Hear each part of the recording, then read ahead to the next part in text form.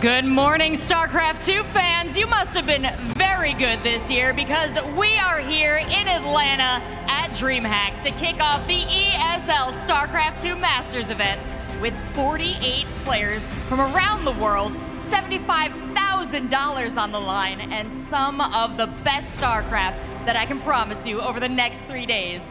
I'm your host, Seltzer, and I'm joined by an incredible talent team to help take us through the action. But before we do that, let's check in and start this event.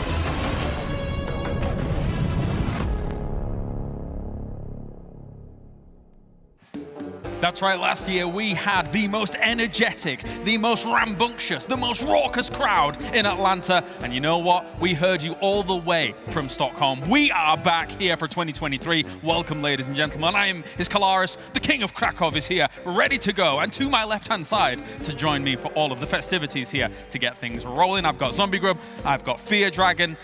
We're back. It's going to be a good time. We have got some excellent StarCraft 2 on the way here, ZG. Couldn't be happier. Yeah, I think we're all very excited that we're actually in Atlanta. I think we're looking forward to hearing the roar of the crowd when we get hyped, because we had some really hype moments. Last year, we had the Protoss Savior Hero come in and actually give us a TVP Finals that went to Game 7, and I think we're all hoping for something similar this year, especially with the new map pool and the new patch. Yeah, definitely. Fear Dragon, looking at how things have played out. Obviously, we've had a lot of great StarCraft recently, like Home Story Cup, for example, kind of playing out. Serral doing several things as is usual, but there's so many heavy hitters here once again in Atlanta to try and take home that trophy. You know, I know that there's, of course, always going to be that narrative of, oh, it's Serral, though. Serral's going to be the favorite. But if you look at this lineup, it's looking sick. There are so many cool stories coming in this one. I know a lot of people have their eyes on Clem. Solar has actually been killing it specifically versus players like Serral. Like, there's so many cool things. Maru. This is a sick event right now. Yeah, and there's so many games, we can barely cover them all here on the mainstream. Not only do we have our winners kind of bracket, the knockout bracket eventually moving on, we'll talk about all the format as a whole, but we also have those open brackets that are going to be happening through the day, where some of them look kind of spicy, ZG. There's a lot of Protoss in one in particular, a lot of Korean Protoss in one in particular. Yeah, there's a lot of green on the bracket I'm looking at right now in Group A. But, you know, I think we always look at some of the standout names of the bracket themselves. Very limited spaces available to get into the knockout bracket, which you are still on your last life. You're on your last life, it feels like the entire time, even though there is a lower bracket as well. But then if you're facing the likes of Hero when he gets knocked down, and then Creator gets knocked down, and then you're like, I'd have no chance, right? Right. Nightmare does something great like he did again last year in Atlanta. That's when Nightmare made that kind of like almost miracle run that we didn't get to highlight so much, but it was incredible, and I wanted to see him do it again. And, you know, you can't also just sleep on all the NA locals here that are finally able to come out. You got, like, Danger Dolan showing up. We got Trigger coming out for one of these events. Scarlet. Like, a lot of these awesome NA locals are coming out, and they're going to... You know what? I think at least we're going to see a couple of really cool upsets. And this is what you're hoping for. No, this is what I know in my heart of hearts Christmas. Santa will deliver to me a beautiful upset. Maybe here, as we are all very winter themed, very Christmas themed for this one. We've got lots of great action coming your way. Beyond all of that, though, we actually have to take a little bit of a look at how this whole format all shapes up here. So I'm wondering if we are ready to take a little bit of a look at that, of course, because we have quite the stages that we want to kind of explain to you here. So let's take a little bit of a look-see. The ESL StarCraft 2 Masters season kicks off with 3 online regionals in Europe, the Americas, and Asia. The European leg produces 4 winners. Both the Americas and Asia provide 2 top players each, all of whom will advance to the winner's stage of the offline finals. An additional 6 players will earn their spots in the winner's stage by securing top places in the Global StarCraft 2 League. To complete the 16-player lineup, the top 2 from the global rankings are invited after considering the ESL Pro Tour seeding standings. Winner's stage players are in an advantageous position in the offline finals. To reach the playoffs, they need to win their first 2 matches. Otherwise, they can get another chance in the knockout bracket. Anyone can sign up to participate in the open stage, and the 32 highest-ranked players in the global standings will be invited to compete for the remaining available slots. The 32 open stage players are divided into 4 groups of 8. 2 winners from each group advance to the knockout bracket, while the others are eliminated. The 8 open stage winners will be seeded to the knockout bracket round 1, together with the 8 winners stage competitors who lost in the winners stage. The knockout bracket is a do-or-die scenario. Losing means elimination. Round 2 sees the winners of round 1 competing against each other. And in round 3, the winners of round 2 face the remaining 4 winner stage players who didn't lose in the lower bracket. 4 winners of the knockout bracket round 3 advance to the quarterfinals. They are then matched against the top 4 players from the winner stage. The journey continues from the quarterfinals to the semifinals, and upon completing all preceding steps, the top 2 players emerge to compete for the championship and a first place prize of $15,000 US and 1,500 EPT points. And there you have it. Thank you very much, Anonymous Christmas Voice here, for explaining everything that's going down. I mean, one thing's for sure, it's kind of a grueling road, especially for those open bracket players here, ZG coming on in.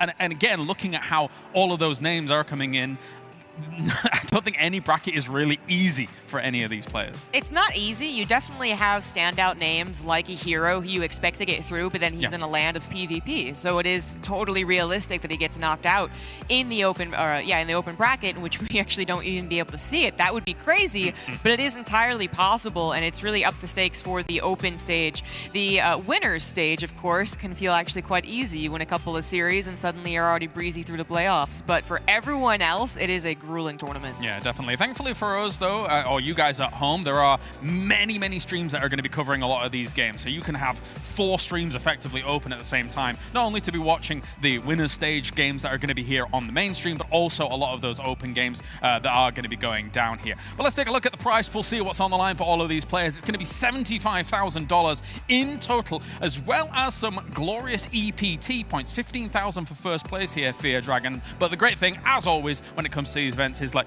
it's very rare that you're actually going to walk away empty-handed. There is prize pool all the way down the line. Yeah, you truly do have to almost lose every single series to walk away completely empty-handed. Yeah. You have to remember that all the players who are even playing today, for the most part, had to work their way into this event by even just earning EPT points to make sure that they could be prioritized in the sign-up. So they have earned their spots here, and they're already so close to earning some of that cash. All right, well, let's take a look at who is going to be participating throughout all of this as well. We have our winners stage players that we're going to be really focusing on here throughout the day. And what a lineup it is. You know what also I find very interesting here for 2023?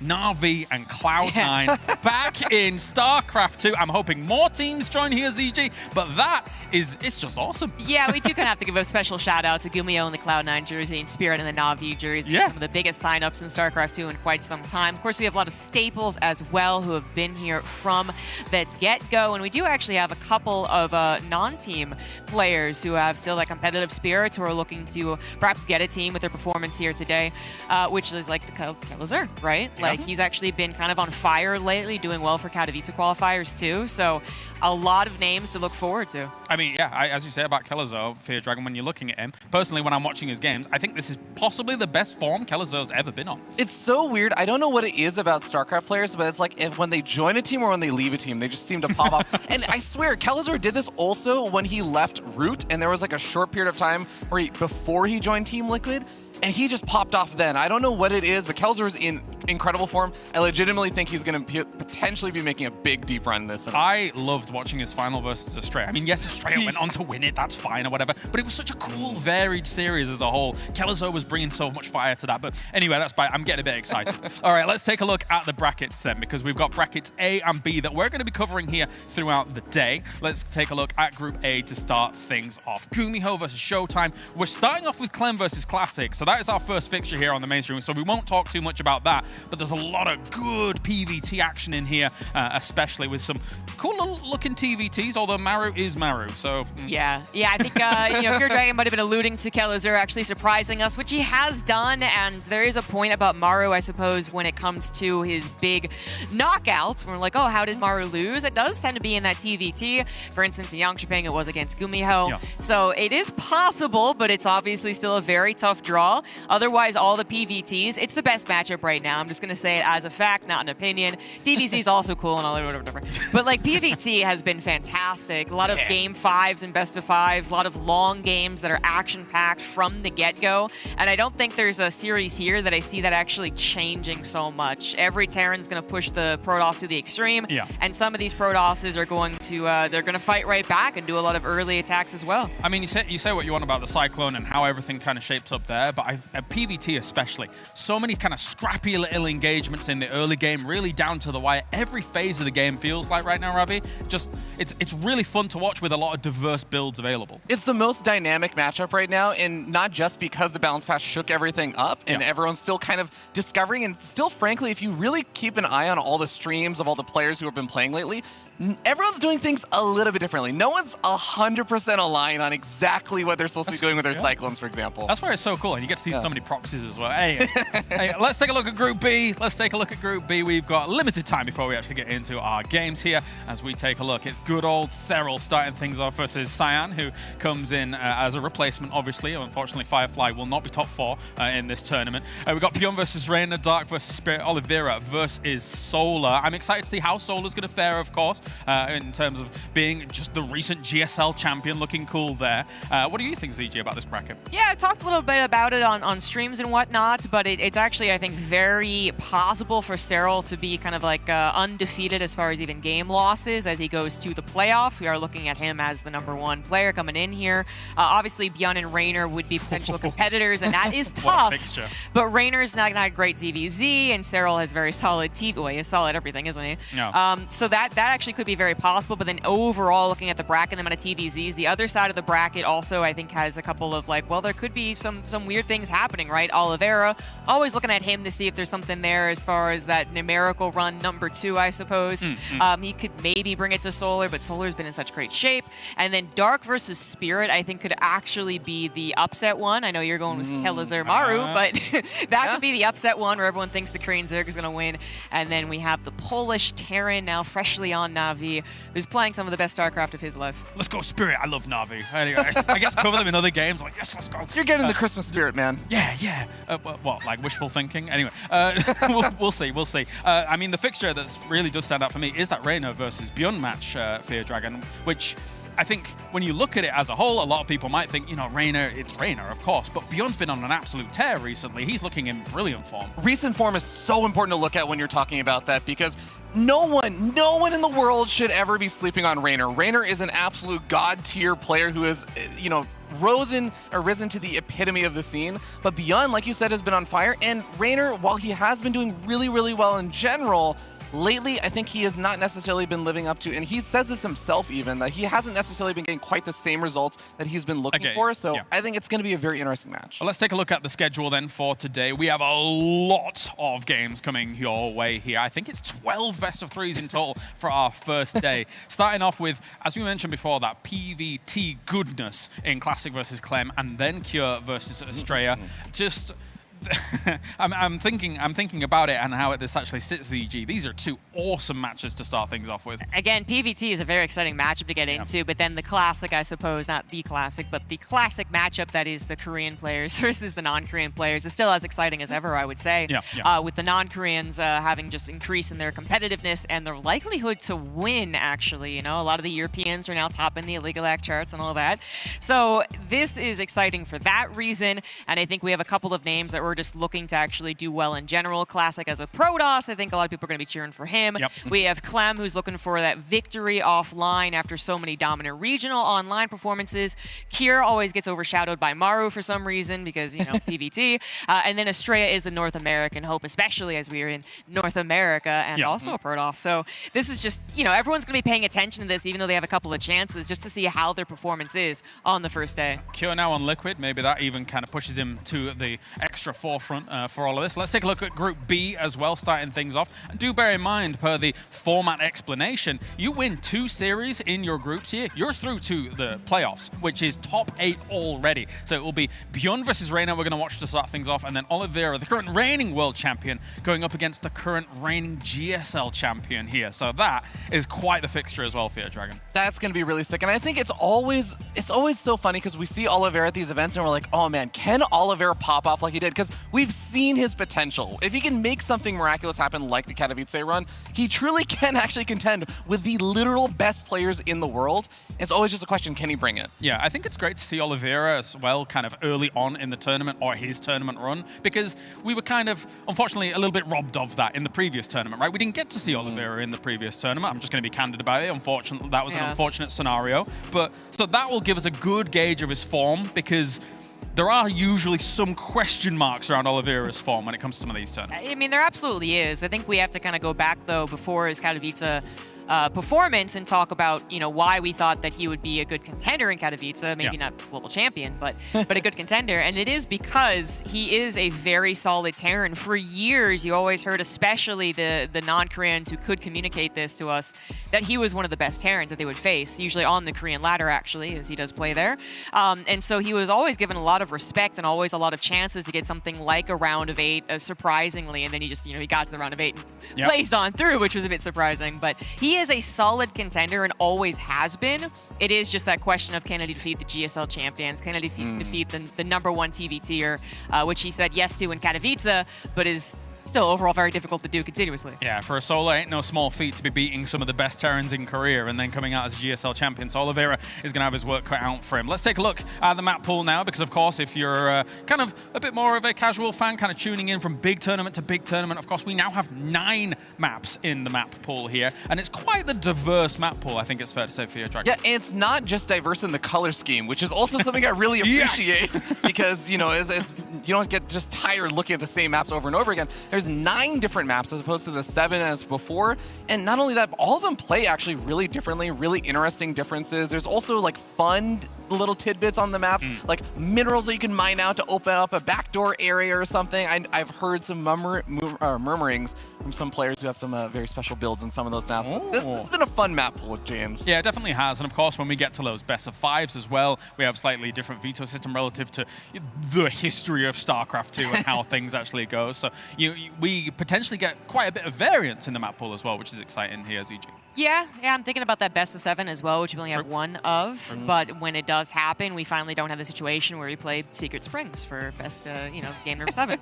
Like, they'll veto the 2 maps that are, bad for them, which I've actually not really heard too many complaints about what is bad and what isn't. I feel like a lot of the maps do get played, maybe more so depending on the matchup, of course. But I think Radaset was one of the ones that we were looking at, like, oh, is anyone going to pick that? And then it's actually picked an extraordinary amount in PvT. So it's been overall a fantastic map pool as far as, I think, the viewer experience and the pro gamers. Really exciting. And you know what? In the next one, I hope we push it even further. Screw it. Let's go wild. But anyway, we'll see. We'll see. All right, let's take a look at some stats as well, or at least the explanation of some stats. Because here for the tournament, we have the cards back, but we have a slightly different arrangement for the cards. As you can see on our right-hand side here, that will kind of give you a good indication of what all these numbers are going to mean throughout the tournament. But I'm kind of glad the cards are back for you, Dragon, because that was a lot of fun in Katowice. We were enjoying it. We had the physical cards. We were shaking them around. Eventually, we stole them at the end of the tournament. It was great. Eventually, we requested a larger Big Gabe card and everything. Like, yeah, those cards are great. But I love that there are the additional stats here, because in the past, I know that we were talking about how players are rating each other, but now the stats actually have actual stats. It's like based on numerical information of tests that they actually did, right? Yeah. Yeah, so the reaction time one as well as accuracy, those were actual tests that every single player took in order to be able to rank them regarding that. So the reaction time one, I'm thinking like the reaction times that F1 drivers do. You know, Yeah. those little Go, things. go, press the Probably button. the exact same one, actually. And they maybe, probably yeah. blew them out of the water. Oh, yeah, yeah. Of course, of course. They're only superhumans of these F1 drivers. That's fun. Now, it's a good collection of numbers because, again, you do have those tests, but then you have the average of actual data points, and then they also made sure to include basically data points versus power rankings. So we Yes. do still have some evaluation from the pros when it comes to other pros. So you basically get everything, and I like that happens, right? Because even if maybe you don't do well on the technical side, you can be like, well, those guys still think I'm great.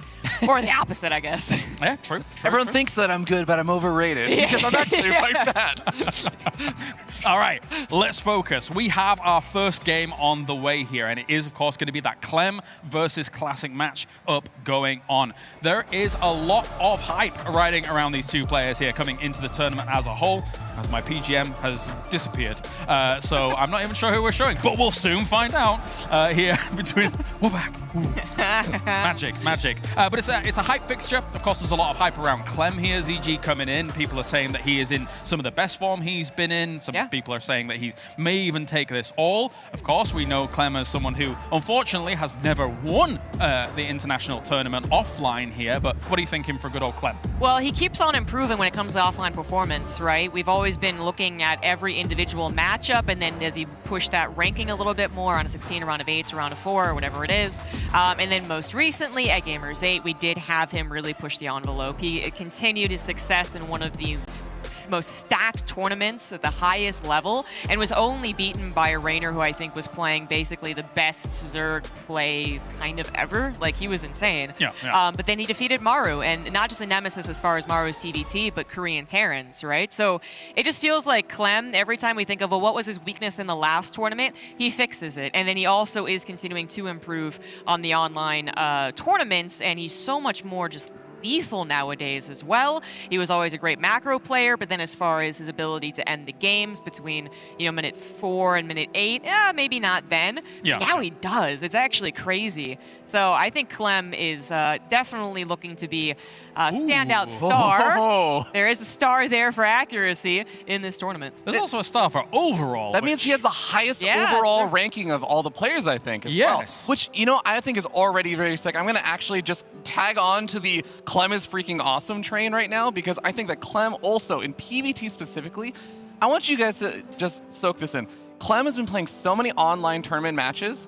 He, in the last 117 matches, the only games that are series that he's lost, these are not games, series that he's lost in TVP have been to Hero and Max Packs. If you remove those, he has won 117 and 1 series. Like, he's 117 and 1 in the last 120 something PvTs he's played. I mean, that's a Cyril-like stat, right? When you think about when we had that insane run that he was going on at the time here. But, I mean, for him, going up against Max Packs constantly, especially in what is now basically the Clem Classic, though the Clem Weekly, not the Big Gabe Weekly anymore, right? Considering how many he's won. That has to be excellent practice. But let's briefly talk about Classic as well here, because he is definitely no slouch. He does have to go up against so many great Terrans, though. Like, when you're thinking about, like, your Beyonds, your Cures, and things like that. And it kind of goes back and forth for Classic in the matchup. Yeah, he's the thing is that for Classic, he's always he's the one that people are looking at to be perhaps the best Protoss, right? Because Heroes kind of lost that title as the one who pushes the race forward. So who's going to be the one now? And since Max Packs has come offline, certainly Classic has been the people, the Protoss people, I guess, the champion. Yeah, the Protoss peoples. But the champion for a lot of the Protoss, especially because he is the only one who can actually seemingly take it to some of these big names like a Cyril, again, at Gamers 8. So I think that there's no underestimating Classic, especially in the offline tournaments where the Korean players do also tend to, I feel like, have a better average. Like, they're very dependable as far as the results, whereas a lot of the non-Koreans are still maybe sometimes shaky offline. And he's constantly having to deal with the pressure of these big, high-profile Terrans, with the Cyclone pressures, with even little Marauders and Marines mixed in, some proxies as well. He goes for kind of the defensive style of a few Immortals, a few Phoenix here and there, and he always gets scrappy at the beginning, but Classic has a lot of practice with it. No, he definitely does. does, and I think that's what kind of has made Classic be that sort of standout Protoss player that everyone is looking at besides Hero and MaxPax. Because Hero and MaxPax, like, obviously we don't see MaxPax at a lot of these offline events or, any of them. Yeah, but no. Hero, we at least see him doing well, but he does well spiky performance-wise. Classic has become the classic example of a standard Protoss player that does relatively well more consistently. All right, well, thank you very much, guys. It's time now to head on over to the stage for our first match here for Atlanta. Let's head over to Rachel here for a Classic going up against Clem.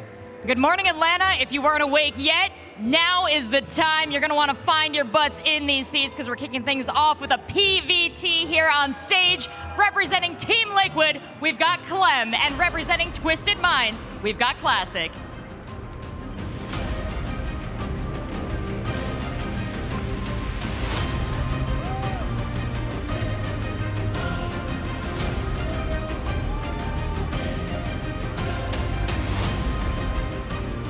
Good morning, nerds. It is finally time for some live StarCraft 2 action in North America once more in just your casual Clem versus Classic on the Friday morning.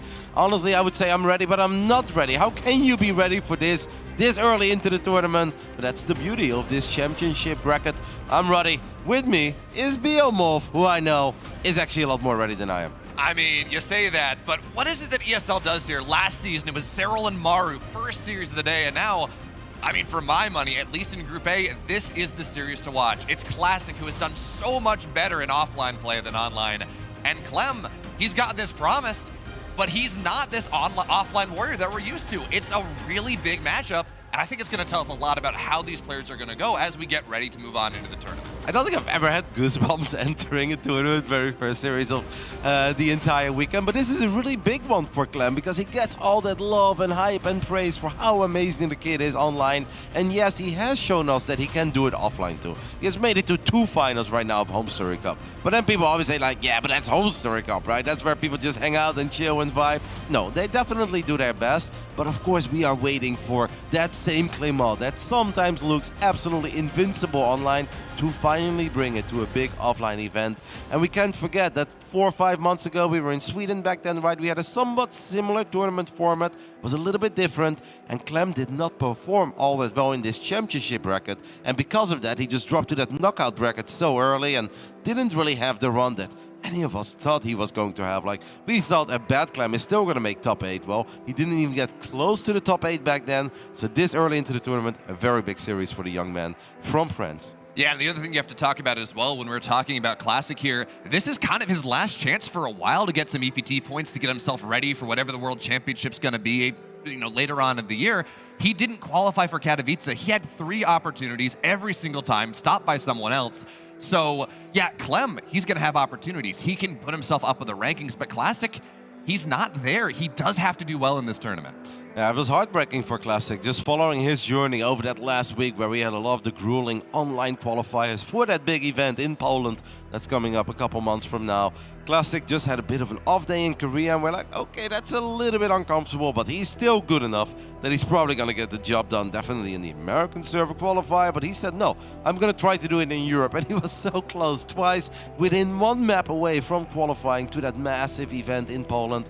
Did not go all the way, and they were like, well, but in America, he's got it, right? Like, it's Classic. He was the only Protoss to make it into the top 8 of Gamers 8 6 months ago. Like, he is going to do it, and he did not do it. So, heartbreak for a lot of the Protoss fans, a heartbreak for Classic, I think, in particular, to be missing out on IM Katowice, because there is no one that looks around and is like, yeah, I don't think Classic is a top 24 player, actually, so yeah, I didn't think he was going to make it. No, everyone knows that that man is, without a doubt, the top 24 player in the world, but qualifiers be brutal, Bio.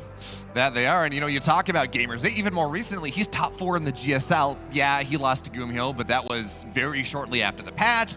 We had weird Cyclone builds. It was a lot of it was build order as much as it was Gumhyo just playing very well in that tournament. So when we talk about it, we got this TVP. He's shown promise, but also shown some weakness. And if we talk about Clem, I don't know that there's anyone better in this matchup right now. I don't think there is, actually, but let's see if we get that online Clem offline here as well, over in Atlanta, Georgia, United States. In the top left side of Oceanborn, we are looking at the main base of the man who is representing Team Liquid, Claymore.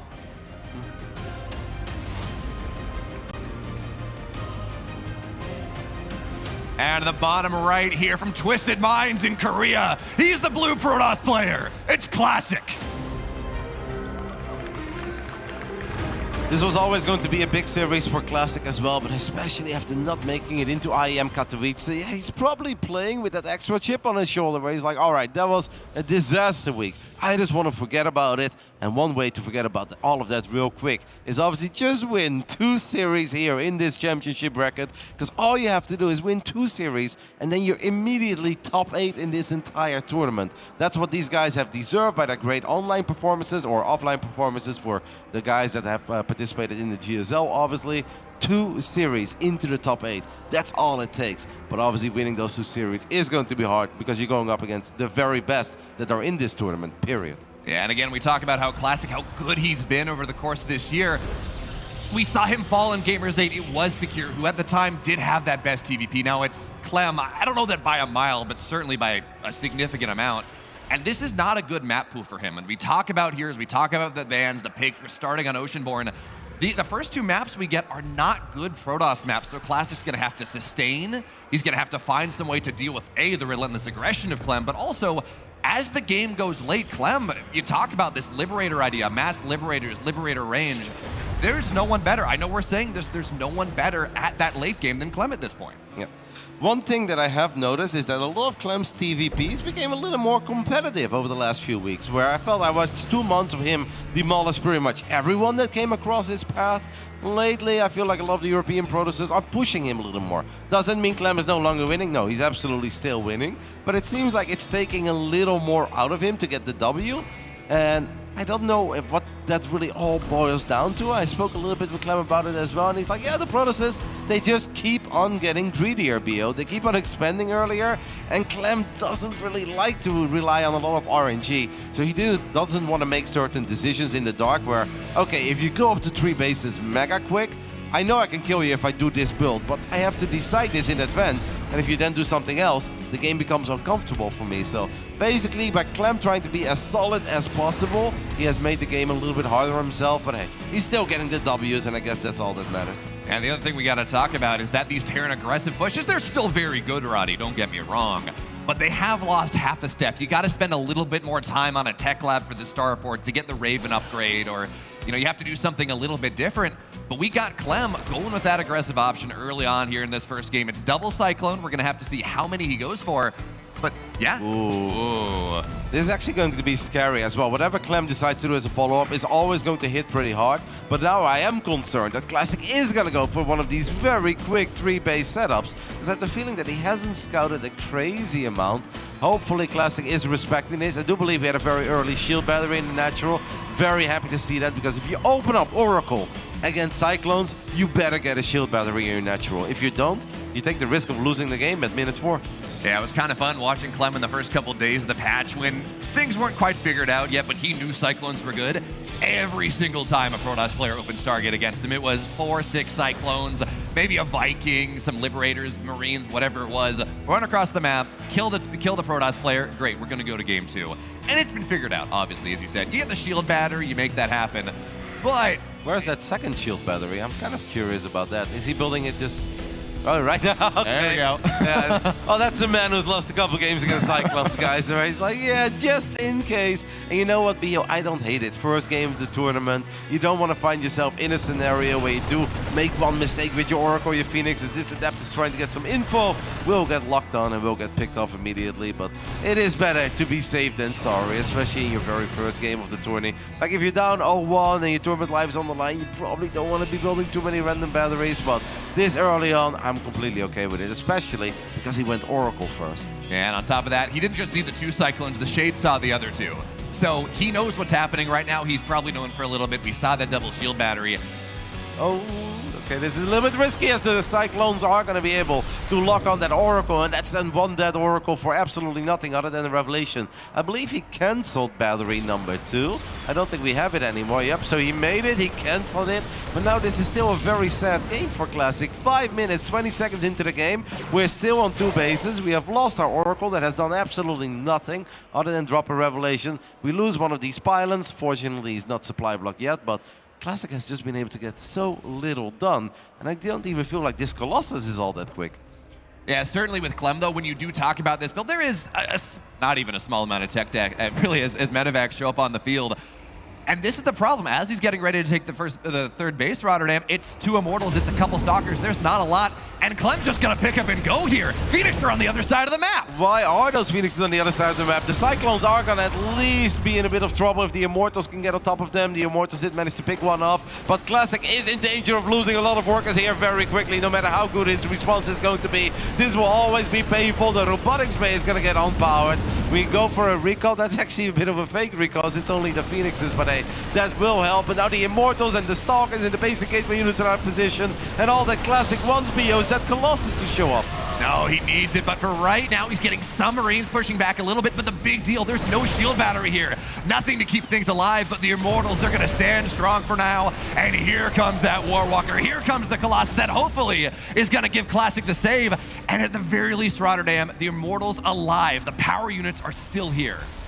I'm impressed that Classic was able to keep it together all this well, and he's definitely not done yet, right? Because Clem is just gearing up for that second round, but that drop could have been devastating. The Robo Bay being unpowered is very annoying, and by the looks on the production tab, I don't think we have repowered it yet, right? Okay, he has repowered it now, but it's gonna take a little while before extended thermal lens is done. Not too many Marauders here in the mix, so as long as we keep the Colossus alive, it should be okay here for Classic. I think Clem may be underestimating this Protoss army a tiny bit. I mean, it's a bit of an even fight so far. I don't know if it was necessary for Clem to take the fight like this, though. No, but if he's gonna get the Immortals, it's 1 Stalker, 1 Colossus. Maybe he dives on there, but you talked about it, Roddy. It's day 1, group 1, match 1, series 1. You play to win the game, not maybe to win the game right now. And knocking down pylons on the map, knocking down Immortals, everything like that, it's value added, even if he doesn't get the Colossus. And it's going to be so hard for Classic right now not to lose any additional work. As Clem already loading up a Widowmine, can obviously go for multiple Widowmine drops. Phoenixes, only 2 Phoenix, you have so little DPS, it's going to be hard to really get on top of medevacs. So far, this defense is excellent, kills 1, but that's just the first wave. Clem is going to go for another drop in the corner of the main. I think Rico is not going to be available. Good thing is that these Colossus can walk up and down cliffs, but it's going to be so painful. Classic is not done taking damage yet. That extended thermal lens upgrade will finish up, but geez Louise, that got close, and he's going to rebuild the Robo Bay immediately, Bio. Yeah, he is, and that third Colossus is going to be out pretty quickly. So, on the context of losing Robo-Bays, it's not the end of the world, but it does mean you lose Disruptor opportunities, you lose a Colossus, you're not going to be able to rebuild it immediately. But again, we're seeing this Classic. Clem is leaning into him. Clem has these opportunities to find damage.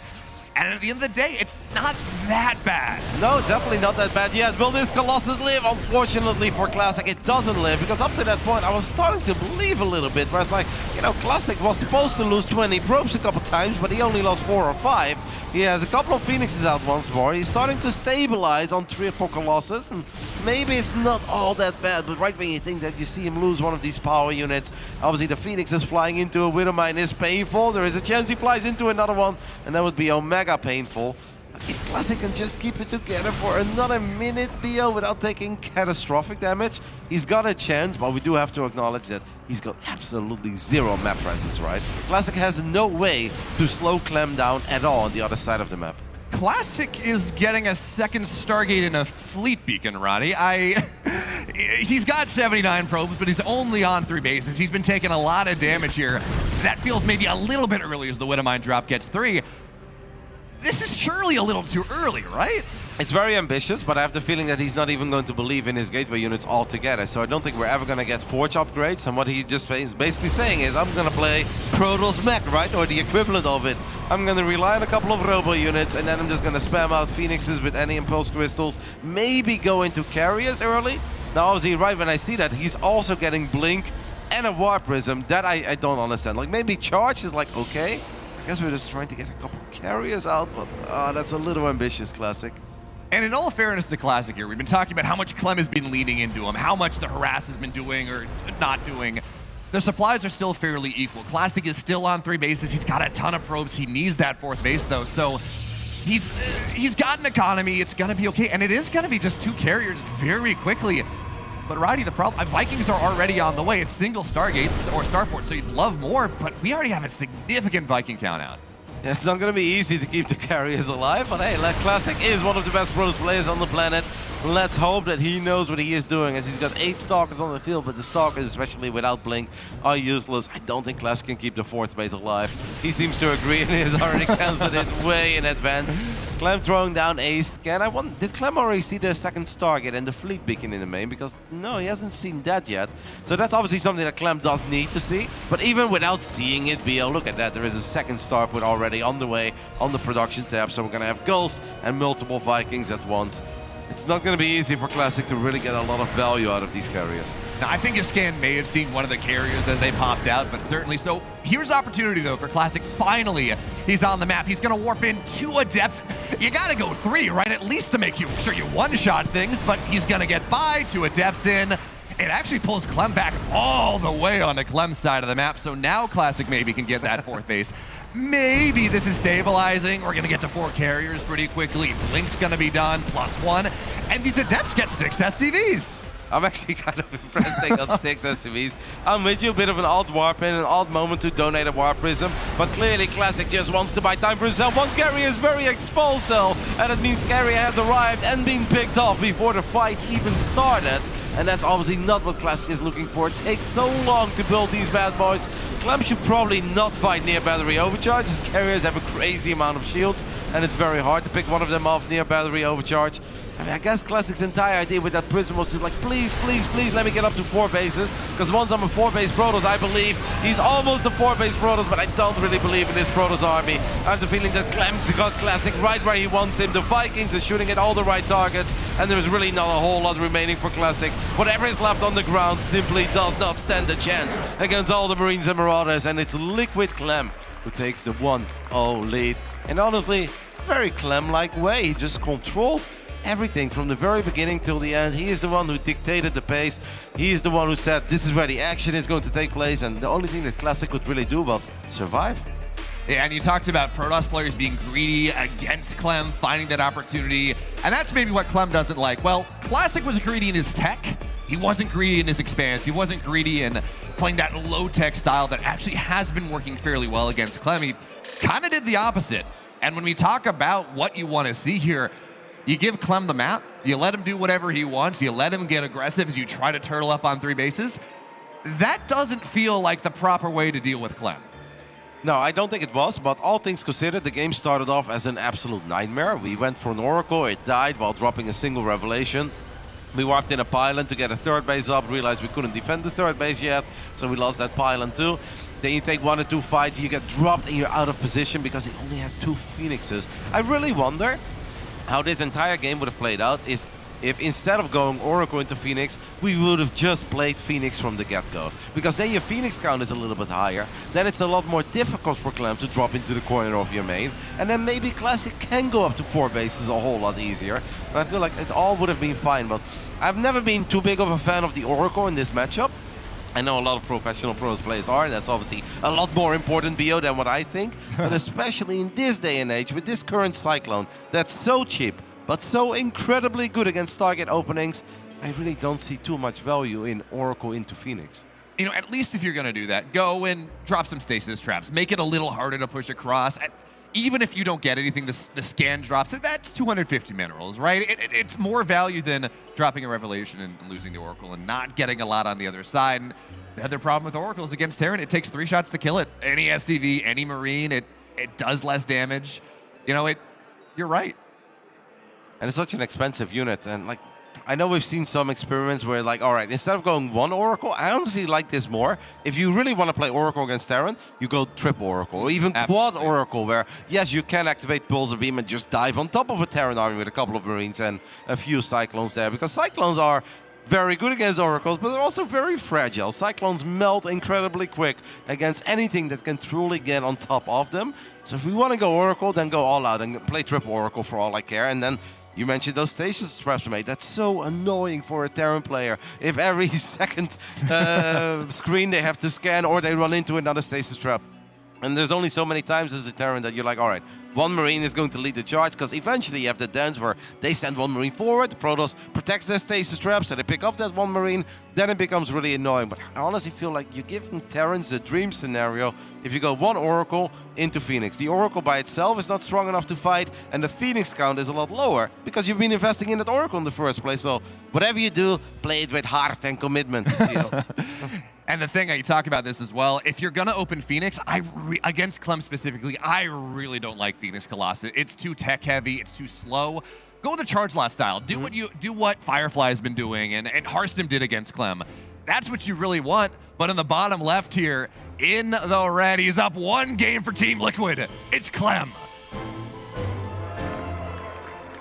Great start, obviously, for the young man. I know that he knows he can do it, but there are so many doubters out there, so it's great for him to start off the tournament like this. In the top right side, representing Twisted Minds, we are looking at the main base of the man who was the only Protoss player to make it into the top 8 of Gamers 8 last summer. This is classic. Man, Roddy, I love this. I know we're Christmas themed, but the Christmas music on the intro, I love it. Look, this is my Christmas present, right? It's Clem Classic, game 1 of the day. I've already unwrapped my present. We're a week early. We're going to get many more presents over the weekend, though, Bio. I hope you know that. You know, this is an awesome series, but I think we're going to have plenty of series that will rival it. I mean, we got Rainer Beyond coming up later. Pretty you know, good. It's not bad. Oliveira Solar, and that's just the group stage. I mean, it's just going to get better. It's funny as well, because Rainer and Beyond played against each other at the ESL Summer Championships back then in Jönköping.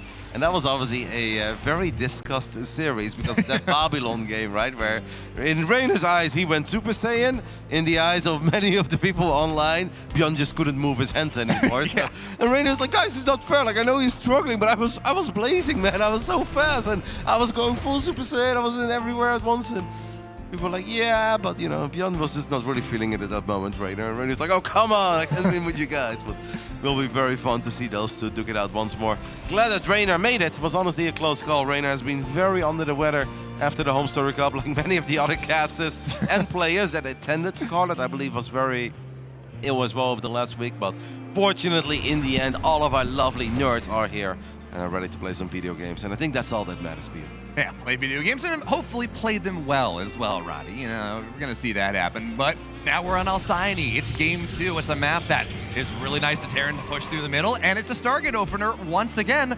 Does Classic make those changes you talked about? I'm not sure. Like, often they obviously come in with a plan, right? And if this is how he likes to play, if this is what he's been practicing, it doesn't matter what you and I or any other Protoss player in this tournament might think that he should do. If he believes in Oracle into Phoenix, he's going to do it. I personally hope for him and his sake that he's going to switch it up a little bit, but we will see. One more thing, by the way, that's maybe not like the biggest of deals, is we can see that the Reaper is here in the natural and he's going to get the scout off on the Stargate.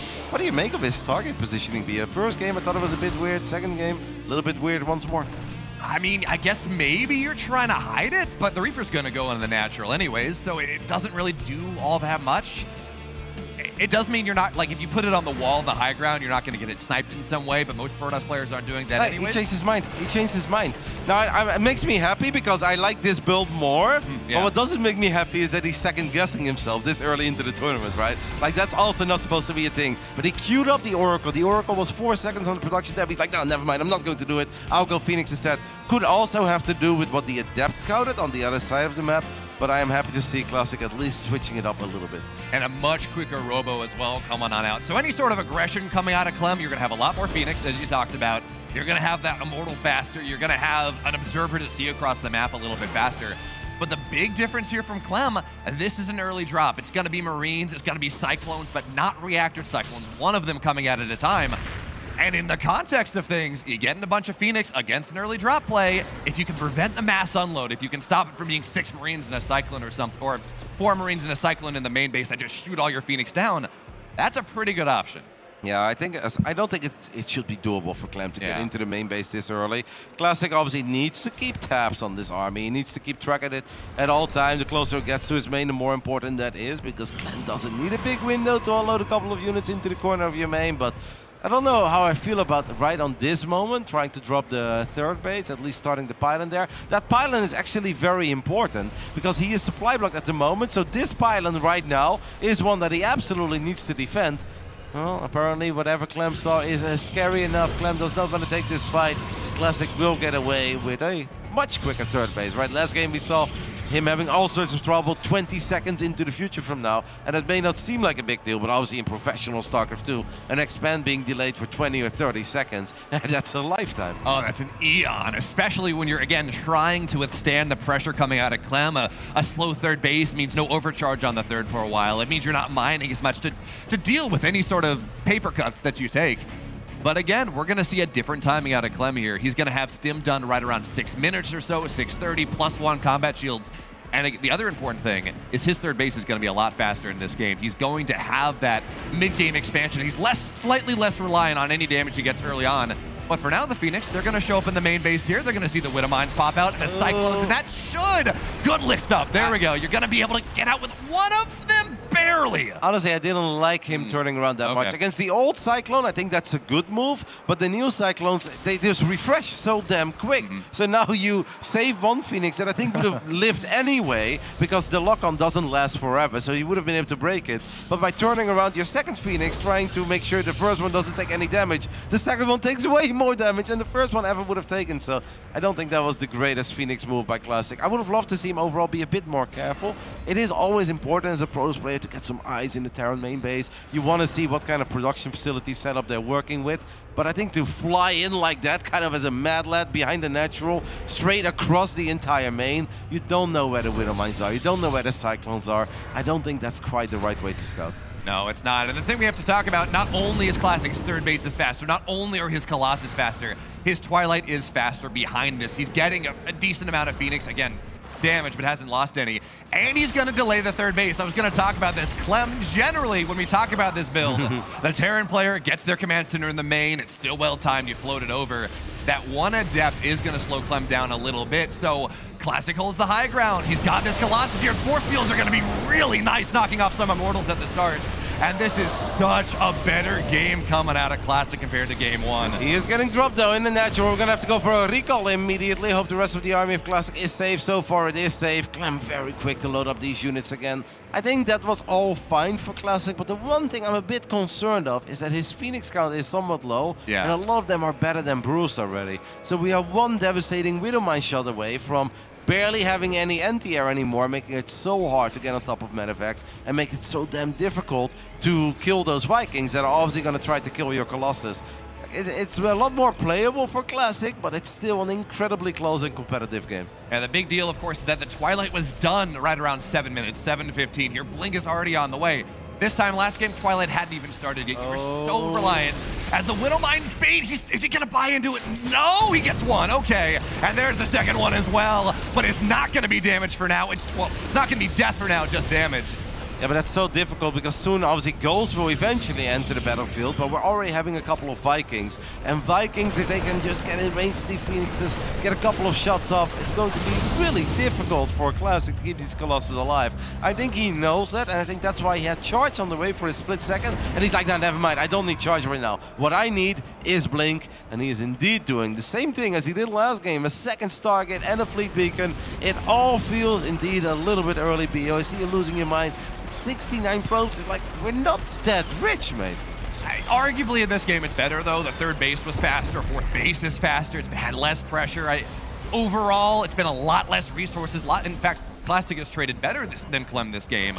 So it's still early, I agree. It's still not my favorite thing. This is not enough, by the way. The one Phoenix does not have enough DPS. Classic, it's best to just go out of there ASAP because now you're in danger of losing a couple of these Phoenixes. First one gets locked on in the end. He saves all 3 out of 4, so that's nice. Is that a very low HP Medivac? That's a Clem? very low Probably HP not. It's like, Clem, this is your captain speaking. It's going to be a bumpy ride. It's like, maybe we can just repair it, mate. But, yeah. Radi, look at this though. Not only do we have carriers on the way, which is maybe questionable, but Classic's in a better position this game to do it. There's a mothership on the way, and this is something we've seen evolution ever since the patch. It's a very different unit from what it was 2 months ago. Yep. I don't know if I love where Classic is going. What I'm very worried about is that his ground army overall is just real vulnerable and weak. The only thing he has is +1 attack. We don't have any armor upgrades. He is getting 2 disruptors now, and that obviously then you start believing a bit more, because disruptors are great, not just in blowing up big Terran armies, but even if the Nova whiffs, if Terran is forced to retreat, that's maybe a moment for all these carriers to unload their interceptors. And the Colossus with their 9 range, they will always participate in the fight, even if the Terran is forced to run away from the balls. So I really like the addition of the disruptors, but I'm still kind of concerned, mate, about just 2-3 EMPs landing and Clem just saying like, all right, I'm just gonna stand my ground and fight here, because I'm not that concerned about your Protoss army. And honestly, I wouldn't be too concerned about it either yet. No, not really. Now, there's going to be a drop in the natural here coming out of Clem as he looks to find some way to split things apart. That's a nice pylon, delaying a carry before it's ready. It's actually not going to depower the Robo, but again, there's no cannon there. It's going to have to be Stalkers arrive. And you talk about only having +1, at least they have Blink, but Rodney, the other problem, there is no charge. Classic has 0 abilities, 0 opportunity to do any sort of counter pressure to run across the map and force Clem back home. And I really believe in certain builds, they don't always need to have a lot of gateways. I don't think you always need to go charge. I think there are different ways to make Protoss look good. But the weird thing is that he does have 8 gates, Bio, so he is somewhat committed. Like the Phoenixes are just going to die one by one here, and these carriers are going to have a very hard time ever getting their dream fight. The Talkers alone cannot stand there. So the only real good thing I kind of feel that Classic has going for himself here are the disruptors. But if there is anyone that's good in avoiding those Novas connecting with the Terran army, I would say it's that French kid that's sitting on the other side of the stage. Honestly, I'm concerned for Classic, even though he's maxed out, but maybe he can pull off a little bit of that Protoss veteran magic that we know that he does possess. Are these Stalkers about to get flanked on, by the way? Here are the Marauders, and these Stalkers are in trouble. So yes, you get 8 Marines, but you're going to lose 5 Stalkers in the process. Stalkers are a lot more expensive, Bio. And there they are now in the last fight. Even before then, we saw Classic, he blinks forward, try to get a Viking, but he got a couple ghosts. So we are seeing him firing on all cylinders a little bit, knocking those ghosts down early. EMP still hit. And the important he's getting a go. Classic wants all the bases, right? Play Protoss mech, take all the bases. It's going to be a good time. Stalkers blink on top of the Vikings, though. And this is a promising start. Yes, EMPs hit everything, but a lot of the Vikings go down early. And a lot of these interceptors are out, and as Clem finds his way back, that's a big choke, but the disruptors are going to get dodged. And the slow zone does nothing here, Roddy. It doesn't catch any of the Terran units. Mothership gets picked off. One Colossus alive with very low HP actually soaks up a full volley of all these Vikings. A massive overkill there on the side of Clem. That was kind of a big moment. I think Clem definitely did not have his entire army there at first, and he's like, yeah, but Classic, you're still afraid of what I got, right? And Classic is like, no, I'm not afraid at all, actually. Let's go ahead and fight. And I'm gonna say that went good for Classic, but if he cannot capitalize on it, then he's gonna have to do it all over again. And I believe that the next fight is going to be a lot harder, because the Viking count is reaching numbers now where the Vikings can get in range and one-shot a carrier. And there is so little that Classic can do about it, other than, I guess, zoning blinks. We are gonna get Storm as well. I love it. It's complicated. It's double cybernetic score as well, so we get attack and armor at the same time. Classic is definitely going somewhere. I'm just worried because Clem is so damn good with high numbers of Vikings, and War Prisms, that's not going to be a thing in this game. Too many Sensor Towers, way too many Vikings. Adding a floating factory as well, just to add on to things. But here comes Classic, 198 supply, army in the middle of the map, trying to make sure he holds that Zelnaga and maybe get a good fight out of Clem. I don't like fighting right now. There's so much tech that's just about done. +1 air armor, just about done. Storm done right now. Charge halfway done. There's a whole host of things that Classic has committed to he doesn't have yet. So you posture, sure, fine. You deal with drops, fine. But give it 30 seconds. Build yourself up into that much more powerful army. And we know that he has a couple of Stalkers, as we're going to blink forward, gun down these 2 metavacs, and it obviously means all these buy units are stuck. Pretty expensive loss there by Clem. And if you look at Clem's piggy bank, it's not that Clem is crazy rich. I know he's got a couple of units on the way. He's building 3 command centers at once, but ghosts are expensive. They will always be expensive. Oh my goodness, this is so many Vikings. We need those High Templars to show up, Bio. I know he's got them. He needs to land some storms, because if we're not going to land any storms on this Viking flower, our air fleet is going to get picked apart. I mean, 5 Vikings go down very quickly. There's the cloak. Yes, EMP can shut it down, but if you're running, it just means that Clem cannot kite. It means you're going to get those better trades. And he does. We had 22 Vikings, 23 Vikings at the start of the fight. Now it's 17, and Clem's building 5 at a time. So a lot of Vikings went down in that fight, and it's trades. And the best thing is that Classic did that without even landing a single storm. So he's got a very interesting army at the moment with a lot of Stalkers. Obviously, to zone away the Vikings, blink forward, force fights. Then we have a couple of high Templars waiting in the back. And if they can just land one devastating storm on these Vikings. Vikings are amazing, have a lot of micro potential, but they don't have crazy HP. So 1 or 2 storms is potentially all it takes for Classic. As Clem is still working on +3, Widowmine does not really connect, they're gonna blink away. Classic is just gonna walk up this ramp and try to force a fight. I hope he knows what he's doing. So far I've been loving the blinks though. I think the blinks have been very promising, making it so hard for Clem to get the fight that he's looking for. And Clem should obviously buy some time too, as he's waiting for big bio upgrades to come alive, +3 attack and +3 armor. And the big blinks as well. You get a lot of those ghosts down. Now there's the slow field, the cloak as well. This army, yeah, you can drop a scan, yeah, you can drop an EMP, but none of that seems to be available right now. So Classic, at the very least, he gets a base. At the very least, he's finding his way in. No observer. Okay, there is an observer coming in from the back right now. That is big, because it's absolutely needed. Ghosts do decent amount of damage if you don't have any detection. The Vikings are still trying to one-shot all these units, and the mothership goes down, and 2 carriers get picked up as well. The Classic has done pretty damn good so far, but perhaps soon it's time to retreat for a little bit, wait for some reinforcements, as he is dropping a couple of the zoning storms. I'm just afraid for these Vikings to one-shot a few more carriers. As another carrier falls. That one barely survived. Nope, it dies in the end against the final volleys. Classic is rich, so it's okay to get a little bit reckless. And at this point, it's mostly the Stalkers that are doing most of the damage. I mean, I think we can get the Orbital, maybe then we need to retreat for a split second. Man, Repair is so good. He's going to try to stick it, but the Immortal's down, so he doesn't have enough damage to knock this Orbital down. Second problem as well, there was no Warp Prism with this army. If Classic is just flooding Zealots, I think he might win the game, but he had to build it in the middle of the fight, so yeah, supply was good, but it was running from his side of the map, and that really slowed things down. Well, that Warp Prism is going to get picked up immediately. A bunch of Zealots have shown up, but the Viking numbers are still so damn high that if they can take care of the carriers, you can obviously lend them, and landed Vikings are excellent against Stalkers. Classic realizes that without immediate reinforcements, he cannot continue this attack, so he goes for a recall. We are going to drop a nice storm as well, zoning storm, to at least buy some time for most of the units to get home. Earlier you mentioned that Classic traded better than Clem did in this game, and he has still done it. Clem has lost 3,000 resources more, so you can really see how difficult it was there for Clem to stay alive. But kudos to the French kid, man, because that was not easy. Classic was in his face, applying a lot of pressure, got so close to killing that Orbital. Would not have been the biggest of deals, guys. That's why we didn't really hype it up, because Clem is like 7 backup Orbitals, but at one point it kind of becomes personal, right? Where it's like, okay, the bare minimum I want to get done with this attack is kill your Orbital, and he didn't kill him, but it's okay.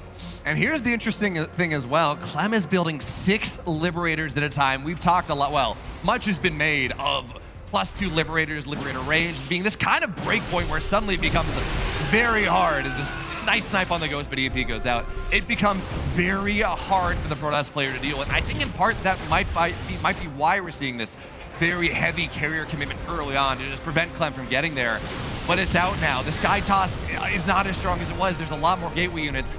And this armada of Terran, what are we at right now in terms of it's 7 Liberators, 13 Vikings. This is a hard army to fight. Yeah, this is a very difficult army to fight, and this is definitely not the place to fight it, but it kind of seems that Classic is annoyed a little bit over those bases being harassed right now by the Liberators. We still have 1 Phoenix, so you can obviously send that single Phoenix to deal with some of these Liberators. The only problem with this is that it takes a long time for 1 Phoenix to kill a Lib, and it will take a particularly long time if the Phoenix is not battling the Liberator at all. At least you got +3 on the Phoenix, so that's something. But yeah, it's still going to take quite a while here. And the interesting thing is we're just seeing more carriers. That makes sense, right? It's a lot of damage, but the gold base is going to go down right now. And this is one of the problems when the Terran finally gets this Bio Liberator Viking composition. It's called Protoss Mech for a reason. It's strong in a straight-up fight. It's powerful. It's not mobile at all here. The Terran can start to move around the map and section things off, and it's a lot harder for the Protoss to defend. A couple of Stalkers getting EMP. This is probably not what Classic wants to fight, but he does drop battery overcharge, so maybe he looks at this and says, it's now or never. This is the best fight I'm going to get. But I don't know if it's all that good, as the Interceptors are getting absolutely obliterated. There are still a lot of carriers left, though, and the battery overcharge is absolutely doing its thing. Carriers still going forward. They need to make sure they never get on top of the Marines, but they don't. Classic takes legitimately a very good fight at his own 3rd base, and Clem lost a lot of very expensive Terran units there. Yeah, you talk about Liberators going down, and at the worst, it was 50% Liberator or Interceptor count. So the Interceptors were still fighting very strong. And the problem was a lot of those Marines went down. We lost a lot of that anti-air very quickly in the fight. But the question now is, how does Classic punish Clem? He's got 3 command centers on the north side. He has pretty much every base available to him. You want to see Classic take this fight and swing it into an even more of an economic advantage. Take a base down, take 2 bases down, force Clem's area to be smaller. What a great first series of the tournament. Classic with a 20-minute game here against Clem and an El Cyone, and he's not done yet. As he gets on top of one of the orbitals, he's going to kill it. He's going to kill the sensor tower as well. There are 4 more carriers in production, and this is where things can get difficult. Oh, what an EMP on every single High Templar. Clem now thinks that this is the moment to just go ahead and fight. Well, that was obviously a sick EMP, but you still need to respect the power of all these carriers, as a couple of Widowmines do blow up a lot of the interceptors, but there are so many of them. I mean, that EMP was godlike, but I almost feel that Clem underestimated the strength of the rest of the army a little bit. That he did. There were still 50 interceptors even after the Widowmine. So Clem's trying to take this fight, but honestly, Roddy, he's back against the ropes right now. He didn't even lose the north side base. He just lost the SCVs there in Classic. He sends his opportunity to send us to game number 3. Stalker's gonna blink on top of this. Is this the move, Classic? Is this what you want? And it seems like it absolutely is. Everything goes down. Classic takes us to game 3. Carriers have arrived, and even 18 minutes into a game, battery overcharge is that good. Because I have the feeling that without battery overcharge, that fight would have never been as amazing as it was actually turned out to be. Probably a frustrating and confusing game for Clem. He's like, wait a minute, like, I thought I survived this carrier spot when you were attacking me, and I was barely able to hang in there for dear life. I thought it was supposed to get easier after that. And at one point, I feel like the game looked good for Clem, especially when you saw the Protoss army hover around those rocks, and you're like, oh no, like, that is a terrifying Terran force. You don't run into that. But then Clem ran into Classic, and Classic's like, all right, this is the best fight I'm going to take. You're going to try to kill a bunch of carriers that have crazy amounts of shields. This is potentially the game-deciding fight, because the game looked very promising for Clem.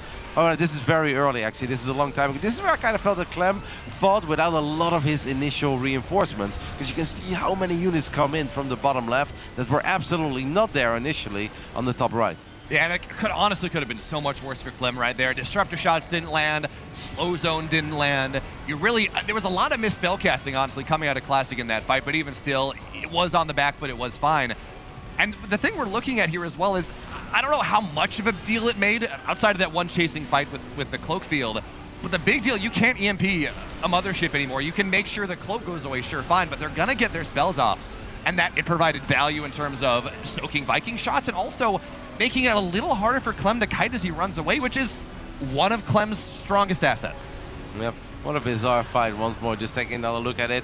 And this was potentially our final fight, where Clem still had a lot of income, and he could have technically just sacrificed that base on the top left, maybe re-expand in the bottom right, because that base had not been taken at all. So it's not like these were the final resources that Clem could get his hands on. But Clem landed an absolutely god-tier EMP on 5 High Templars.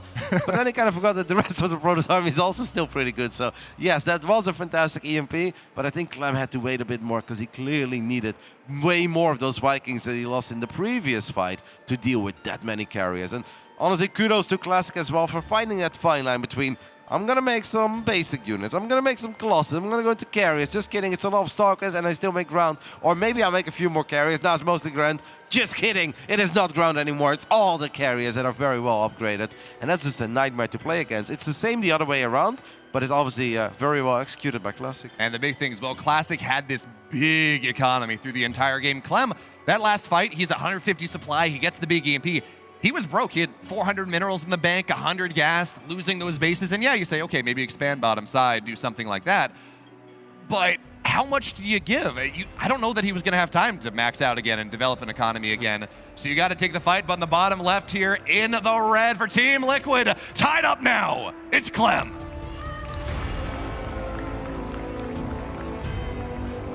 In the top right side of Solaris, we are looking at the main base of the man who has not qualified for IM Katowice, but he shows us that he's still, without a doubt, one of the very best Protoss players on this planet. Twisted Minds Classic. And as we get into this game number 3, there was another PVT, Roddy, that has been happening. It's on the B stream, and Gumiho, the man, the #1 Korean Terran. For the first time since 2020, it's not Maru this time of year. He took down Showtime 2-0, so the winner of this series gets the honor of a GSL Round of 4 rematch, maybe, or a pretty banging PVT or a TVT.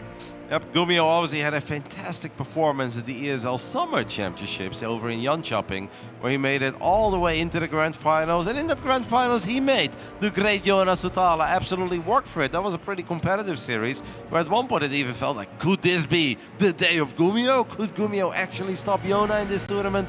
That didn't quite happen, but it was an amazing run. So when Bio says the #1 Korean Terran, before you guys get very angry at him, he means based on the global standings of EPT points. Because Gumiho has outperformed any other Korean Terran in that regard.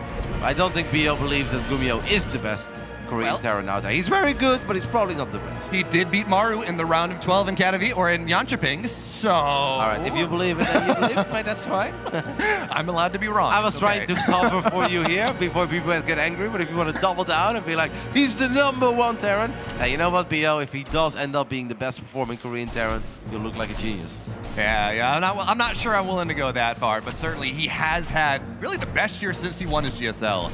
But I want to talk about this map a little bit because we talked about the pool in Game 1 and how this really has been 2 Terran maps back-to-back.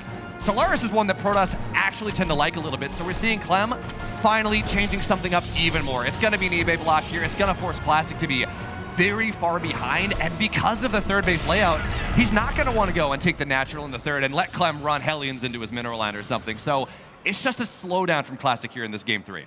Clem once more going for the reacted Cyclones. He's building 2 at a time. He might make number 3 and 4 as well. This is a map because of all the speed zones, where there is even a world where he might make more than that, even though you don't see that very often anymore in this matchup, and that would obviously make it a much bigger commitment coming out of Clem, but I don't think he's going to stop after these first 2. Classic needs to find like a fine balance between, do I want to get Stalkers, do I want to get Adepts? Adepts are tanky and can deal a lot of damage against Marines, but Adepts are not great against Cyclones, so you really need to have a couple of Stalkers, and he's going Oracle first again. I don't like the Oracle, Bio. No, I don't, and he hasn't really seen all that much here. And again, the big deal, Clem, he's rallying immediately. He's not waiting for 4 Cyclones. He's going right now. Now, we do have the fight at the top of the ramp. The Zealot is going to knock a Marine before it goes down. But the problem is, again, Army's dying. Do we have a shield battery in the natural? That's the important thing. We don't. No, Okay, but the good news is that it's a bit scary for Clem to go into the main. The bad news is Classic has 2 pilots. No, we're not going to pull probes into Cyclones, because it's not just 2 Cyclones, mate. It's Cyclone number 3 and 4 that are going to show up as well.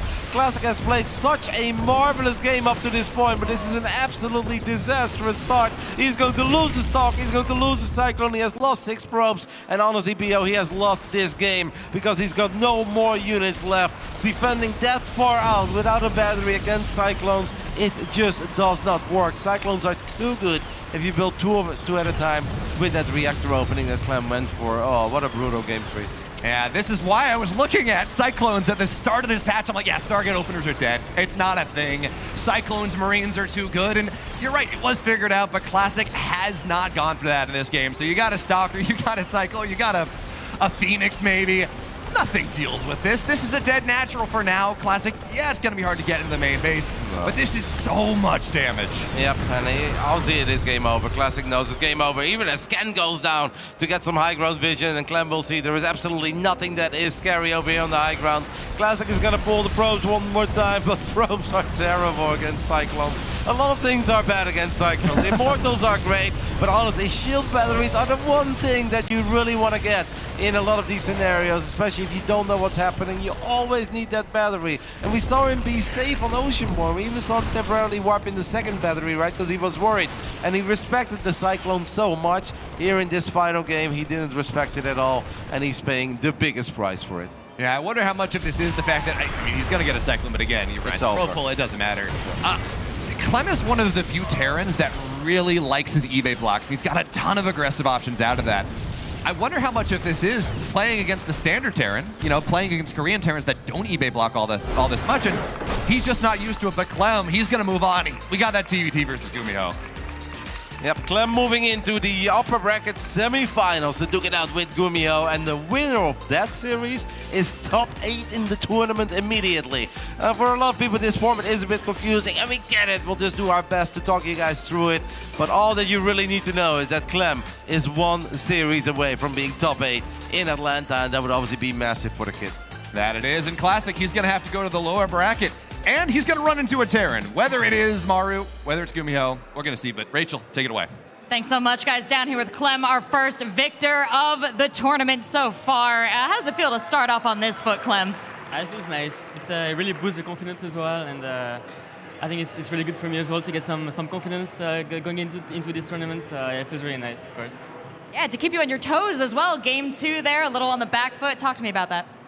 Yeah, game 2, I felt like I was pretty far behind after the start because he caught a part of my army, and after that I didn't really have the map control, and it was like a bit of a hard game. And then I made like 1 bad attack. I didn't really have enough Vikings against his carriers, and I attacked into a shield battery, and then the fight went really bad for me, and that's pretty much where the game was over. But it was also a nice game to really like get a good feeling of the setup, and like playing a long game like that is also pretty nice for the next matches and stuff, I think, so that's pretty good.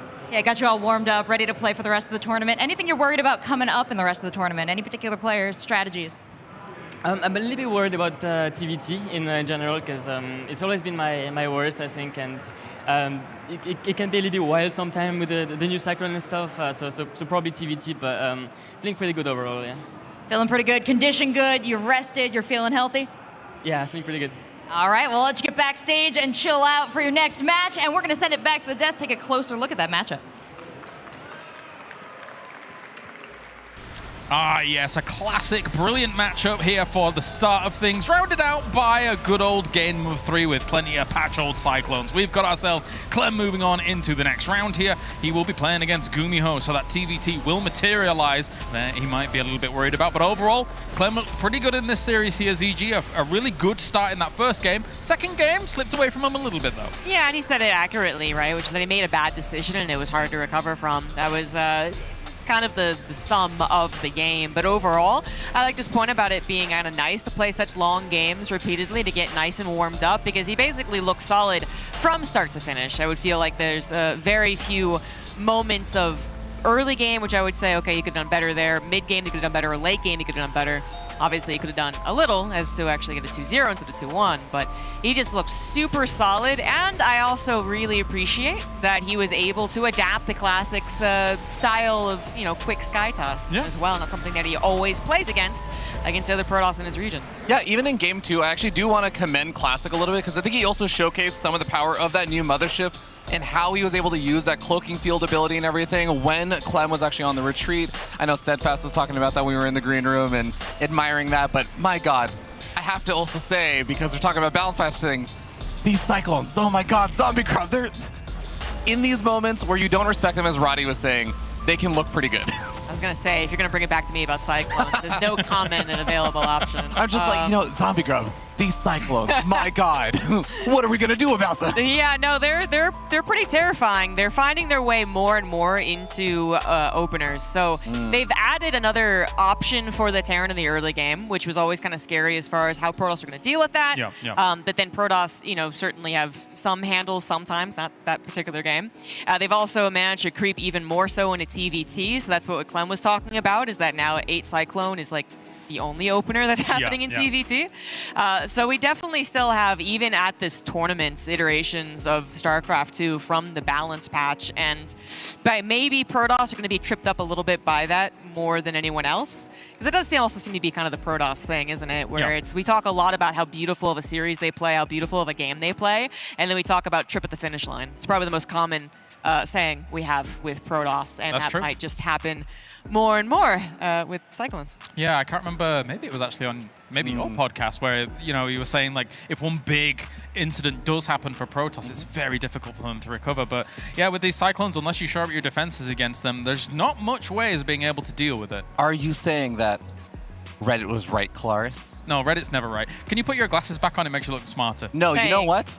I want you to recognize that my NA brain does not recognize your Cyclone hatred. Whoa! That's actually my only pair of glasses. I don't know why I did that, but That was a legitimate pair of glasses. Did they break? And like every one of the it every one doesn't of us matter because that's how important this point was. That you know what, cyclones can be overcome, and I believe a Protoss player will overcome them at this It was event. like $200. They're broken now. Wait, are they really? Yeah. I don't. Oh my, okay, well. Anyways, I don't need glasses. You know when I said he was I don't need to look intelligent smart. before, That's- I don't know. I'm not here to look smart. That's what you guys are for. All right, well, anyway, let's talk about everything else that was going on. Of course, Gumiho actually did win his series as well, going up against Showtime 2-0. So again, that will kind of materialize in that TVT that we were mentioning before. But one of these Terrans is already going to go through to the round of 8 here, Fear Dragon. I almost said final, don't know why. So that's actually great for them, but, you know, Clem's going to be a little bit maybe concerned about that, as we heard. Yeah, Clem, of course, he expressed his concern with TVT, but as you were saying, it's actually really exciting because both of these players are players that I think a lot of people are really excited about. Clem, I'm super excited about. I mean, he's like the player that I hope just wins this event personally. But Gumiho also has so many fans who rally around him. He's always this player that throws out these kind of fun, innovative builds, and this is like a great time to be a Terran player who can bust out some fun, innovative stuff. And as well as the great matches that are coming up as well, there's also some autograph signing sessions that are going to be going on here in the venue as well. So let's check out who's actually going to be going up next. I think it's Oliveira, Sian, and Spirit will be on our next signing session. We'll be starting at 11 a.m. here. So make sure to be able to check that out. Not only are we going to have loads of players for the signing sessions, but we're also going to have a lot of commentators. And you! Even me. Even James. Weirdly, even me. It never happens. You know, I really hope that if enough people go up to James and just get like their foreheads or something signed by James, then we can get like a crowd shot of people who've gotten their foreheads signed by James. Can we make that happen? Can we make this as weird as possible for him? No, don't do that. And also, he said he was going to come up to me, get his forehead signed, and then be on the desk with me because he's an odd human. Yeah. So I'm the guy who went up to Neve and asked him to sign my left nostril. So, you know. Did you do that? What's the weirdest thing He you've ever... said no. Oh, I have the weirdest Fear Dragon Neeb story. I mean, that's not Wait, weird. which one? Short. Is this the time weird that I... so much as socially awkward, and you had like secondhand embarrassment from being around them at the interaction? Which time? There's multiple times. There are, but I'm talking about that time that you were like, you want to hang out with us? And he looked at you and said no. When I offered Neve my phone number because... That's awesome. And he was like, I don't want your phone number. I'm like, are you sure? We're going to go play board games and stuff together later. Wait. Before we go to break, what's the weirdest thing you've ever signed? Weirdest thing I've signed? Oh. Yeah. Nothing that weird, actually. You signed my forearm one time. Really? Yeah. But it was like at an event that we were both casting also. So it was a similar level of me trying to weird out James. Not what ZG has signed off you. Anyway, ZG, anything weird? Apparently that, I guess. I guess that. I signed a banana once. I signed someone's MMA, like they had like hand wraps and they were getting a bunch of player and like caster signatures. That was a fun one. Well, this was high level quality content here. Thank you very much, guys. We're going to go to a break before we actually get into our next series, which will be another TVP on the way here. I believe it's going to be Cure going up against Straya. So stay tuned for more StarCraft action. We'll see you soon.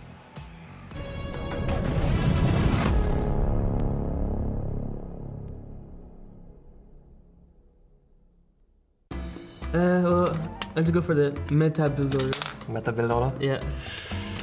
Come on, is this like old school already? Yeah. I have no clue how to play this game. I don't know either. Alright, I think I'll do that. You can, it's like diagonal or like this or this, right? I think it could be any way, Okay, like... I'm just gonna copycat. just copy. I keep going up. So I can What if either neither like... of us wins? I I think it's possible, right? Yeah, I feel like that happens pretty often. Yeah. Actually. I can either like do my own 3 or block your 3. I'm gonna play defensive, like I'm gonna block your... Do I block your 3 as well? No, it's a question.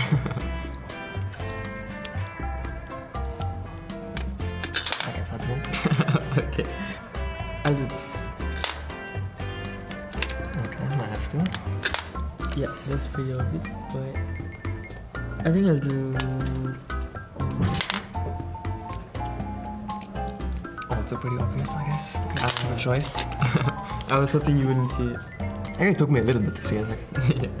Well, I guess I'll just play them. I feel like I'm in a pretty good spot now. Yeah, I think so too.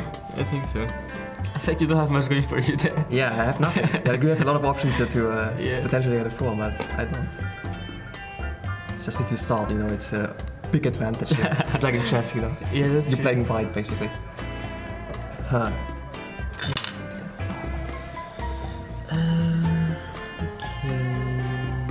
He's gonna play there. That seems play next one. Yeah. I think that's pretty good for me. Okay. Okay, I have to do it here. Yeah. Okay, I guess I'm feeling like here. Let's do this.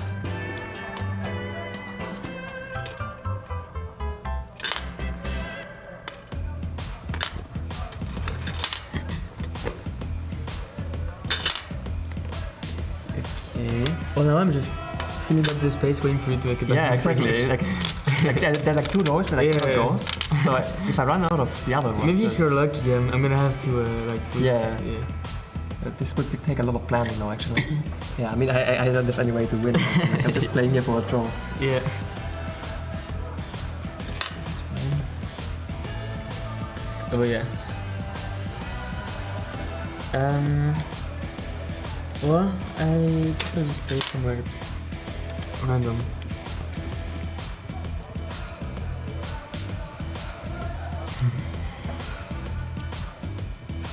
Yeah. I only have 2 options at this point, so. Yeah. I also only have like 2 ways. Actually, ways not to 3 win. options. Yeah. So you can play here. You can play here. Let's see. So there's gonna be me. Ah, it's like you're getting lucky there. Am I? I think so. Wait, let's see. So. So after. Right there.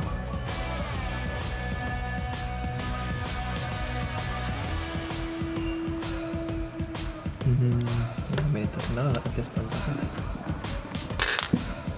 Where did you put it? In the middle. Oh, I have to get lucky now. you might actually win like this one Oh yeah. if you're lucky. Huh. It might actually not be that good for me anymore.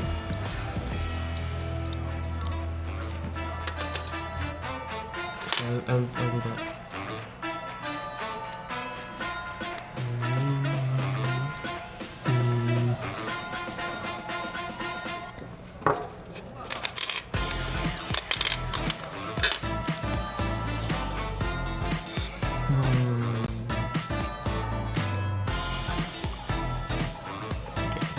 Well, I can only play there pretty much. I can only go here. Wait, so let's see. I play, you play, I play. Wait, so I play here. You play, I play. Oh, I can't play. yeah, I think I won. Wait, so I play here. I mean, I can't go here, so I Yeah, have to go one here. option. Then I have to go here. Then Ah, yeah, you play, win. I win. Oh, my God. Nice. That was a late game. GG. Do you think there's a professional Connect working?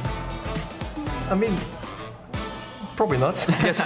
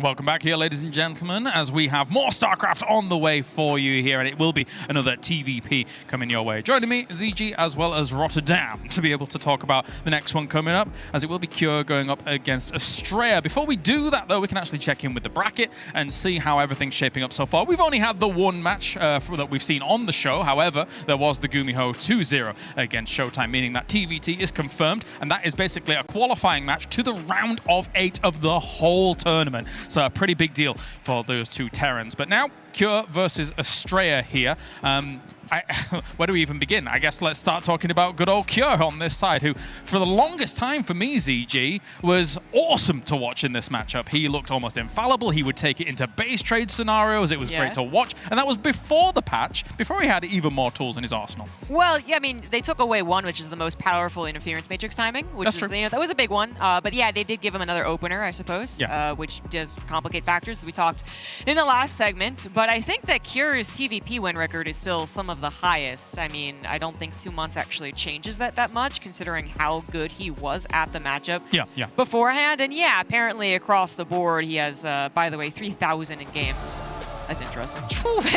But then a 65% win rate in TVP. That's against a lot of different types of players, but Cure is pretty freaking good at this matchup. And even when he seems to falter against someone who is tricky like Estrella, he seems to always be able to bring it back, but not lately. He's actually lost the last 2 times they faced Estrella. Roddy, your thoughts? Yeah, that is very surprising. Overall, I'm happy to see Cure here because we had him at the ESL Summer Championships as well, Yon jumping, but that was the elbow gate, right? Where nobody really knew what happened. But he showed up and they're like, oh, you can't play at all. And then he played in the championship record, won a couple series. We're like, he's in the top 8, he can play.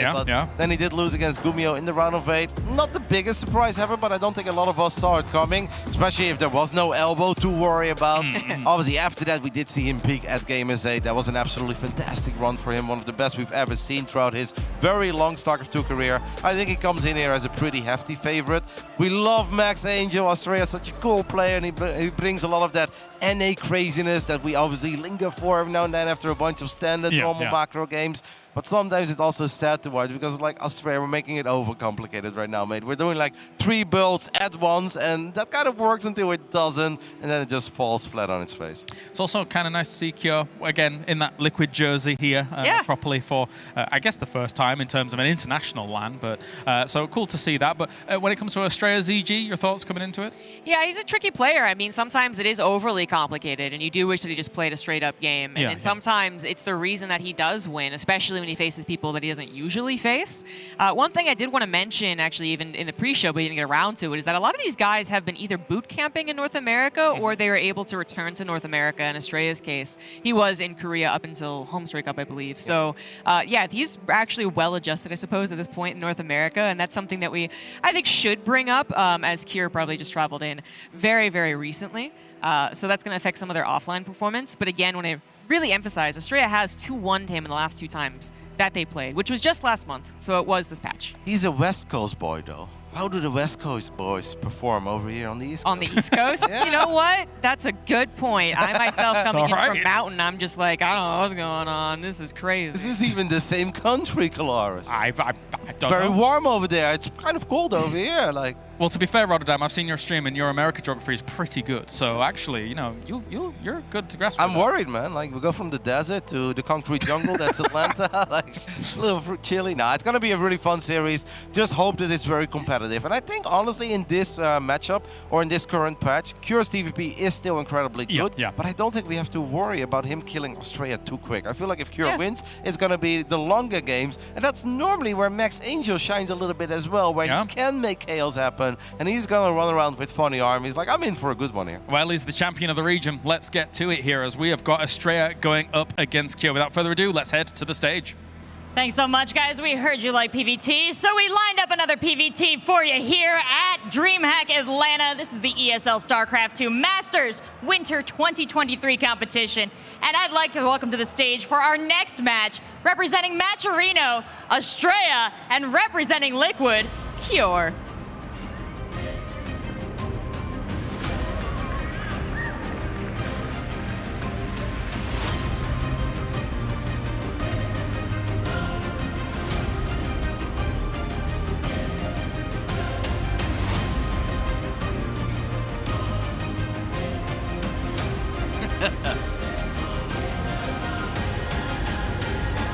here we go. Another Protoss versus Terran. That last series definitely lived up to expectations of how great this matchup can be. Let's see if this one is going to be happening. Yeah, this is going to be a really interesting series here. I'm very excited to see what these two can throw at each other. Like you said, TVP kind of going through a bit of a revolution recently with a new Cyclone, everything. It's just going to be a really cool series and a really cool litmus test to see how these two players are doing. Yeah, I know I have been enjoying a lot of Astrea's play and everything, and while I do think I actually agree with what the desk was saying, Cure is probably going to come into this and a lot of people will say, yeah, kind of favored. This is Cure. This is a guy who is unbelievably consistent with his ability to perform even at these offline events, and I think Astrea has done well in online, but hasn't quite gotten that truly amazing finish outside of like a home story cover or something, but Astrea is popping off, I think, in a lot of these different matches lately. He has been really showcasing that he is very capable of doing well here. Absolutely. I think he's really taken a huge leap forward in his career. You know, we talk about it for a long time. Players, it takes a really long time to develop and to become that threat at an offline tournament. But we see Astrea is really starting to turn it up. I am just so excited to see what he can do here. Cure, he's had some really great results, but finishing tournaments has been his biggest weakness. Yeah. So it's going to be, like I said, a huge litmus test to see how these two players are doing. Well, Astrea was looking confident when I talked to him. I went up to him right before he was going on stage, and I was like, okay, Astrea, what's your score prediction? And he just looked at me blankly, and he's like, 2-0. So I'm believing in this, man. But I think even just if you go back to the NA regionals where Astrea qualified for this event to go into this whole winner's bracket stage of things, he did it over Kelazor, and I can't actually just pretend like Astrea had these super clean sweep victories or anything. Those games got dirty, they got messy, but I think that's actually one of Astrea's biggest strengths. You know, he always prided himself about NA powerful clowns. Like, he drags his opponents down into this weird place, and it's going to be interesting to see if he can do that to a player like Cure. Yeah, and I think specifically he was able to do it in a really clutch game too, to actually clinch the championship for NA. That game on Oceanborn, that was such a great display of gritty StarCraft, and I'm just excited to see that here. All right, well, I guess we're going to be starting over here in game number 1 on top of our red Terran player from Team Liquid. He is Cure.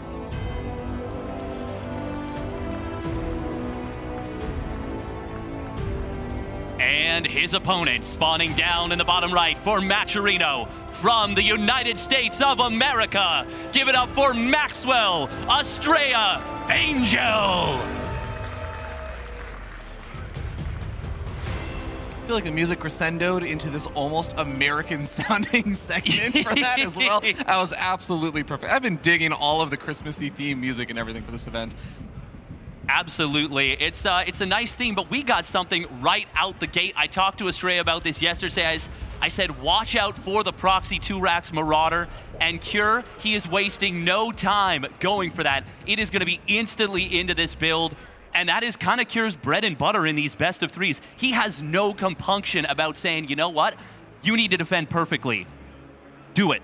Yeah, he's going to be very, very excellent at doing exactly that. But Astrea is going to scout this out nice and early on. He confirms a couple of things. One, he sees there's no barracks at home, so that maybe there's a barracks in the natural or something. But also confirming and seeing, okay, when is that second gas guys going to be taken? Trying to identify, is this going to be some factory follow-up? Is there a factory coming down back at home? Is there potentially a factory proxy? These are all the things Astrea is going through in his mind to try and figure out, what do I need to do to defend? Absolutely, and he is taking the correct steps right here. He grabs that second pylon, grabs that second gas. He is not going to be having to defend a natural expansion, and this is going to be a very scary build. Astrea, once again, he's just confirming. He's like, okay, is there something that I'm missing here? No? Good?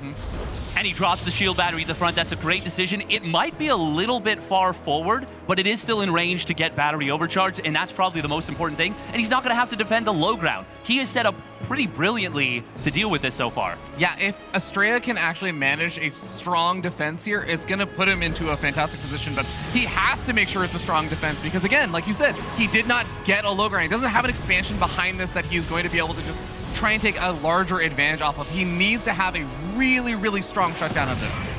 And there it is. It's basically been shut down now. Now the question is, what does Cure do out of this? I like what we're seeing from Astrea. He drops the robo facility, he drops 2 more gates. and he might just go for a big one-base play. Obviously, you can still expand behind this, but I really like this position for Estrella right now. And like I said, it's going to be interesting to see if Cure, tries to transition out or if he's just going to go full send. Yeah, I really want to see how this actually plays out, and I'll talk a little bit more about how Estrella's playing this out a little bit later, because we have the Marauders target firing down the shield battery that's already been overcharged. Pro's being pulled off the line as well. The shield battery does get taken out. One Marauder suffers a loss there during all of that, and Estrella, he's losing some hit points on a Stalker, but keeps it alive, just doesn't have another shield battery to heal it up though. No, but there's that sentry. We don't see that bonus damage. Oh, the force field allows for a probes around on one of the Marauders, but the Marauders are getting a lot of damage to these Stalkers. He will be able to clear out most of the Marauders, and once the Immortal comes out, this is going to be pretty much fully shut down. Hey, beautiful surround on the probes right there. And now with an Immortal on the high ground, even though the shield battery has been taken out, even though a lot of probes have gone down, Estrella pretty much fully stabilizes here. And we can see Cure, he's already worried about the counterattack. Yeah, I think a lot of the time we'll see games like this where there's that proxy that happens, and even though it looks like it's not going to end the game, the proxy does a lot of damage. We saw some probes and stuff go down, but then we look back at the Terran base and they have an expansion down, or they already have a factory finish or something. The factory started up basically as those Marauders were dying. This was not Cure looking to say, oh yeah, I already have transitions getting set up. No, Cure was pretty invested into making it happen, so I totally agree. Estrella getting himself into a very interesting spot in this game, a very chaotic and unstandard game. Yeah, no kidding. You talked about being dragged down into the mud. I mean, this is definitely Cure being the one who drags Estrella down into the mud. And a couple of things we got to mention as well. So obviously the tech from Cure was heavily delayed. The expansion's delayed. He's just now starting it up. But Estrella also delayed Warp Gate in order to make this defense happen. And you could see on the camera, he was a little bit kind of flustered. I think he was hoping to get away without losing any probes. But now is his opportunity to find some equalizing damage with this Warp Prism, with this Immortal, and see if he can kind of equalize the economic position, because he is down a couple workers. Yeah, and remember, this is kind of a weird spot here for Cure, because he has to rely on things like the Cyclone stuff popping out of the factory. The barracks were floating home. He didn't exactly have a ton of bio production during all of this, much less, I mean, there's a handful of Marauders there, but that means there's actually fewer Marines to even push back the Warp Prism. Yeah, no, exactly. He's going to be very reliant on that Cyclone, and that Cyclone will melt if the Immortal gets any shots. We see quite a nice little dance coming in, but there's the Immortal. Oh, 1-2! No, he doesn't get the third shot. Cure barely gets the save. Oh, wow. Okay, if Estrella didn't have the Warp Prism in its phase mode, he could have picked up and hunted down that Cyclone potentially. But now with the Viking here, oh, Estrella needs to recall right this second. But it's going to be too late. He might lose everything. Yes, he does. Only the sentry gets out. That is a huge set of pickoffs in favor of Cure. Things really, really turn around, because what Estrella was relying on is he had all these power units. Like you said, his Warp Gate, a lot of the other things were delayed. So he was utilizing the Warp Prism and the Immortal, the two early robo units he's able to get out fast. And now he did manage to somehow keep the Observer alive. Looks like it hasn't been detected or scanned or picked off or anything just yet. But Cure's going to be feeling a lot better. And as I say that, Caster Curse, it immediately gets found and picked on off. Yeah, you know what? I wasn't too sure, because this is a very unfamiliar position for both of them. I wasn't too sure whose position I liked more, because Cure did transition rather smoothly out of this this proxy Marauder play, and he did get some fair bit of damage. But I was looking for that counterattack to find more value than it did. It only killed the supply depot, and he lost all of those valuable units. Now he's going to lose this proxy pylon. That actually won't really supply block him, because he had another pylon finishing up almost simultaneously. But this is a very funky position. I don't know if the triple Nexus is going to be enough to kind of mitigate the effect, since he didn't really get that much counter damage. Yeah, I think one thing I really love about StarCraft is it's not just a game that you can look at and say, well, this player is just ahead. It's like, you know, there's different ways that players are ahead. Estrella going for the double Nexus play here and doing these fast expansion plays, yeah, he lost a lot of those early game units, so his army value is not that strong. He's very susceptible to an attack with, say, some siege tanks and a Raven that Cure already has. So Cure has an advantage in one area, Estrella has an advantage in another area. If Estrella can survive, Estrella's eventually going to be able to eke out a larger overall advantage. But right now, Cure has a big threat looming on the horizon. Yeah, he does. And this Viking, it scouted out the third Nexus, did not reveal itself, and now he gets into the main base. He's going to gun down so many probes right here. 6 workers from a Viking. That is a fantastic find for Cure. And now I'm willing to say it, Cure is ahead. I already think he was in a good position just because of the Estrella's inability to get that counterattack damage, but now killing those additional probes, I really think holding this next attack is going to be a huge challenge for Estrella. He's got those Colossus out, but he's not going to have a huge gateway count. Can we take a look at what the gateway count is right now? I don't think it's particularly high. 3, that's not bad. What we're waiting for, l'explosion de gateway. Yeah, and it's going to be tough to afford it because of things like you said. The probe snipes actually really do hurt. And they slow it down a lot. Instead, right now, Estrella's going to have one of the most flimsy but potentially powerful looking Protoss armies. There's going to be a lot of these power units like Colossus, maybe some of those Immortals and stuff in the mix, and the shield battery overcharge is going to be available at that third base or that natural. But he needs to make those power units be ultra effective. Those Sentry force fields, the Guardian Shield, all these things have to be extremely crisp and on point if he has any chance of surviving this. Yeah, the Immortals need to snipe the tanks. The force fields need to keep the Marauders out, pull the Marines in, and he needs those +1 Colossus to absolutely pop off. He is adding on a Disruptor now, which is actually like kind of nice, a nice wildcard unit. And there will not be, unless I missed it, I don't think you researched Interference Matrix, but this looks very dangerous. He is so out of position, loses that shield battery, siege tanks, siege on top of the Nexus, battery overcharge. I like the hallucinated Archons. That is a cool play right there. Immortals need to be targeting down those tanks. They're not getting them. There they go, but the Nexus has already fallen. Can Estrella get the fight he needs?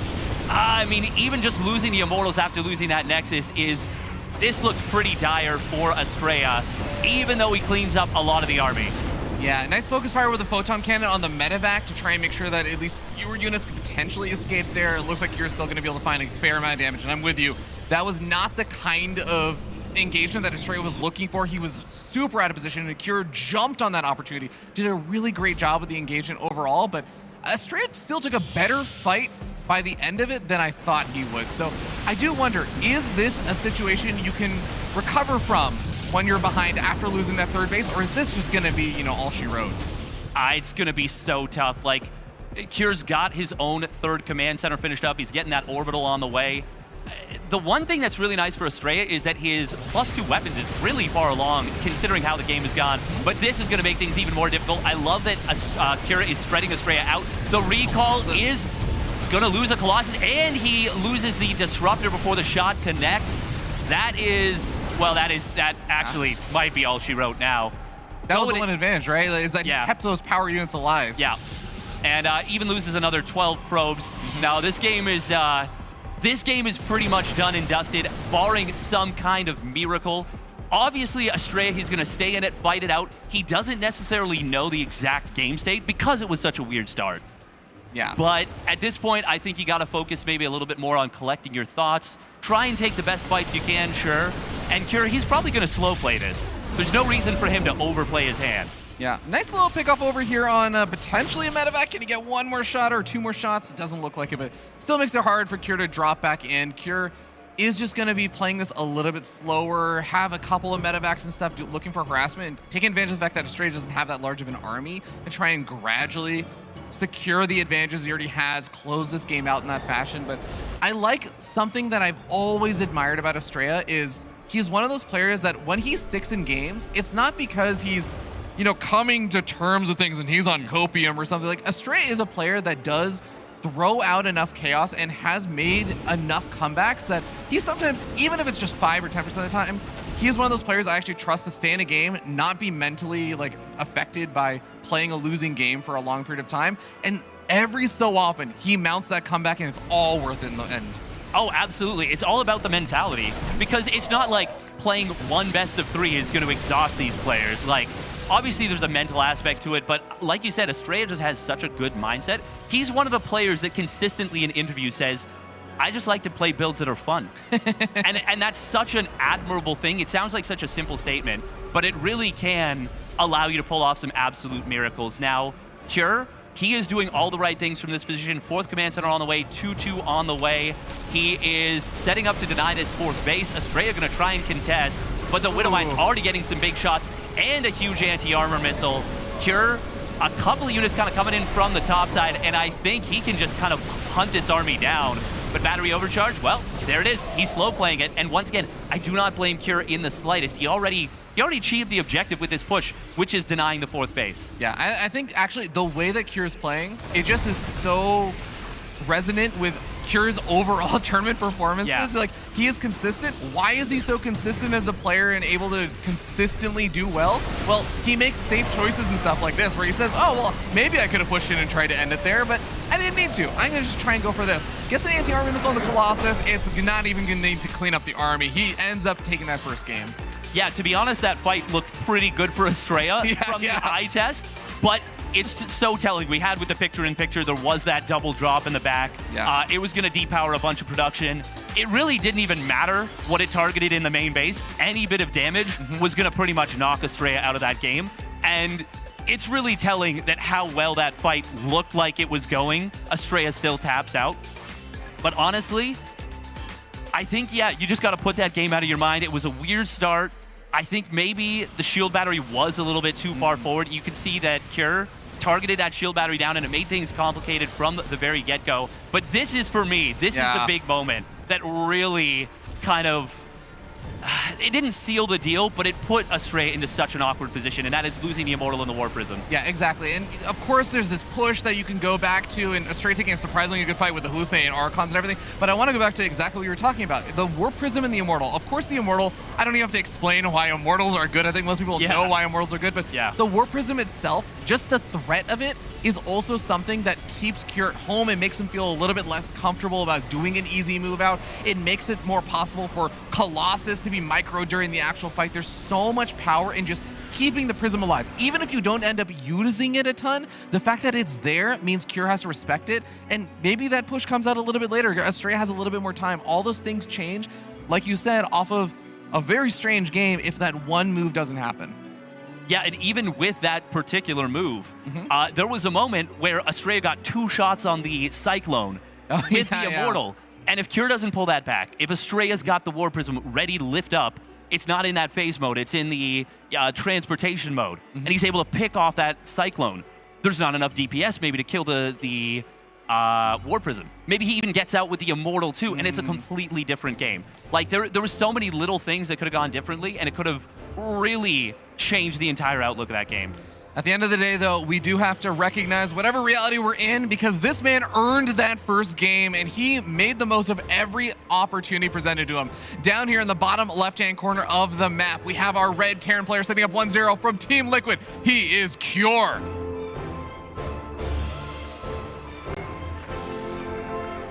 And his opponent, he needs your energy for Matcherino. It is Estrella. I feel like I'm about to watch a movie of Santa riding his reindeer into battle against the Grinch or something, man. His music is incredible.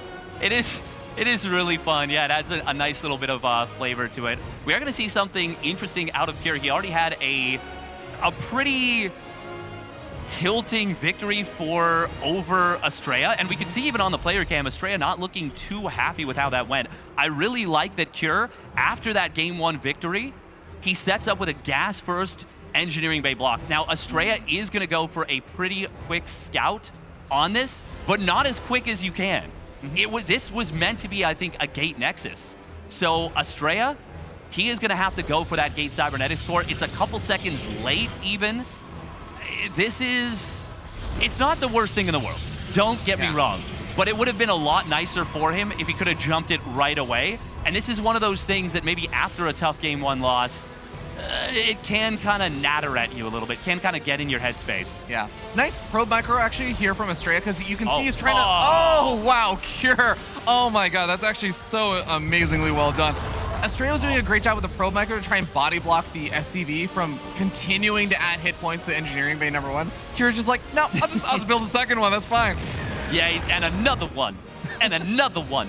Yeah, that was, it didn't actually add that much value, and by the numbers, it may not even be worthwhile because it didn't delay that much longer, but the mental damage, I think, is absolutely worth it. Estrella, though, he's going to calm down, he's going to play his game, and, well, he's going to go for something we see from him quite a bit. That is an early sentry.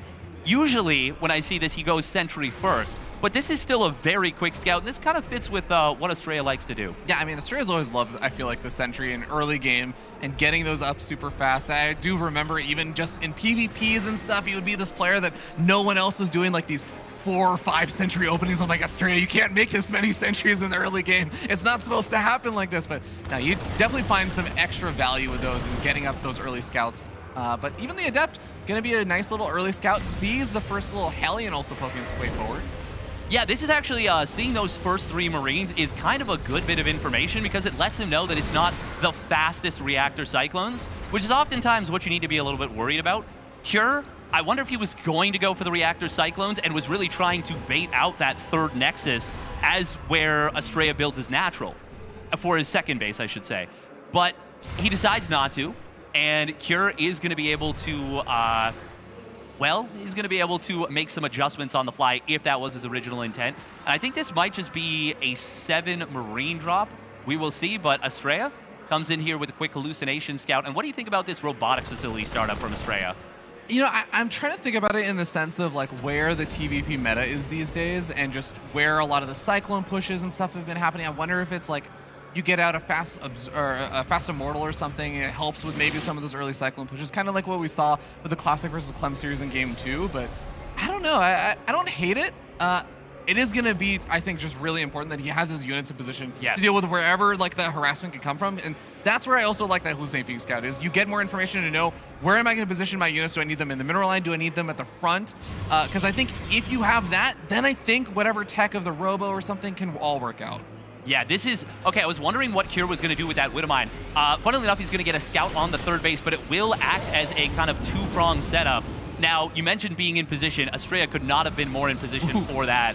Ooh, burrowing up on top of the sentry. Very nice, quick probe. And he's going to deal with that Widowmine without any trouble whatsoever. And this is a pretty good start for Estrella. Yeah. Yeah. No, I mean, deflecting the drop. There is interference or matrix being researched right now, which is something that you do actually have to research now for the Ravens. But that is going to be the kind of follow-up push here from Cure. And with Estrella going for this robotics fade just now, and the interference matrix is going to be very ready and available, it does set up for Cure having a pretty scary 2-base kind of timing push. Yeah, and specifically the heavy Raven play, it should, on paper, do very well against a super fast robotics facility with the interference matrix. Like, he's gonna go double Raven. Or actually, wait, he didn't cancel the 2nd Raven, did he? I'm not crazy. No, he did cancel the 2nd Raven. Okay, so he actually, wow. That actually does take a little bit of the power out of it. If it was that double Raven play, you know, having the ability to get 3-4 interference matrices on a really Robotech dependent army could have been huge. But now, the fact that it's only the 1 Raven, well, that's going to take a little bit of pressure off for Estrella. He is, of course, transitioning into the Twilight Council, but you're not going to have Blink and Charge. You have to choose one or the other in time for that first push. Yeah. Now, Kira's going to be able to move back in over here with his medevac. The Stalkers aren't too far away, but they don't have Blink just yet, so Marines can still unload, try and chip away a little bit. He is going to actually overstay his welcome a little bit. He's going to end up losing all these Marines, but trades out for 2-3 probes. I mean, not the worst in the world, but now even the medevac is kind of awkwardly stuck there, so I'm not sure if I'm as big a fan of that one. Yeah, I think considering the fast 3rd Nexus for Estrella and the fact that he's already added on a few extra gateways, I think I prefer that for Estrella just because now there's no threat there. Yeah. You know, he has to send in a new drop. That medevac is useless until it's sent back across the map and either picks up a new payload. And there we do see that explosion of gateways, as Le Todd would say. And he would also say Luca di Supply, which doesn't actually tell us much. So I'm just, you know, I'm just doing the casterism here. Shots fired. But you were talking about this earlier. You can't research Blink and Charge at the same time, and even Blink is not fully done yet in time for this attack. The Gateway Explosion may be there, but the upgrades have not quite finished up. Even Thermal Lance is nearing completion. I think it'll be done in time for this push, especially if we pause and give them time to finish those upgrades. No, don't worry. The upgrades also halt when we pause the game. But could you imagine that? Could you imagine how crazy that would be? Okay, hear me out, because I know you're like a traditional sports fan and everything. Imagine, you know, you have pauses allowed in traditional sports, and you can like use that to rest. Imagine as pauses allowed in game, tactical pausing times, but the upgrade times just continue as you pause. So you can choose the moment that you really care about an upgrade.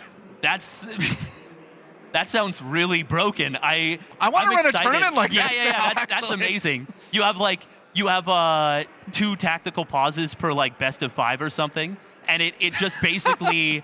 It basically acts as a zoom forward. Oh, and we got the game resume right there. Yep, we'll be jumping back into the vision of the game in a second. The army is about to be pushing in. Looks like the medevac did maybe get F2'd or something and got picked off by the stalkers, but here comes the push, and this is the big moment here. Yeah, we are going to see the interference matrices dropping. That is very good for Estrella because he forces those out super far away. Now we are going to see Cure instantly dropping into the main base. I really like this with the double medevac drop, and that is going to be tricky to deal with. Oh man, I love Cure's instant reaction to this. Blink is going to complete momentarily. If Estrella can force the jump, oh, can he get the medevac? No, he targeted the far away one, and I think that was a missed call right there. If he blinks and targets the close one, he might have had enough stalkers shooting to kill it, but not being able to get that medevac means that the 13 probes that Cure just killed off were not quite for free, because he obviously had to use the interference matrices, but they were pretty close to for free. Definitely gonna suck there to lose all those workers, and Estrella even getting a little bit supply blocked now, has a couple more pylons on the way, but he still has his 3 bases economy. He can still replenish the probes as fast as he wants, but he's not actually opting to make workers right now. He's making more army, he's sniping off his opponent's army, and could this lead into a nice counterattack opportunity? It might have to. We do see that second set of double drops coming back in from Cure. The Observer obviously spotting the first set. We will see, Estrella eating some rather large mine shots on the probes. Another 9 workers go down. And you talk about counterattacks. He has taken a ton of economic damage, now finds himself down 12 workers. But he hasn't been able to fully clean up these medevacs, so they still represent threat. This is now a really awkward position for Estrella. Does he have charge done? I'm not sure if he started it up beforehand. Yeah, good question. I actually missed that as well, but there's going to be another drop coming into the main base for Cure. He's going to be able to snipe off even more workers. Estrella, if he wasn't already in a kind of all-in position before, he is very all-in now. He cannot afford to lose all of the pylons. He's going to lose 2 of his warp gates over here, and he needs those to help try and reinforce for this basically all-in that Estrella is committing to now. Yeah, this is fully committed right here. Big Blink forward will find one of the tanks very quickly. There was a big minefield behind this. SCV's going to get pulled. Nice interference matrix right there, shutting down one of the bosses. This is a very messy fight, to say the absolute least. I think Estrella's breaking through, but on the other side, there's definitely a lot of chaos being caused on the third base. And this is going to turn into a weird kind of pseudo base trade, but I think Estrella might be able to break through at the front. Okay, Force Field gets thrown down in the ramp, so no reinforcements can come in. There are 2 Vikings picking away at these Colossus with the Warp Prism, evacuating them further and further back. If the Colossus get on top of the bio, they are going to start evaporating. The Marauders trying to churn through the Stalkers. They cannot, and Estrella, the American hero, looks like he is pushing on into Cure's main base. That he is. He's killed so many workers right here. He's going to be able to camp the production. The question is, does he recall or not? That is going to be a really difficult call to make, because if he recalls, he's going to potentially give up the kind of chokehold he's got on his opponent. A lot of army units in at the top side. Oh, one of the Colossus goes down, and I think the War Prism fell as well. We will see the Vikings trying to take down this one Colossus, but they're not going to be able to get the damage done. Cure with a really nice little ambush in the main base. He is picking away a lot of these Stalkers, and he gets the Colossus. That is huge. And I think, oh man, the supplies are so low right now. Oh, this game is nutty. Yeah, and I mean, back at home, as you can see in the picture-in-picture, Estrella basically has almost nothing left. He has 6 probes somewhere out on the map right now, but that actually means his army is even smaller than it would otherwise be. It's just these 6 probes, and he's even pulled them across the map. He has 435 resources. Those are so important because remember, Cure is a Terran player, and Terrans have the inherent advantage that they can lift their buildings and try and force a draw. If your opponent does not keep a Nexus alive, and probes to mine with, he needs to keep enough probes alive and enough to build a Nexus so he can eventually kill off floating buildings. Absolutely. That was very nice from Cure, by the way. He targeted down one of those Stalkers with the 2 Marines that popped out. That was brilliant. Excellent decision-making right there. I think there's the recall. Is this okay to do? I don't know. Immortal getting very low, but it is on the other side of the Nexus. The Stalkers, there's only 2 of them. Probes are going to fall here. Medevac will get taken down. Immortal will fall, and I think that's going to be all she wrote there. Stalker number 1 is going to fall. Stalker number 2 is going to go down. Cure will take game number 2 and the series. Brilliantly done by the System Terran from Korea. Absolutely phenomenal play there from Cure. You have to remember that we were talking about this before. Estrella is a player that thrives on a lot of that chaos, and those games were chaotic. He managed to still make it happen in a really, really chaotic situation. Cure really demonstrating why he is so gosh darn consistent. Yeah, honestly, for me, that was looking like Estrella was starting to do really well with the counterattack. But we had ourselves just a fantastic play from Cure. That ambush in the main base, that was just what dreams are made of. But they're going to talk a little bit more about it on the desk. Thank you very much for tuning in. Sick, that's right, yes. Cure looking great here in this matchup, and we'll be moving on into the next round here in his winners stage. I've got ZG and Rotterdam to talk about this one. ZG, game one from Cure, looking like Cure's doing the things and looking very good whilst doing it. Yes, I like the way you put that. Thank you. Yeah, he was a little cheeky cheek. It could have gone different ways, but I think Estrella's plan on the counter did not go as well as he was hoping.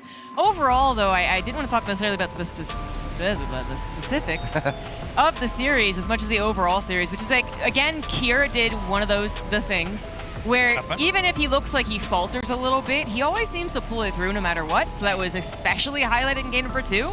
And then overall, I do feel like, again, the Koreans in general, but Cure specifically here, looking stronger in the offline performances, more dependable, I suppose, than Estrella, who actually I feel like if he was playing the online version of this matchup would have won, as perhaps evidenced by the matchup history. But offline, it feels like there's always a little bit more shakiness.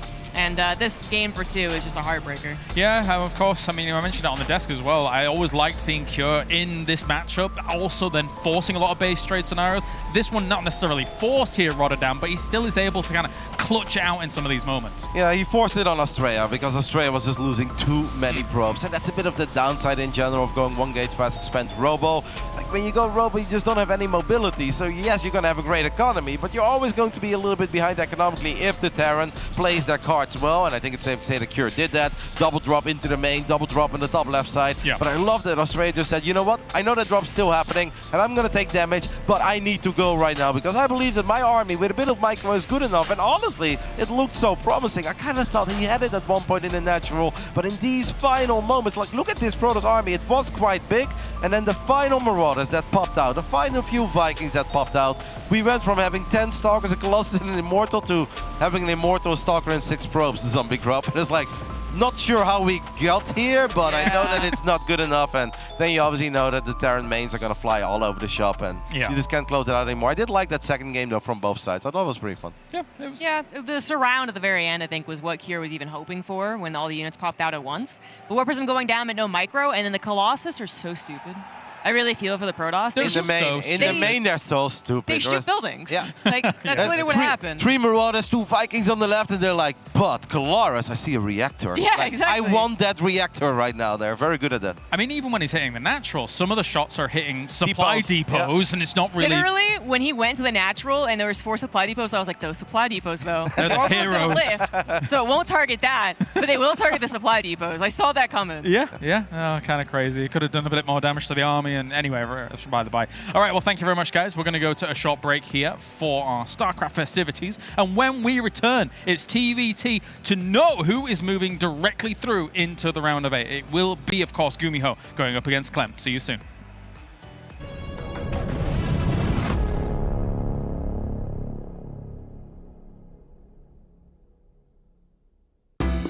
Where do you start with this? No. Yeah, sorry.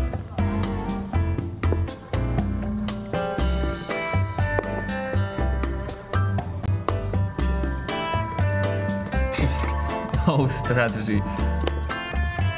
Working on it.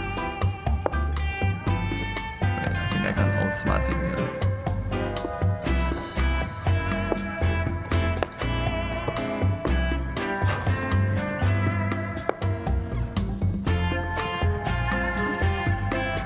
This is tight. Very wild chess. That is very wild. Let's do this.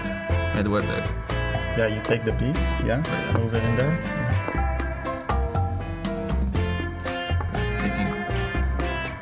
Wait, you're supposed to tap the clock after you move, man. What are you doing?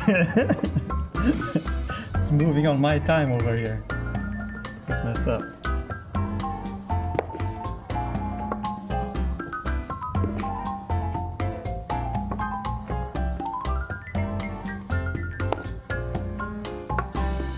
But I forgot what this guy does. That's a horse. It moves in L's. Mate. Got this one. Check.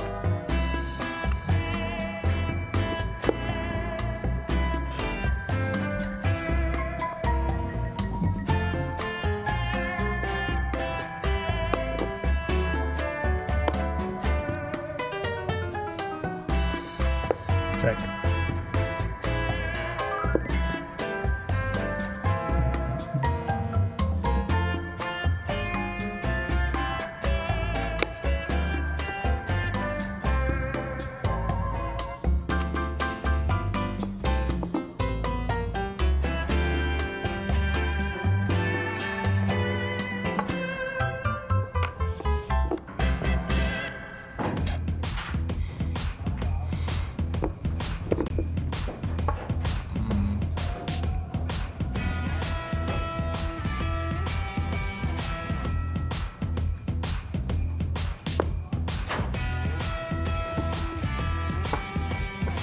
Damn it.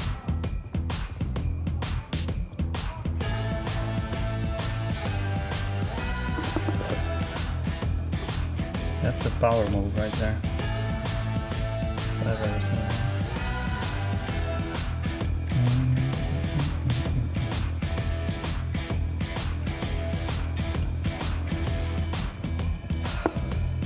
Like it.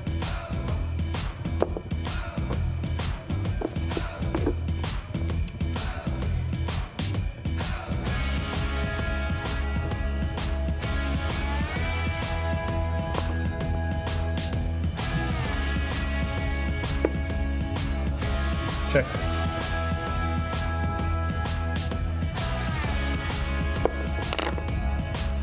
What?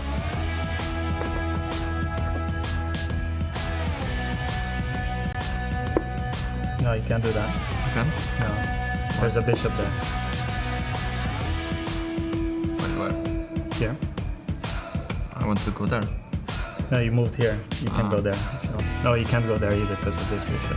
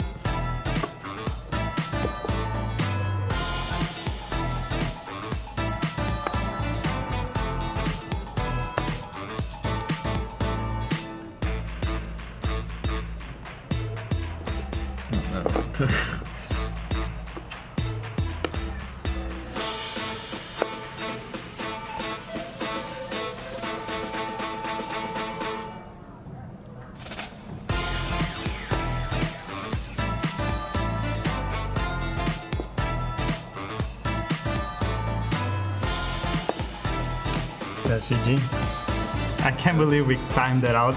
That was such an ugly game. Yeah. We gained it. Thanks.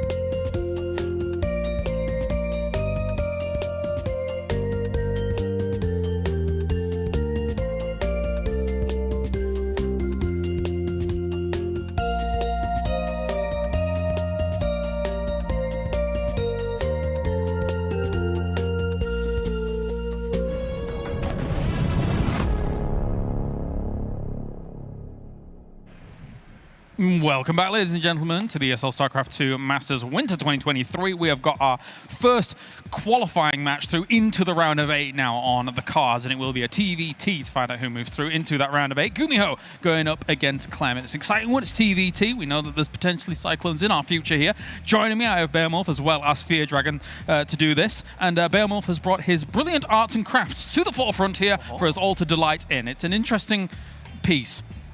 Modern art, Kalaris. That's what's happening right now. I'll leave it at that. I did my best. I want to give a little attention to detail also on this, that it's not even just 3 pieces. He had to do a 4th piece to do the little circle for the Protoss logo as well. It's like a lot of effort put into this. All of 5 minutes is... all of 5 minutes. It's more effort than I'm willing to put into a lot of my life, so, you know. Attentive to detail in something. All right, cool. All right, let's talk about our TVT then. Let's focus on Gumiho, good old Cloud9 Gumiho. I didn't think I'd be saying this in 2023, but here we are, Beowulf. Him going into a TVT. Of course, I think Gumiho right now is on great form. A lot of second places in really high-profile tournaments, but not been able to clinch that #1 spot, a big one recently. You know, the crazy thing is, though, you talk about him not being able to cover the #1 slot. Gumiho, for the first time since 2020, by December, is the #1 Korean player here on the EPT rankings. It's not Maru. And yes, that's because Maru has maybe underperformed globally. Gumiho hit that top 2 at Yanchiping, but headline. First time in 3 years that it's not Maru this time of year. Yeah, I think when he left Psystorm, KJ said it best when eventually he was picked up by Cloud9 and had some great litany of results. Gumiho bet on himself and won Fear Dragon. I think it's a great way of putting it. KJ, of course, the owner of Psystorm Gaming, for those who don't know, is... I mean, Gumiho truly is just one of those players. I think it's hard not to root for him. You'll see him playing. He has a really fun play style. He's actually pretty emotive and stuff as well. And, like, he's just such a lovable guy. I think it's so cool to see him doing well right now. And I think, in a weird way, I'm very conflicted about this because I really love Clem, but it's so hard to not cheer for Gumiho. I'm just so used to seeing Gumiho and be like, yeah, go! Oh no, what a shame. In 2023, we have so many fan favorites that whoever wins is a great result. But yeah, no, it would be great to see Gumiho be able to do well. And once again, you know, because he's in this winner's stage, he does have quite a few chances available to him, even if he actually doesn't go through in this particular spot. But let's talk about Clem on the opposite side of this. He comes off the back of a good win in his first round, but he was slightly concerned about TVT. And importantly, this has been the matchup that historically Clem has struggled with. He hasn't, you know, Spirit used to be the gatekeeper for him a couple years ago. But recently, Clem's TVT has leveled up. He played a couple series against Beyond Online going into this. He won a couple games straight up. He had some incredible comebacks. So yeah, Clem, TVT, maybe not his absolute best matchup, but Kalaris, it is so much better than it was even 6 months ago. Fear Dragon? Yeah, I'm really torn on this one because I think I agree. Clem has definitely gotten even more solid, just not even TVT, just across the board. Clem has been more solid the last month or two than I think ever before. But Gumiho is also still just going to be a really tough opponent. I feel like one of the things, especially we saw back at Gamers 8 with Gumiho, was that he was the player that I think would bring out the strategy. He'd bring out all these like really cool tricks, the really nice builders and everything, but sometimes he would lack a little bit of the mechanical execution. Gumiho has both of those, and he has had both of those now for like a handful, at least in more than 4 or 5 months or something. Yeah. And that has been a very scary version of Gumiho.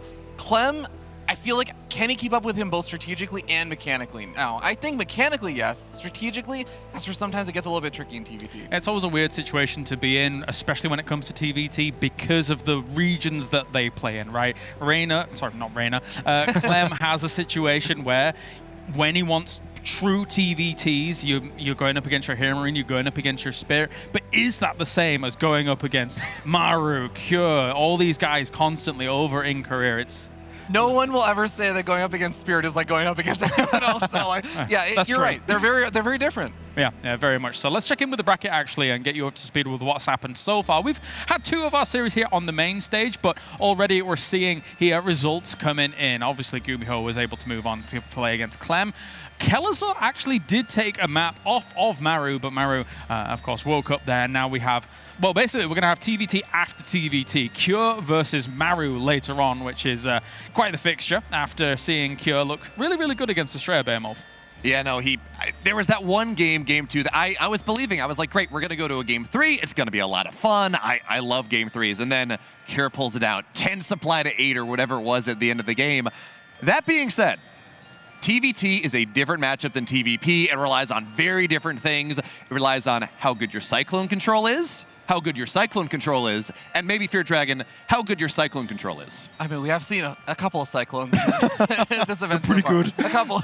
Yeah, they've been somewhat impactful, but I think it's going to be tough. I'm personally sad that Kellizer also went down to the lower bracket and has to play versus Estrella, so it's like, oh my god, my NA boys had to play, and I'm very grateful that both of them made it to this stage, because then there's also the knockout bracket that they can also go to, so lots of chances for them still. Is this where you're saying America's hopes lie? Is there a pun there? I'm missing it. No, I'm just being direct and just taking a jab at America. Oh, okay. Yeah. I see. We're just doing the thing where we make fun of the Americans. That's right. This is my The crowd's home gonna turf. get me, I'm sorry. This is our home turf. America. USA. USA. Whoa, whoa, whoa, whoa. Hey, we got the American panel. It works. Yeah. I'm okay. I guess. There's a lot of you now. You're like one stage over from the rest of us. They're like, can we get camera on You're Fear just Dragon Eye? That's all across that matters. the sea There we go. from America. I will admit, it feels very strange to be the foreigner. like it's not normally the thing. We've had so many tournaments in I Europe. enjoyed explaining to you all the random Americanisms, like, oh, James, don't say that word. Please don't say that out loud. Because everyone's snowflakes here. I don't know what to say. No, that's in the background. I'm not going down with this. Yeah, no, I'm not gonna. We're not dying on this hill. Clem versus Gumiho. Yes. So actually, I already said, we've got the intro video, where all the units are. We've had the same video for a little while now. But if we just replaced every unit with Cyclones, like Overseers with Cyclones, the Colossi with Cyclones, the Mothership, it would be the perfect video for TVT. I think this is like a nice username meme ready and waiting to happen. Like, nice username is the one who could make this happen. He could make that happen, and it would look nice. He could do it by the end of this weekend. Get Sound on the that. klaxon, get Joey going, yeah. Sorry, Joey, I know you had plans. He's not here, right? You may actually. Yeah, I was gonna, no, he's not. He's not. He said Okay. So he could work on it. He could work on this. He could work on it in theory. We're just waiting one more minute before we actually get into this series. Beyond Cyclones, does anybody have any other thoughts about TVT? What's wild to me, Kalaris, is that we talk about how much better Clem's TVT has been. He takes down Beyond recently twice in a row. He's actually lost his last 3 series against Gumiho. Back to back to back. And Gumiho, we talk about him being wild and crazy, but anyone taking 3 series in a row against Clem, that's never expected. Yeah. All right. Always a little bit tough. And I think even in going back to what you were also asking about, James, with TVT, the other big change that we have seen is like the interference matrix stuff, is that you have to research that. And it has been kind of fun to see how different Terran players are sort of siding on like the, it's just not worth going for super early on, or maybe I have to get it, but then I now get fewer Ravens and stuff. So I feel like I really enjoy specifically watching Clem in those early game TVTs, because the way that he ends up using his Ravens and the choices he makes are always a lot of fun to watch. It does feel like almost a face-off, like of a game of chicken of like, are you gonna research it? I'm gonna research it. All right then. Well, anyway, we are ready, guys. Thank you very much. It's time to head over to the stage for our TVT. One player moves on to the round of 8. That's right, guys. Our next match is going to be between 2 incredible Terran players, both hot off wins against world-class Protoss, both representing storied teams throughout esports, and both of them here to play for you. We've got Gumiho from Cloud9, and returning to the stage, Clem from Team Liquid.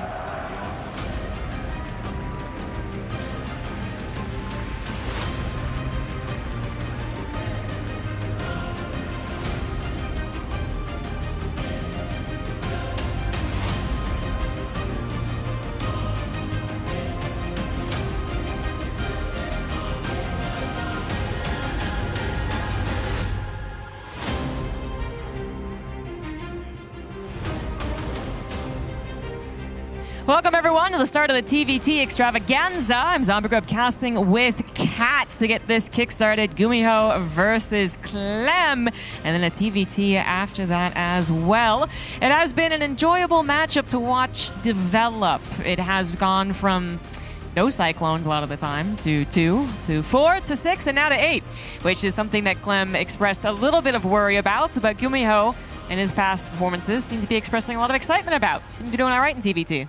Yeah, for sure. However, Clem is into the Cyclone right now. I was talking to him just outside in the player area, and he was looking to show some Cyclones himself.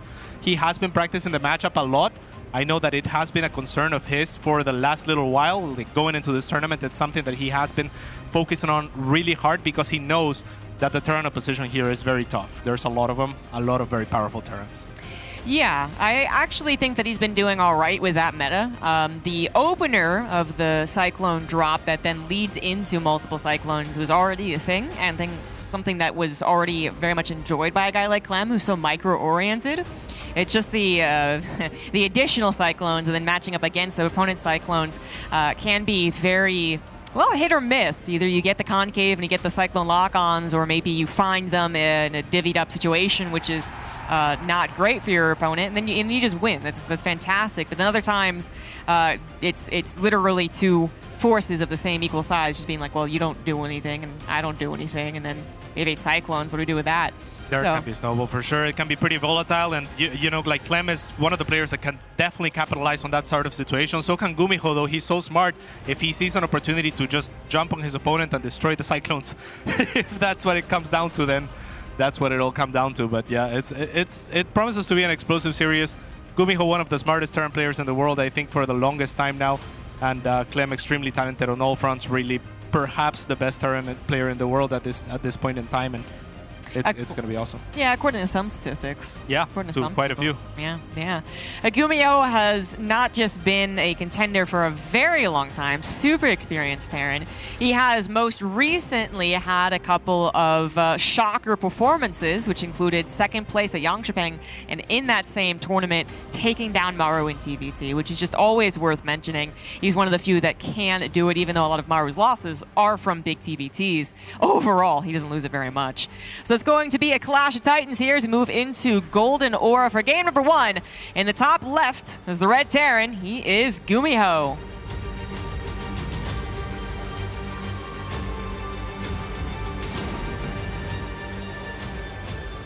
And in the bottom right-hand side, it is his opponent for Team Liquid, Clem.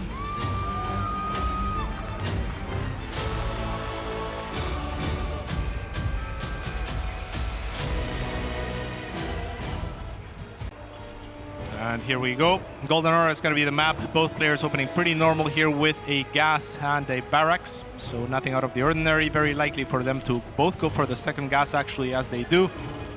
And yeah, we're going to have one base openings to start off. So lots of gas is going to be mined. There have been some openings where you go into barracks and then CC and TVTs, but not going to be the case here. Yeah. So we got factory expands being the norm. We have had some experimentation, certainly with, well, experimentation is a strong word. We have people who chance the one Rex expand. But like I've been prone to say, it feels kind of like the factory expand is almost a no-brainer in a lot of ways. Like theoretically, you can get ahead on the one Rex expand, but I feel in practice, it very rarely happens. Almost always the factory expand player can get the, kind of like 2 SCVs. Or delay in the command center to make up for it. So no surprise to see the typical stuff coming out so far. The question is it actually consistently the Cyclone game? Because initially it was a build and you were like, that's interesting. And then in the last couple of weeks, it's been every single TVT up to those 8 Cyclones and then using them aggressively and then for some map control. And that can get interesting. And then sometimes, well, it gets a little silly. Yeah, for sure. I mean, talking to players here, like it feels like there's differing opinions, but for the most part, it is what we have been seeing as far as the shift in the meta. So I'd be curious to see how it develops in this tournament as well, right? Because a lot of them will come with new ideas, will be saving a lot of their best ideas or like a lot of their best counters for a tournament like this one. So I wouldn't be surprised to see the meta develop as well, as we now see Gumiho being a little bit kind of careful with the Reaper. And Clem even being more careful, just sitting it all the way back at home. Now Gumiho has his second Reaper, and still just choosing to be super defensive, so nothing crazy. First Cyclones on the way. Yeah, Clem did add on that reactor, already going into the double Reapers to add on here. So he's going to have a mobility advantage that might come into effect. It has been super effective with the Reapers. When I think of Clem, I didn't necessarily think of the scariest player as far as every single step was scary. You know, like you say, the Korean players are scary because it feels like they can kill you at any time. But then Clem recently has been just demolishing opposing Terrans in the first 5 minutes by some insane micro. And we see that now with the help of some tools that he has the highest precision, or accuracy, I guess is the word. So that's not a surprise, but Clem going for a similar number of Reapers of his opponent, then transferring over to the Cyclones. It's Gumiho that's going to go into a more typical opening, or what used to be typical, which was Cyclone first. That's a great overall defensive tool into those tanks, which you know are a stable part of the matchup. Yes, indeed. Clem continuing to make the Cyclones, however, 2 at a time. Vikings on the way as well, so perhaps preempting that his opponent could be going for Ravens or something of the likes. And how do you like this? This probably gives Clem some map control, but how do you take advantage of that? Like, do you expand more, or like what do you do with the Cyclone advantage against tanks? Well, you can actually try and tackle the fights, as we have a little bit of a Reaper scuffle going on here. Focus fire from Clem grabs up 2 SCVs, but no more. A little bit of scouting information as well. But yeah, you can actually try and win out against this, especially if you do go for the drop version. Clem did not. He went for Viking into Raven with Interference Matrix. So you can actually time this out perfectly for Interference Matrix to arrive with your Cyclones on your opponent's base. We've actually seen some people obviously still practicing. Like there is a Terran who was 2 seconds before Matrix and showed his hand. But now it's a very common build, and one in which obviously the Interference Matrix takes out the tank, the main defender against the Cyclones, and then you can actually just straight up win the game. If you do not, Cyclones on the map are very dangerous against the heavy tech pushouts of the Terran, like a Gumiho, that, you know, what he's doing now. Yeah. And so you can get the lock-ons of the tanks of the Ravens, but we're definitely going to be looking for Clem's timing on his Matrix and whether or not he can get a lot of damage done in the natural. All right, he's going to be looking for it. There's going to be a couple of tanks out for Gumiho, but Clem is definitely looking out for blood here. The Cyclones are going to be extremely effective against Marines as well, as they have no delay on the lockdown. And here comes the first Raven push. It's going to be 5 Cyclones with it. The Raven is just looking to scout. We'll see that there is a Cyclone itself at the top there, as aim high shows us the players microing in this very crucial moment. Yeah, I think it's kind of important that Gumiho did get a scout on what the intentions were behind that Raven, because I'm not sure he saw the full extent of the army on the ground. And if he still had unsieged tanks, that would have been very awkward. But he does manage to get the scout, so basically positioning his units and making sure to siege up is pretty important here. Also making sure that he has his own counter-interference matrix just to help out, or maybe counter auto turrets actually. But now we have the scenario in which Clem's army 100% has to be following Gumiho's. If Gumiho gets sieged up with those tanks, the Cyclones get obliterated 2-shot here. So you gotta be following this and making sure they don't just make it across the map. The fact that it's already 60% across is actually very dangerous, and Clem's gonna make the call to go for a base trade. Yeah, and this is a little bit dangerous though, because like you said, when the tanks are sieged, that's going to be a lot more difficult to dislodge, but Clem does get here first, so he's going to go to town on this SCVs. Really nice lockdowns, obviously, as yeah, there's no cooldown, all of them are going to fall, but on the other side, Gumiho is going to have a stronger hold, I feel like, with the tanks.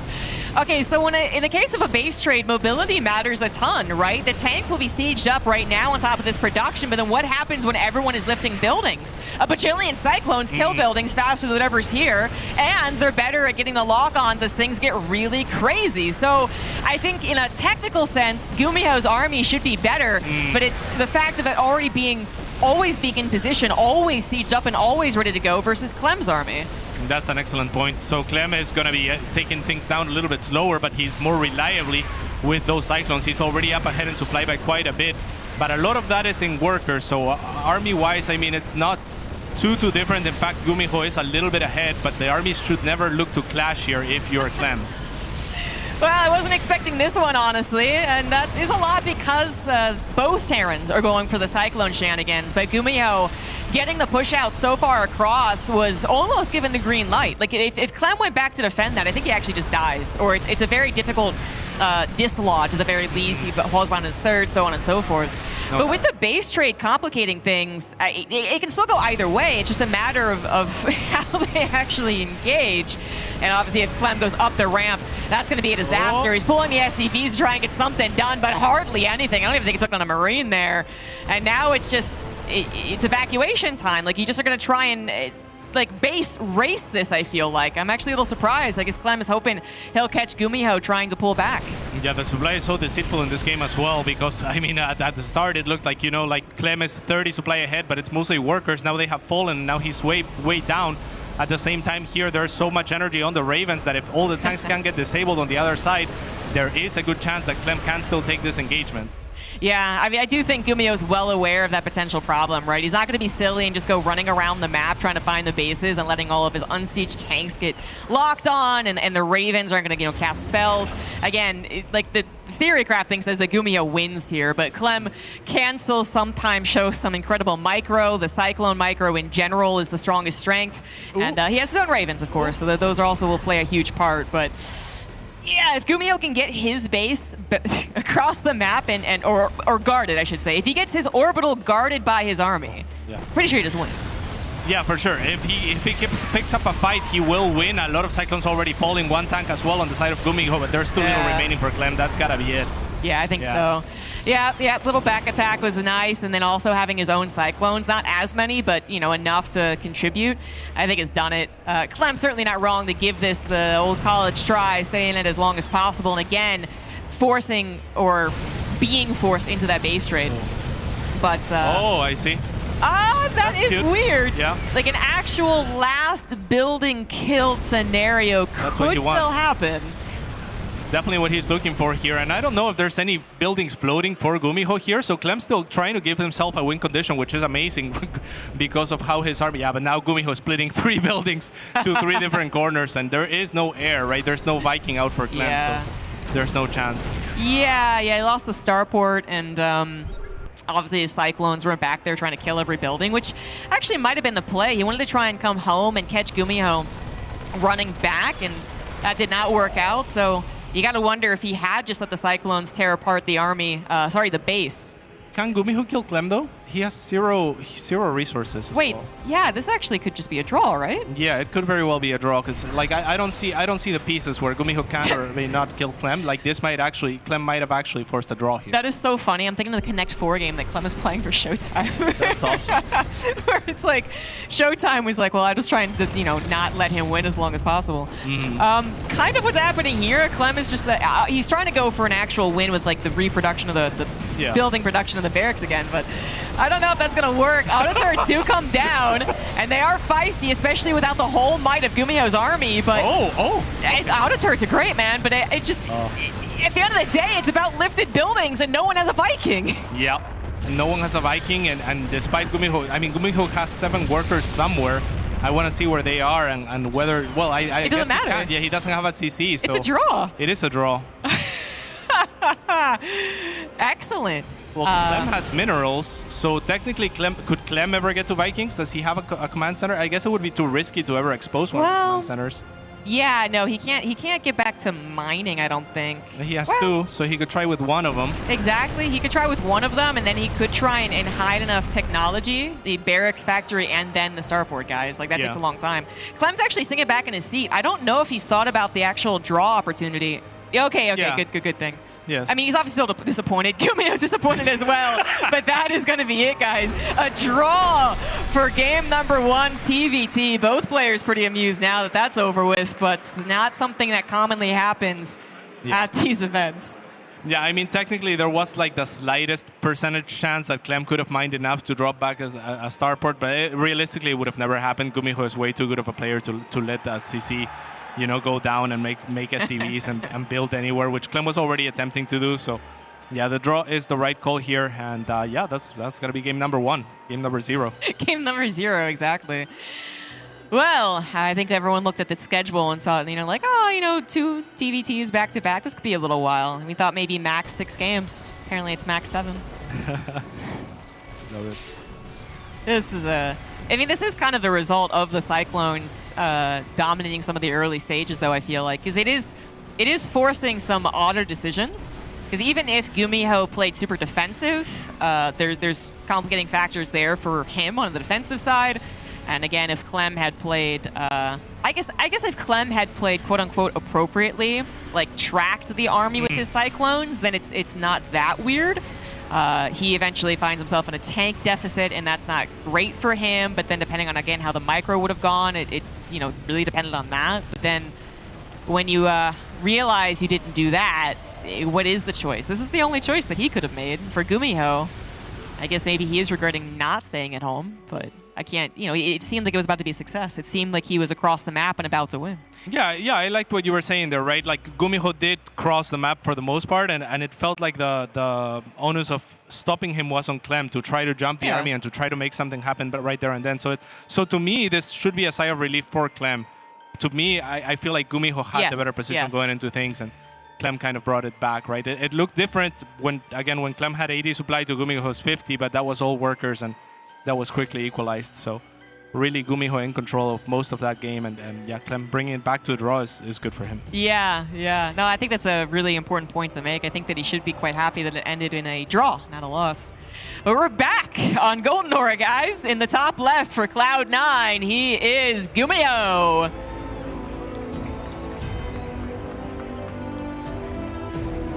And at the bottom right-hand side for Team Liquid, his opponent, Clem.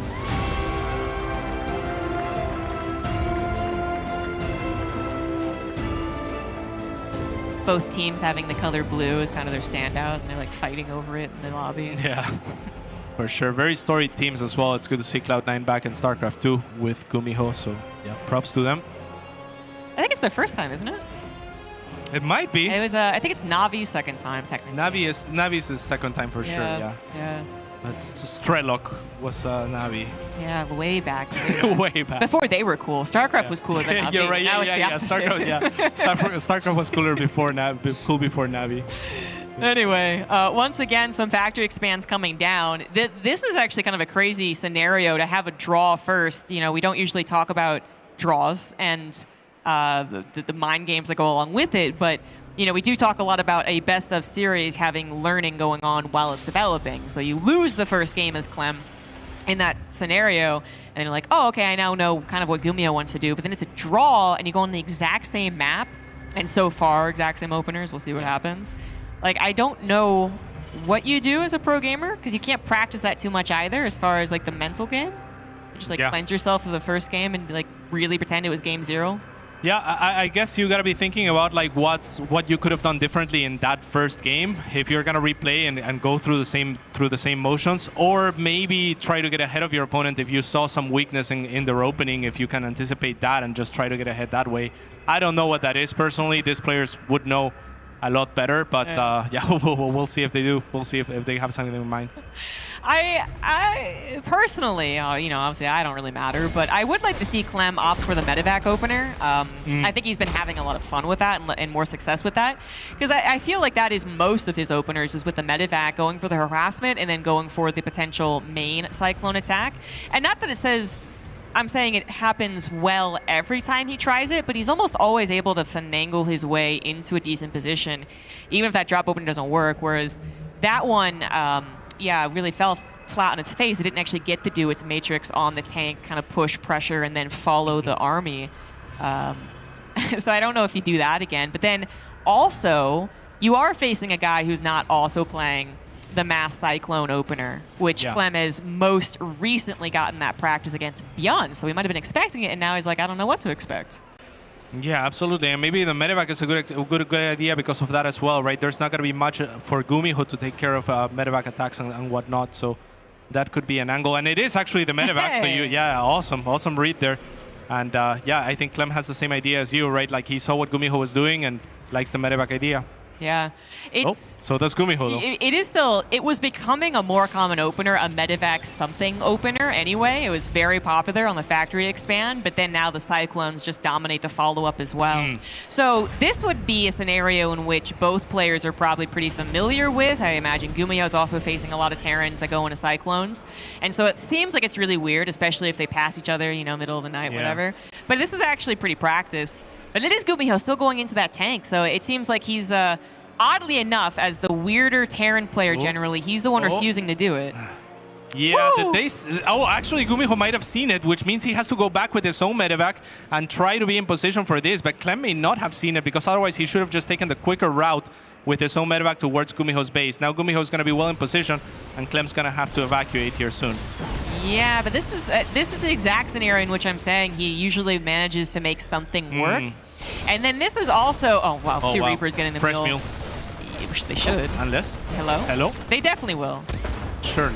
There we go. And a Marine, and an SCV, and an SCV, and another stop on a supply. Yeah, another one. That is a decent amount of damage. But then his follow-up also has, I feel, so much more potential because this medevac's kind of tracking the defensive army, where it is in the natural and how it's split up. And certainly Clem's going to be very mindful of not letting the army push out without him noticing. Gumiho's, like, again, kind of more standard TVT. It's a reason it was standard. It's got a lot of strength. It just needs to get across. This is such a small army to do that, though, and now Clem is absolutely tracking this push. Yeah, but he's gonna take a fat volley to the face there, so one of the Cyclones will fall. Another 4 out on the field, but that means there's nothing to defend against these two in the main.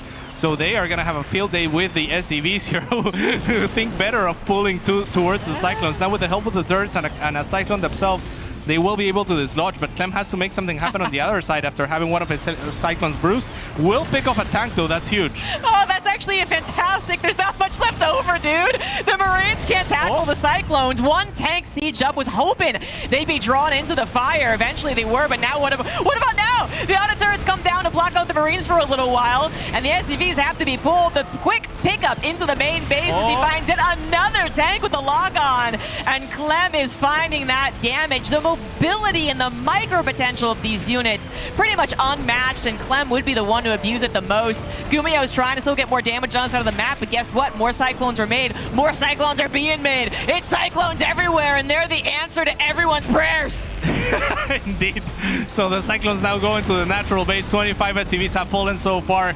Clem is really the god of multitasking as far as TVT is, as far as any matchup is concerned. Really, he is unmatched on those fronts. So Gumiho is going to struggle to keep up, and now he is 20 supply behind. Yeah, it happens in the blink of an eye, doesn't it? It's literally, even on his offensive harassment, it also has been SCVs in the blink of an eye, just not as many. So yeah, Gumiho might be kind of sizing up the situation and realizing there's not much more to do, because again, even if he does push out, if he's found in the middle of the map by Cyclones, he's going to lose each individual tank. And actually, at this point, I think Cyclones could even overwhelm if his tanks are sieged, especially if they have the medevac to get anything on this backside for us around. So Clem would have to be going down his own ramp into tank fire, I think, to give this one up. Let's see if he makes that mistake. Yeah, Gumiho is doubling down on the siege as well by adding Liberators to the fray, so we'll see if that pays out as well. He's just trying to play a little bit kind of like offensively defensive, hoping that Clem will walk into his siege, and then, you know, you pick off a couple of Cyclones by default, and then you start having fun. But hey, this is a decent position for Gumiho here, so Clem in a little bit of trouble perhaps. Yeah, but the Ravens are still alive. The interference matrix being set up. There's literally nothing Gumiho can do about it. Yeah. Yeah, I think he knew it was coming, but there's no valid option, and they are just going to get destroyed. Liberator in the main is hoping to find some big money, and right now it will, as Clem is focusing purely on taking care of the front army, but that's obviously still the most important thing. And Gumiho now at almost half the supply. It's got to be realizing it's getting more fruitless, and there it is, the tap out. Clem now officially taking game number 1. Yes, indeed. Very nice game from him. Really, just multitasking with Clem is just not a really good idea for anyone, it feels like. And like you said, it felt like Clem just hitting faster with his medevacs and his Cyclones, just arriving faster to Gumiho's side of the map, was just such a blessing for him, because I felt like Gumiho saw it, so he's going to retreat, he's going to be fine, but at the same time, he's the one that's being kept on the defense, and Clem is so good, and he has a medevac and he has 2 Cyclones, so he's always just going to get as much juice as possible out of that, not really going to lose him, just going to squeeze as much value as he can, and that's all he needed to do. Yeah, I think if you're lazy with Cyclones, they're as glass cannon-y as you can imagine. You know, because they are. But if you're not lazy, then the potential is sky high. And that, you know, is probably why we're seeing it dominate more and more in the meta. I'm actually all for Gumiho proving that to be incorrect.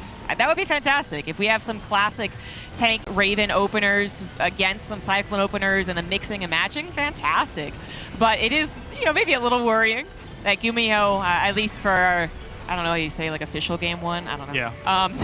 You know, is kind of getting run around and is helping to display the strength of the Cyclone opener, and perhaps needs to be the one to adjust. I also would be really interested in knowing exactly how the games played out a month prior when Gumiho was on the wing streak versus Clem. I think that was before the Cyclone meta really dominated. I see.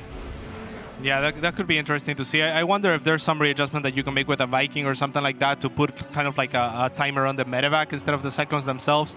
Or Yeah, it's so difficult though, because then, you know, there's a very big chance the Cyclones take out the Viking. On the You're micro. right. I suppose so. Yeah. So it's a tough one.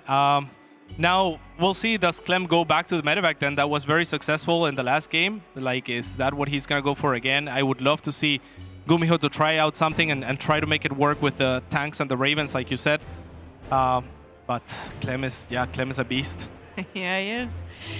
This guy's no joke. He can definitely bring it back in the top left of hard lead. He is Cloud9's Gumiho. And his opponent in the bottom right-hand side, it is Team Liquid's Clem.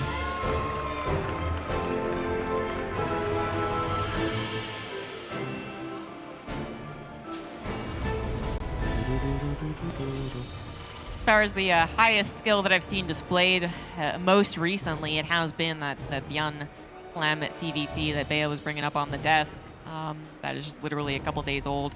And it was primarily Cyclones, and who could out position each other, who could out micro. But I would say that, you know, the micro when it comes to two concave Cyclones is like kind of comical.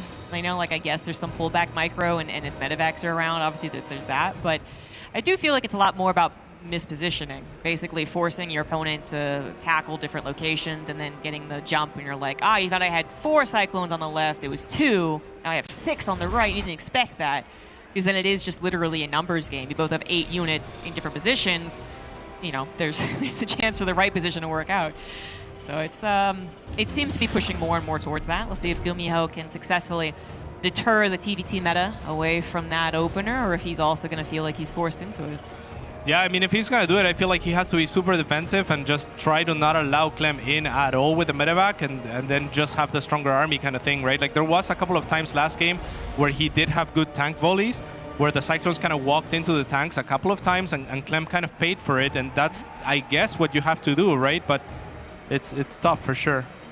Well, Gumiho starts off with a little bit of a gutsy move here. Goes for Reactor first, but Clem, not typically a 2-Rax player, although he was doing a lot of that online recently.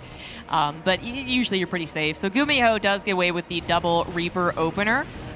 I also have been seeing a lot less of the mass Reaper Hellion, like 5 Reaper, 3 Hellion openers, because the Cyclones come out so quickly and so cheaply, and they can be reactored. So I don't know if Gumiho's planning for that one or just getting a jump start here. Okay, he's going to transfer off to Cyclones. Oh. Right. Okay.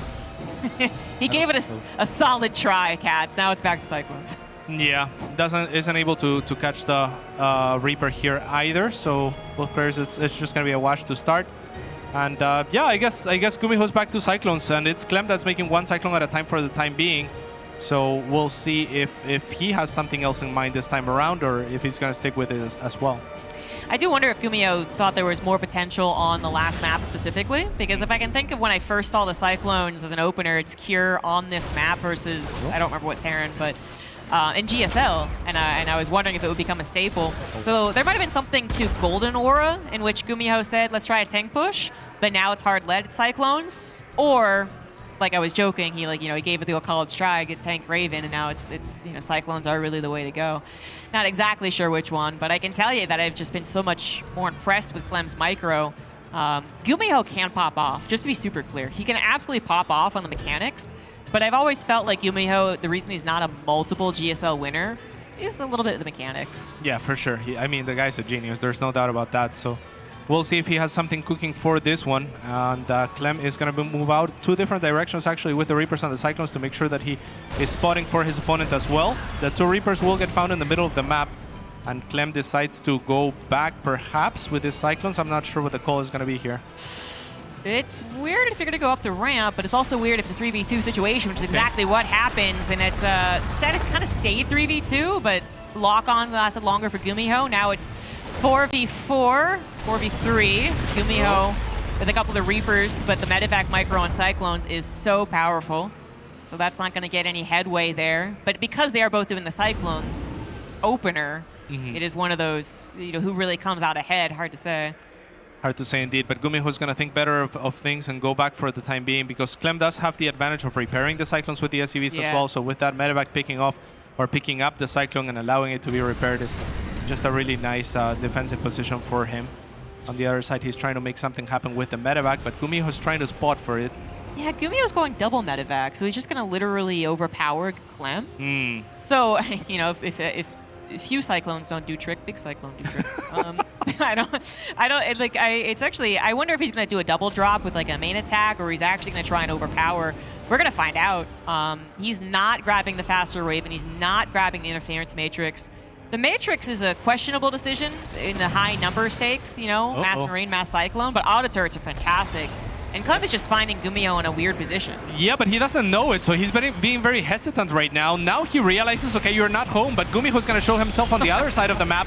Now he's going to go to work on Clem's side of things. So this is kind of a whack situation, very similar to Game 1, only with Cyclones instead of tanks. And everything is dying everywhere as far as SCVs are concerned. This is TVT! It's so ridiculous, actually. Exact same SCV count losses. This is fantastic. Gumiho is dropping down farther in supply. The Cyclones are just more effective, I guess, for Clem on this side of the map. I don't even... We're going to have to rewind this one and see exactly why Gumiho's supply plummets, but Clem stays kind of stable. Raven certainly did help out, and maybe the medevacs can still add a lot of micro for Gumiho, but his Cyclones are so injured. A little bit too injured. On the other side, I guess Gumiho taps out. Wow, that was whack. I don't know what happened there. You know, doesn't know either, it's about time the dignified gentleman's game of TVT becomes an absolute mud wrestle. No more pinky out. Oh, it's chest on cracks. You know, it's a mud wrestle now. Yeah, this matchup used to be about the positioning and yeah, that chest very slow game. Now it's this. I mean, that was wild. That was wild. Clem will advance forward, and that means that he advances into the playoffs. You know, this is the way to do it, right? If you're going to have an easier time in this tournament, it's to win back-to-back in the winners stage, which is where we're at right now. Gumiho, though, for the Gumiho fans out there, do not worry. He has plenty of chances. Maybe TVT is a weakness right now with the onset of the Cyclones. That is a worry, if I'm being honest, but then it's a strong chance that I guess he faces Protoss in the future. Which, you know, he's been okay with. He got there on the finals off the back of a TVP. So, yeah, Gumiho has a couple of chances to continue forward. But now we'll send it to the desk for more lovely breakdown of that TVT. Yeah, break it down. Oh, yeah, great, thanks. No, that was TVT. Clem has advanced on into the next round. Brilliant stuff for him. He moves on to that round of 8. Bearmouth, Bear Dragon. My God, James. Stop it with Reddit was right. Hold on, but now I have a case I can put this in, so now I can safely throw my glasses away. You're going to break something that isn't the glasses. Okay, they came out of the case. Never mind. That didn't work. So, Ravi, that's beautiful. You're sitting here. You've thrown 2 glasses. Do we need 16 or 12 glasses for the year? You know, you got 4 panels today, 4 panels tomorrow. You know, 1 pair of glasses for every Cyclone game that we get, where, you know, it was just truly beauful to see those Cyclones. Wait, there was a redeeming quality. There was a draw. All right. Okay. There was. All right, wait. Serious mode. All right. There was 3 games in this 2-0. Obviously, we started things off with the draw. You're forcing that scenario here. Clem, obviously, being able to get himself in that kind of position. So it does create a bit of an odd dynamic here for the TVT. Yeah, and the wild thing about that as well is I feel like that's a game that Gumiho should have won in Game 1, Part 1. It very much, he had the opportunity, he had the tanks, he had the better matchup, he had the better base trade, and then he runs out of anti-air, and things start flying, and that's how TVT works. But, and then maybe that changes things. Maybe it's a 4-game series. I guess he wouldn't draw then, but the momentum shifted, and then Cyclones dive in, and Clem does Clem things. Yeah. Obviously, a Gumiho Game 1 tried to, Golden Era Part 1. Yes. Okay, so moving on to Part 2 then, I guess, here. He did try to circumnavigate the idea of the Cyclone play, but it seems a bit dicey to do that. Yeah, I mean, that definitely got a little bit tough. I do think there was also, we did get to see some, besides just the Cyclone memes and stuff, we got to see some fun stuff with the differences of, like, getting interference matrix or versus delaying it, the number of Ravens and stuff that you got. So we got to see the interaction between Clem and Gumiho and going for those options, but Clem, I mean, he's just truly impressing me with how well he seems to be understanding TVT. Like, Cyclones memes aside, outside of just the Cyclones, even just the understanding of how to best use the Ravens, like when to get them, how to take those engagements right now, it's all kind of been thrown up a little bit in the air. I mean, considering the fact that he didn't feel too confident coming in and looks great whilst doing it here, forces a draw and then goes 2-0 there after that. Fantastic stuff for Clem. Congratulations to him for moving into that round of 8. And thank you, gentlemen, for joining me here. It is time to go to a break, and when we return, we have TVT. So hold on to your candy floss, hold on to your cotton candy as we come back after this for more StarCraft.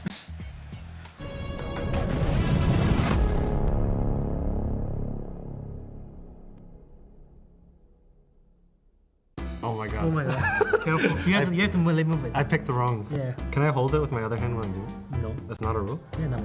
Or maybe I just lost. Or you can try from the default side. I don't think I can do this one. This is this one, right? Yeah. Oh my god. Wait a minute. Minsu. Why are you choosing this? I'll do this one. Yeah. 3 pushes. That was one. Oh yeah, I forgot.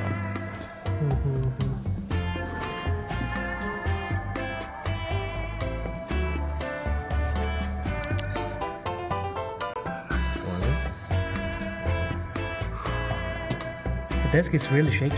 Yeah, it's part of the fun. Oh, you chose the risky one.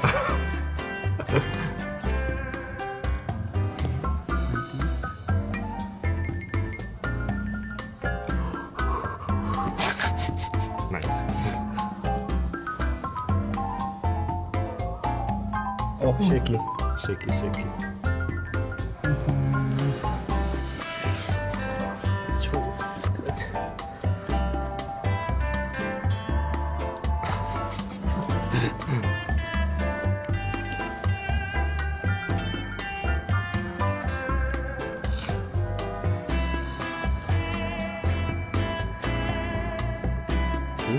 Oh. Last choice.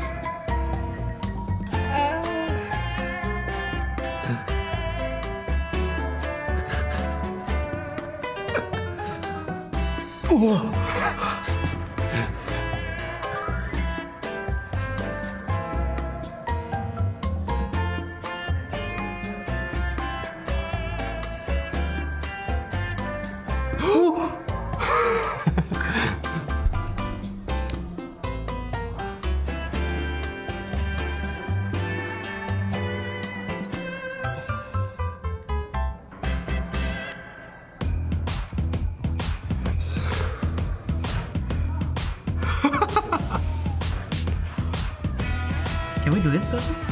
I think so. It's below the top 3, right? Yeah.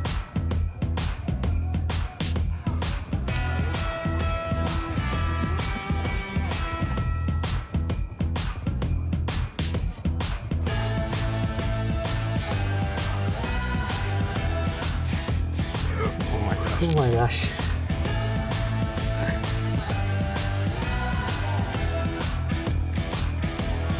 Oh.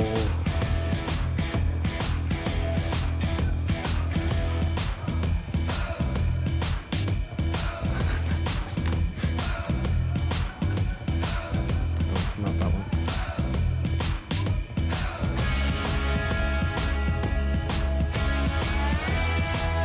Nice choice. Thank you.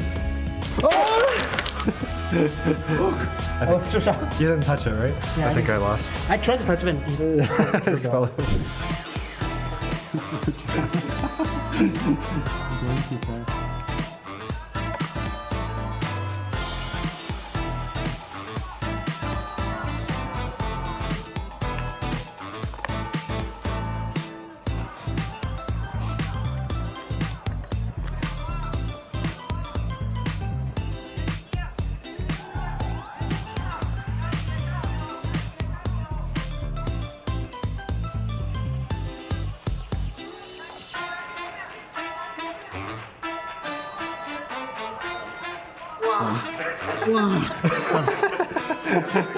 We have to make sure they're all right though. Yeah. They're shouldered. Yeah. Yeah, Should we correct each other? Yeah, we have to compare the. If I didn't get anything wrong, I win. Yeah, we can just compare side by side. 10, 7, 4. 1, 4, 2, 3,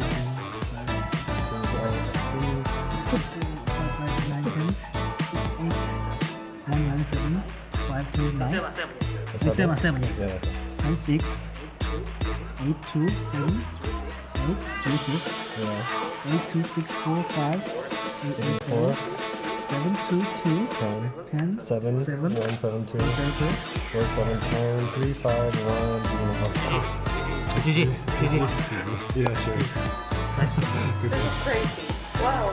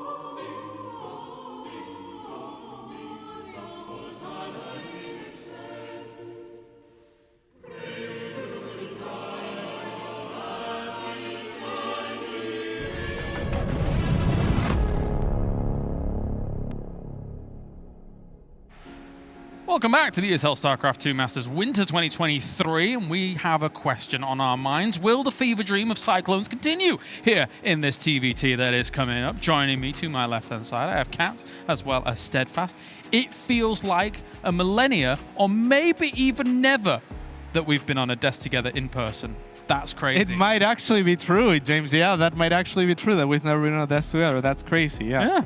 Unreal, unreal. But here it is, if it didn't happen in the past. But let's talk about this TVT coming up, of course. We have got Cure going up against Maro. We've just had a sampling of a TVT here, Cats, and it was interesting.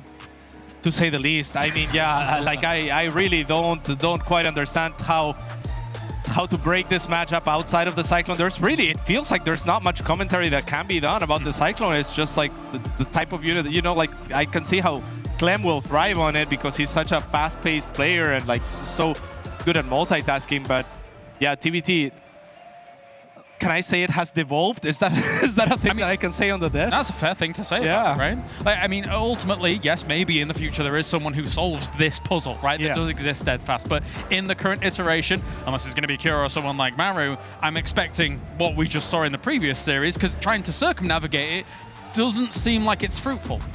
Yeah, it feels like you're setting yourself up for a little bit of failure if you do that. It's we kind of saw it in game number 1 where Gumiho actually did have kind of a clever solution. He kind of snuck around the army and he was able to get an advantage.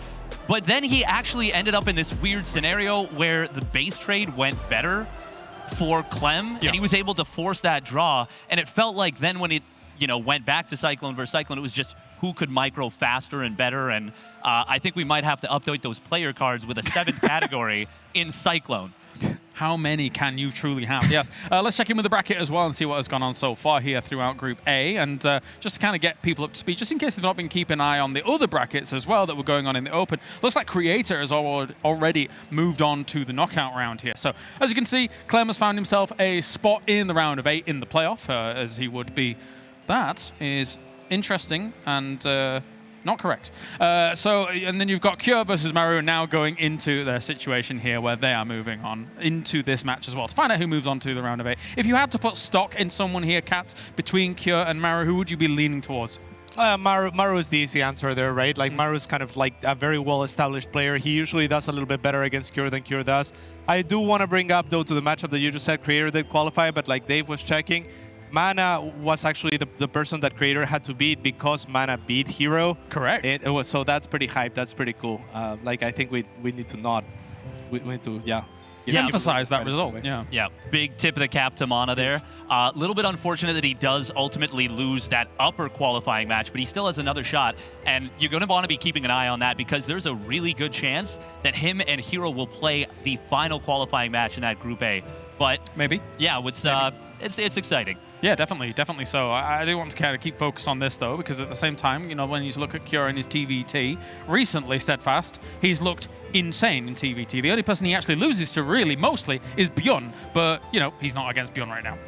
Yeah, no, he's actually been so solid for so long, but there's been so many good Korean Terrans, with the history with TY, Innovation, obviously Maru. There's so many good Terrans that it feels like Cure has kind of been overlooked. but now we're seeing him really do well. And there's been a couple of instances where he's been so close to the finish line, especially those recent GSLs. And I honestly feel like in a few of them, against Maru particularly, he has been outperforming him for the first few games of the series. But then it goes to game 5, game 6, game 7. And then Maru does what Maru does best, and he refuses to die, and he ends up taking the series. Now, in a shorter series, I think Cure has a really good chance of blitz. Just not running out of gas and just taking the series before Maru can find his footing. You look skeptical, Cats. It's just so difficult to predict anything right now. It's just like doesn't matter. Like, does history matter right now? Yeah, that's Cyclones. Yeah. After watching that last series, I'm just You're bamboozled. That does it matter? Like, can Maru make it to the late game? Like, can he do anything? I don't know. Like, you gotta make Cyclones. Who's gonna micro the Cyclones better? Is my question. I really don't know. All right, well, I'm going to put all the baubles on the tree, and they're all going to have little cyclones in them, and it's going to be beautiful. Let's see how this TVT goes as we head on over to the stage. Oh, you're decorating this tree just like the last tree. We'll see if this TVT pans out the same. It was an exciting matchup last game, but this one, of course, features Cure from Liquid and Maru from Onside, both of them hot off a win. Let's see who takes it.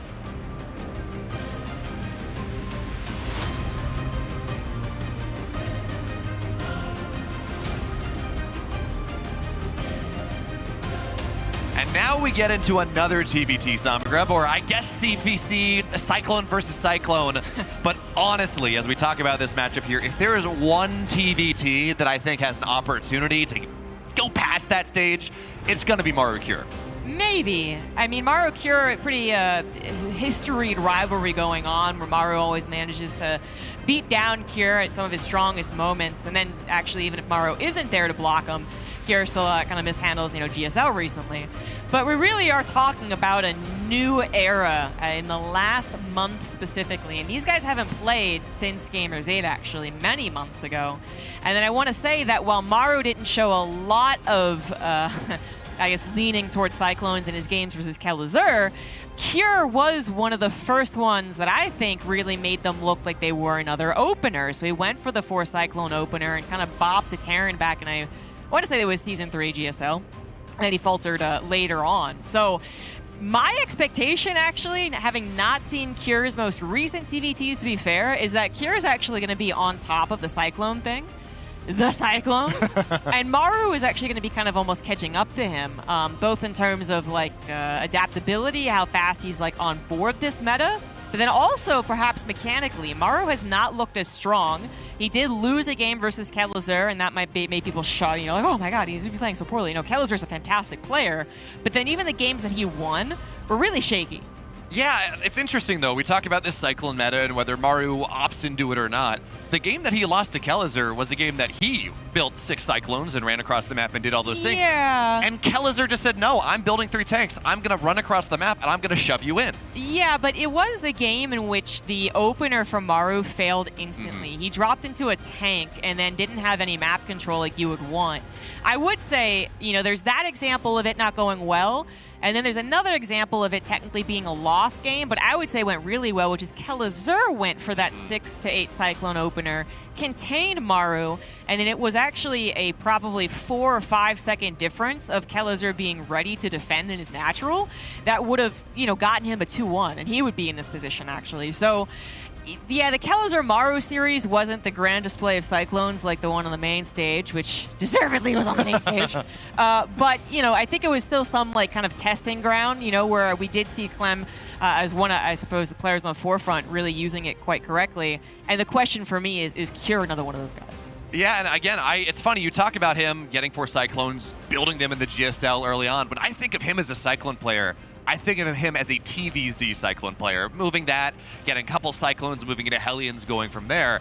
And I don't feel like I've seen as much of that in the TVT, but it's the reason for the season, right? We opened up a Christmas box, it was wrapped up nicely, and it just had 16 Cyclones in it. So yeah. What are you going to do? Yeah, I'm very curious. I really am, because I also feel like this would be a moment to perhaps finally kind of take down Maru. Not that Cure hasn't won against Maru in the past. It's been a very tight battle between the two, always, basically, when it comes to a standard TVT, the Marine tank into the late game, Viking Wars and whatnot.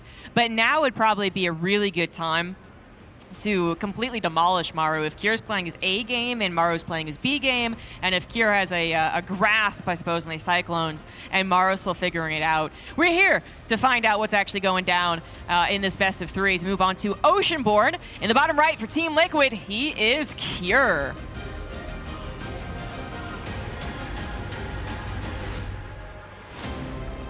And in the upper left, in the blue, the man who has kept Cure out of 2 GSLs in the start of this year. His name for Onside Gaming is Maru.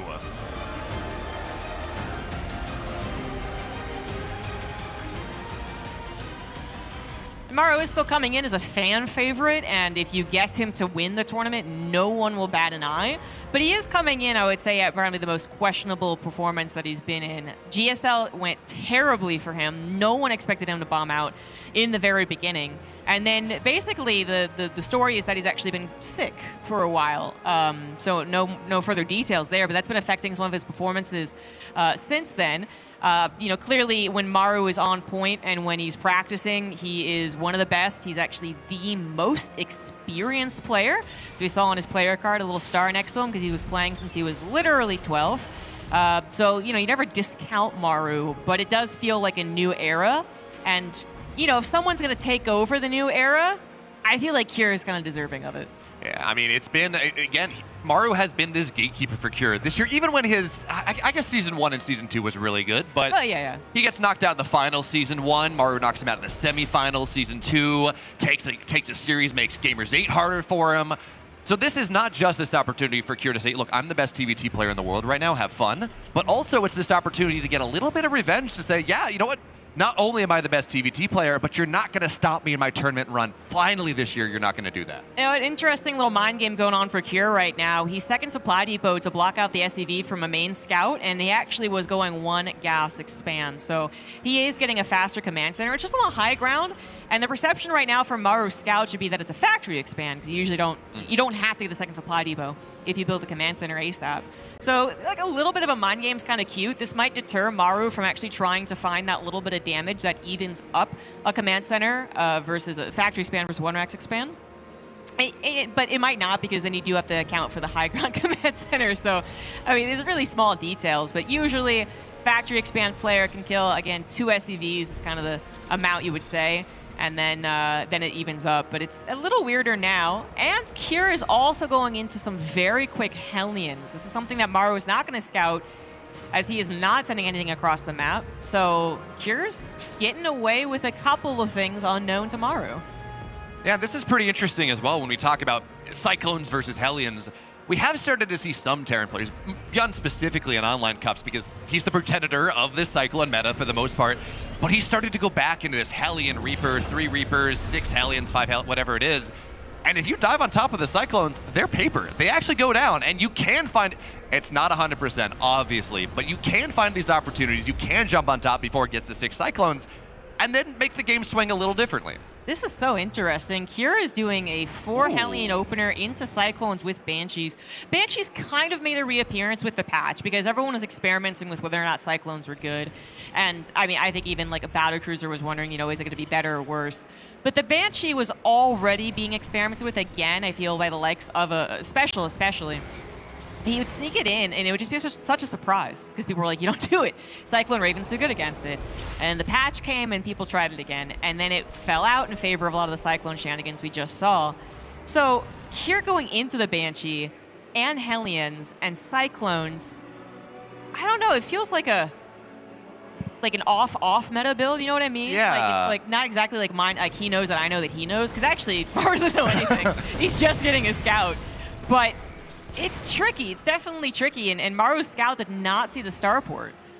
It did see the Cyclones and the Hellions, though, and realistically, when we talk about this, because this does feel like some bit of a timing, I like that boost forward there just to see what's happening. But don't you just build a couple tanks and keep yourself safe against, I mean, the Banshees are a problem, but against everything on the ground, that full frontal attack, don't you just keep yourself safe like that?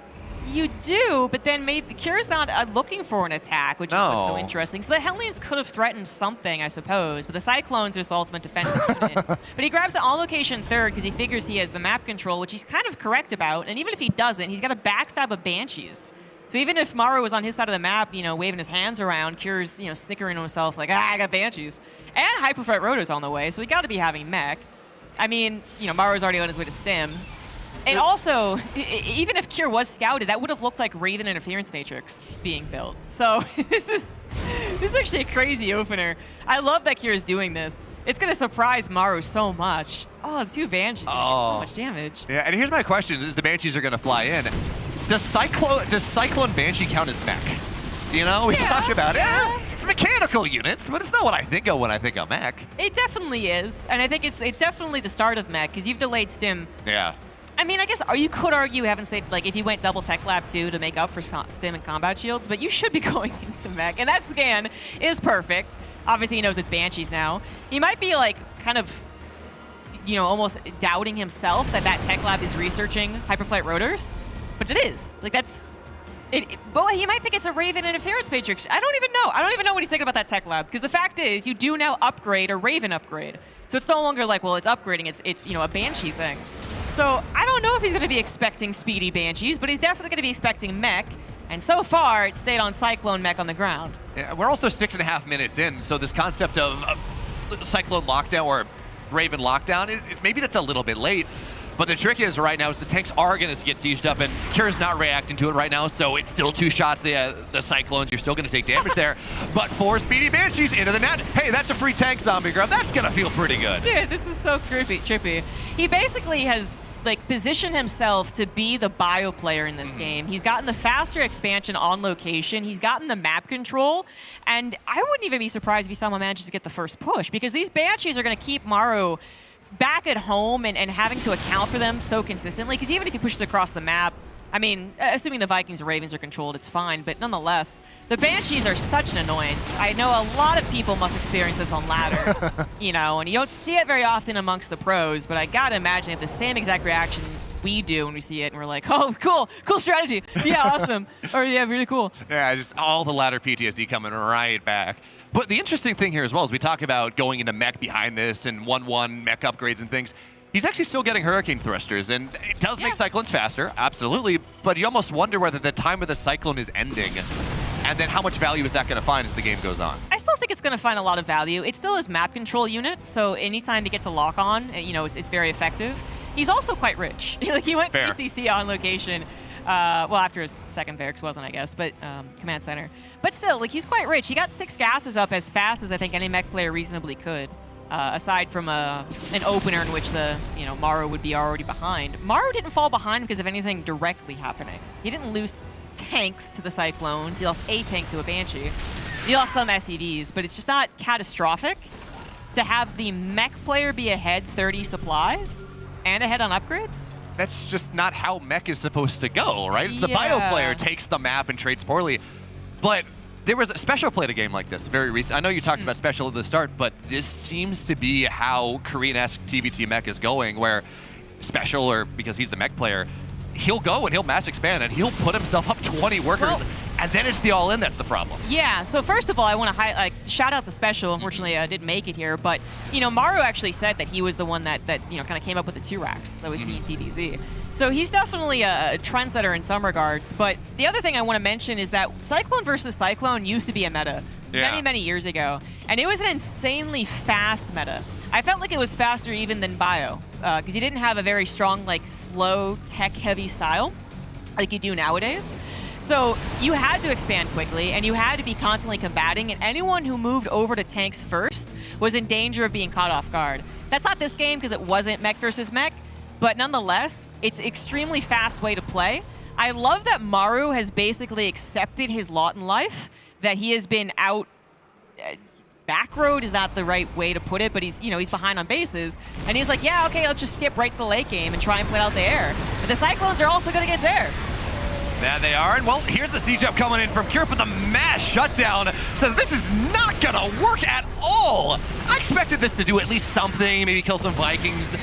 This was the most impotent push that I've seen in, especially with how big the supplies were. It gets nothing done. It was certainly overzealous. It was going into a choke. against tanks that were siege. At the end of the day, those Cyclones are glass cannons. Nonetheless, again, kind of saying that Kier's the bio player, he can take a loss like that. He still holds on to a 20 supply lead in Army with faster upgrades.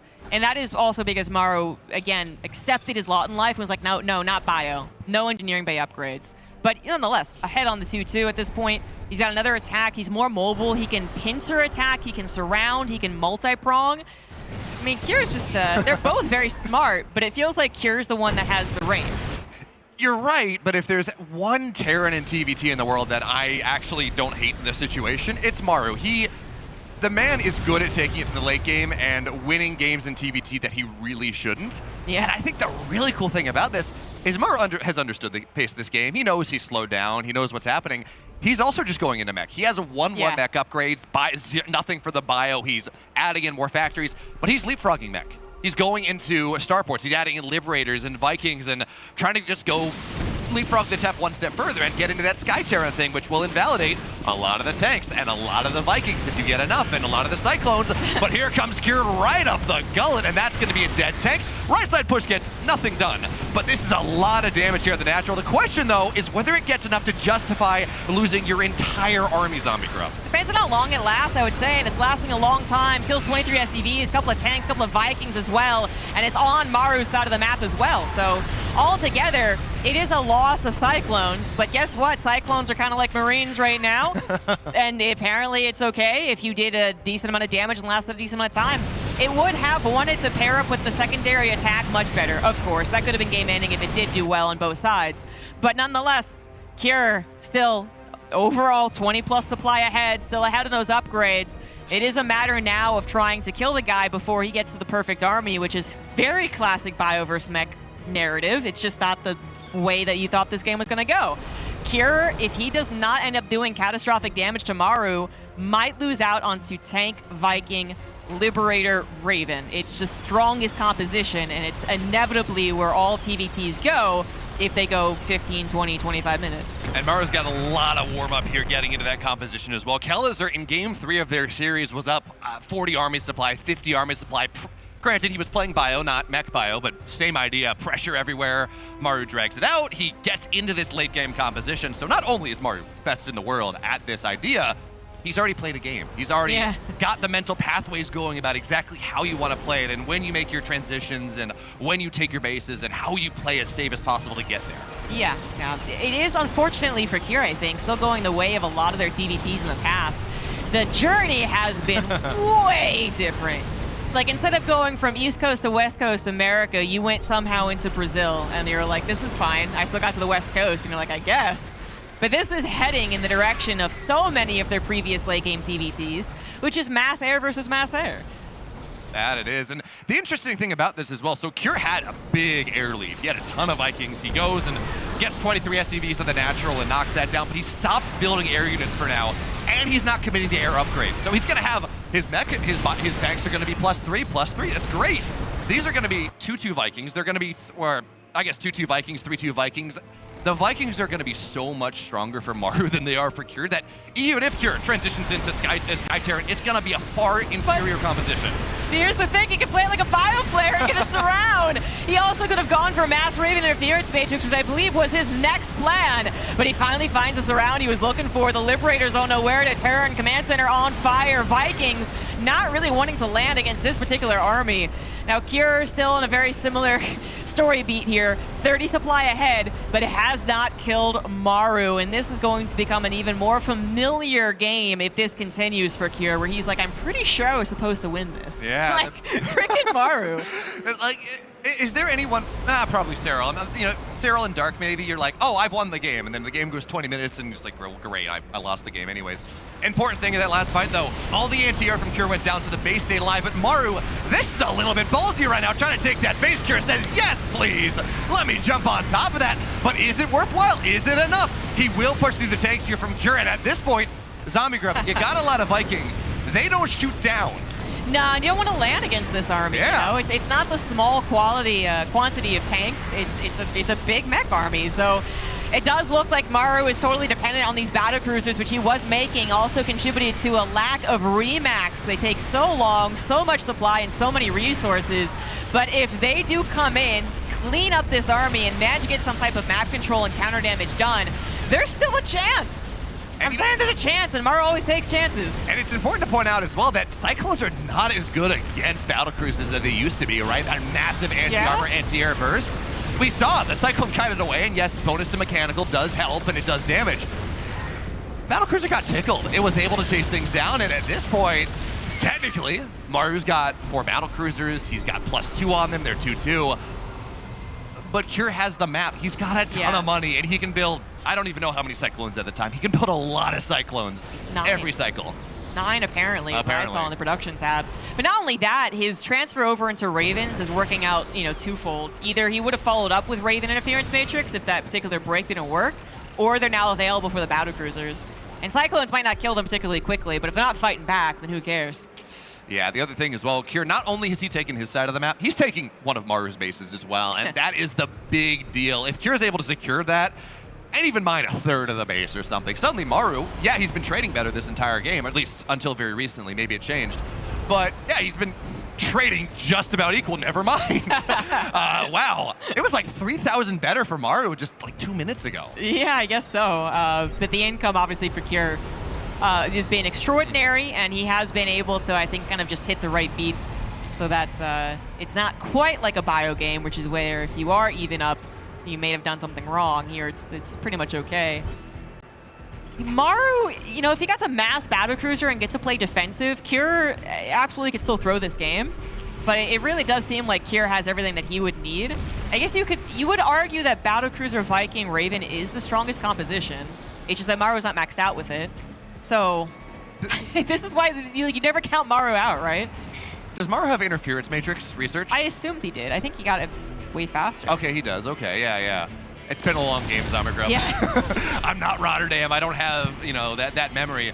But the interesting thing here is Maru's building more battlecruisers, absolutely. He's got Yamato Cannon on the way, but he's getting +2 ground attack. He's like transitioning back into ground mech, and there are like 15 Ravens on the map. Yes, you can shut things down, but like, what are you supposed to do here? Okay, he teleport. I mean, why is he not teleporting? Oh my god. Well, the Cyclones can't hit him, so. Well, no, but still, I don't know. I'd be afraid there'd be like Vikings. He's literally get interference matrix every one of those battlecruisers indefinitely. It's like 2 Vikings pop, and you're like, well, this is stupid. Okay, here's what it is. It's keeping the entire Cyclone army back home so he can get another base. Like, look at me. I'm right here. I'm the rodeo clown. Like, run at me. Don't pay no attention to the man behind the curtain. Yeah. It's okay. Yeah. I do wonder if the reason he's going back into ground attack is that he is considering the mass amount of Cyclones being the army composition. The tanks will help out a little more if the upgrade was done. It isn't, and I'm not sure there are enough tanks anyway. The sheer number of Cyclones moving in with the interference matrix on every one of Maru's units is going to once again break open Maru's natural. He has so many more tanks. The depth goes on, and Maru will once again live, but he cannot get this 5th base up. I think at this point, you go north side. You go to that base that really, first of all, there's no sensor tower on it. Second of all, it's been so far away from where the trading is and just so far where the focus of this game has been, where you take it north side, you hope Cure doesn't pay attention for a little bit, and now we're seeing some of the value of those Yamato cannons, of the battlecruisers. It's hard to run away from. And Maru's up 15 army supply, 10 army supply. He has a powerful army. He might... I don't want to say anything about this game, about whether the break case gets broken. I'm like, I think he might get the base. I truly don't know, It's so weird. It's like they picked up their teacup and pinkied out again, but then they also have a clown nose on. And you're like, well, I don't know what the theme is right now, but it's something. I don't think Maru wins, but battlecruisers are very cost efficient. They're also mobile. The trick is, of course, is that when they do use their teleport, they are much worse units when it's on cooldown. Well, +3 air attack is going to get shut. Okay, he's going to target it down. Not all the lock-ons were on it, so +3 air attack gone. Maru stuck at 222, mech, air, armor.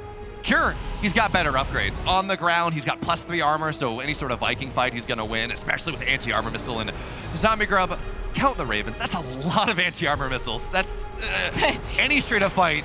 We've been saying this. Any straight-up fight is really hard. Yeah, there's 11 Ravens now, but they've already thrown out the anti-armor missile and interference matrix. Once again, Maru just disengaging as long as possible to wait out the spells, but this time his tank's a little too disjointed. Those will be taken out quite easily. Maru all together, everything sieged up, teleport and Yamato available. Very powerful army. And his army supply will be greater than his opponent's if he could ever max out. That's a 41 worker difference. That is going to be huge if it comes down to a max out versus max out scenario. Maru absolutely can still win this game, and I just don't know what happens to Kier's confidence when that happens. And importantly as well here, you talk about Maru, he can win this game. Maru is mining on like a base and a half, right? Yes. There's a north side base. You say if he maxes out, that's a really big if, because here comes Kier again. I like Cyclones, I will play. He's gonna get a couple more tanks, get the shutdowns. But Maru, even as that happens, he's cresting above 150 supply. He's starting to find more value. And we can see just how much less strong Cyclones are against buildings. Last patch, that base is dead in half a second. Yeah, that's true. Less, quarter second, as long as you can blink. Yeah, something like that. A couple more battlecruisers on the way. You can see that Maru desperately wants to get something done on the other side of the map to try and get this monkey off his back, but Kier is relentless. Anytime he sees a weakness, he will jump on top of it. Now most of the tanks are gone, only the battlecruisers coming in. It's a scary prospect. They do have the Yamatos, and they will get those kills, but if they're ever, quote-unquote, alone in the sky, then that's where the Cyclones can get all those efficient lock-ons. They're not getting blasted two-shot by tanks. So, you know, it's something that Maru is concerned about and needed as part of his composition. He does need tanks, so that is a big loss for him as he finally gets his 5th base mining. He is at still only 143 supply. Can he rebuild those tanks? Can he continue building battlecruisers? And the big deal for Maru here as well, he's been able to get Yamatos on a bunch of units. Is every time he tries to break this base, Kier says, no thank you. You cannot fight without your battlecruisers. Mass teleport on top, and Maru says, hey, go home, Kier, don't fight anything, but I don't know, this is the fight. There's the mass lock on, there's the anti-armor missile. Kier gets Maru out of this game. But even if you win Zombie Grub, that doesn't feel good. That must have been so frustrating. Good lord. Well, it does finally end in a victory for Kier. Maru absolutely did his Maru thing, which is that he did fall behind. Again, not necessarily by a terrible loss in the early game, 20 SCVs, delayed command center, but he did kind of lose out, build order-wise, strategy-wise, and then did straight up lose a handful more SCVs. And then he nonetheless still managed to adapt in the heat of the moment. I'm not sure how often they played those types of games. Yeah, and then he was able to play out to the late game, which is basically still, I don't even know. For him, he's thinking it's basically still the same thing, that both will go into air. But Kier basically said, no, actually, I'm not going to play that game. But you saw him decide that. He went for starports, and so it seemed like that was the inevitable conclusion. And then Kier decided not to use them. So he also, mid-game adapted and did not let Maru play the game that Maru is best at, which is Supreme Late Game TPT. And it's interesting when you talk about this as well. You have to compare it to Mech versus Bio, because that's what Kier was playing. He was playing Bio or Mech as Bio. And the ultimate late game for that style, traditionally, you take the map, you get into Sky Terran, you get into Battle Cruisers and Vikings, and you have more gas so you can make it happen. And Kier just said, no, you know what, if I can build 12 Cyclones at a time, your battlecruisers don't matter. Your air control is never going to exist as long as I can keep my 12, 15, 20 Ravens, whatever it was. As long as I can keep those alive and I can keep shutting down the tanks on the ground and getting these anti-armor missiles on, you can't fight me. You're going to have to play this, ring around the rosy style, and eventually the map gets too small.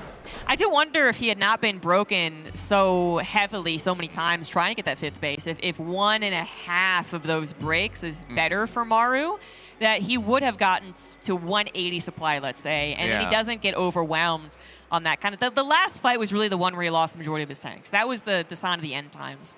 But if he didn't, then he really does get to enough battlecruisers, enough tanks, and enough static defense that he probably can then use battlecruisers the way that he was trying to. He wanted to get onto a base of Kier, wanted to be the obnoxious guy, wanted to make him second guess whether he could be offensive with the Cyclones. And he just could never get there. But it was really quite close, I would say, even though Kier, as I'd put it, had his hands on the reins the entire time. Absolutely. But now we're into game number 2 here. On the upper left, he's up 1 game off of Cyclones, but in a bit of a different way. For Team Liquid, it's Cure.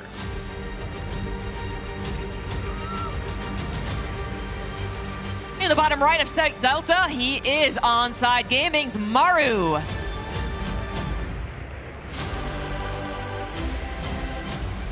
So Zombie Grub, we're into game 2 now. Game 1 was characterized by a ton of Cyclones, but in a very different way, in a very different opener.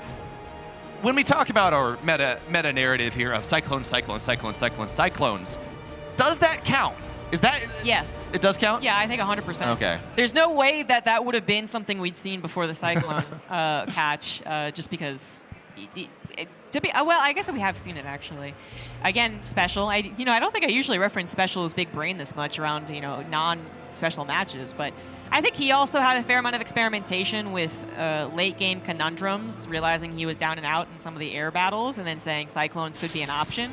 We have seen other Terrans attempt that as like a stopgap, right? Like, okay, I need something desperately, but again, we would never see it in that fashion. We would never see it in that many numbers, and we wouldn't see it nearly as successful, I would say, if this was the past meta. Yeah, the other question as well, because Cure opened for Hellions, then he moved into Cyclones, and it did feel like it was going to be a push. I almost feel like taking that third base on a location was a reaction to getting scouted. The Reaper goes in, sees the 4 Hellions, sees the Cyclones, and was like, okay, this is not going to work anymore. Let me just hang back, expand, take whatever, and force Maru to play defensively. So I wonder if that's an idea from Cure that we're going to see moving on. Possibly, yes. I think he is absolutely going to try and play kind of pseudo-mind games on whether or not he can get on-location bases or away with a 1-max expand, which is what he once again is doing. But I do think that he might have wanted to push out. I'm in agreement there.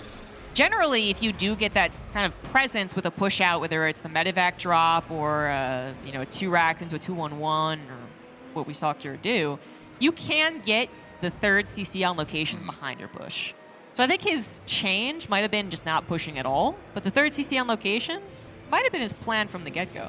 Yeah, you certainly have a lot of stuff on the map that can defend that and make it scary for Maru to run across. Yeah. It just felt a little late, I guess. It's like, oh, okay, I guess I gotta go and do that. Yeah. Regardless, this seems like it might be a little bit more Cyclone focused from Cure. We see the reactor, the factory going over. No! Hellions again. I want to say this was this is not unfamiliar totally and entirely, but as far as recent games, I mean, Cyclones are on the forefront of the mind, but yeah, the Hellion openers have always been interesting. There was a meta also where there was 6 Hellion Raven opener way back in the day, and that was weirdly effective. I remember trying to use it, but it required far too much skill for me to use. And I wonder if Cure's kind of bringing that back too. I mean, it does apply pressure to your opponent as far as their, defense, like making sure the Hellions don't get across the map into your natural. If it's going to be a drop as well, I think it's something you have to worry about. But I guess right now what it does is that it gives you resources to get to Banshees, as fast as once upon a time we got to, way, way, way back. So that's something that Cure is really intent on doing. Apparently this is the build order that he likes now, which, I'm not too familiar with, but so consistently, he must have a lot of success with it. Yeah, it feels like you talked about like the counter meta build that we saw in game 1, and it really it's funny because Cure's not a guy we think of as developing the meta. He's a guy that'll play Korean Terran. He'll play the distillation of how Terrans play in Korea, and that's how that's going to happen. And if anything, he's slow to adapt to the meta. And here we see him, it feels like not even adapting, but setting something that might become the meta. This seems really strong against those Cyclone openers. Yeah, I actually don't know if that's what he's doing it for. When I said the kind of counter meta, it wasn't so much that I was thinking of, well, he assumes that his opponent will do this, and then his opponent assumes that he'll do this. It was just kind of like if you can subvert expectations, that subvert expectations. That's the weird phrase I'm going to use. That's almost what it feels like Cure's doing, which is like everyone's like, oh, Cyclones, right? And then it's Banshees, and you're like, well, okay, but then you go into like Tank Mech, right? And then it's the Anakin and Padme meme, and they're like, no. Well, technically, he did go Cyclones. A lot of Cyclones. Well, An extreme amount of Cyclones Zombie Grub. The point in which you think they're going to transfer over to tanks, Cure's just looking at you. Now, the interesting thing we are seeing here, though, is that Cure is getting more active on the map with his Cyclone Hellion. We saw him active with the Banshees early on, but it was later. It was with more Cyclones. And the question now is how much damage does he get done with this? Ideally, you run the Banshees into one base and you pressure with the Hellion Cyclone on the other. But Maru, he's got at least one tank in the natural. They two-shot Cyclones, that is a bit scary, but there's the other option. We just run Banshees on top of the tanks, and then there's nothing to defend the natural in very quick game. That's very true. That could be the most potent option, and I'm a little scared for it. Well, He has 2 tanks, a Cyclone, and a couple of Ravens and Marines. Like, as long as it wasn't literally the 2 tanks alone, which would have been quite the bad decision. So that's not usually going to be the fear. And Maru's certainly not letting himself open to that vulnerability. Look at this, though. Maru, yeah, okay, you're going to play this mech Marine style, fine. Maru's opting into factories even quicker than Cure is. He canceled 2 barracks. He scanned and had barracks on the way, and then he canceled them. Yeah, he canceled them. I'm just like double checking his base. You never know. Yeah, so he definitely has once again tried to adapt to his opponent a little bit. Now, I think he's figured out exactly what it is because it's so strong of the last game. It's the Helmet into Cyclones and a Banshees. Hyperclave Rotas must be on the way.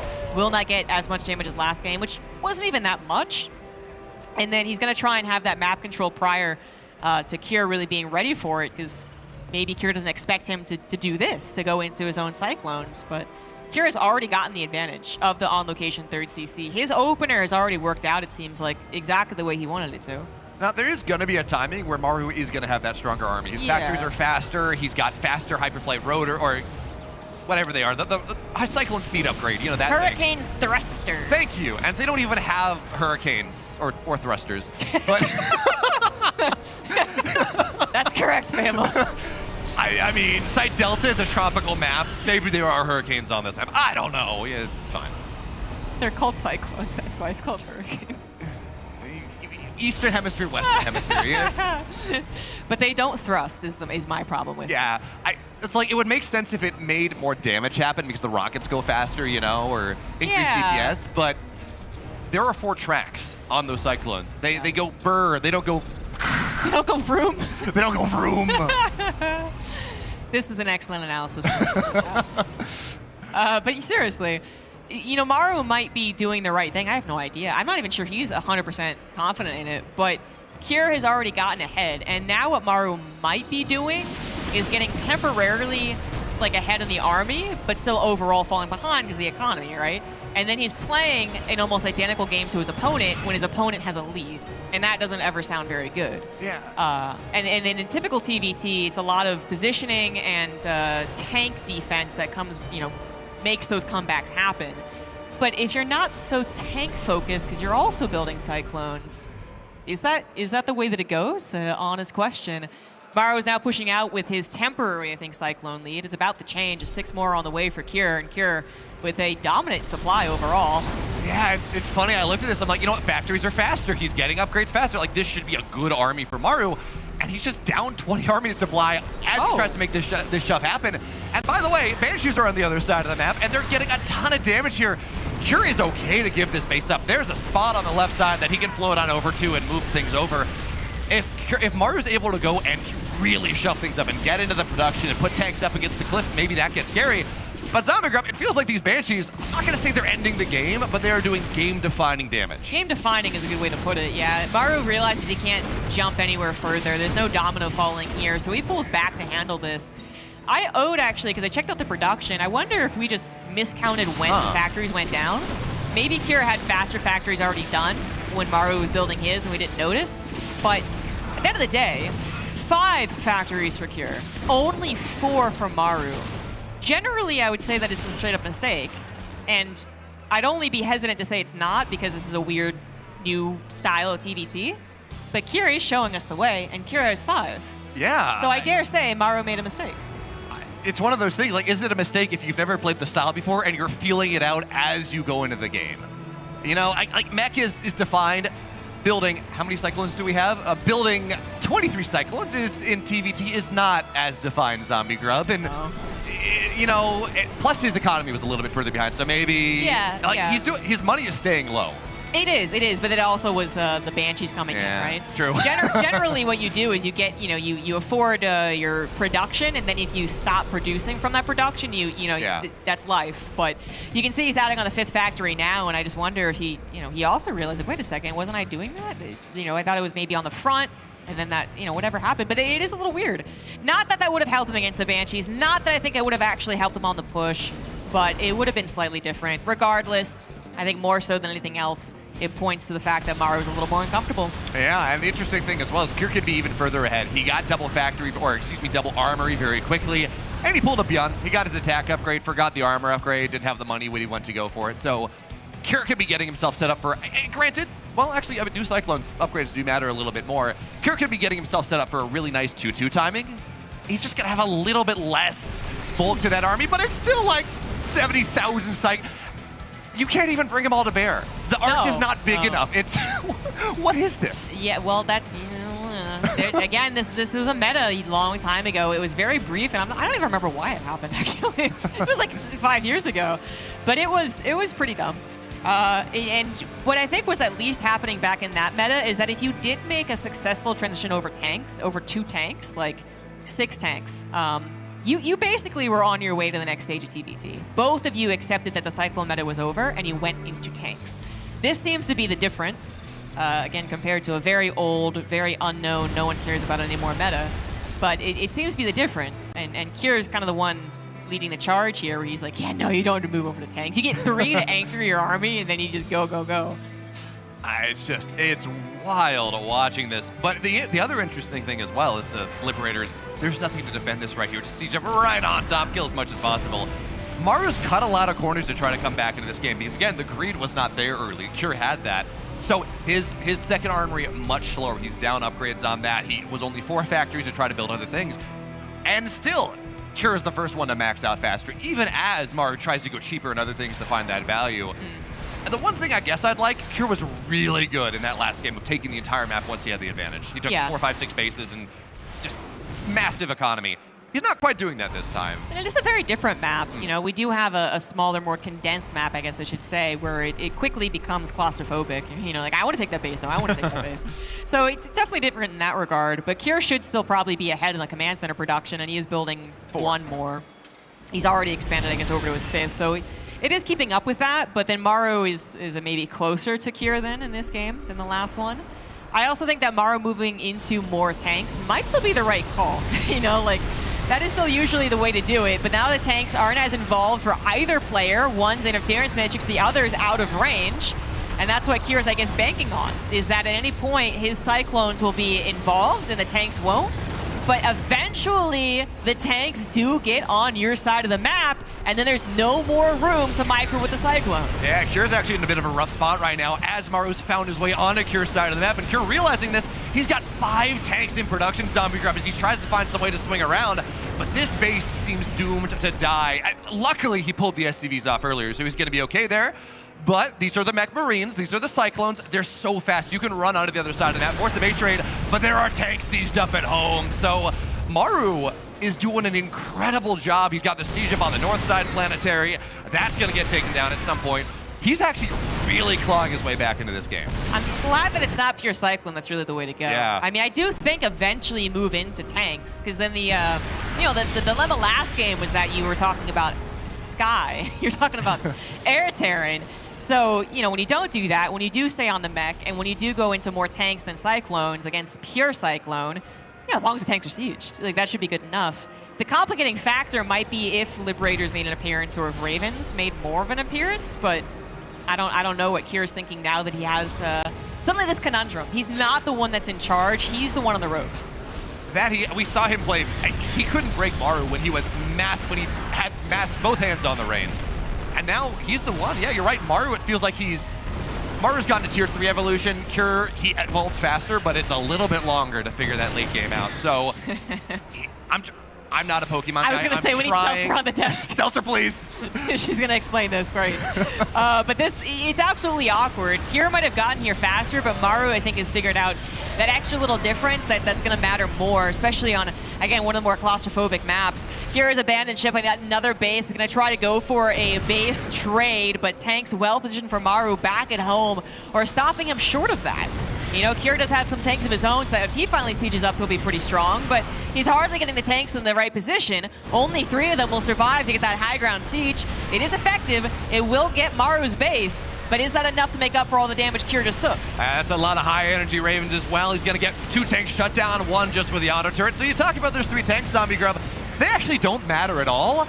Yeah, it's 21 dead SCVs for Maru, and he's going to get tanks on the backside because, as we all know, Hellbats are the answer to tanks at the end of the day. Sure. But the damage is so much more for Maru. He shut down the mining on Kira's 3rd base. He killed the 4th base. I think he might have gotten another planetary as well.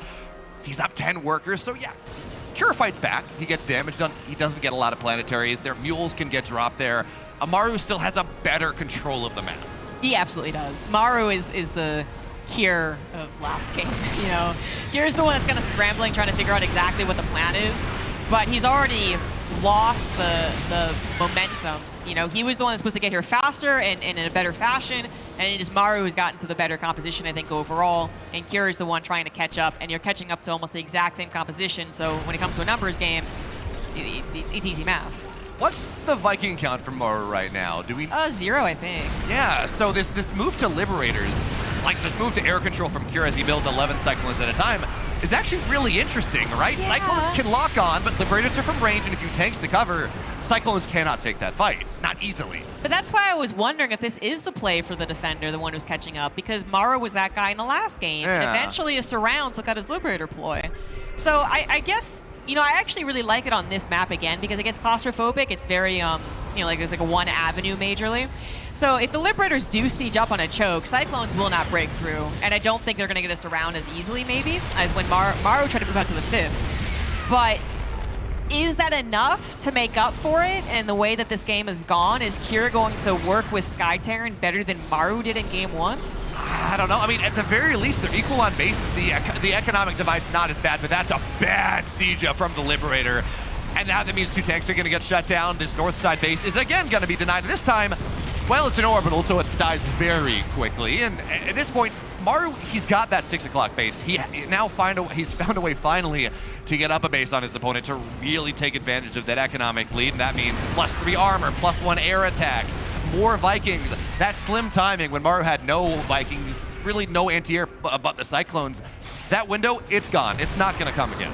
Right, yeah, he's at least getting enough to counteract his opponents. I'm not sure he's totally worried about it. Because remember, Kira also had the option of adding on Vikings in the last game and then said, you know what, why bother?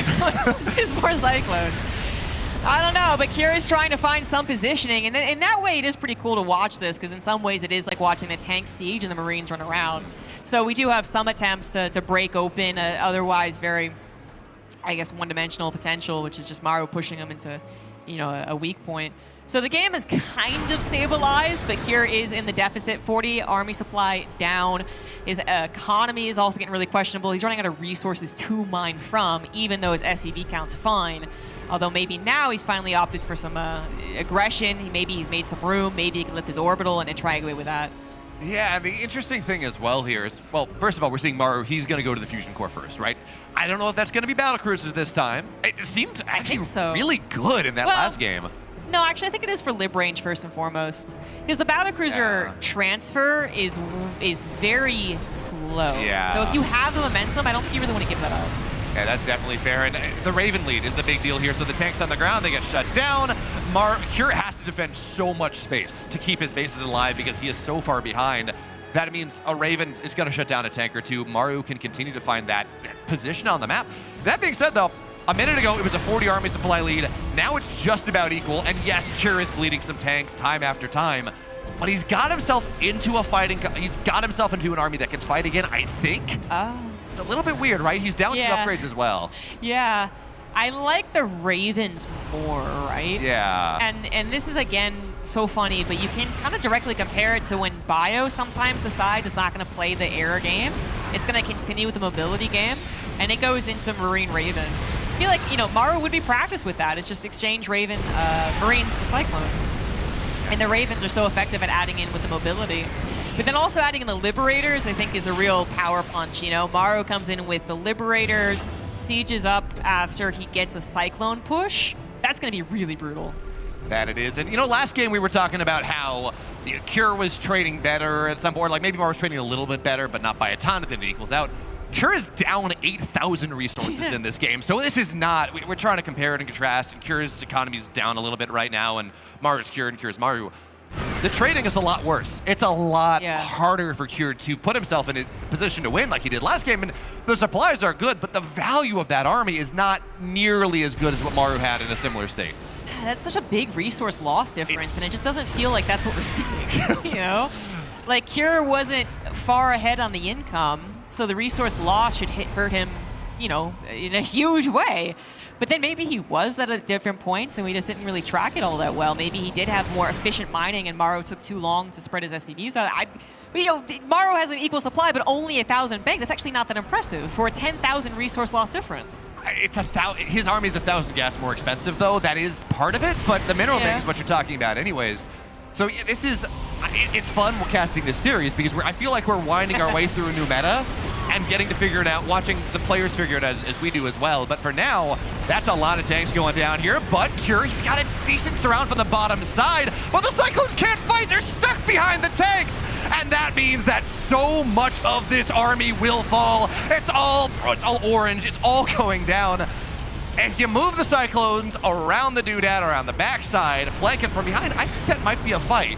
But they just get stuck behind the tanks. They don't have lock-on range, and suddenly it's a 50 supply lead for Maru. I'm really surprised that Cure didn't back up and try and siege the tanks. I think what he thought was that unsiege, they still had solid DPS because they do. And if they're in an actual direct fight with a Cyclone, then maybe that's okay, but that obviously wasn't the case. So he had, you know, it obviously started off bad, just to be super clear. It started off terrible. He lost so many tanks to lock-ons, but then his last-ditch attempt to, like, turn things around was, you know, not it, I guess, either. So, all right, Cure gonna try and find his units all over the map to try and buy some time so he can remax, but he's now down 50 supply. That he is, and he's got a mineral bank. There's not a lot of gas, and let's be real, Zombie Grub, at this stage of the game, minerals are good. They're bought very cheaply. You need the gas to make Cyclones, not as much as you used to, but you need gas for Cyclones, for Liberator, everything you want to make. This is, it's not even going to be all that nice. I was going to say, hey, you get 5 tanks, but Cure is not splitting his Cyclones, and that means Maru is going to take us to game 3. And we have, I'm not going to say an answer to the Cyclone meta yet, but we're watching it evolve. Yes. But as we were discussing earlier on, it's not the same Cyclones that we were talking about. It's the Cure Cyclone opener, I guess, is what we're doing. You know, like there's the Cure Cyclone opener, and then there's the other Cyclone opener that we saw displayed in Gummio versus Clem. So maybe we have a response to that, but then would someone just throw out the 8 Cyclone opener versus Maru or vice versa and see that how that works? I don't know if it would work, I'm just being clear, but it does seem like Cure trying to do the same build twice did get him the lead he was looking for, but then the mastery of the style wasn't clearly in his favor. Maru has quickly also learned what he should be doing in this meta, and it got to, I think, a better composition too. I think the timing in which he produced tanks was key to his victory. That and he got into Raven, like 4 or 5 Ravens a lot faster. True, that too, yeah. Which makes that was how he was able to break the game open in the first part. He gets on top, he kills all of Cure's tanks, breaks the base down, starts to really bring his way back into it. And I wonder, I know you say this is Maru just maybe having a better feel or figuring it out really quickly. I wonder how much of this is just Cure expecting Maru to react in a similar way because that's what's been happening in practice or what he's been seeing happening. And then Maru says, no, I'm figuring this out, I'm learning. So Cure was expecting a different response, and then he didn't adapt properly. So more scouting, you find maybe a better opportunity? Yeah, I think that might be a good way of looking at it, is that Cure was thinking, you know, you're definitely going to do this, you're definitely still going to go into bio, you're definitely still going to go into that Sky Terror, and you're definitely going to go more tank heavy. And then Maru did the thing that he wasn't expecting, which was double down on the Cyclones as well. It's still a very interesting game because at the beginning it did feel like Maru was successfully tripped up again. You know, he was on the back foot. He did not have that 5th factory, which seemed like a problem, but he did fix it. And then, yeah, the composition just got better for him, I think. We'll see how it improves upon as we move on to hard lead. In the bottom right, as the red Terran for Team Liquid, he is Cure.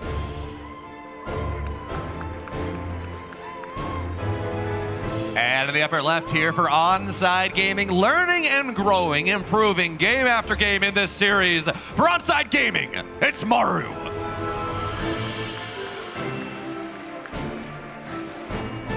The epic Christmas music, Zombie Grub. I know, right? It makes me so happy.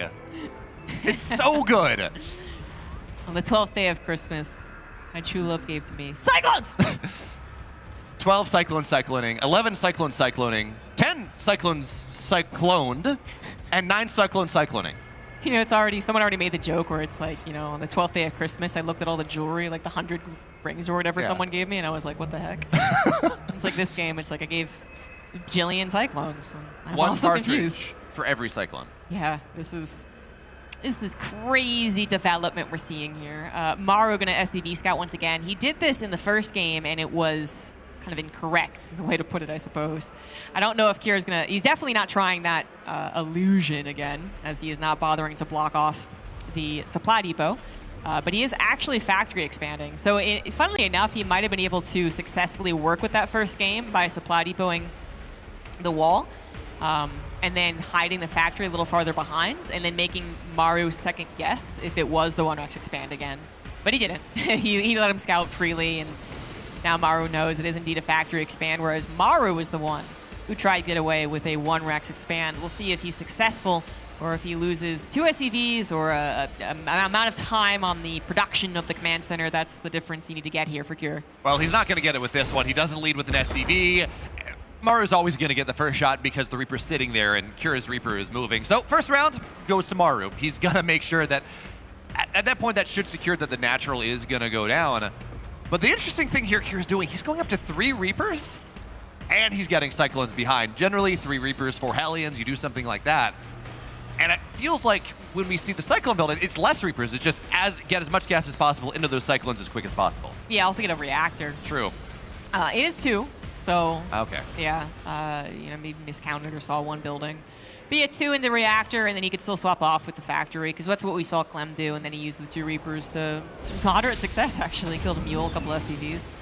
So I'm kind of still expecting that. This is also hard lead, which I don't know why that game really sang to me, but I remember it so distinctly on that GSL, is that Cure showed the Cyclone opener that then bopped his opposing Terran, because the opposing Terran is like, what? Maybe it was versus Bunny, because I think it was a Marine opener, and then the Terran just tried to drop micro the Marines against the force of Cyclones, and it was so dumb. And we were like, I guess that's a thing. Doesn't work like that, yeah. Yeah. Last patch, maybe, you know, it'd be dazzling. It'd be so cool. But it just, you know, and so I think Cure likes the opener on this map, and we are seeing, I believe, that exact same opener, which might just be improved upon, if that's the word you want to use, with more Cyclones. And this is the Clem build. This is what Clem has been doing in TVT, where you're not going up to 6 Cyclones as quickly, but you get that starport faster, you get the medevac faster, you get damage done with this, and then you build 6 Cyclones and have fun with that one. So the question now, we saw Clem annihilate Gumiho with this build in game 2, the actual real game, or I guess game 3, whatever you want to talk about it, just crazy micro all over the place. Question now, can Cure do that? Can he find that value that the Clem build requires? Yeah, I actually feel like it's doing a disservice to Cure for calling it that, because I actually remember talking to Clem and being like, did you see that Cure game? What did you think about the Cyclones? So I actually think that this is the Cure build, if anything. It's just that Clem has popularized it so much more, because he also does so much damage with it, and he plays in so many open cups. I think. I'm not even sure. You have to ask the guys, I guess. The liquid Terran. There you go. There the we Team go. Liquid TVT opener. That's perfect. But anyway, I do think that Cure has a great understanding of how the tempo works with this, but then Clem probably is the better microer. And Maru has already shut down the very aggressive version of this by building a bunker. It gets massively more complicated to work around the bunker with this opener compared to the defenseless quote-unquote natural with his only a tank. Kier might still try, but we'll see. I mean, he does actually have a better lock-on on the Cyclones like that, so better trade to the start here, but that auto-turret zombie grub says no. And in fact, he doesn't get out of here, everything's gonna die. But he did lose a Raven, Maru that is. Oh, true. Yeah, Maru lost a Raven in that defense, so that's something to at least trade with. I think overall, that is still favorable for Maru directly. Yeah. Yeah, I just missed that, but yeah. But a Raven loss is huge, we know that. No, absolutely right there. So Maru is going to have to be a little bit more careful. And there's still 4 Cyclones on the map. There might even... He's building more, but... Well, what we saw from Kier the last 2 games was mech bio. Now we're just seeing bio. There is stim on the way. Additional barracks are on the way. True. I don't know how to feel about that. When was the last time we saw bio? Not the last 2 series. Many moons ago. It's a thing though, apparently.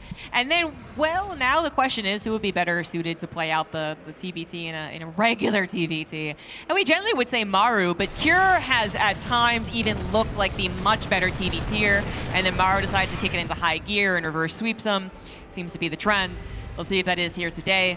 But Maru, we know how good he is with this composition. Things get a little more digestible at the very least, easier to explain, because it really is going back into the normal TVT. The Cyclones still play a part, of course, for Kier. That's a lot of map control given to him, but it all depends on the micro. And if we get to a point where it's 30 Marines, 5 tanks, medevacs, then I'm not sure it'll matter.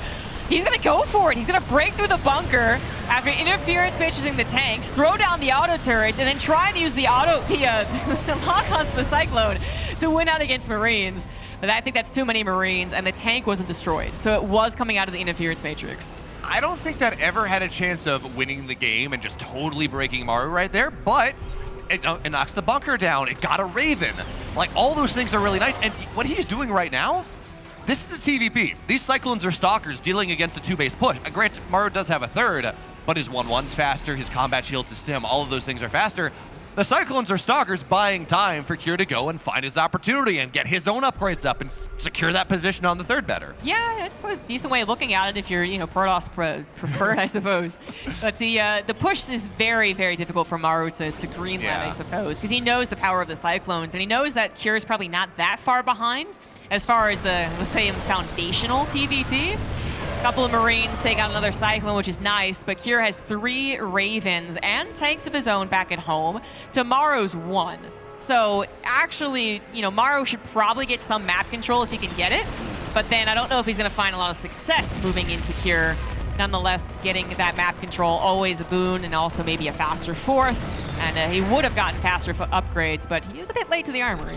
Yeah, I mean, he does have faster 1-1. That would be a big timing, but that timing's over now. Yeah. Combat shield, it's still 20% of your army's HP. It is still a big deal when we talk about this. But that's also, it's a fast upgrade. That's going to be done pretty soon.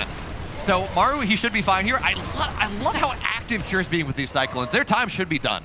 You only have 2 of them, not 6, but he's finding value. He's killing Marines and shutting things down, and maybe, okay, they're probably mostly dead now, but finding as much value as possible with these units that at this point, they shouldn't get that much done anymore. They're not great. Yeah, that was definitely good use of the Cyclones. A little bit of scouting, too, in case there was a little hit squad to the left or something along those lines is always nice. Kier is on the defensive. Maru takes his kind of rightful place, at least for now, being on the aggression, but they are really quite similar nowadays. Now, at this point. 2-2, very similar times. It's the Ravens that are probably the biggest difference, and Kier did just use a Raven interference matrix to push back Maru. If Maru is forced to retreat entirely back to his 3rd, that's where he'd be in trouble because of the Raven count. But I don't know, he doesn't necessarily have to back away totally and entirely. He's got to puff up his feathers a little bit, buy some time.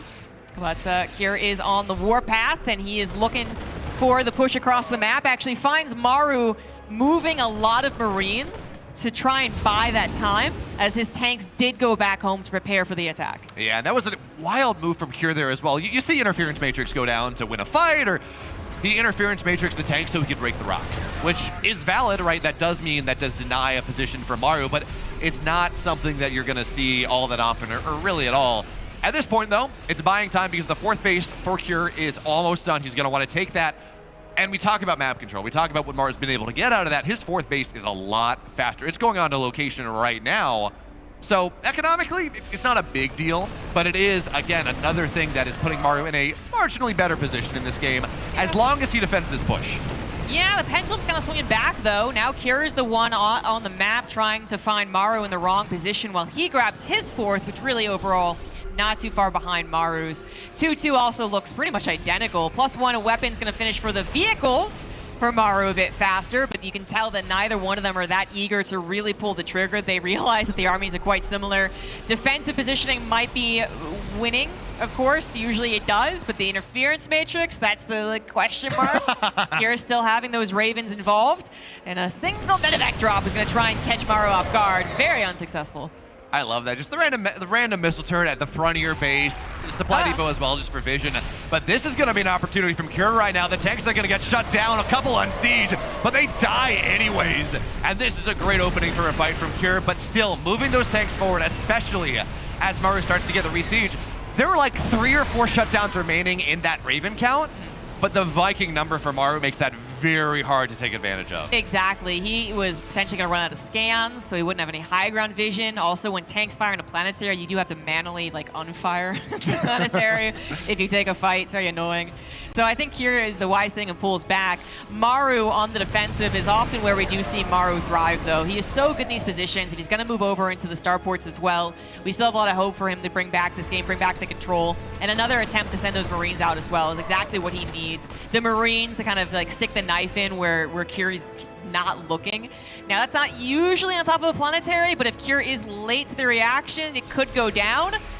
There's a little spready, and he is late to the reaction, so it 100% is going to go down. Yeah, especially now, we're not at building armor, we're not high-tech auto-tracking, but hey, if the army of Maru's on the other side of the map, maybe I can get more. So for now, that base, it's going to get dead to the tanks, not the Marines. It dies slower. But some of these extra bases that Maru's trying to get, they're gonna get canceled pretty quickly. The tanks aren't siege though, and Maru finds more. Bases have to get lifted, bases have to run away, but this is 2-2 bio zombie grub. They will die very quickly. So the question now, Cure on the other side of the map, can you equalize that damage? Maru's just moving faster. Neither one of them are on top of production, though, and that is usually the real clincher. And so with that in mind, they're going to kind of reset here. Here, unfortunately, does finish that command center, so it gets a cancel. More SCVs going down, but for either side, there's not a whole lot of mining. Now it might come down to the actual army engagement. Cure with a superior SCV count, exact same army count for the most part. And so that's where we might have the decision made for this game. If Maru cannot escape with this army, it's easy telling on how the game's going to go. If he can escape, then there's still something to be said about his potential. But there's the trap. They're surrounded, and the lift has to come in to save anything at all. Only a handful of units. And now Maru's army supply is just straight up lower than Cure's. Does he have enough tanks to hold on? He's got 4 of them. That's not particularly impressive. Yeah, here's the thing though. Cure, he's on 59 SCVs. Technically, his economy should be better. Sure. He has 2 orbitals, right? So he cannot mine nearly as nicely. It's triple orbital for Maru. And this drop at the main base, it's going to get a tank, I think that was going down. It's going to get some of these Marines. It's going to get a couple Ravens, which are by far the most important unit in this stage of the game, and more SCVs as well. It's not going to keep Cure from Maru's side of the map, but it will transfix that army. It's not moving for the moment. Definitely made Cure regret not chasing that down, I think, considering that he couldn't make any more moves on this side of the map. He was halted because breaking a 2-base Terran with tanks and Ravens and Vikings is just incredibly difficult to do. So yeah, I would have, hindsight 2020, preferred to take that down. Instead loses a couple of SCVs and a couple of key units that Maru now can maybe take advantage of. He is grabbing more Ravens. It's 2-5. It's about to be 4-5, and actually Cure is still producing. And he's also getting back to a lot of mining. He's moving his command centers over. He's getting those SCVs over to mine. And it is once again about how this engagement is going to go. One player could take an astounding engagement and win. You know, both players have that chance. Or it could be a wash, in which case the better mining player will eventually win, and that is Cure. And Zombie Grub, the other thing we have to pay attention to here, it's +2 attack for those tanks from Cure. If Maru stims, he's one shot in those Marines. That is a big damage differential in these fights. So it really is going to have to be on that Raven play, on solid positions, on making sure you're sieged up where you have to be. Vikings positioning well, but here comes Cure down the ramp, shuts down 5 tanks, He doesn't have the armor right now, but he's gonna run right on through every single thing, and the tanks will fall. There's one that remains. Maru desperately holding on here, but 88 supply is not enough, and Cure will break the base. 15 more SCVs go down, and at this point, Zombie Grub, the tank count's not there, the upgrade count's not there. What is Maru supposed to do? Doesn't have a lot to work with, just an extra 7 Vikings. What are they going to do, go across the map and harass? Probably the only thing they can do, and the only thing that would actually be worth anything. So that's exactly where they are heading, hoping to find Cure still out in the map. And, well, that's not going to be the case. Cure is moving back with the majority of his army, wary of potential run-bys and counterattacks and attempted base races, because that's really the last plan that Maru would have to work with. But honestly, a base race wouldn't even work. He doesn't have the tanks. He might have the air control, but with 2 tanks, 2 measly tanks, that ain't going to be enough. Maru will tap out, and Cure will get the 2-1 victory and move into the playoffs. You know, Zombie Grub, we had a Cyclone TVT earlier on. It was like, this is not great. That was a good series. Sure, overall, it was a great series, yeah. I think we saw a lot of new things. I think we saw a lot of mid-game adapting, which is really impressive. And we did see Cure take down, of course, one of his nemesis in Maru. Maru's not totally out of the tournament yet, guys. Again, they have so many extra chances when they come into the winners stage. So it's just Cure having one of the easier times. But Maru then goes down to face, I believe, Classic in the lower bracket semifinal. Oh, I'm excited for that one. Classic. Yeah, he lost that first series, and he forgot a shield battery, and you know, what are you going to do? But he looked very good in the macro games against Clem, and I would argue Clem has the best TVP in the world right now. Maru is good, absolutely, but I feel like this matchup is a slightly more attainable for Classic than the Clem series was. Weird way. Weird thing to say, isn't it? But I think you might be right. All right, let's see what the desk has to say about everything we just saw there. Well, well, well. Cure managed to take the victory here after a hard-fought TVT. After the previous one, I had my reservations about what may go down here, but this one did not disappoint. We went the distance here between Maru and Cure. Maru tried to make some magic happen, but Cure just a little bit too good for him, Cats. Yeah, which is crazy to say. I mean, there was a lot of Cyclones still, but they were used very differently, right? In the previous series, we saw Cyclones kind of ending the game very early on. Here, both players with a little bit more reservation. Cure usually opening with Hellions, actually, and then transitioning into Masses of Cyclones. And that last game, nothing like it either. So it was a very refreshing, very cool, very kind of old school almost TVT with a sprinkle of Cyclones in there. And maybe more than a sprinkle. It was, if you're making a cake of Cyclone, we'd poured a whole bucket in for this one. But I think like game 2, whilst we're watching it here, Steadfast behind the scenes, the players have got to really be on their toes constantly. If it's this huge ball of Cyclones versus the huge ball of Cyclones moving side by side, you've got to constantly be aware of where your opponent's moving. Otherwise, you're going to lose so much so quickly. Yeah, it's really difficult to quantify what is going to happen in an engagement, and it's so difficult to not get caught out of position. And it's funny you're talking about that in the series for game number 2. And then we have the game-deciding moment there at the very end where Cure catches his opponent out of position, takes the series. Honestly, this felt like 2 different series where we had the first 2 games, and they were just something we've never seen before. And then the players had to readjust and go back into a kind of a normal Marine tank versus Marine tank match. Yeah.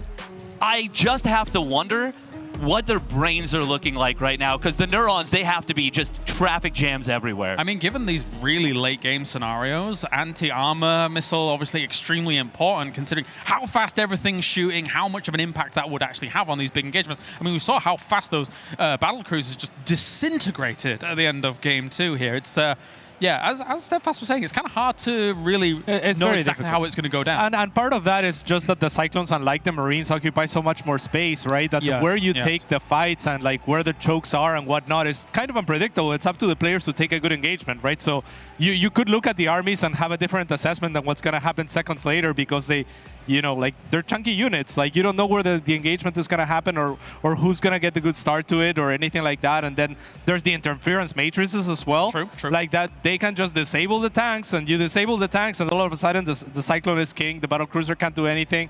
So yeah, there's a lot of things to take into account, and it's pretty chaotic. Well, with that said, now we have 2 of our Terrans moving through into the round of 8. Clem has already made it, and Cure now makes it. Yeah. Hey, wait. Team Liquid didn't knock each other out yet. That's amazing. They've both done all right here, Steadfast. Good for them. Yeah, you know what? It's my first time here at a live tournament, so I think Team Liquid should maybe push for me to be here a little bit more to invoke that luck. Nice try. Damn, almost got away with it.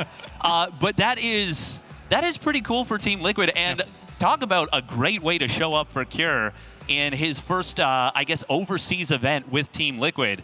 That's really nice for him, making it and taking down Maru. Yeah. Well, for Maru, I mean, obviously, he lost one match to Kellizer in the previous round, and now he's kind of lost the series as a whole. So maybe a little bit of a more tightening for TVT needs to go down. Our next matchup here on the main stage is going to be Maru versus Classic, and I do believe Gumiho versus Astray is going to be on the B stream, correct? So I believe so. Yeah, so that's how things are going to shape up. Yeah. I believe we are ready also for a break here at the show, so we'll go to that, and when we return, we'll know another player being able to be victorious down in that lower bracket. We'll see you soon.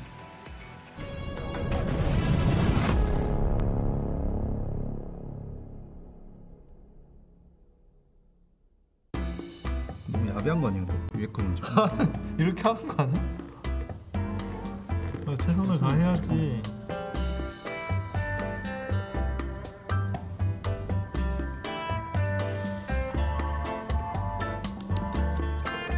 뭐 해야 돼?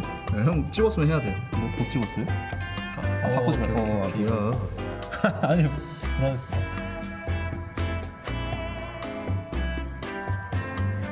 이렇게 막 해도 돼? 이렇게 세워도 돼? 네, 세워도 돼.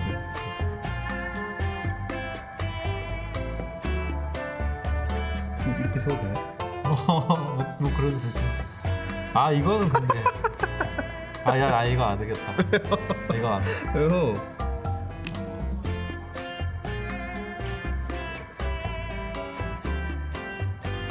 이거 빼야 돼요, 형. 빡센데 이거. 잘못됐다 그거. 끝났네. 아니 왜 이것도 왜 이래? 아까 그 느낌이었어요 지금. 빨리 할 수 있겠는데? 아니야, 진짜 불안하다. 아니 진짜 돼.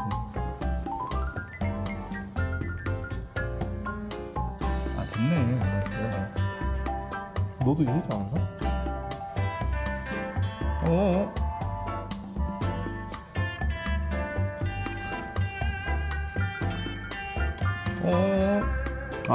야 잠깐만 이거 진짜로. 너무 꽉 껴져 있는데?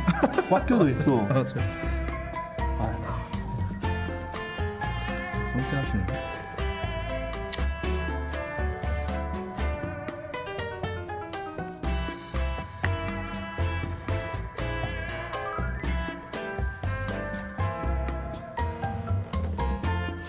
이거 해야 돼? 네, 해야 돼. 한번 찍은 거 해야 돼. 떨어져.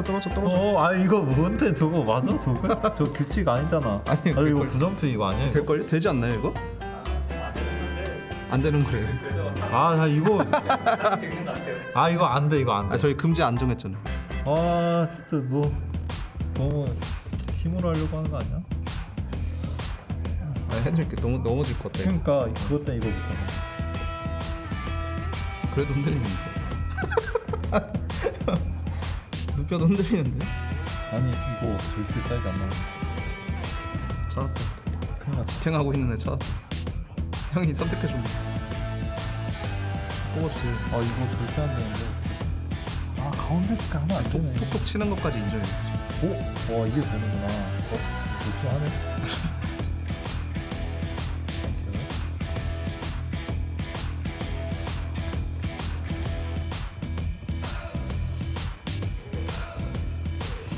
불안한데?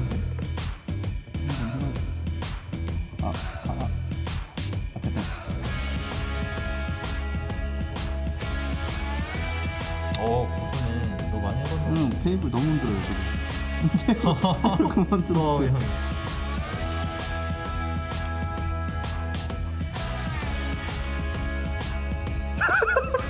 아니 왜 다 움직여 나는? 아래 끝까지 싹 다 돌아가는데? 돌리니까. 와.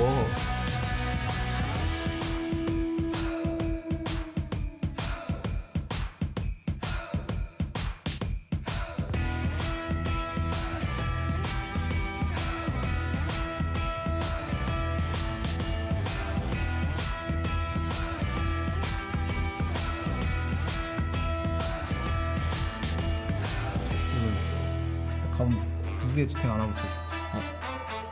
나 안 하고 있어. 이거를? 응. 안 하고 있어. 아니 진짜 안 하고 있어. 떠 있잖아. 아니, 그거 말고 이걸 그거 한다고요?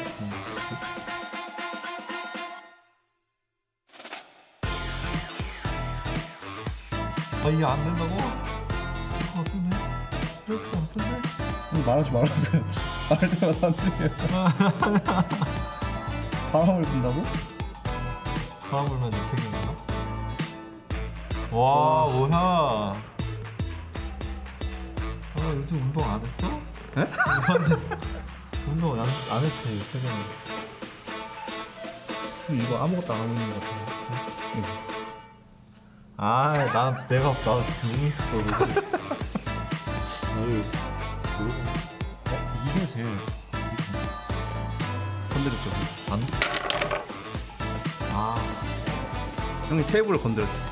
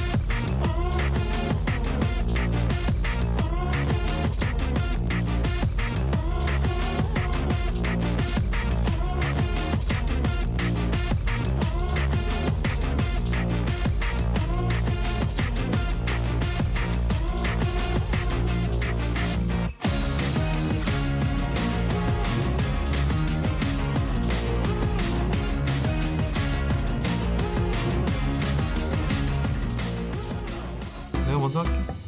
그래도 내가 형이잖아. 아, 형대로 해줘. 아, 네네.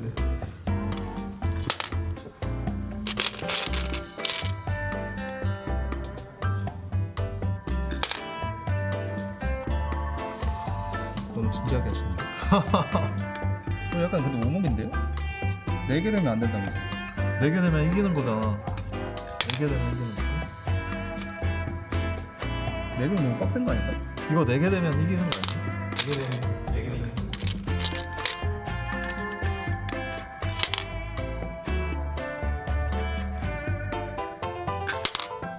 재밌는데? 처음 해보는데. 잠깐만. 야, 빨리빨리. 시간 없어. 약간 3-3 쓰는 거 같은데? 시간 없어.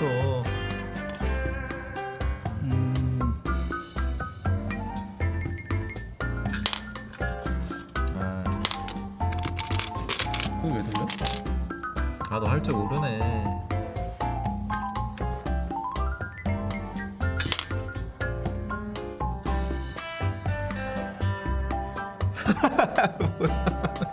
이겼는데? 이겼다고요? 아닌가? 아, 아니네. 이거 그럼 어렵다, 근데. 순서가 그게 있네. 근데 어렵다. 이거 다 채워야겠는데? 그러니까 이거 안 끝나네. 좀 빨리 해야겠다.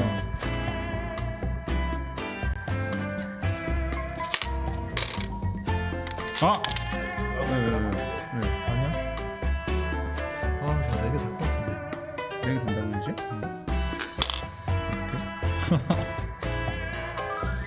오, 빡세. 후달려.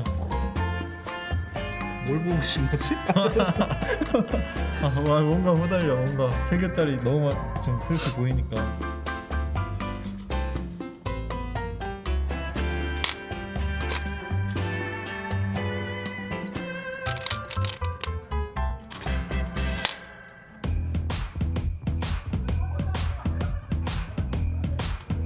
수비. 잠깐만.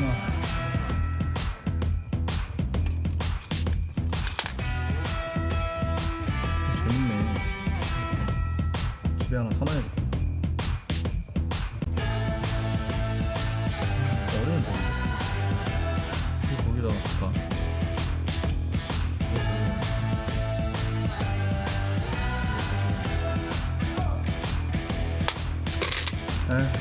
보기엔 잘했어. 왜? 끝났어요. 끝났다고? 아, 3-3이네? 아닌가? 잠깐만. 3-3이잖아. 아니야, 안 끝났잖아. 안 끝났잖아. 뭔 소리야. 해봐. 빨리 끝내봐, 빨리. 어디 갔지? 그러니까 나도 처음에 그런 줄 알았는데 이게 그냥 끝나요. 끝났지 이제. 너 이제 한 번 넣으면 끝나.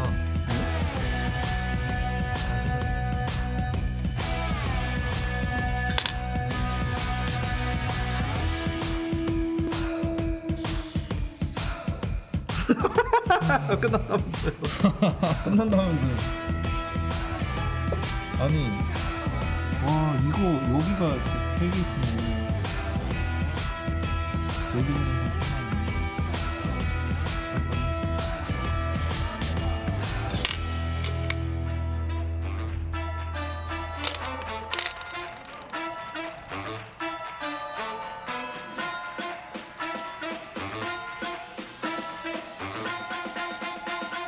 잠깐만. 잠깐만.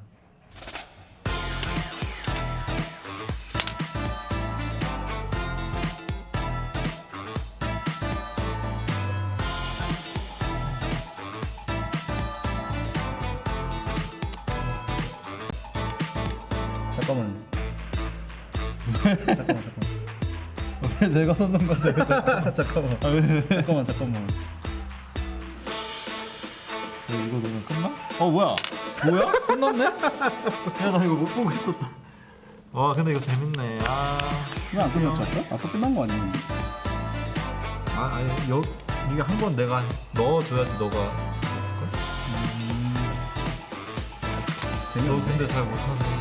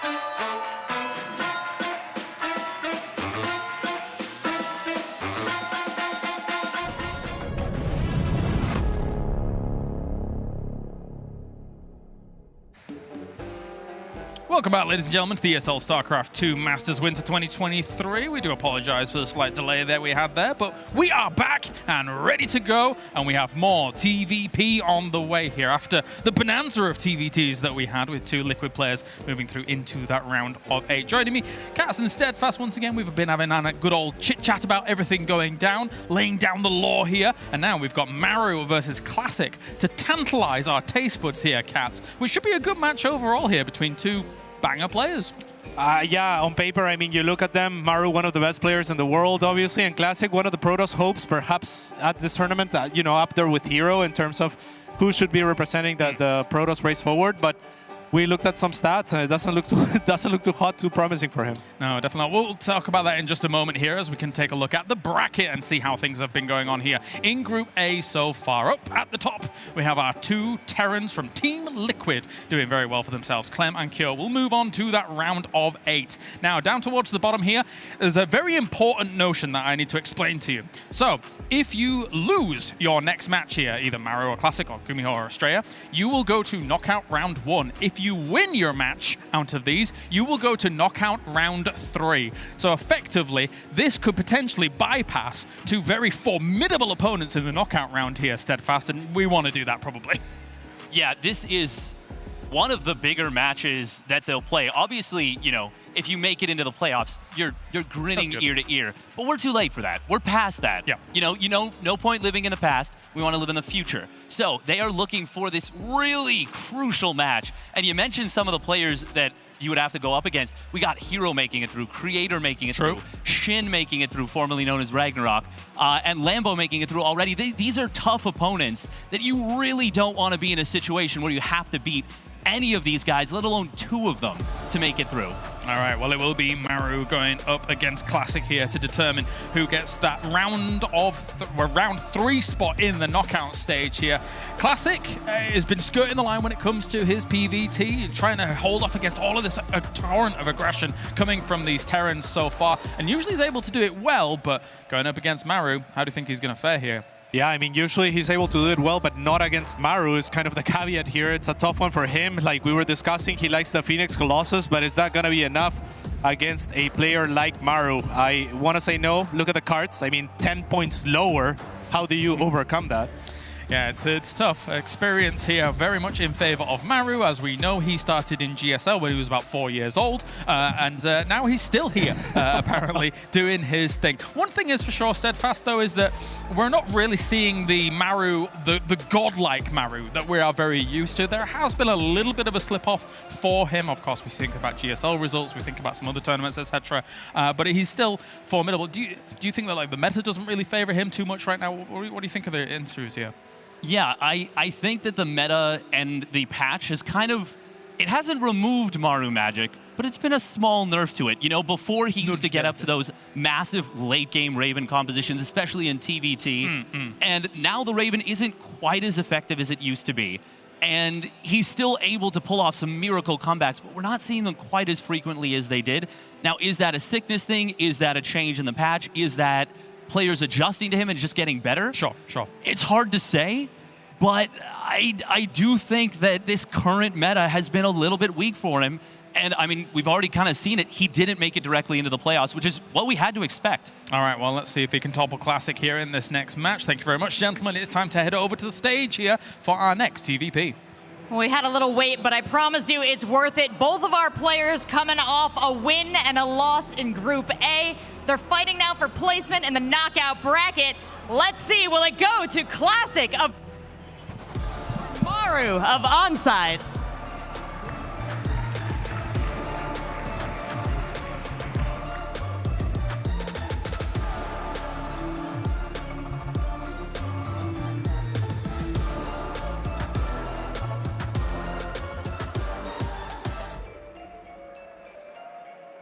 One thing you cannot deny is that the PVTs today have been living up to the hype. This is going to be another series that a lot of people have their eyes on. Straight out of the GSL, we got 2 absolutely incredible Korean players. I think it's going to be an awesome one, Ravi. Maru versus Classic. I don't think a lot of people expected Maru to be here. Not sure if he himself expected himself to be here, but yeah, you can never really look at Cure and be like, yeah, I think I've got this, but that was a really big series, right? Because Cure is just done, man. He doesn't have to worry about that knockout bracket. These two nerds, whoever loses here is obviously still in the tournament, but has to start a round earlier. And we've already seen a couple of players making it through the open bracket today. You're looking at a Creator, you're looking at a Hero, you're looking at Lambo, Ragnarok. Like, those are not easy guys to face in the knockout bracket. And at that point, your life is on the line. So this is absolutely a best of 3 that does matter. No, it is super important. You do not want to face any of those players that are able to make their way through that open bracket. So for either one of them, it's kind of unreal to even think about the idea that Mario could end up being further back in the tournament in that knockout bracket. But I think it's still going to be really cool to see how Classic fares against Mario. Classic has been that player that I think a lot of people, their eyes have been on him. He's been on the rise. He's been kind of that new Protoss hope, which is funny to say because he used to also be a Protoss hope way back in the day as well. Yeah, I don't really see him as a new Protoss hope, even though that does obviously make sense, just because Protoss players kind of need idols to hang on to. It's like, can anyone please win a tournament, you know? So then obviously they'll latch on to Classic and be like, maybe he's that guy. But this is great to see him return to some of his former glory, because we had years where everyone looked at each other like, that man is the best Protoss player on the planet.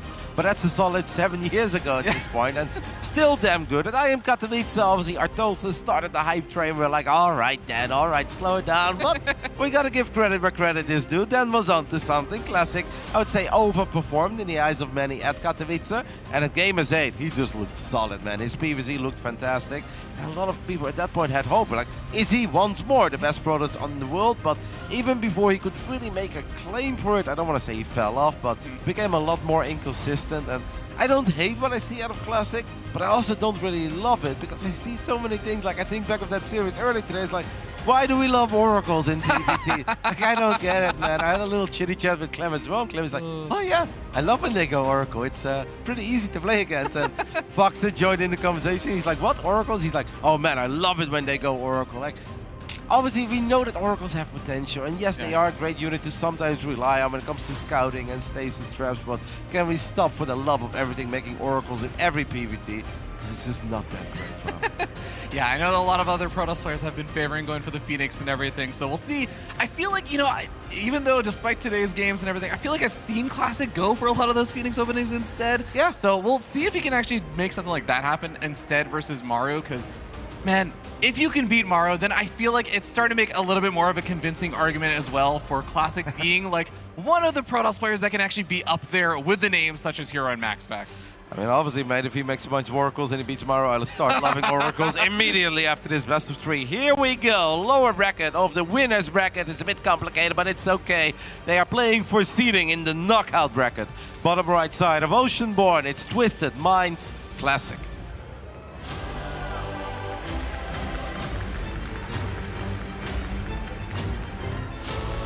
And up here in the top left-hand side of the map, the blue Terran player, one of the most winningest players in all of the GSL. He is on sides Maru.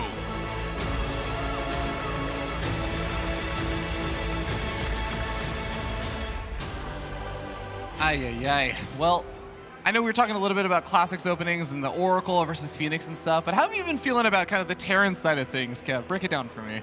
Well, it's hard, right? Because I feel like a lot of the Terrans have different preferences. There are a lot of Terrans who are quite fond of some of these timings that you can do with just a couple of Marines early, a couple Cyclones, maybe a Viking and a Medevac, and just go to the other side of the map, because Protoss players more and more are like, yeah, those 4-minute third bases are kind of nice, 410, 420, but what if we just take it at like 335? And that's pretty good against most Reaper openings, but if they go like Marine first or even Marine into Reactor, like, it actually becomes so difficult to deal with the first push. And if you're putting all your eggs in that basket of like, I want to be the 3-base Protoss, but then you can't be the 3-base Protoss, obviously the rest of whatever you try to do is going to be severely delayed, and you don't have that great economy to back it up.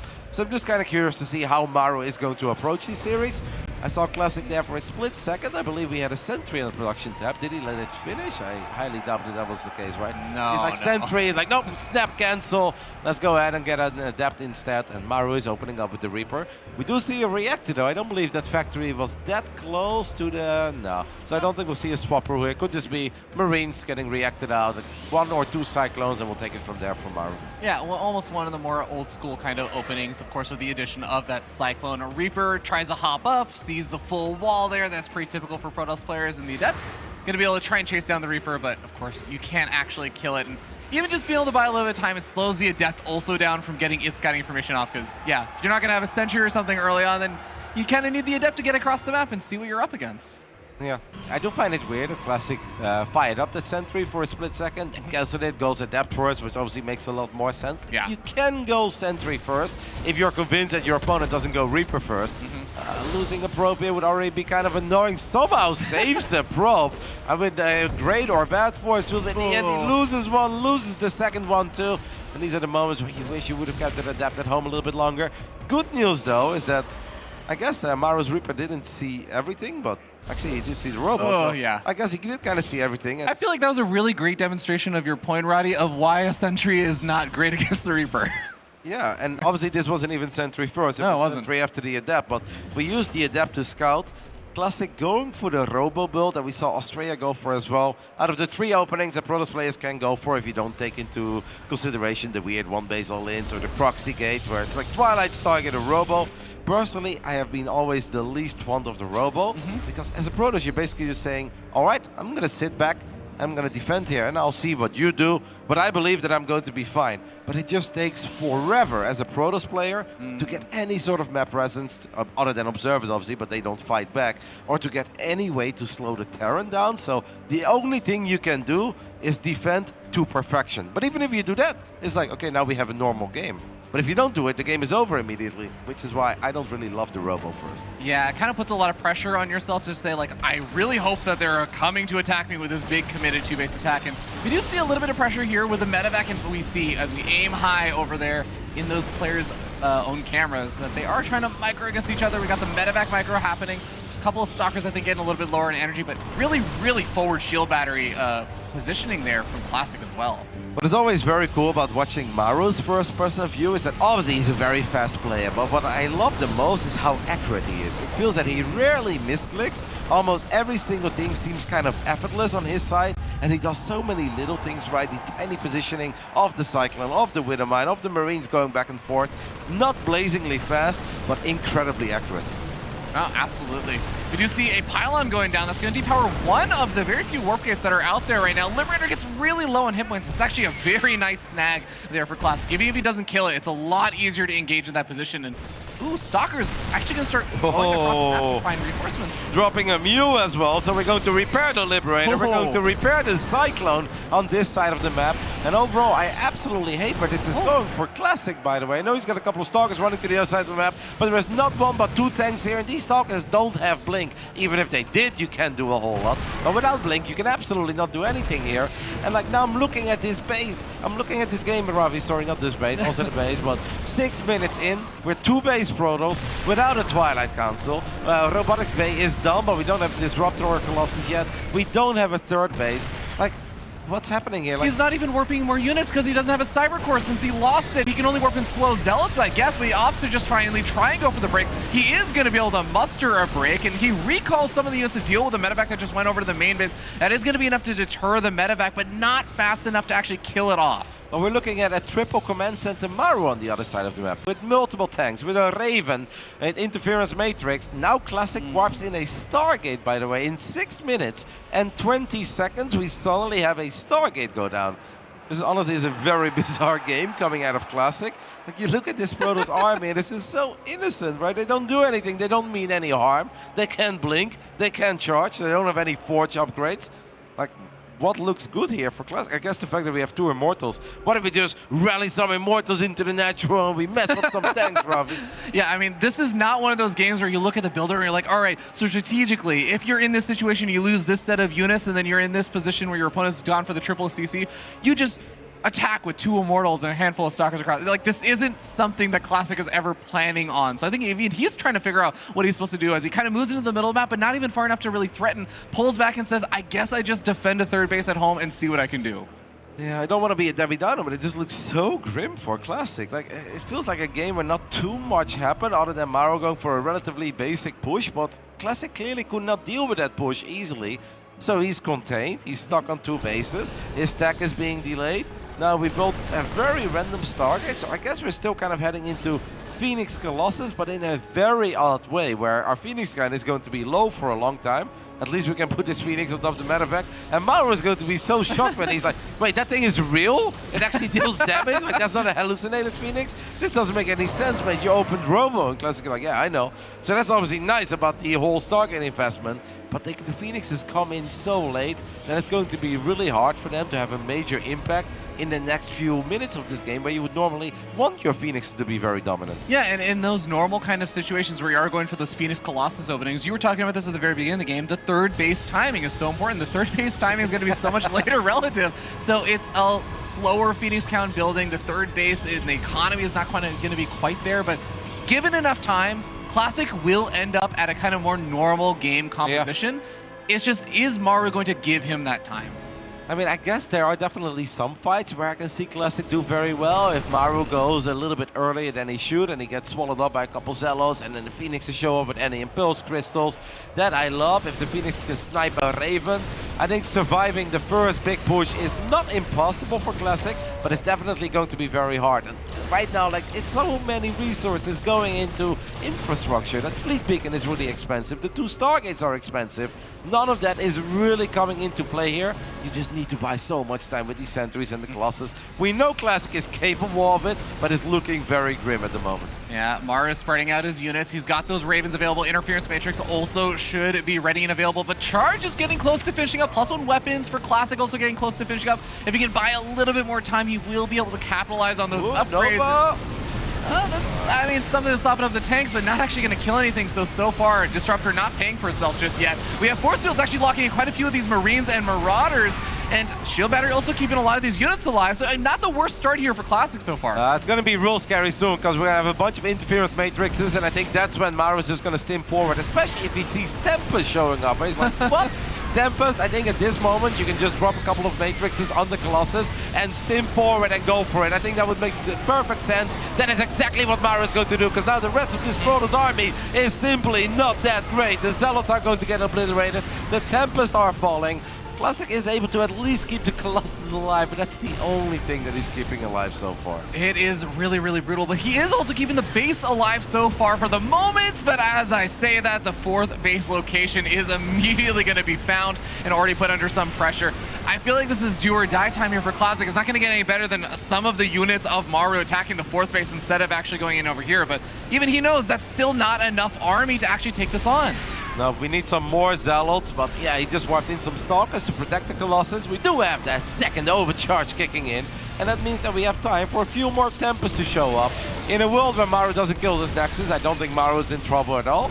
And Maru does obviously need to be careful, because this army is a little bit low on HP, right? And the Colossus are very scary if he would decide to stim forward one more time. We have one medevac that's putting in serious overtime here. Maru does really want this Nexus. He's going to go for it with a couple of Marauders, and that is good enough, as that shield battery was unpowered. Now in return, though, Classic does get on top of the tanks, but I think he needs a bit more than just the tanks he's getting here. Yeah, I do feel like at this point, Classic effectively has one final hurrah available. That's maybe, you can't even really wait for the carriers, right? You've lost 2 of your bases. You're at even army supply right now. Is it just box everything and go after like 1 round of warp-ins? I don't know if that would work though. Yeah, I don't think it would work. I don't think Classic thinks it's going to work either. I'm sure that the thought crossed his mind, where he's like, well, I mean, a bunch of low HP bio. I have triple Colossus. Maybe, but then the more you think about it, it's like, nah, there's just no universe where he's not going to have enough to wipe out his army. And if I lose this army, then I'm completely screwed in this game, because I just don't have time to rebuild it all. So he's going to go back. I think maybe like a bit of the PVZ pressure, where I was like, hey, Zerg, you should build units. I'm moving out. But then actually going home and then just hoping that he can get Nexus number 3 and 4 back up and running. I got to say, early today, Classic did display some great control of the late game Protoss army. army against Clem on El Sione.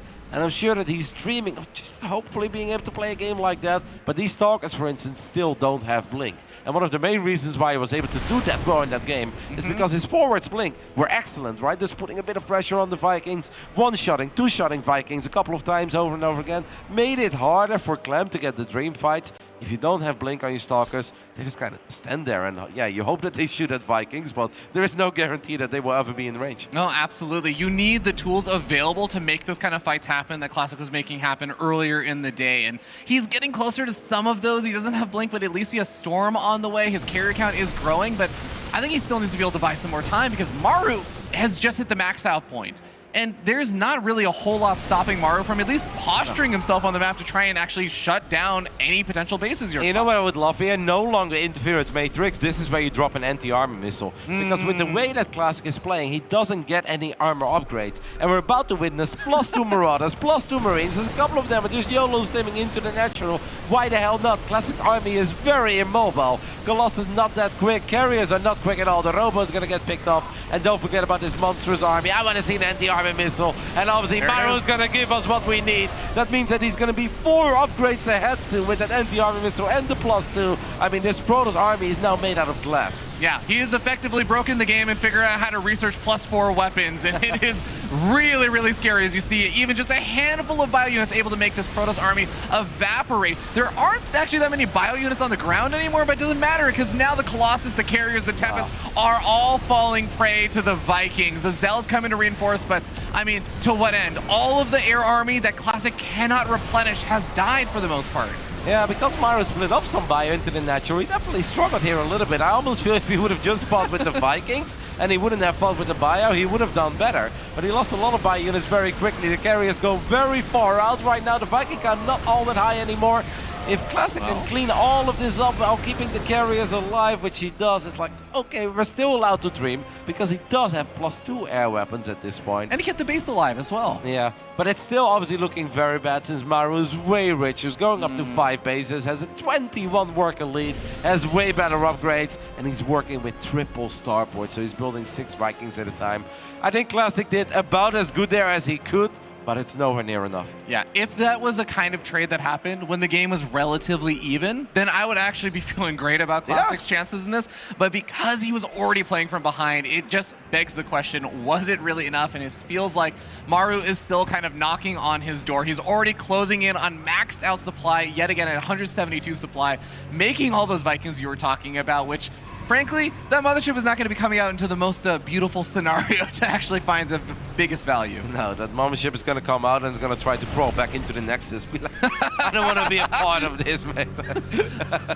Yeah, that's a gruesome image for a mothership, but we'll see what he can make happen with it. He is at least able to buy himself a little bit of time for a little while until Maru gets situated, but look at that ghost count, Kev. I was about to say, like, he's warping in so many Stalkers. Did I completely miss him get Blink? But he still doesn't have Blink. He's going to fire it up now.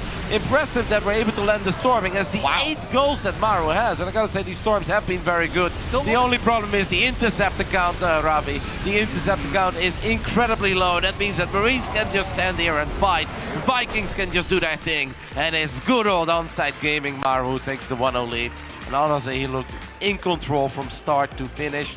Classic makes life so hard on himself in these PvTs in his openings. I feel like if he goes for a standard Twilight Blink opening or a standard Phoenix opening, like he did in Game 2 against Clem, the game that he won, by the way, where it's like, mate, you do so good when you're in so much trouble. Can we try to be like in a bit less trouble entering minute 4 or 5? And let's see how well he does then, because he plays very well from almost impossible positions, but yeah, they are impossible for a reason. Genuinely impressive that Classic in this game held on and was taking such incredible engagements in a basically effectively a race where he says, Maru, go ahead and start 10 seconds before me. And then he somehow manages to actually make it look a little bit closer by the end. And exactly what you're saying.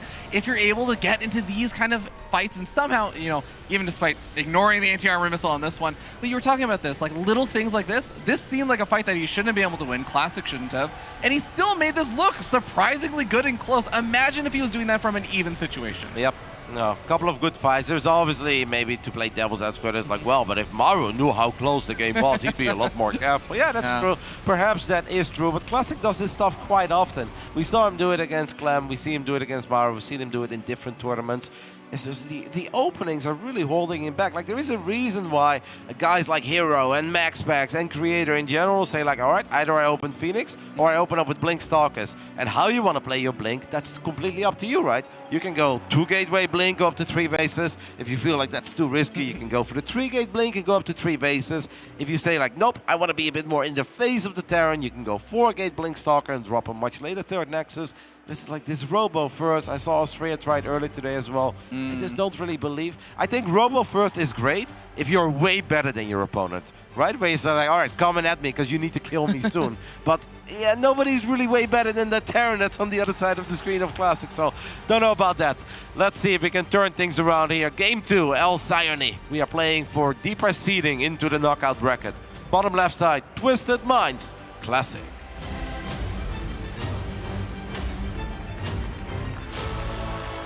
And up here in the top right-hand side of the map, the blue Terran player from Onside Gaming, he is Maru.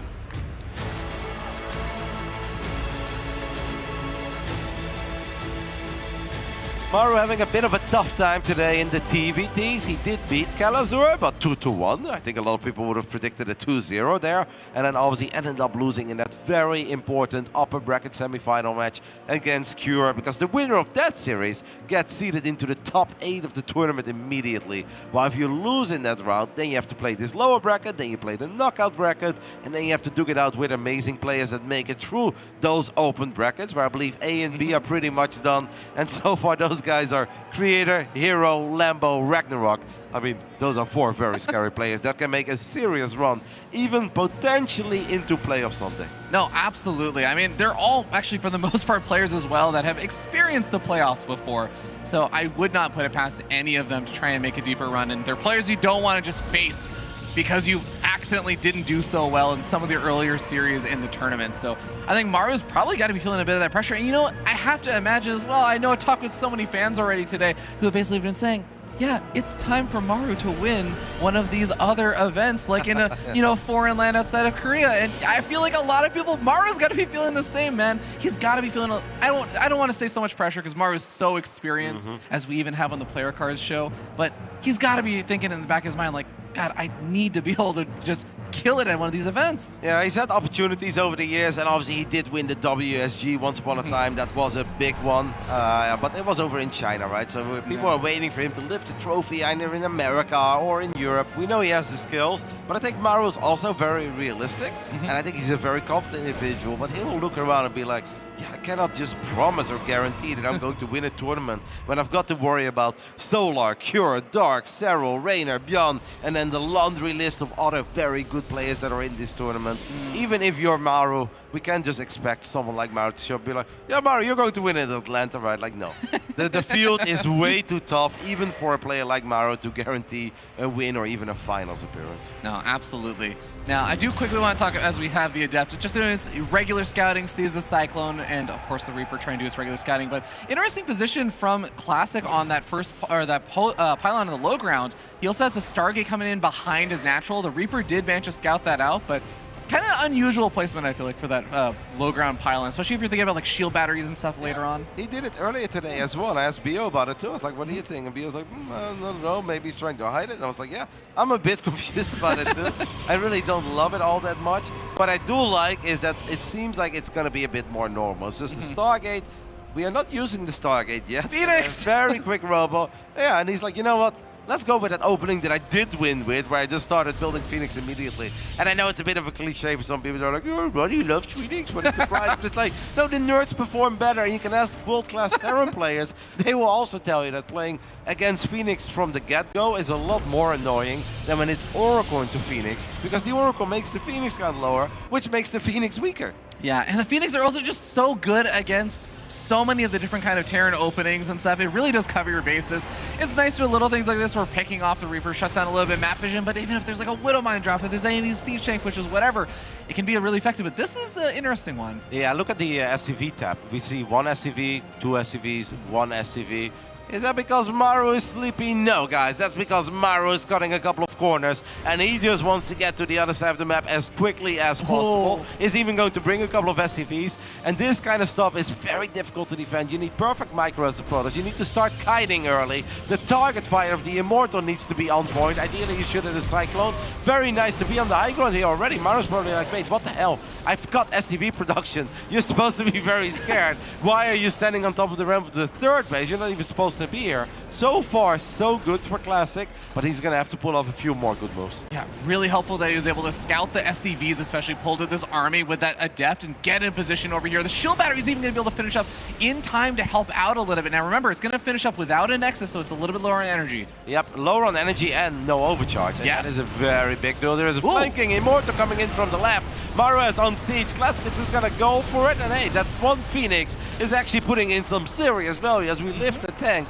And Maru is forced to go home without really getting a whole lot done. The only thing he really got done so far is a delay on the third Nexus. I mean, Classic is just looking so much better in this game. It's incredible the power of the Phoenix, Kev, but I mean, even besides that, it's just the fact that, yes, the third base is delayed, but Classic didn't slow down his tech. He already had a Colossus being fired up during that fight, and you can already see it's going to be finishing up soon. He's going to be on his way to get up that ideal composition of having both the Phoenix out that you were talking about he gets started on early and the Colossus out that is making things so much more complicated for Maru. Yeah, and big kudos to Classic, man, for having the confidence to stand on top of that ramp of the third base, even though he doesn't even have a third base yet, because that made it easier. Then he gets a full volley of shots off as he does end up losing one of the Phoenixes against the Cyclones. He's going up to 4 bases at minute 6, and Oceanborn he was at 2 bases at minute 6, which kind of says it all how Classic feels about this game.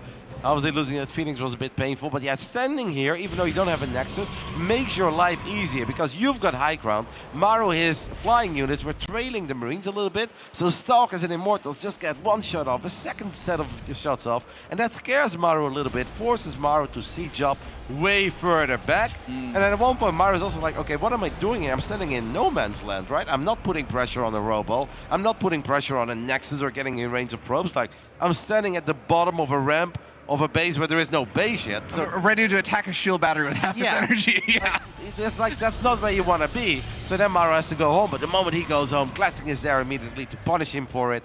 Lovely start here by Classic. Very impressive. No, absolutely. Now, I'm really curious, Kev, as the Phoenix Master, of course, I have to ask you, some of the Phoenix already going down. We have Blue Phoenix or whatever scouting around, but there's really only 1 or maybe 2 Phoenix out on the map. Is this a point where you actually ever think about replenishing that Phoenix count? Well, there are Protoss players who do it, and a lot of Protoss players will say like, nah, not really needed. Right now, it's a lot more about the ground army, especially if you go for the explosion, the gateway, as Le Tot would say, with all these gates coming online, +1 charge. You can just attack, right, with Zealots, Archons, Immortals, a couple of Colossus that you already have, and it's still so nice. Even if you have a single Phoenix, Ravi, that single Phoenix is amazing, because now Maru can grab a Raven, put it behind your main base, and drop other turrets all game long. Cannot have a matter of fact there with 2 Widow Mines inside of it. No, a single Phoenix still represents a lot of strength, even if it's not so much in the straight-up fight. So I'm completely okay with Classic now focusing on the ground, because he has already gotten himself in a good spot, and that's what we wanted to see from him. Yeah, continuing to carry on into the later stage of the game where he can show off how gosh darn good he is in these later stages if he gets off to a good start. Small little things also I want to just compliment Classic on is I love the idea of just leaving the Adept at the Xel'Naga Watchtower, and as Maru approaches, he pulls back the Adept, sends a Shade out, which contests the Xel'Naga Watchtower, so he's invulnerable, and then he sends the rest of his army forward where Maru can't see it. Look at this, by the way, Ravi. Very quick fusion core, very quick triple starport. But I have the feeling, I mean, Liberators are great, guys, don't get me wrong. But I almost have the feeling that, is this a mystery by Maru? Does he just expect Classic once more to go double Stargate, Fleet Beacon, couple of Phoenix, even though most of the time he doesn't get any Impulse Crystal, but to go straight into those carriers? Because, yeah, sure, Liberators are great, but normally as a Terran, you don't see them go into triple Starport Lib this early. Then again, it is Maru. Maybe Maru just knows that playing it out in any different other way, as he doesn't even have combat shield yet, I believe. Did I just see that? No. Oh, no. No, he does. Okay, I saw something else pop up on the production tab. Yeah, Maru just knows that there is a good chance that Classic is going to A-move him with a whole bunch of Zealots and Archons, and he's just like, well, bio units won't cut it here. Tanks won't have enough protection. I need Liberators, and I need them now, and yeah, why not get 6 at a time? Yeah, and this Sim City is unreal. That's actually unbelievable. Do you even still attack into that as Classic, or do you just kind of say, I have aces to take on the map, like I'm doing fine? We've got a battle cruiser on the way as well. That's crazy. Is Maru reverting back to the old school Maru that just says, well, I'm kind of behind a little bit. Maybe I just turtle up and see what happens. If he was on 4 bases, I believe, but 3 bases is going to be hard. It's the speedy Warp Prism that is going to drop a couple of Zealots in the back of the Natural, which will also allow Classic to pick up on that Fusion Core. And here come the Zealots. Well, you ask me, should he even attack into this? Most of the time I say no, but then I see Zealots get on top of tanks and SCVs, and I'm like, well, it's the heart said no, but the brain says yes. And I guess so far it's kind of okay, but it's not fantastic yet. Yeah, it's a weird situation that reminds me of Terran versus Zerg, where it's like you knock down the wall. If you can do something again before the wall is repaired, maybe, but half of that wall was also a command center that just lifted off, and I don't know if you want to continue taking those kind of trades, right?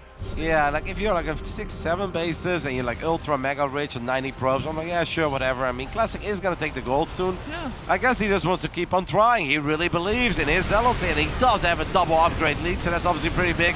First bunker dies, second bunker dies. BCs are gonna be forced to participate in this fight already. And I guess the BCs will be very useful because Classic doesn't have that much anti-air yet.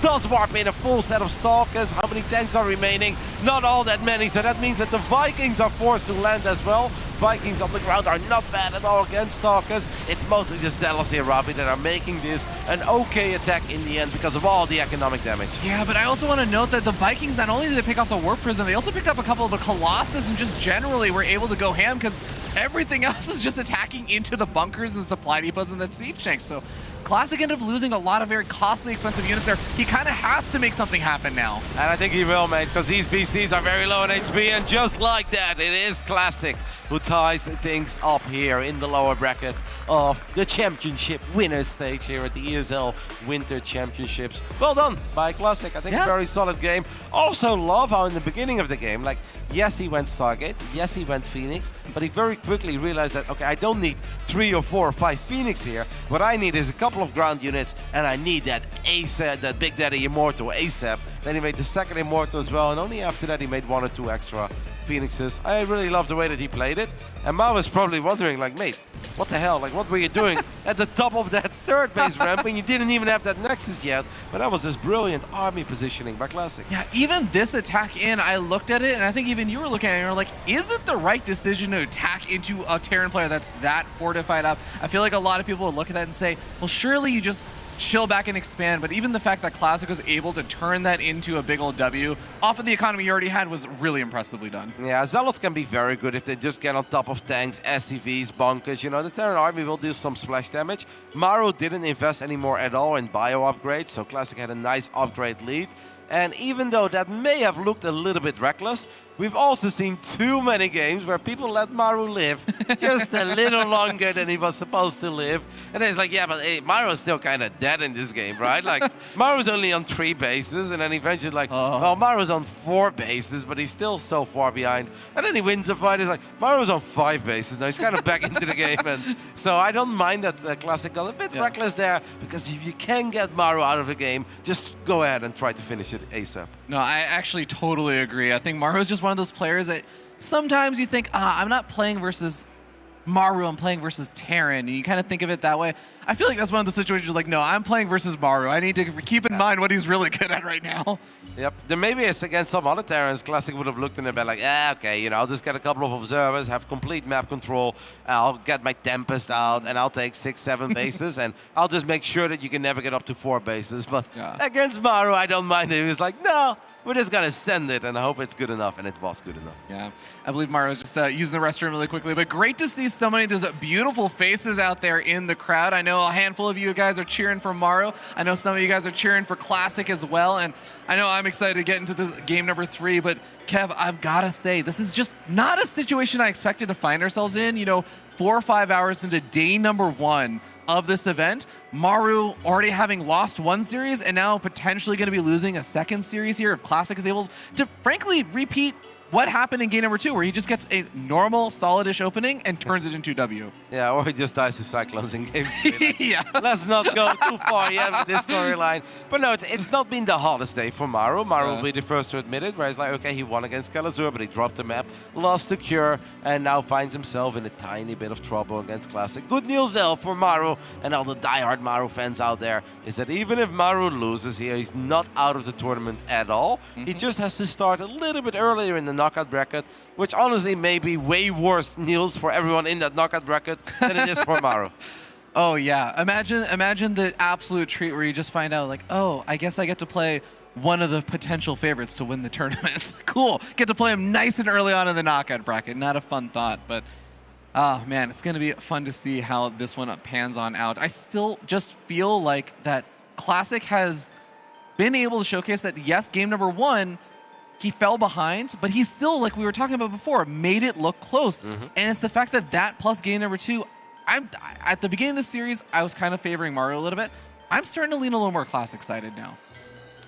I'll make my decision 3.5 minutes into the game. I want to see how he opens up. If I see a Robo, I'm picking Maru. If I see an Oracle, I'm picking Maru. No, we'll see. Seems like we had a tiny break as one of the players needed a second. Obviously, it's been a long day for a lot of the nerds already. Some of them still had some media obligations in the very early morning. So they've been here for a couple of hours. Obviously, players that knew they were going to play in either the winner's stage, bracket 2, Group B, obviously fun group with Serral, Cyan, Beyond, Raynor, Dark Spirit, Oliveira and Solar. I think Oliveira Solar, by the way, that's a real match that stands out for me. There's a lot of Chinese fans in the building as well. They already told me, like, man, when I watched I Am Katowice, I cried. Roddy, I cried for a week straight. It was the most beautiful thing I've ever seen. I was like, mate, I know. That was such an amazing moment in the history of StarCraft 2. So Oliveira versus Solar, I think an absolute banger. Yeah, I think a lot of people are probably going to be sleeping on that one. Don't recognize how much fun that series can really be. But ladies and gentlemen, I think that game number 3 of this series is also going to be a lot of fun. And I believe that our next map is finally loaded on up. We're heading into Solaris up here in the top right-hand side of the map. Our red Protoss player from Twisted Minds, he is Classic.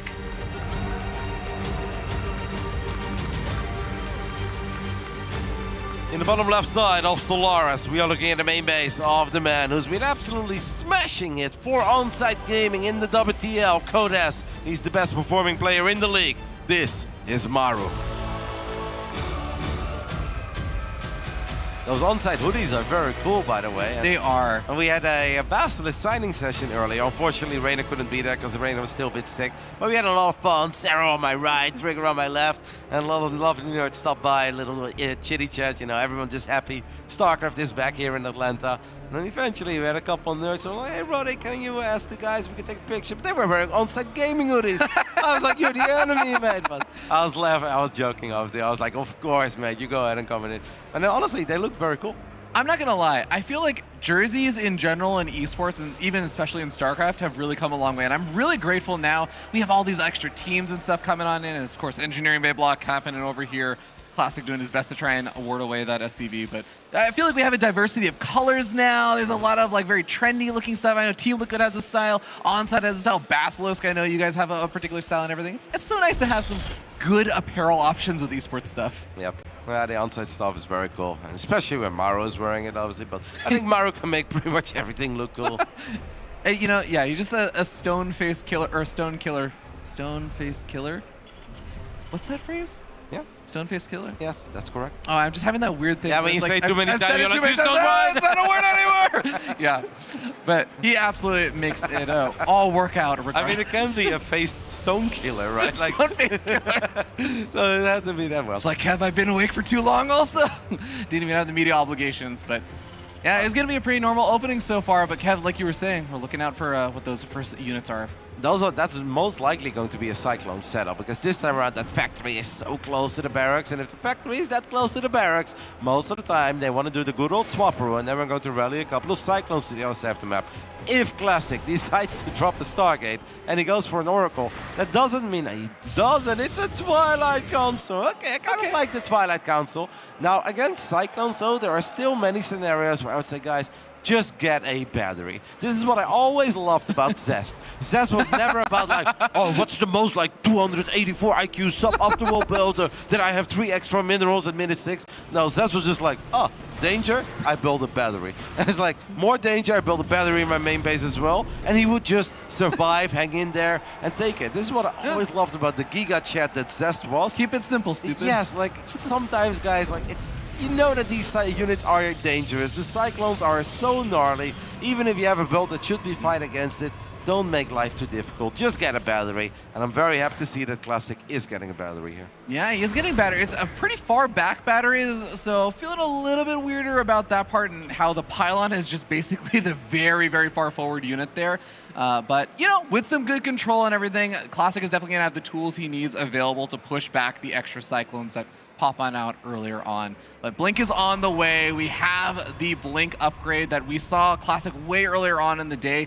Really, really able to make incredible use out of, I feel like. I think Classic really showcased some of the best Blink play we've seen from today. Yeah, and that was actually a moment where the Blink Stalkers are not supposed to be that great because the Marauders had Stim, had Medevac support, had 1-1, and I was like, oh man, with all these forward Blinks, it's just a matter of time before you lose all of them. But he never did. But now we're going to open up with the Blinky boys, and that obviously means that we can actually make some stuff happen on the other side of the map as well. So we've got 2 gateways finishing up, unless I missed one, so it's just a 3-gate Robo Twilight. Is that what it is, right? 3 gateways in total. I guess that is what it's going to be. Yep. Orphan, yeah, 3 gateways total with a Robo on the way.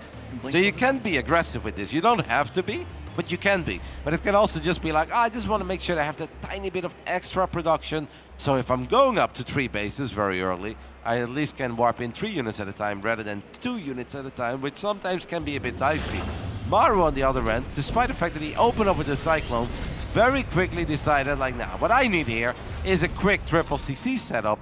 And against that opening, I honestly would not have hated Classic to at least try, right? Let's go to the other side of the map. Let's be in the face of Maru, and let's see if the Blink Stalkers can get something done. All right, Marine's going to poke on forward, sees a couple of these Stalkers, maybe at the front lines, not really catching too much, and I'm sure he would have loved to have seen, oh, War Prism making its way on out, or something to really indicate a little bit more of what Classic's going to be up to, because Classic is keeping most of his Stalkers up in his main base. Is that, like, protection against drop, or is he really hiding the Stalkers? No, I think he's over-respecting Maru, where he's like, all right, Maru had Cyclones, he's going to attack me. He's like, wait, I didn't get attacked. That must mean there is some weird multi-prong happening, right? Like, he's going to hit me in the main and that at the same time. And meanwhile, Maru is just chilling on the other side of the map. We're like, I guess triple CC was the right call. And honestly, Maru's economy is going to be very good compared to the economy of Classic. But you are supposed to find some value out of your Blink Stalkers, right? We have a Warp Prism, we got 4 Stalkers, we can one-shot Marines if Combat Shield is not done. We can one-shot these SCVs. So even though right now it looks promising for Maru, you would think that we are supposed to get something done. What we can absolutely not do, though, is lose this Warp Prism against the Cyclones. We'll have to be careful about that. The lock-on range, not quite what it used to be, but it still can absolutely shred through that Warp Prism's shield, and he is just going to immediately get recalled. So nice for Classic to keep it alive, but he really didn't get the damage done that he was looking for. And you said this before, you are looking for something there. He got nothing. Yeah. He got absolutely nothing, and obviously we are going up to 3 bases. We've got 4 gases up and running. Like, it's a very playable game for Classic, but I don't love the position that he's in because he was a little bit too middle down the road, where I'm gonna go 3-gate, but I'm still gonna expand relatively late. I'm definitely not going to attack you. He respected Maru an absolute boatload, rightfully so perhaps, but it also means that we're in a bit of trouble now, unless, even if we didn't get it done with the Prism, what if we just get it done with a couple of Force Fields, a Guardian Shield, and a Colossus? That's a scary thought, and we have seen some pretty good engagements with just a handful of good Force Fields. Oh, the aggressive Blink forward onto the Siege Tank is going to be able to snipe it off. Loses a couple Stalkers in the process. Force Fields lock out the Cyclones from easily moving down, but the Colossus is not actually going after the bio until now. Another Force Field locks in the Cyclone. The SCV is being pulled off the line, and Classic is getting some massive damage on, but can he keep his army alive? Well, that Colossus still has that Warp Prism, right? So there's so much micro potential in this Protoss army, and Classic economically may not have been looking all that hot in this game, or upgrade-wise. What he did have was that killer instinct that we were looking for, right? Like, where are you going, Classic? Will you do something to slow Maru down because he went triple CC in the end, and this was apparently what he was waiting for. Now, I do think he got a little bit fortunate because Maru's army just moved throughout the center. Maru never expected Classic's real army to show up there because Maru's like, you just have to recall your Prism, right? So why would you be right now moving out again, but instead of with just the Prism, with your entire army? So Maru just kind of caught off guard, but great move by Classic. Loved the force fields, loved how decisive he was with that forward blink, and he's absolutely in the driver's seat now at this game. Not there yet, of course, it's still Maru. Maru can always bring it back, but I think that was the kind of damage that Classic was looking for. Man, Classic is giving me the exact same vibes as Patience from back in the day, where the Patience blinks just make suddenly your heart jumps, and you think, oh no, was that a good blink or a bad blink? And you can't recall. Yeah, that War Prism is... Killed one Viking. No, there's a second Viking. Oh, wait, recall's already fast. off. Yeah. Wow. That's really quick. I did not think he was going to be able to Balance Council? Are you looking at Hashkin? We know that second overcharge, but the second recall is the thing as Classic snipes the medevac with 2 cloaked Widow Mines inside of it as well. I mean, yeah, even though that War Prism Res maybe wasn't the best, but he gets out of there with the Prism, with a couple of the units. I mean, the units lost resource tab kind of tells us the entire story of this game. Maru has lost 1,800 resources more, and even if Maru was mining a little bit more for a brief moment, like over the last 2 minutes, he hasn't been mining more because he hasn't actually landed at orbital. Yeah, it's going to be a big deal. Now, one thing Maru does have going for him is 2-2 is getting close to finishing up, and Classic doesn't even have 1-1 just yet. They're roughly on par with each other, so basically Classic should be 1 upgrade set down for a foreseeable part of the future, but Classic isn't looking to wait around. Classic is making a lot of Archons. He's not getting up Storm. He's going for a big attack now. Yep, and if he hits right before the Ghosts are out, obviously these Archons are going to be very tanky, boys, and super annoying, but the first Ghost is already on the low ground, and Ghost number 2 and 3 are about to show up, and then eventually these Archons, honestly, they stop becoming that impressive. Classic knows that maybe attacking the 2-base setup of Maru is not quite what he needs to do. Zealots can be very derpy near depots and bunkers, and we already mentioned the Colossus earlier today. They can also be derpy, so Classic decides against it. Is going to get another Robo. Honestly, this is the kind of game where I say, Classic, go full Gamers 8 Classic. Give us 4 Robos, give us 5 Robos. Even if the Disruptor is a little bit worse, I still think it's always worth to have more than just 2 Robos. I think this is such an interesting, weird, different version of the last game too, right? Where it's Maru being very pinned back. He really cannot establish a new base right now. Classic has a superior economy, has a superior army as well.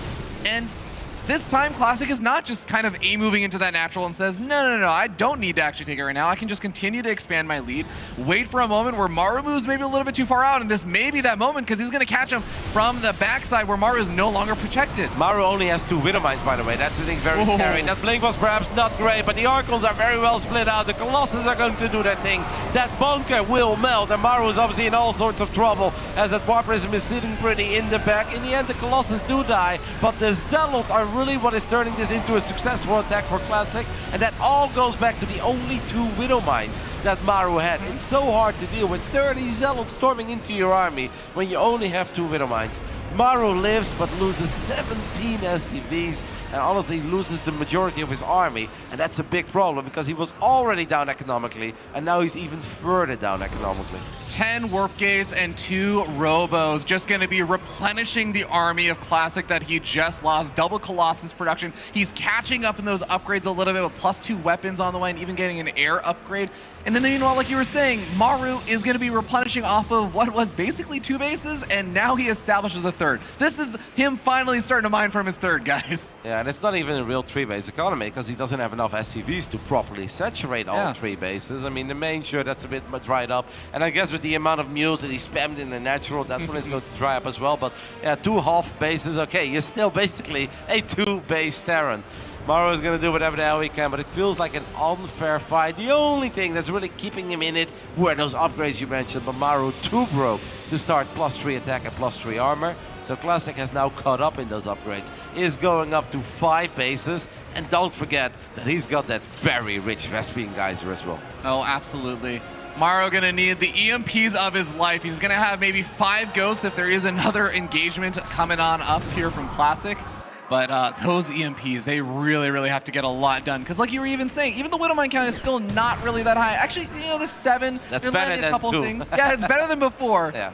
I mean, this was very smart what Classic was doing earlier, where sometimes I don't like the very zealot-heavy armies, but against the setup that Maru had, it made perfect sense to show up with a butt ton of zealots. And we're going to do it once more. The Archons are a little bit clumped up. I think that's where the EMPs should go. That's where a couple of the EMPs connected. But even if Maru somehow finds a way to hold here, he has lost too many SCVs, but he won't hold. GG, just like that. It is Classic who turns things around and gets the W over Maru, and that means he gets seeded a little bit deeper into that knockout bracket than Maru will. Both players will still make an appearance, of course, tomorrow, but this is some momentum, right? I think that's the biggest victory perhaps for Classic. It's that kind of momentum that you're looking for at an offline event where you're like, I'm playing pretty good after all. As it turns out, and you know, Classic, he had a series earlier today versus Clem, which went 1-2, but it was a fun, close series, and Classic showcasing how gosh darn good his PvT is. I can't wait to hear from the man himself over on the stage. Take it over, Rachel. Thank you so much. I got Wax Angel here to help me translate. We've got to talk to Classic about this last match. Classic, you seem to have learned a lot in game one.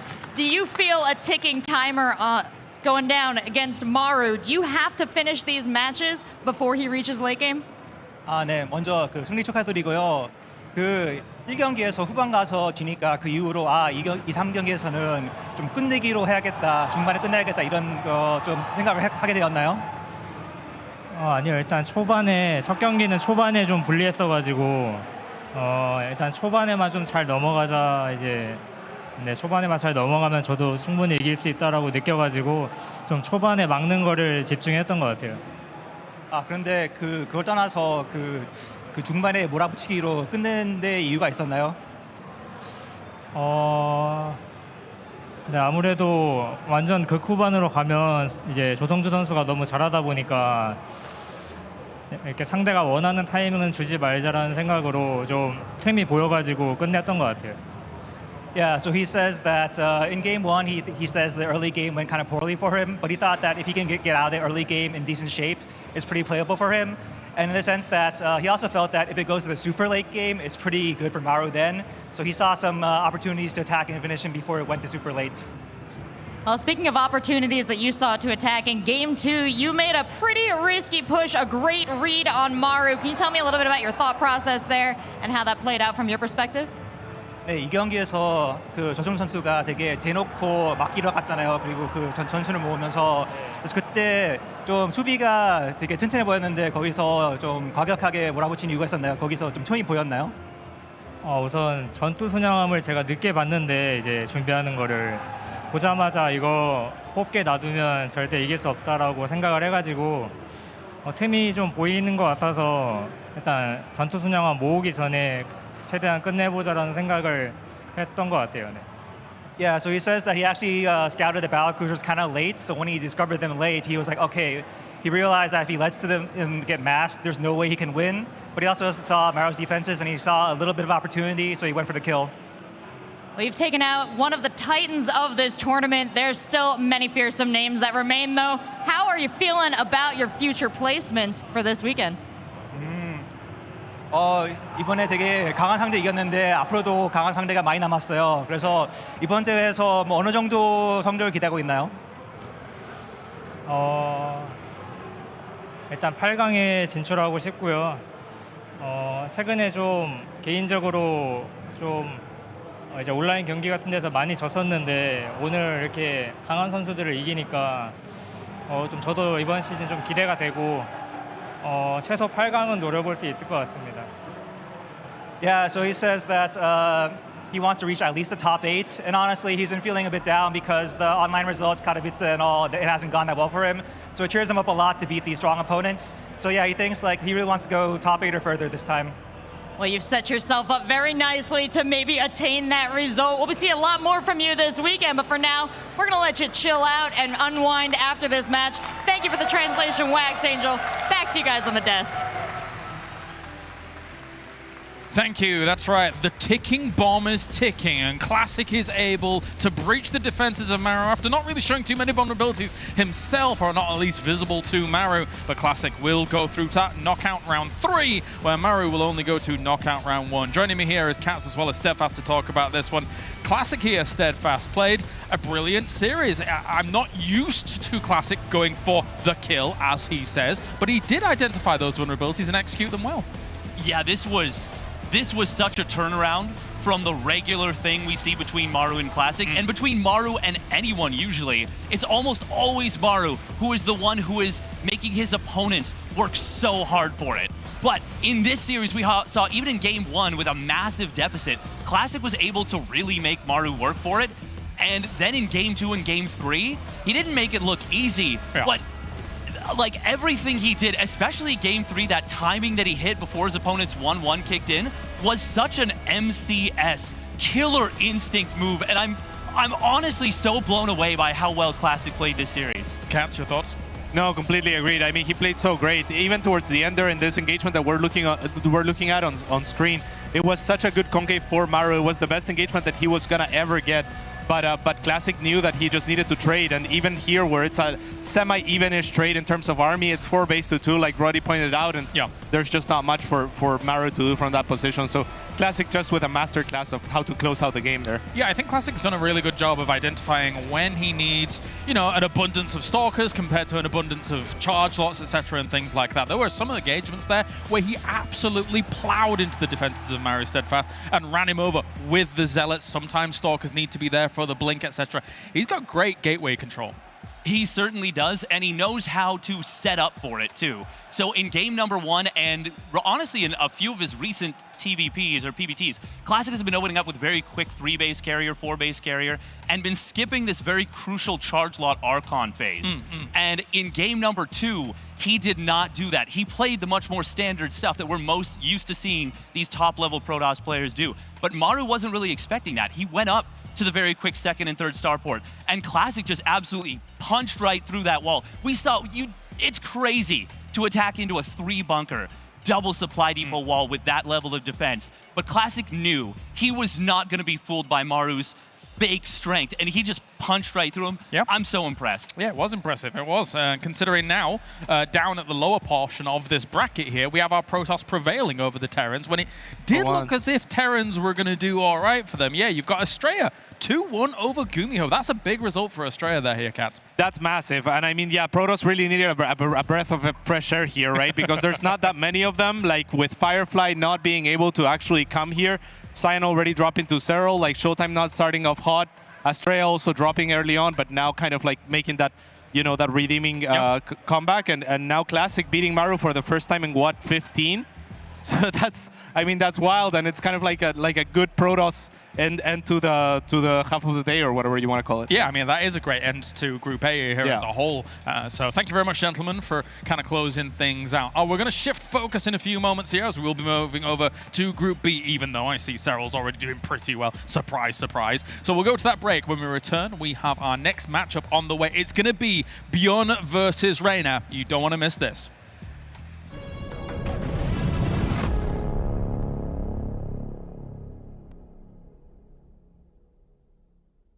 아 근데 어떻게 하는지 대충은 알겠다. 오목이랑 비슷하지가 않네.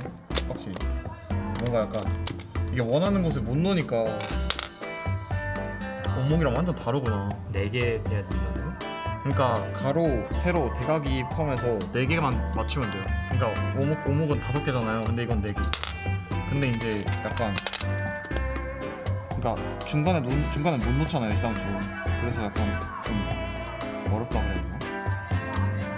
잘못 이해하고 있어. 전 제대로 이해하고 있었는데 못 봤어요. 어떻게 해야 되는지 정확히 모르겠어요.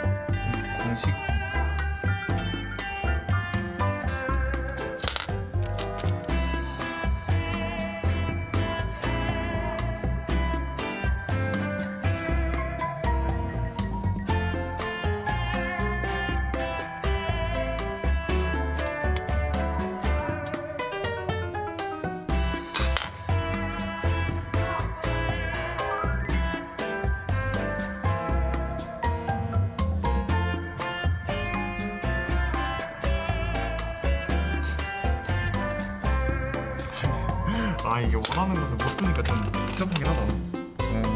어떻게 설계를 해야 되는지.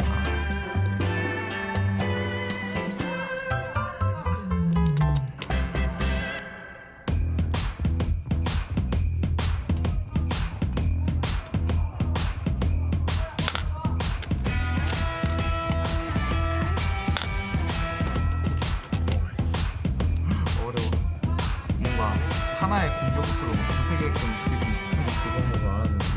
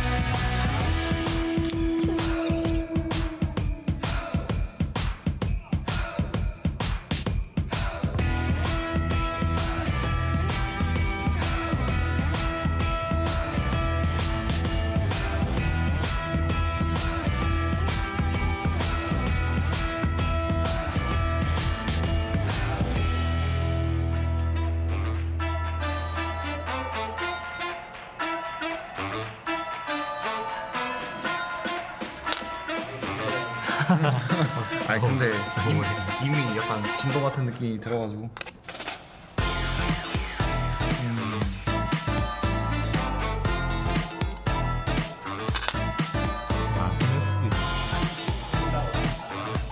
아니 진 거 같은데 제가 하기에.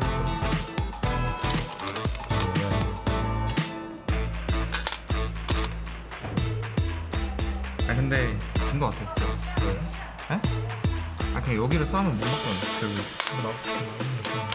이거요? 이거부터는 이제 못 먹는 거 같은데? 여기가 이게 3이고 이것도 3이잖아요. 그럼 제가 놓을 수가 없어요. 그래서 이미 진 거 같아요. GG. 아니 중간 단계부터 뭔가 잘못됐다는 게 느껴지더라고.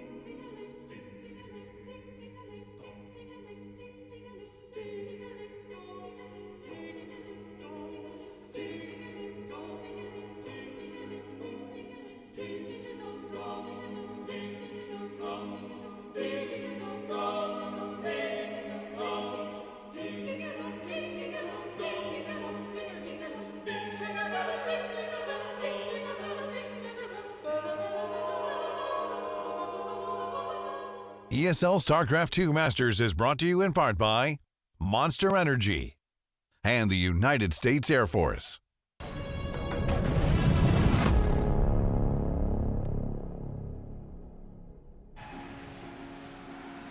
Welcome back, ladies and gentlemen, in a crazy turn of events. So far, no Zergs have made it through into the round of 8 because none have had an opportunity, let's be real.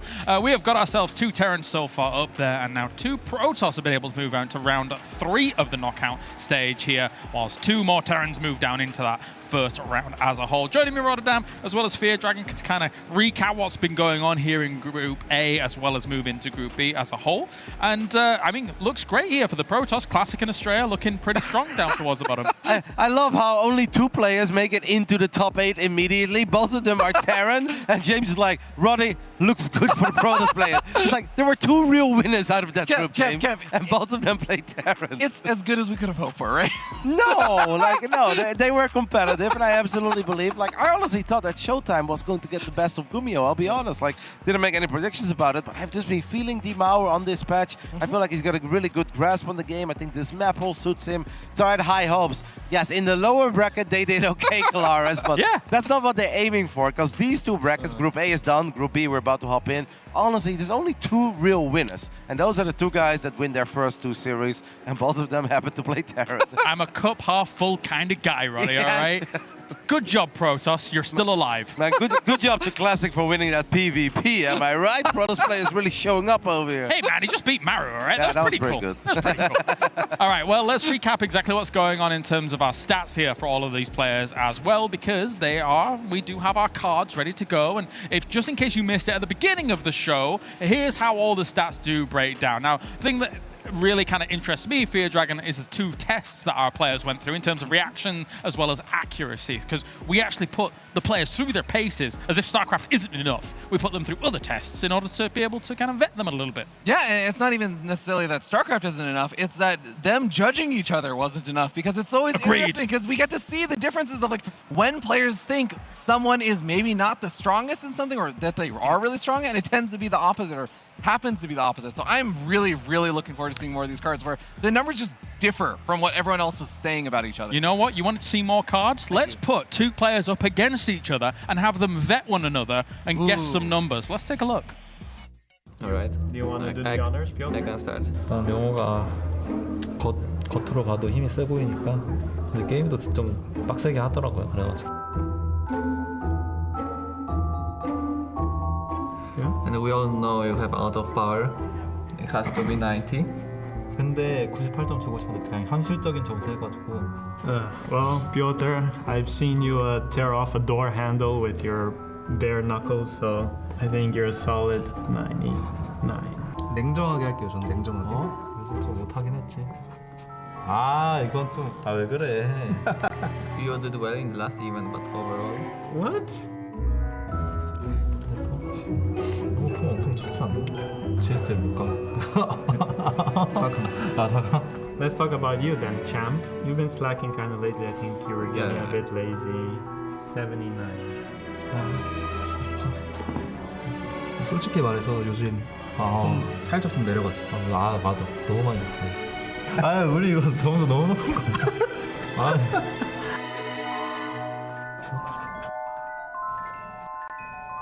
I didn't see really good splits from your target fire. You're like 84. That's pretty high actually. 아 정확하게 100점 줘야겠다. 갑자기. I also don't see you going for like the plays. You usually do like more macro, more infrastructure, that kind of stuff. So I'll give you 85. One above. 손놀림이 너무 정확해. 이거는 일단 줘놓고 제가 오늘 탐구해 보겠습니다. 이번. 아 근데 나 이제 공개하면 밑바닥 드러나는 건데 어차피. What? 72? 아 89라고? 89면 드림이 다 뒤졌어. Really? Wow, we're so similar.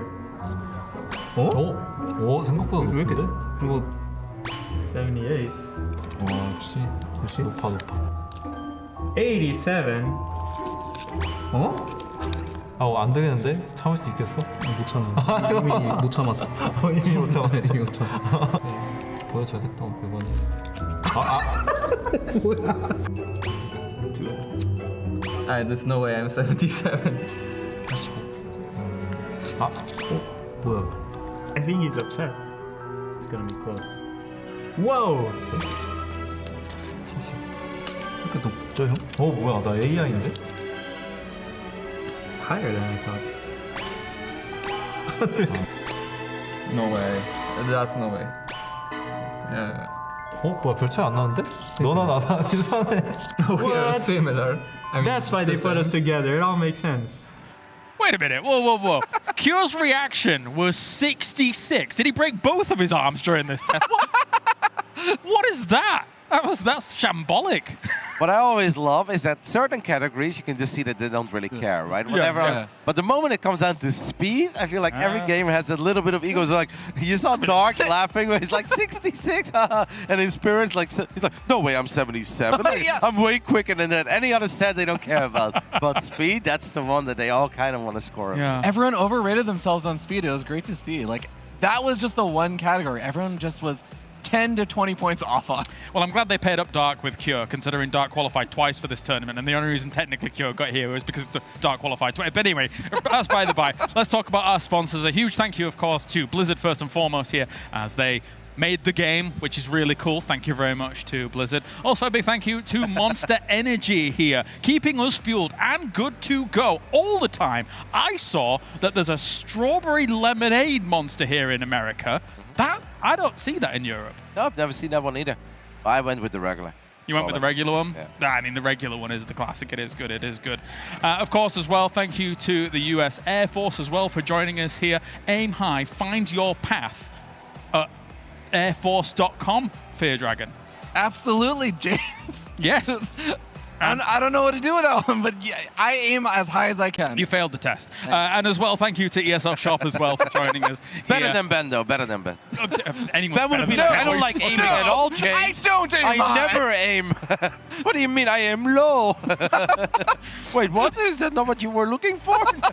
Ben truly was the worst at these. It was great fun. It was great fun. All right, let's take a look at the recap of the brackets as well, because bracket A is pretty much concluded here, and we can take a little bit of a feisty look at how everything was shaping up for that. As Rotterdam did previously mention, yes, 2 Terrans move through into the round of 8, and it's a happy day for Team Liquid because Clem and Cure here doing very well despite Cure's lack of reaction time. Yeah, not all great, because unfortunately Nikita Skillas did already get eliminated in the open bracket. It was very tough, had a couple of close series, did say that he played well, but obviously they come here with an army. Mana had a pretty good showing. Unfortunately, he is also eliminated, but he did beat Hero, which I think is very impressive. And obviously made it a couple rounds, so you do finish in the money. You walk away with something, but yes, for the guys that got seeded deep into the tournament, amazing day. Open bracket not really working out, but they still have Elaser that's going to play. That is true. That is true. And let's focus as well with the Group A and the lower bracket as well, because it is a cup half full day here. The Protoss doing all right for themselves, moving into that knockout round. Great start in Group B as well, guys. Cyan lost 0-2 against Zero, but Protosses, you know, they're onto something. Look, all right, you know, he's still alive-ish. But there you go. You have Classic and Estrella moving to knockout round 3. Now, because Maru and Gumiho did falter in their series, they will be going to knockout round 1. So it's quite the grueling task, once again, Fear Dragon, to be able to go through that entire knockout bracket and then find yourself in the round of 8 if you haphazardly are able to win all of those games. Yeah, and I mean, Kevin and I were even talking about this over on the casting desk, that there's some poor soul who's going to have made their way through that open bracket. Right. They're going to be going through the knockout bracket and be like, all right, I'm really on fire right now. And then there's just going to be Maru sitting there in the knockout bracket early on. And it's like, all right, well, good luck. Definitely true, but imagine if Hero, for instance, gets Maru, right? Like, that is a possibility as well. So that would be a big match. Don't forget that Heroes are reigning champ of the DreamHack Masters Atlanta, as he was victorious here last year. So that could be a massive clash between 2 absolute titans. Relatively early tomorrow, so you better be here early. Oh yeah, they're going to be banging matches throughout here. We take a look at Group B. So here's where we're currently sat at already. Cyril decided, he's got places to be. So he's going to take his first series 2-0 before the bracket had even begun, apparently. And he's doing all right for himself. These Protosses made their Look right. Obviously, that was a very tough draw for Cyan. Cyan and Firefly are 2 absolutely exciting Chinese Protoss players. Obviously, different stories, right? Cyan has been around for quite some time, and we kind of thought we've seen the best of Cyan. And he's like, no, nerd, you didn't. Like, if you guys are going to give all the love to that Firefly guy, I'm going to show you guys that I still matter and that I think I could still be the best Chinese Protoss out there. Cyan legit is very good, but obviously playing PvZ against Zero is not an easy task for anyone. But I'm looking forward to what he can do in the lower bracket and obviously in the knockout bracket. And overall, if you love Zerg, you're going to love a Group B over here. Oh yeah, there is a lot of great ones, and one is coming up as well here as we now focus on our first match throughout up Group B here on the main stage. It is going to be Beyond going up against Reina. Two whirlwinds of StarCraft 2 when it comes to their execution, when it comes to their speed, when it comes to their micro Fear Dragon. But Beyond has been on great form recently, and Reina has kind of only just arrived. Yeah, and literally, he, I think, arrived less than 24 hours ago on an airplane. So he's, you know, doing his little struggle bus thing and everything, but I know he got a little bit of a nap in before his match and stuff. Good. So he was able to recuperate and get ready for this match, because I think you actually put it really, really well, James. It's two players who are very action-packed, very fast. As you can see, we have one of the fastest players. Actually, sorry, the fastest player, according to our reaction test. Yep, Reina on this side of things. What are you thinking for this matchup here, Roddy? I'm thinking I'm incredibly disappointed that you started the hype sentence with 2, and I was like, it's happening, right? The worlds collide? No? Like, I don't know what you went with, but it definitely wasn't 2 worlds colliding. So honestly, that kind of disrupted my entire trail of thought. Sorry. What I do think is, I actually think normally I would obviously pick Reina, because everyone knows that I love Reina and do believe that the kid can really turn it up for these big moments. But I mean, I visited him early this week. He lives in the Netherlands. He really needed some help. He needed some medication. Yeah. Poor kid has been suffering ever since the Home Story Cup. I had to postpone his first flight and got a different flight in the end. Arrived yesterday late, and I feel like almost no one can put it really or bring the fight to Beyond if you're in that condition. Like, I hope that Reina can once more amaze us and that he can actually just play close to his best or somehow brings in his best StarCraft, because Beyond has looked damn good lately, and I feel to take out a Beyond that looked this good, you need to be feeling 100%, and I just don't know if Reina is feeling 100%. Yeah, he seems on great form right now, does Beyond, so we will see as this unfolds. It's time to head over to the stage here for our technically first series here of Group B on the main stage. It's Reina going up against Beyond. We're about to kick off Group B. We're going to send 2 more players to that top 8 on Sunday, and the rest to fill out tomorrow's knockout bracket. To start things off, we've got 2 incredible players, and we're finally bringing a little bit of Zerg to the stage. So please help me welcome, from Basilisk, Raynar, and from Shopify Rebellion, Beyond.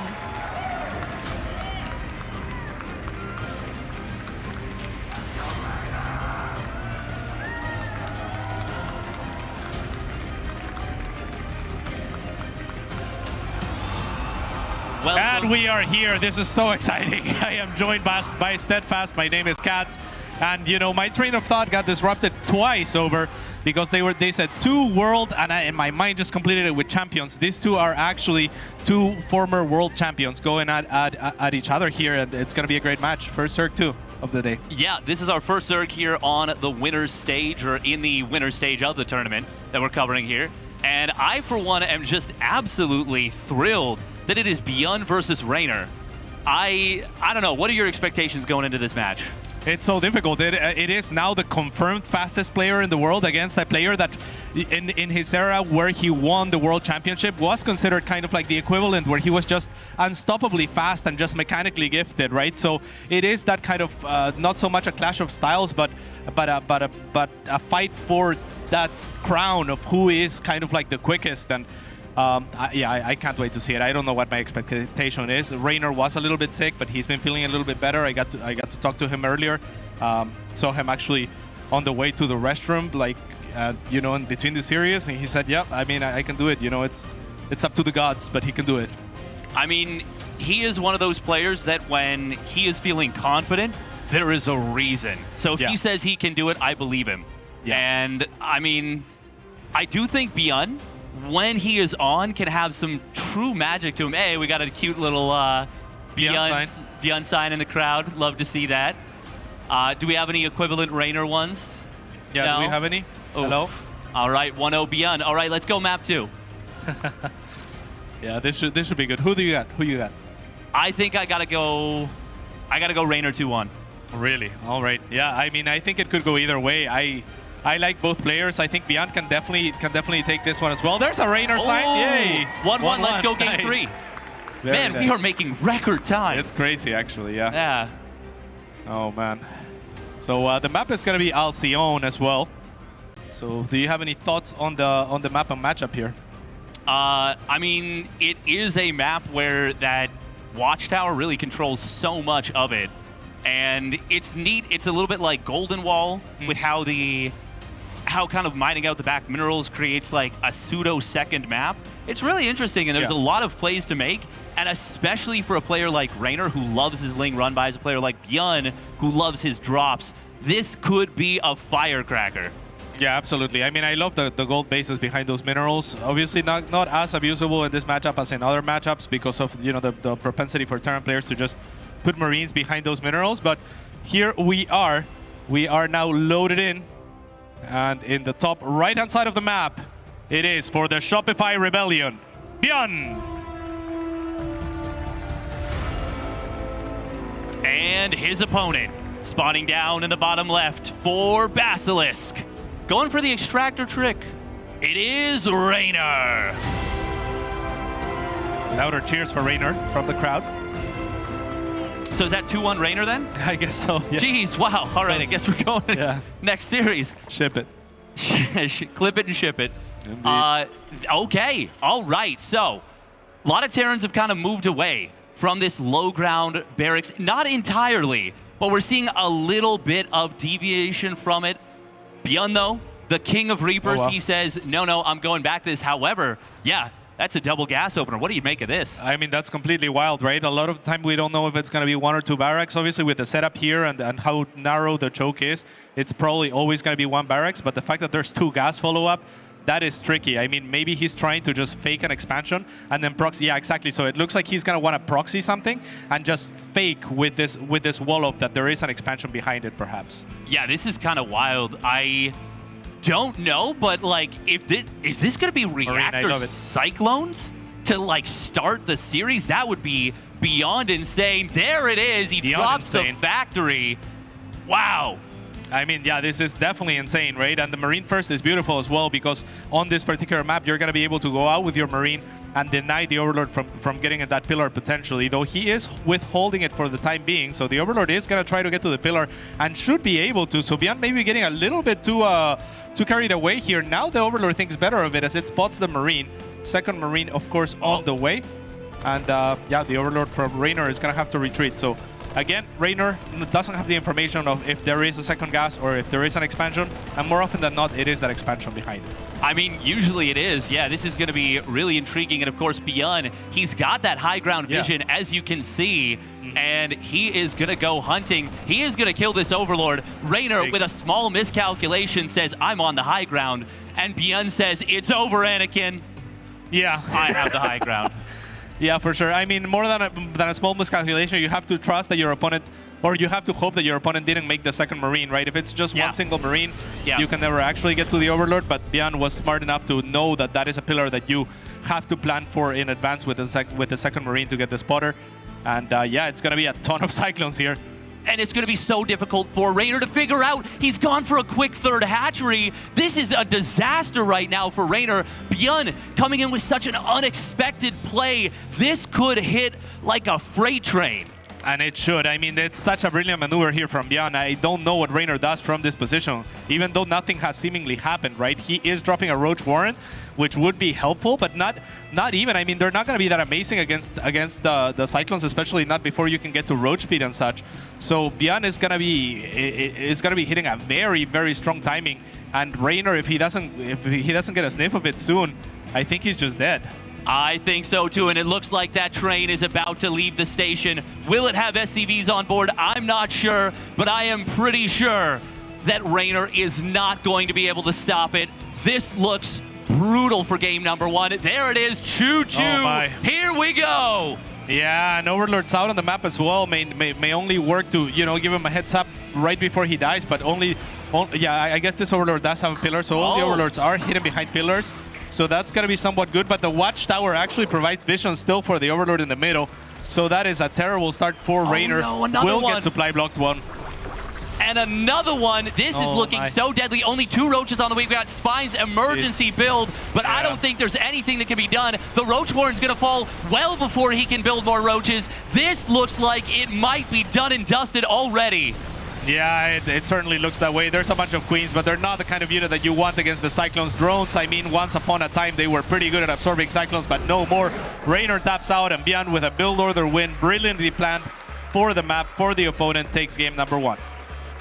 That was brilliant out of Bjorn. Excellent series preparation. Yeah. He knows that a lot of players go for this in terms of this 1 Marine or 2 Marines once in a while. But like you said, it's almost always an expansion. It's very rarely going to be that big double reactor Cyclone play as the follow-up.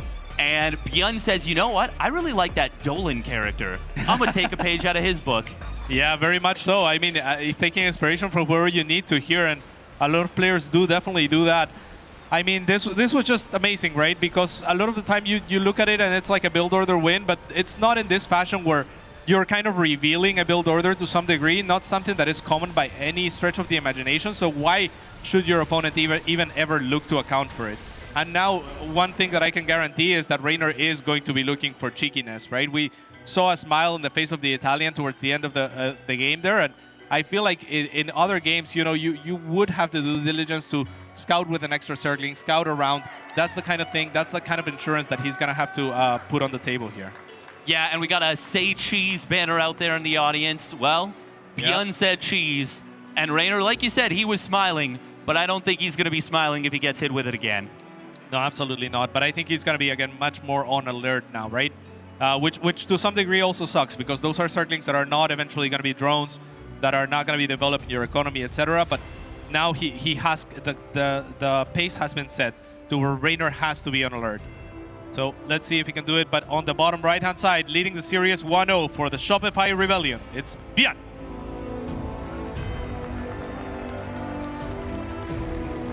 And his opponent, spawning up in the top left, he needs your energy. For Basilisk, it is Reynor. Big energy. Apparently, our Christmas champion, based on the music swelling right there. Oh, yeah? Yeah. Is he going to save Christmas? I sure hope so. Is Bjorn the Grinch then? I mean, that is the natural follow-up, but you know what? I think Bjorn's heart could grow 3 sizes that day.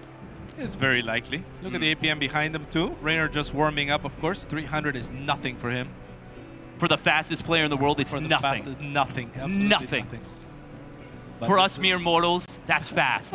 For Reynor, that's a Tuesday. That's actually true. Yeah, I'd be pretty happy with that APM, but I look at it and on Reynor's screen and I'm like, damn, he's really got to wake up.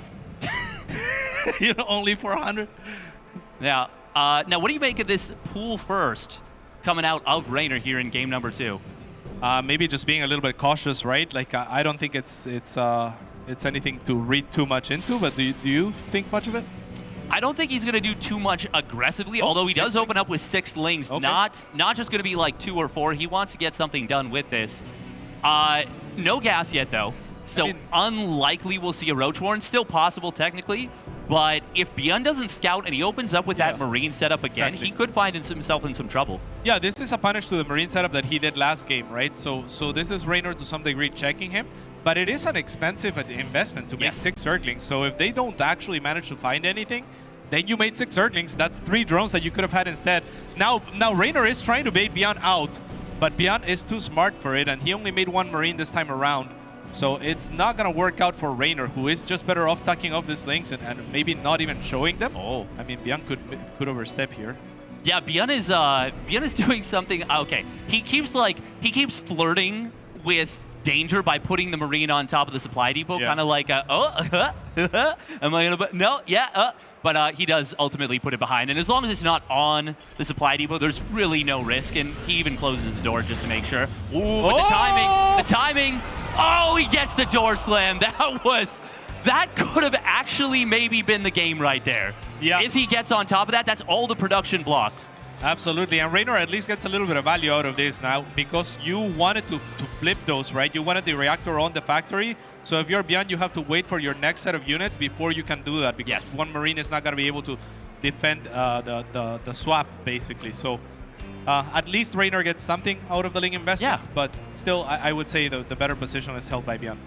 Yeah, I think so. I would have loved to have had a heart rate monitor for that moment, because for me it definitely spiked to 200-300 beats per minute. Absolutely. Bjorn would have been interesting to see what that was, but it's going to be double Cyclone behind this and a fast 3rd CC. No surprise.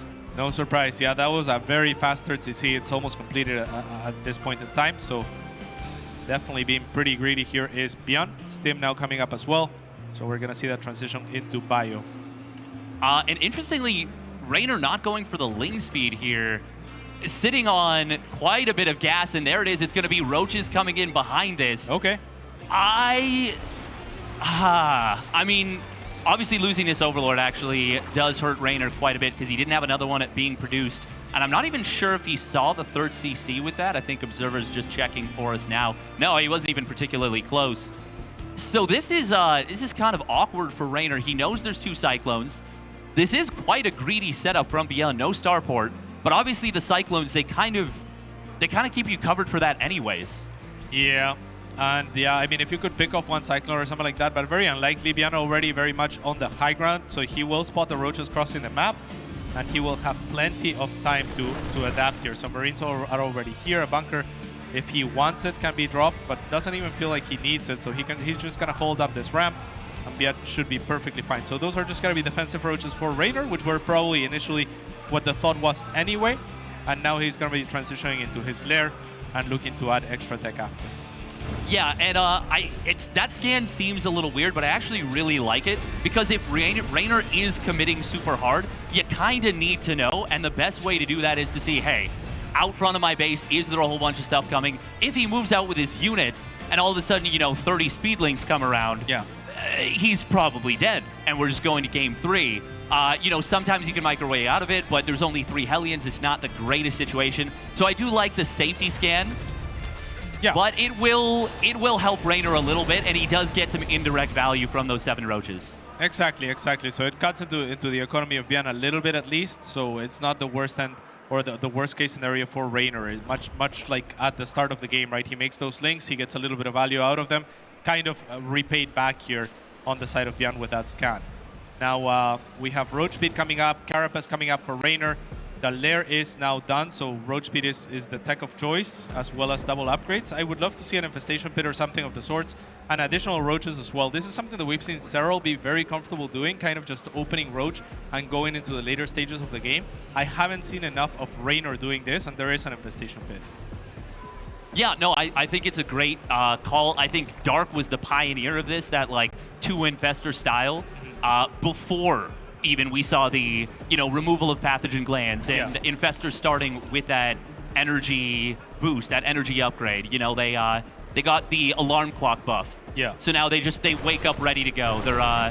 They're morning people now. It's pretty good, yeah. Yeah, but obviously it does come at a cost. But since that has happened, we've seen a lot more of Serral, Raynor utilizing that, more so Serral, like you said. But it's going to be pretty interesting to see how Beyond responds to the Roaches. Will he double down on tanks? Will he get a very fast 4th command center? Like, what's it going to be heading out of this? Yeah, that would be interesting because, I mean, there's already the 2 Infestors that you were mentioning, as well as the Hive coming up for Raynor, so he's not wasting any time here. He's transitioning to the late game as soon as possible. Hydra then as well, probably to be followed up by a Lurker then, that will be time to start with the Hive.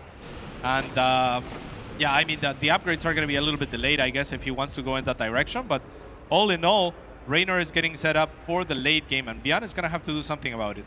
Yeah, and I mean, Raynor's creep spread, even though it was uncontested for the first little bit, it is still just phenomenal. Little bit of a contest coming in from Beyond. He scanned and killed a little bit of creep, but Raynor right on top of rebuilding it. We're going to see a push starting to form up on the top side. No splash damage with this, beside those measly Hellbats. And, with Roaches on the field, they don't really care about Hellbats too much. Not at all. When were those even made and why is what I'm wondering. Oh, they're just the leftover Hellions, but this is a nice jump from Beyond right there. Comes in with the 2nd army, gets quite a few Roaches. That was actually very good for Beyond. Raynor not really paying attention. He loses, 7 Roaches for just 6 or 7 Marines. Oh, snipe on the Infestor. Wow. Very nice play. Beyond. He's putting the speed of his opponent to the test. Yeah, that was brilliant. I mean, just a little group of Marines hiding in the bushes there. A true sniping squad, and get one of the Infestors. Very important as well. Raynor's going to choose to remake it, as well as a couple of Vipers, as he does transition into Lurkers. He's going to be a little bit slow to the Lurker upgrade, so maybe the Hydra then was a little bit more delayed than he would have liked. But all in all, he is transitioning nicely into the late game, and still with 1 Infestor out there, Beyond has to be really careful. Imagine if both of them got sniped, though. Beyond could just end the game right now. Potentially, yeah. Like, those Vipers are not out yet. The Infestor is just being rebuilt. The Corrosive Vials will buy some time, which is rather nice. And of course, there's a ton of creeps right here. We are going to see Raynor going for the fight, but will be forced to pull back. Didn't really get anything with those Corrosive Vials. Big fungal growth. Yep. Oh, nice vials as well to follow. And yeah, you really gotta wait for those clumps. Oh, not the greatest fungal growth here. And now Beyond, I mean, he knows that there's no more fungal on the field. So if he's gonna move, he better move fast. The Vipers are soon to make it out on the field. 4 lurkers as well being made.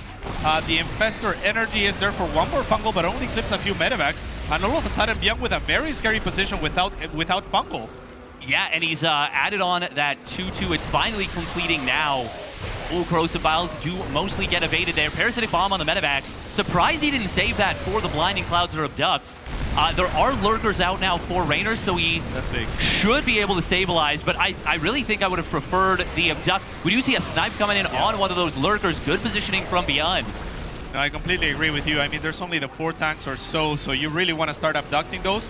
If you abduct a couple of those, so much of the power is lost for Beyond, and really it's those tanks that threaten the life of the lurkers and nothing else. Again, goes for the Blinding Cloud here. At least it uses the coverage to kill the tank regardless with some of those Corrosive Vials, but Beyond still posturing.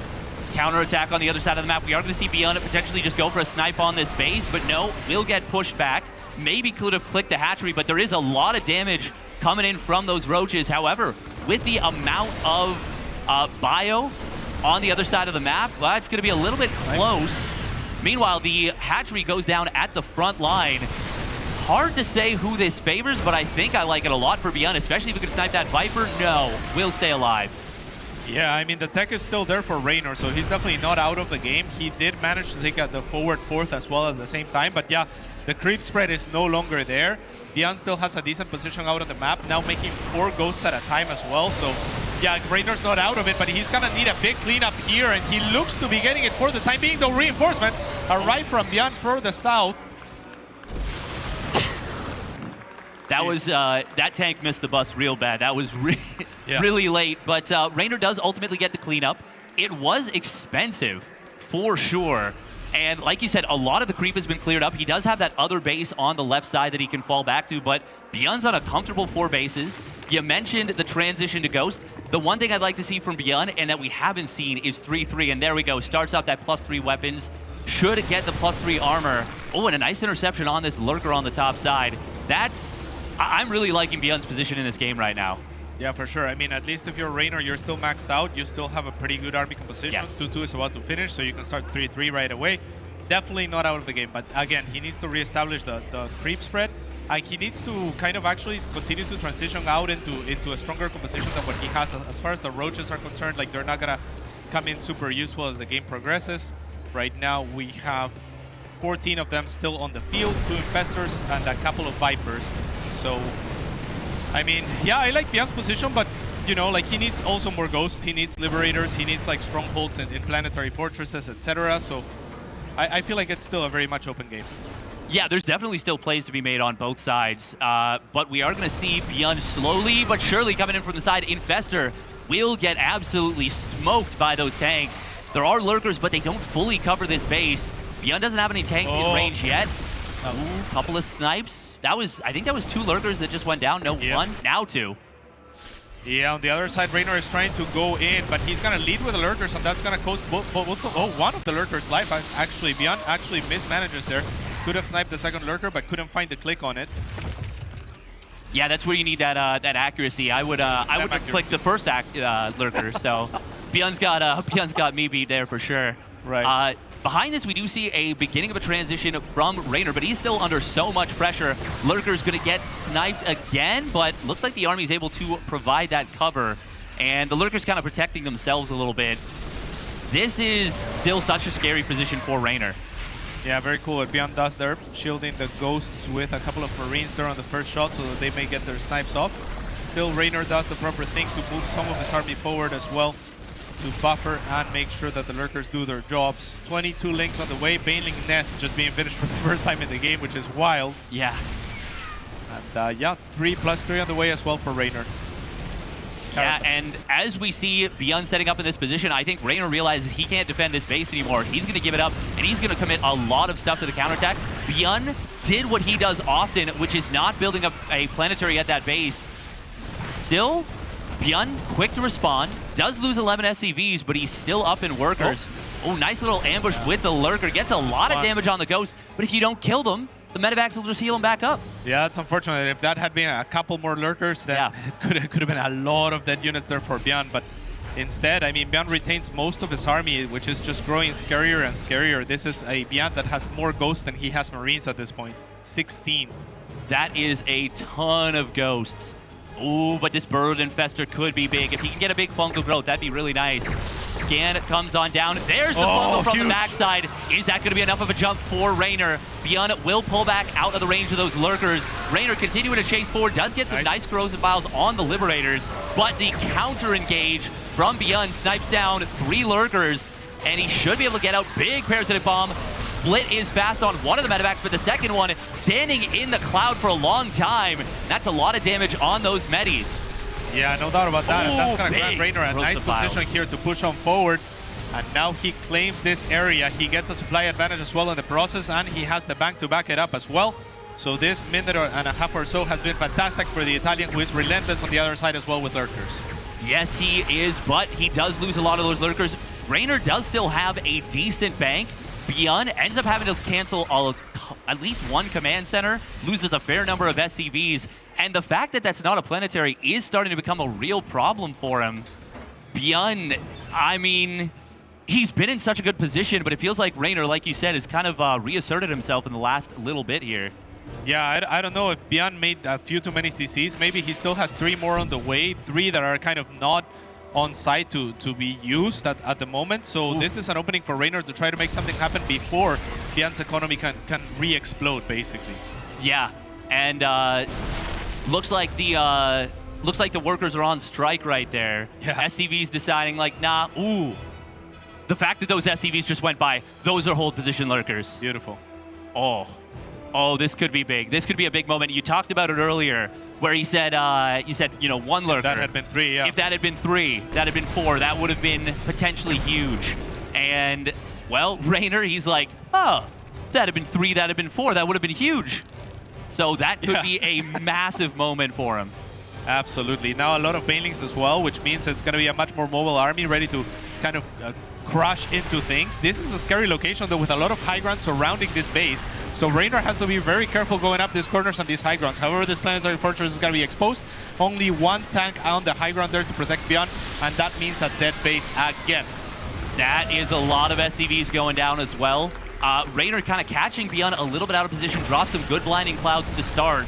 And Beyond, no sensor tower around that base was very problematic they for were him. still hold position. When you see a big blinding cloud coming in on the top side, we'll be able to get that 1 tank. But there are a lot of ghosts in this army. The tanks aren't really the main characters. It's more like the ghost in this one. Yeah, no doubt about that. And Beyond, I mean, he has a lot of them, but Lynx are good against this army right now. There's a lot of Marauders and Ghosts, not very many Marines. So Lynx are going to be very helpful. Raynor knows that, and maybe he can jump into this, but there's no punish for the medevacs. The Hydras are going to lag a little bit too far behind. And as bruised as those medevacs are, there's no Viper here to drop another parasitic bomb. I was just going to say that could have been the greatest parasitic bomb of all time. Yeah. But this is actually a little bit scary right now for Beyond. There was a lot of tanks that didn't have anything covering. If Raynor had an Overseer and he saw like 5 tanks siege up with Lings as close as they were, that could have been the game right then and there. But Beyond obviously was able to get the snipe on those detector units on that scouting setup for Raynor. And Beyond survives for the rest of this game, but he's definitely on the back foot right now. Raynor, I like that he's droned up. I think he droned up a while ago, but I like that he's droned up after basically kind of breaking the game open a little bit. Yeah, for sure. And that's a lot of mules actually to catch here. So this is a very good catch for Raynor as well. We were talking about Beyond exploding in terms of economy, and this is going to be a big dampening on that. So that's good for the Italian here, as he does his thing basically with his trademark unit, the circling. But a few drones and a hatchery are going to be left exposed as a result. Yeah, his economy exploded, but not in the right way. Yeah, that's a backfire if ever there was one. And you know, whenever that mule hammer gets broken, it's always very painful. I'm surprised he didn't push the issue here, actually. Yeah. He knows that a bunch of army is here at the north chasing those drones and whatnot. There was one tank there, and that was enough to deter Reynor from moving on forward, but that might have been a good opportunity, though. Beyond was quick to react and bring his army back. Drones are going to be scanned here, and the Ghosts will have a field day. That they will. Ghosts, they're going to be leveling up real hard with all that XP they picked up. Now we do see Reynor with the Infestor Viper setup and adding on even more lurkers right now. This is a game that has been really difficult for Beyond for the last, I would say, 6 or 7 minutes. And Reynor is just not letting off the gas, and I really, really like that he has continued to apply that pressure. Yeah. What does Beyond need to do right now? Oh, well, EMPs. Oh, snipes. Okay, that's not a bad start. Not a bad start at all. There is, again, no way to punish this medevacs, though, aside from one parasitic bomb onto a single one of them, so that's not going to help too much. Reynor just trying to maintain control of this high ground. And if you're Beyond, again, I think you were a little bit too greedy earlier, just kind of making so many CCs before you were fully secure, before you were, actively leaving enough Liberators or making Liberators at all, for instance. Or protecting your bases with planetary fortresses and just holding those high grounds that are also important on this map. So now he's going to have to do that kind of slowly, right? Like, take one base at a time, make sure it's safe, and then go on to the next. Oh, Unburrow on the Infestor. It gets blown right to hell there. But we will see, at least a couple units going down here. That was a really clutch scan from Beyond, because if that... Actually, no, that wasn't even the scan. That was just it unburrowed and just blew up. But we are going to see Reynor coming in with a ton of Lingbane Hydra. That is a lot of stuff here for Reynor, and Beyond is not going to be able to hold just yet. The tank line does go deep, and the Ghosts, they just barely survive. Not enough Banelings to close the distance. Beyond holds. It's expensive. Was that burrowed Banes? I think it was. Yeah, just a couple. But it hit Ghosts, so it didn't kill them. Yeah, I mean, it killed like one. I heard the screams. Oh, yeah. Here come the Lurkers trying to make something happen, but with no buffer, they're going to be easy pickings for a Ghost and a couple of Marauders there. Liberators finally being added as well for Beyond, who is looking to hold this very important high grounds. And yeah, Reynor, I mean, he just used a lot of army chasing there, and I can't blame him because he saw the tanks were sieged, right? So tried to capitalize, and I was ready to praise his audacity there. But at the end, like you said, the tank line was very deep for Beyond. He already had like 2 or 3 pre-sieged all the way in the back. And that made it so that he took good enough trades that now he is on offense and killing bases. Yeah, it's really impressive how Beyond is doing this. Ooh, the counterattack coming in. Beautiful. Will find the Liberator position. We got Lings getting in to the main base. Do they have adrenal glands? I believe so, but I'm not. Yes, they do. They got that adrenal glands. It's just no +3 melee. Okay, but still, nice little run by here from Reynor. But I got to agree with you. The snipes on the base have been great. That base barely goes down. Huge pickoff. And the counterattack on the other side of the map, there are a few burrowed Lings. That's good. But this is getting really, really close right now. Reynor's bank is gone, and he's lost so many drones. Yeah, absolutely. But what those Lings do for Reynor is they pull so much army back for Beyond that it opens up for opportunities like this one to try to do something else out on the map. However, Beyond no slouch. He does the same on the other side. Things are looking very, very hectic in this game, but Beyond finally pulling ahead in terms of supply. Yeah, oh, and a nice quick cloak right there from Beyond, responding immediately. Does get the scan, cleans up all the Lings, and all of a sudden the supplies have completely plummeted for Reynor. Beyond still mining. He's got that mass orbital from earlier, and it has finally begun to pay off. He's got 5 red arrows, and that is going to be very difficult to come back from.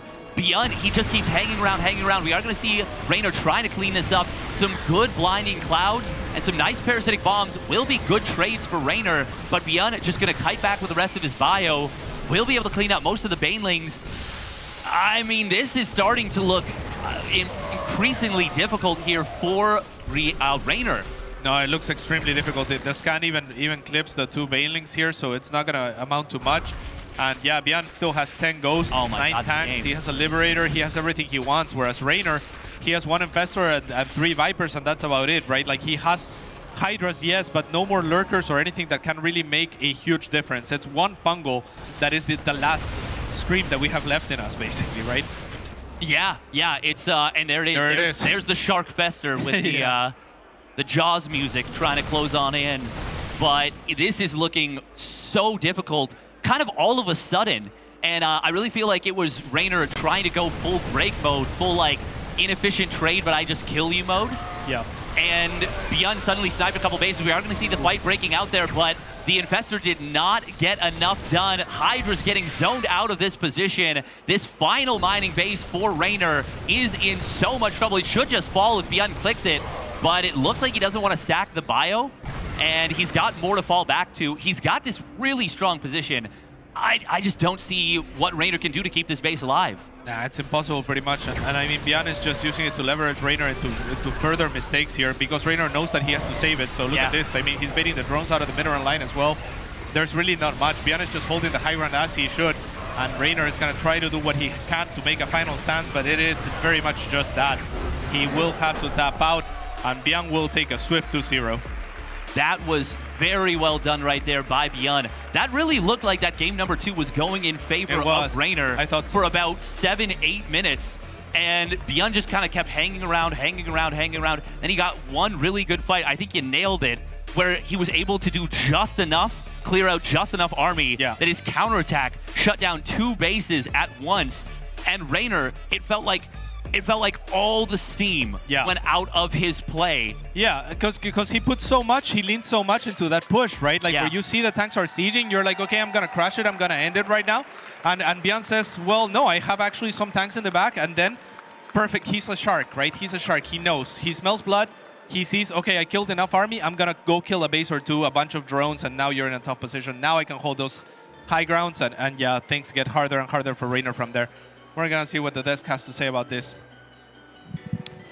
Yes, thank you. An amazing game 1, followed by an all right. No, I'm not even going to do that. We've got ourselves, of course, Beyond being able to move on through this here. Reynor, yeah, what?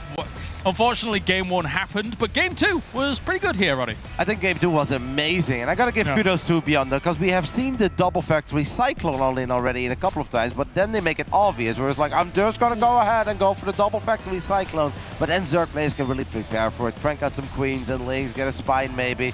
Beyond sold it incredibly well. Yeah. I was very worried for Reynor in game 2 after he lost his 4th base in the top side. I was like, it's gonna be a relatively short one, right? Beyond is just going to push, but Reynor really kept it together and actually landed a couple of great fungals, transition into Lurkus, and gave us an amazing show in game 2, where I agree with the casters. At one point, we're like, is he actually like kind of doing it? But kudos to Beyond and all the orbitals in the world for also keeping it together and getting just out. I would say the ultimate dream army almost, where he has so many ghosts, and it's so difficult as a Zerg to find good traits against that many ghosts.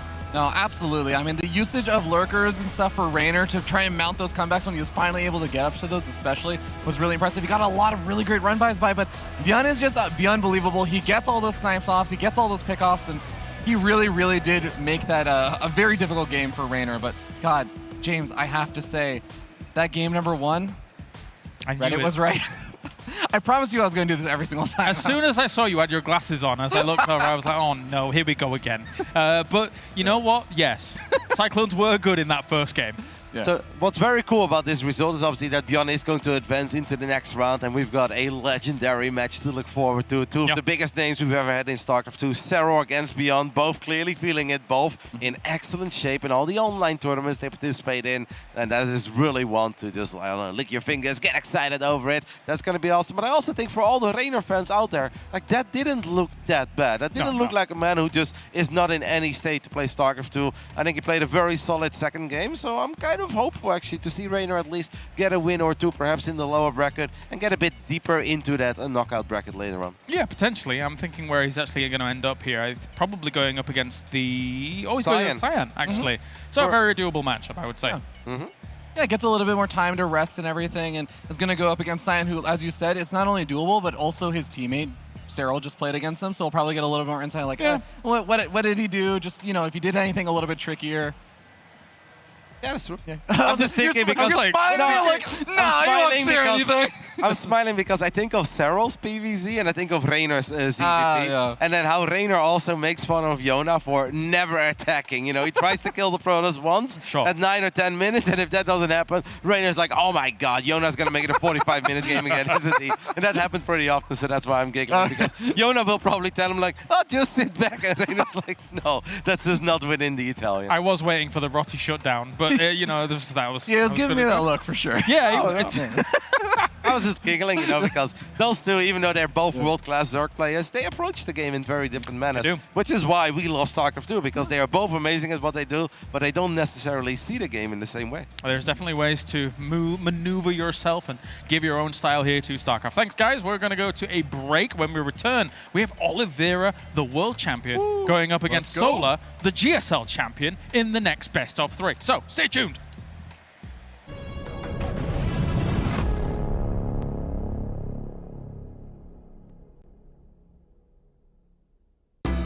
자, 먼저 할게요. 먼저 하시죠. 아, 잠깐만. 왜 뭘 뽑아도 무너질 것처럼 느껴지지? 아, 올려야 돼요? 이렇게 그냥 대충. 이제 모양 같은 패턴으로 올려주세요. 아, 여기 이렇게요? 네. 여기 흔들리지? 살짝 건드렸는데 바로 흔들리는 거 봐. 이거 하나로 되나?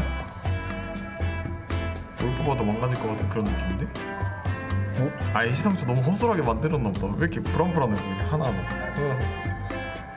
아니, 저 같이 만들었으니까. 아무렇게나 올려도 돼요? 그냥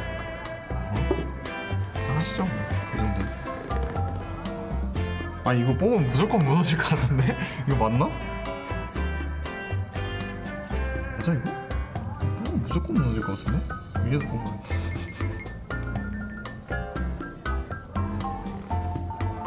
아, 잠깐만.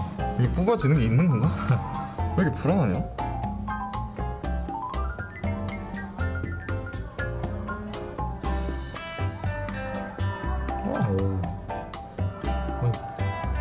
왜 기울어져 있지? 너무 기울어져 있어. 피사의 사탑이야, 진짜. 흔들리는 거 봐. 말이 안 돼. 와. 스피드야, 이거 뭐 어떻게 하지? 우리는 뒤에 같은데 그냥 뭐 네, 아무렇게나 올릴게요. 나발거리는 괜찮을 것 같아요. 잠깐만. 아, 이거 조금 무너지는 거야? 잡으면 끄다니. 그러니까. 잠깐만. 근데 안 무너져요, 이거. 안 무너진다고? 지금 같이 움직이는 거예요? 치워지고. 아니 같이 움직이는데. 아, 이거 맞아요? 아, 원래 이렇게 같이 움직여요? 이상한데? 오. 아니, 이건 말이 안 되는데? 같이 움직이는데? 잘 빼야지. 잠깐만. 아니, 이거 뭐. 아니, 뭔가 잘못됐는데? 왜 같이 움직이지? 균형이 다 여기. 조금씩 쓱쓱쓱. 조금씩. 잠시만요. 아니요. 이거.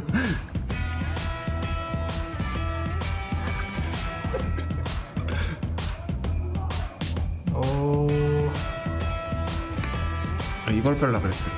어때요? 아니, 너무 어려운데?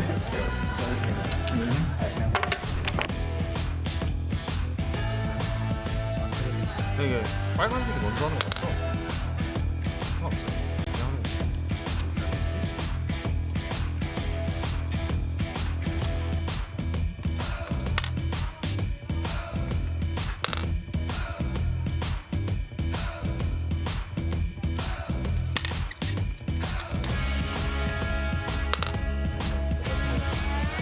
네 개를 맞추는 게 이긴 거잖아요.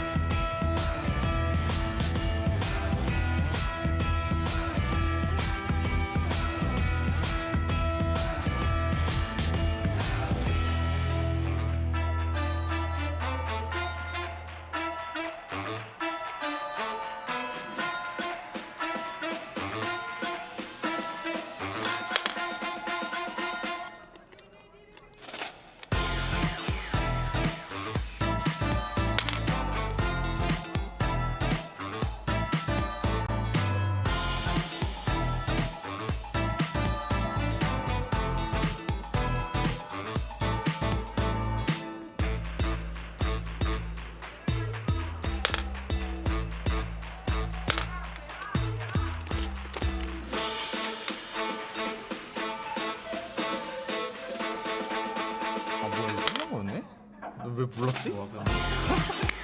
전혀 몰랐네 너. 아니 4개. 아 뭐야? 4개만. 그게 아니고. 가로 세로 4개. 가로 세로 4개. 아 나는 끝이에요. 아 뭐야?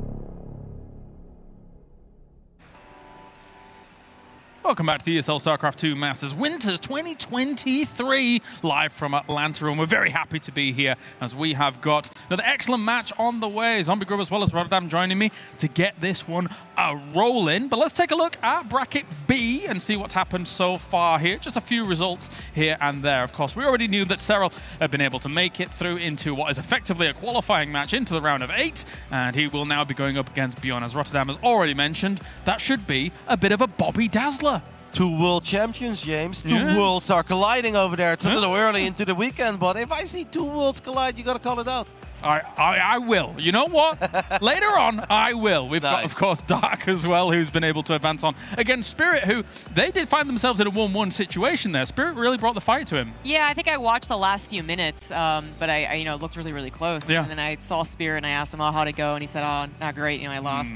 And I said, oh, yeah, you still performed really well, good luck. But he said that he forgot about a base that he had. That like, was available. Oh, no. And like, not exactly a Showtime situation, but I think he just like, he stopped defending it and he didn't push from there. So kind of an unfortunate one, because it did seem like he had Dark on the ropes quite a bit. And that was the one that I guess would be the surprise. And it really close, it really was almost there, but not quite. So Dark, obviously another previous world champion, might be facing one here if Oliveira wins, or the GSL champion if Solar wins. Wouldn't that be cool, actually, if we had 4 world champions? That would be awesome. I like that a lot. How many world champions is too many, though, James? Not 4. 4 is just right. Okay, what if we do this game for like another 12 years, you know? StarCraft 2 into... Everyone's a world champion. Yeah. Everyone that's left. It's like we have 24 players, all 24 world champions. You know, that'd be cool. That would be interesting, yes. All right, let's focus on this next game. Oliveira going up against Solar here.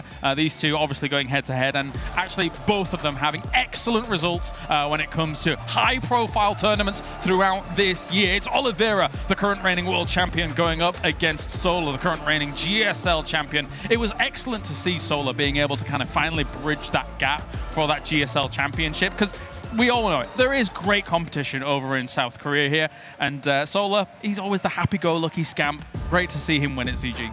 It was. I think everyone was really rooting for him. There's also been just kind of a bit of bad luck attached to him for a while, right? Yeah. I mean, the nuke's the most obvious one, but honestly, even some of the Game 5s versus Mario that he's played over the last few years, it felt like one thing goes a little bit differently, and then he actually takes it, and he's in a bunch more finals. But he's maybe finally got rid of maybe a curse, maybe just the round of 8 or round of 4 stoppage, because he did win GSL. So I think we're all very hopeful that he will continue performing very well. Yeah, I think overall it's been a great year for Solar. He made it to the finals with that one home story cup where he was 1 map away from winning it all against Rain after being down 0-3. He really clawed his way back into it. But you also think of some of the bigger online stuff that happens. The WTL Code S, he clutched it for on-site gaming in that previous season. He was the playoff MVP by getting multiple wins over Cerro as well. So it's really just been a great year for Solar. Of course, it's been a great year for that other guy as well. A lot of people here in the audience are rooting for him.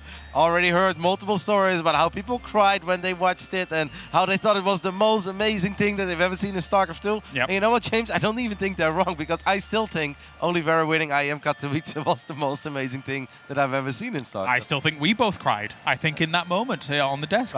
You cried. I was there as a big I was gonna Oh say, yeah, you were a okay, yeah. I gave you my Macho. shoulder. You're so strong, yeah. I wiped those tears away from you, but it was very sweet, James. Yeah, but I think there is question marks potentially around, as always, how Oliveira comes into a tournament like this. I said it in the pre-show, of course. We did not get to see Oliveira, unfortunately, at Summer here, ZG. Now we get to see him come in here. Do you have any kind of like clues or inklings about the form of Oliveira for this one? No, not exactly. All I know is that he did defeat Solar recently. Right. So it was an open cup online that is definitely different, but then Oliveira has proven himself offline, and as I was talking about in the pre-show today, Oliveira, before he won Katowice, was seen as a potential surprise hit, more like a round of 8 or a round of 4, because he is always so solid and he's always been highly respected amongst the pro gamers. So he comes in after being a global champion, missing a tournament due to unfortunate reasons, and I just don't really know what even he expects from himself, right? Sure. Obviously something good, but then is he thinking he's going to win? I don't know. Is he thinking that Solar's a nice warm-up match? Probably not. It's going to be tough to match up to the hype that he had created earlier this year, but it'd be a nice way to bookend 2023 if it happens. Yeah, but it's not just like that. This is the first time we saw him, right? Obviously, we had Gamers 8 over the summer. They actually played against each other in Gamers 8. It was a very close series, but Solar was able to win that one. Yeah. But I think Oliveira right now is just kind of taking it one tournament at a time. The first thing that I said to him, and I saw him 2 days ago, I was like, oh, the champ is here. He's like, no more. I was like, oh, absolutely you are. You are 100% still the champ, Oliveira. But I think he's just here. He's going to do his absolute best. He's going to play his best StarCraft. I think he's an outsider to do very well, but I don't think he's the favorite against Solar. I don't even think he sees himself as the favorite here. But would it be the craziest thing ever if he wins? No, because he's already done the craziest thing ever. And the fun little head-to-head between these two is that obviously Solar beats Oliveira way more than Oliveira beats Solar. But right after Katowice, Pig ran a big online tournament called the Pigsty. And I remember that they ran into each other in the round of 16. I was like, oh, I want to see, like, does he still have it, right? And he did beat Solar 2 weeks after Katowice back then. So he can clearly do it on the big moment, because at that moment a lot of people were watching. They're like, was he that one-day fly, or can he do it again? And he did kind of do it again. So. Well, 2 high-profile names as we now head over to the stage, ready for our next best of 3. Let's do it. 2 high-profile names, 2 fresh faces here on the stage at ESL StarCraft 2 Masters Winter 2023. Representing Group B, seeing how far they can make it through. We have, as you said, our GSL champion and our IEM champion. We have Oliveira representing DKZ, and we have Solar representing Onside. Let's get this started.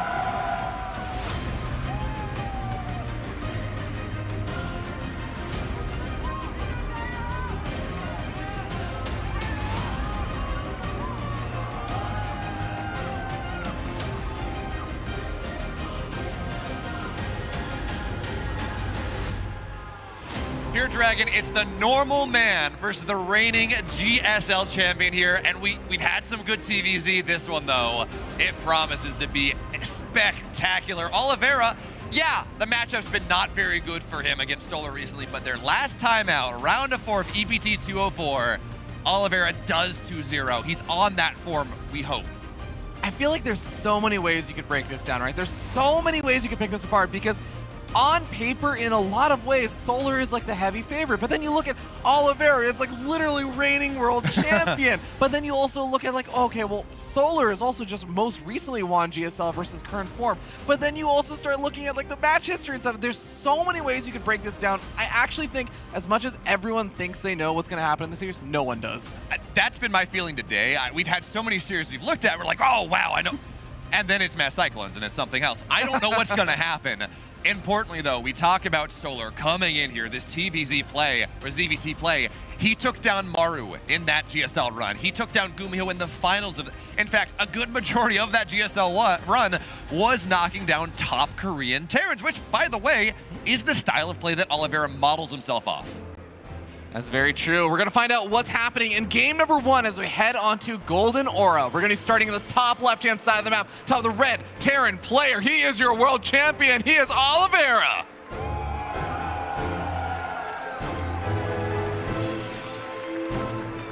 And at the bottom right here, in the blue, the reigning GSL champion, it's Solar.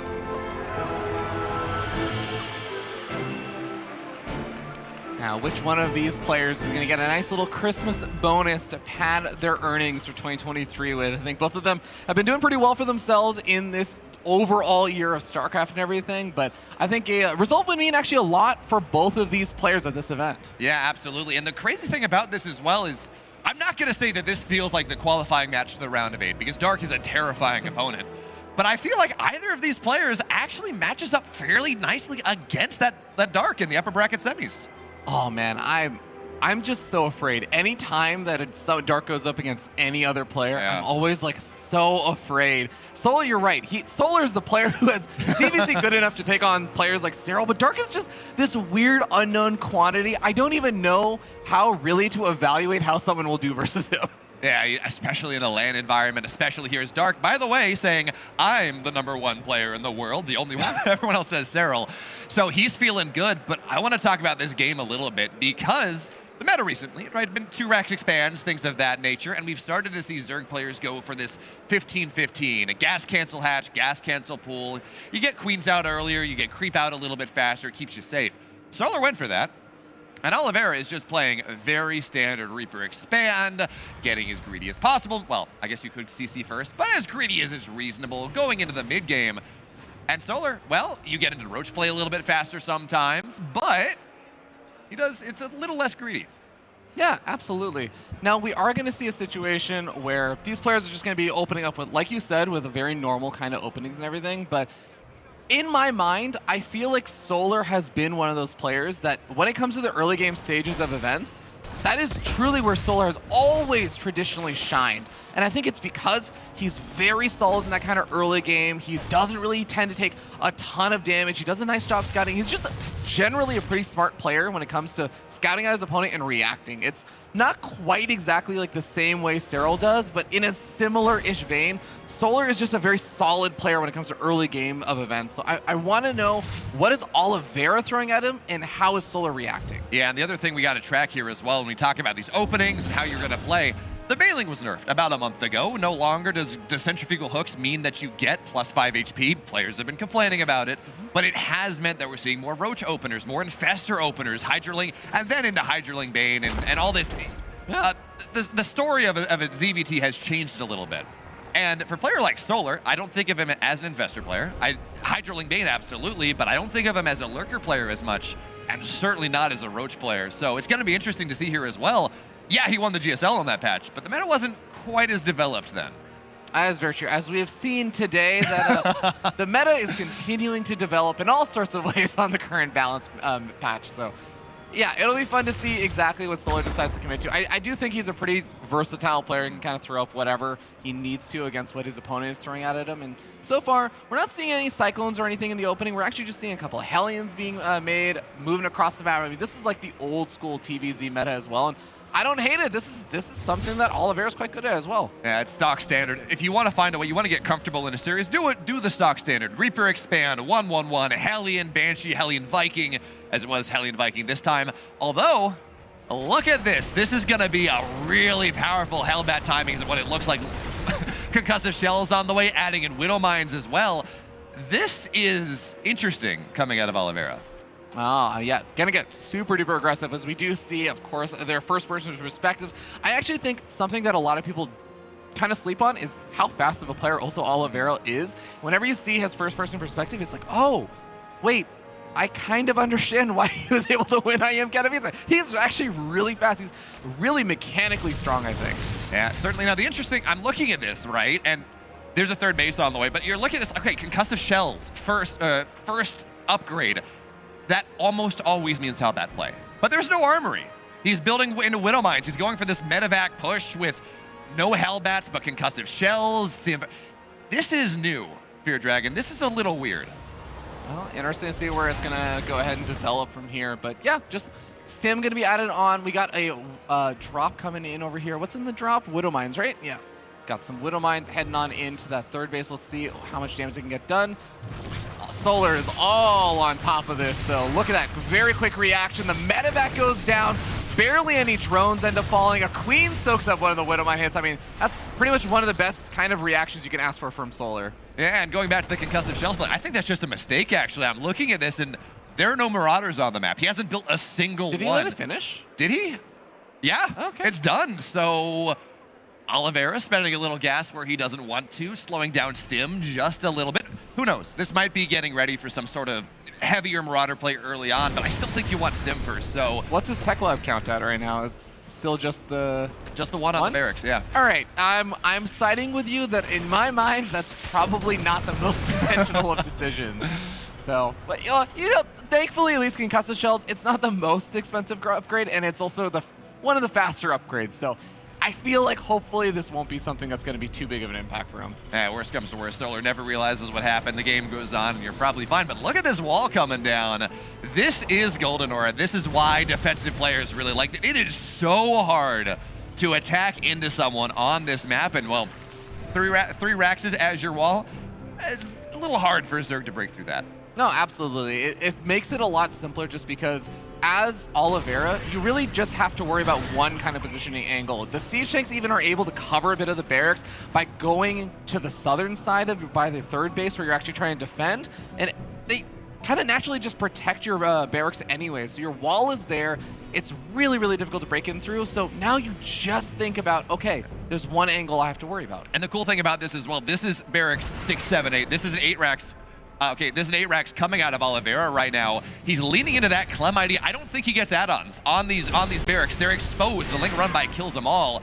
But instead, you're right, you have one pushing opportunity. You're gonna find your way through the bottom side, hitting with that very quick 8 Rax. And again, this is Oliveira playing maybe a little bit differently. Now, Solar, he's getting ready to go to the Hive. Infestation Pit's down. He's got 2-2 on the way. The question, though, and this is Lingbane, so unlikely, do you fold those Infestors in? It's a lot of gas, but you get 1 or 2 good fungals. Things very much change. Yeah, I mean, I think definitely later on we can start to think about that, but for now I think he's just going to be thinking about this push that's at his front door. A couple of Banelings are being morphed very, very close to this army as it looks like they're potentially going to get sniped off. 1 or 2 of them does go down, but for now, Solar's holding the line on the edge of creep. Yeah, we talk about how you defend an 8 Rax, right? It's going to be with a big run by. You force the Terran back, you force him into a bad fight. But Solar can't do that. There's a ton of HP in that wall, so instead, he is looking for the wraparound right here, but he's not going to pull the trigger, looking for reinforcements instead for the moment. And that means that Oliveira can find himself a powerful sieged up position outside of the 4th base, outside of the 3rd base of Solar. But Solar, despite the wall, Ravi, he finds his way in, and this is a lot of damage. Now suddenly Oliveira, he has to get so much done with this push. Oh, he definitely needs to get a good bit done, but remember, that's also a lot of army supply that Solar is invested on the other side of the map, so can Oliveira take advantage of this opportunity? A couple of the Banelings also getting forced to cancel there, but there's still actually quite a few Banelings over here for Solar. He loses one of the bases, loses 24 workers, evacuating out of this other location. Can Solar actually hold here? Because he's getting a lot of damage, like you said, on the other side of the map. Solar's just buying time here. 2-2 is done in about 15 seconds, and that is absolutely where Solar wants to take the fight, but he's gonna go early. He thinks he can make it happen right now. The tanks hold on the backside, and now Oliveira, the army's still here. Baneling Nest will fall, and all of a sudden, yeah, suddenly you can't make any more Banelings. 2-2 is going to finish up, but so many of the Banelings have already been utilized at this point. Solar's in a lot of trouble. He has to be super conservative. I don't even think he realized the Baneling Nest fell because he hasn't been remaking. He's just focused on this fight. I don't blame him for that because this is an important fight. And if he's able to get a cleanup here, it maybe ends up being a bit better, and that's it. He does it.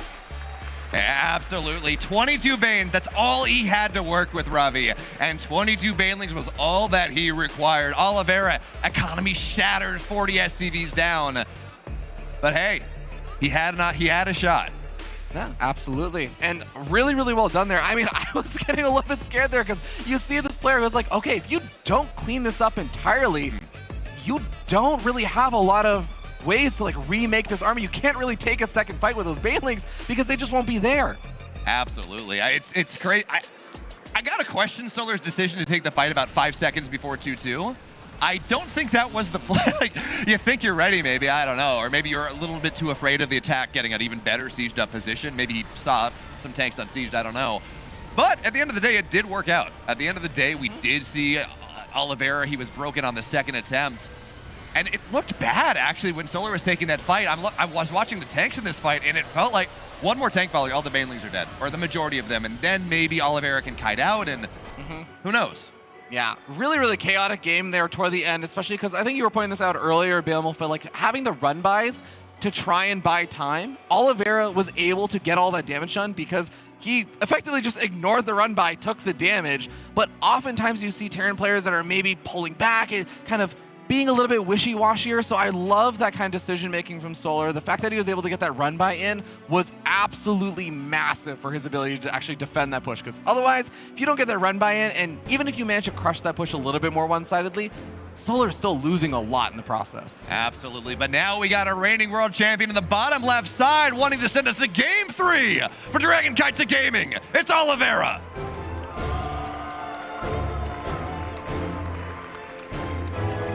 And up here on the top right-hand side of the map, we have our blue Zerg player from Onside Gaming. He is Solar.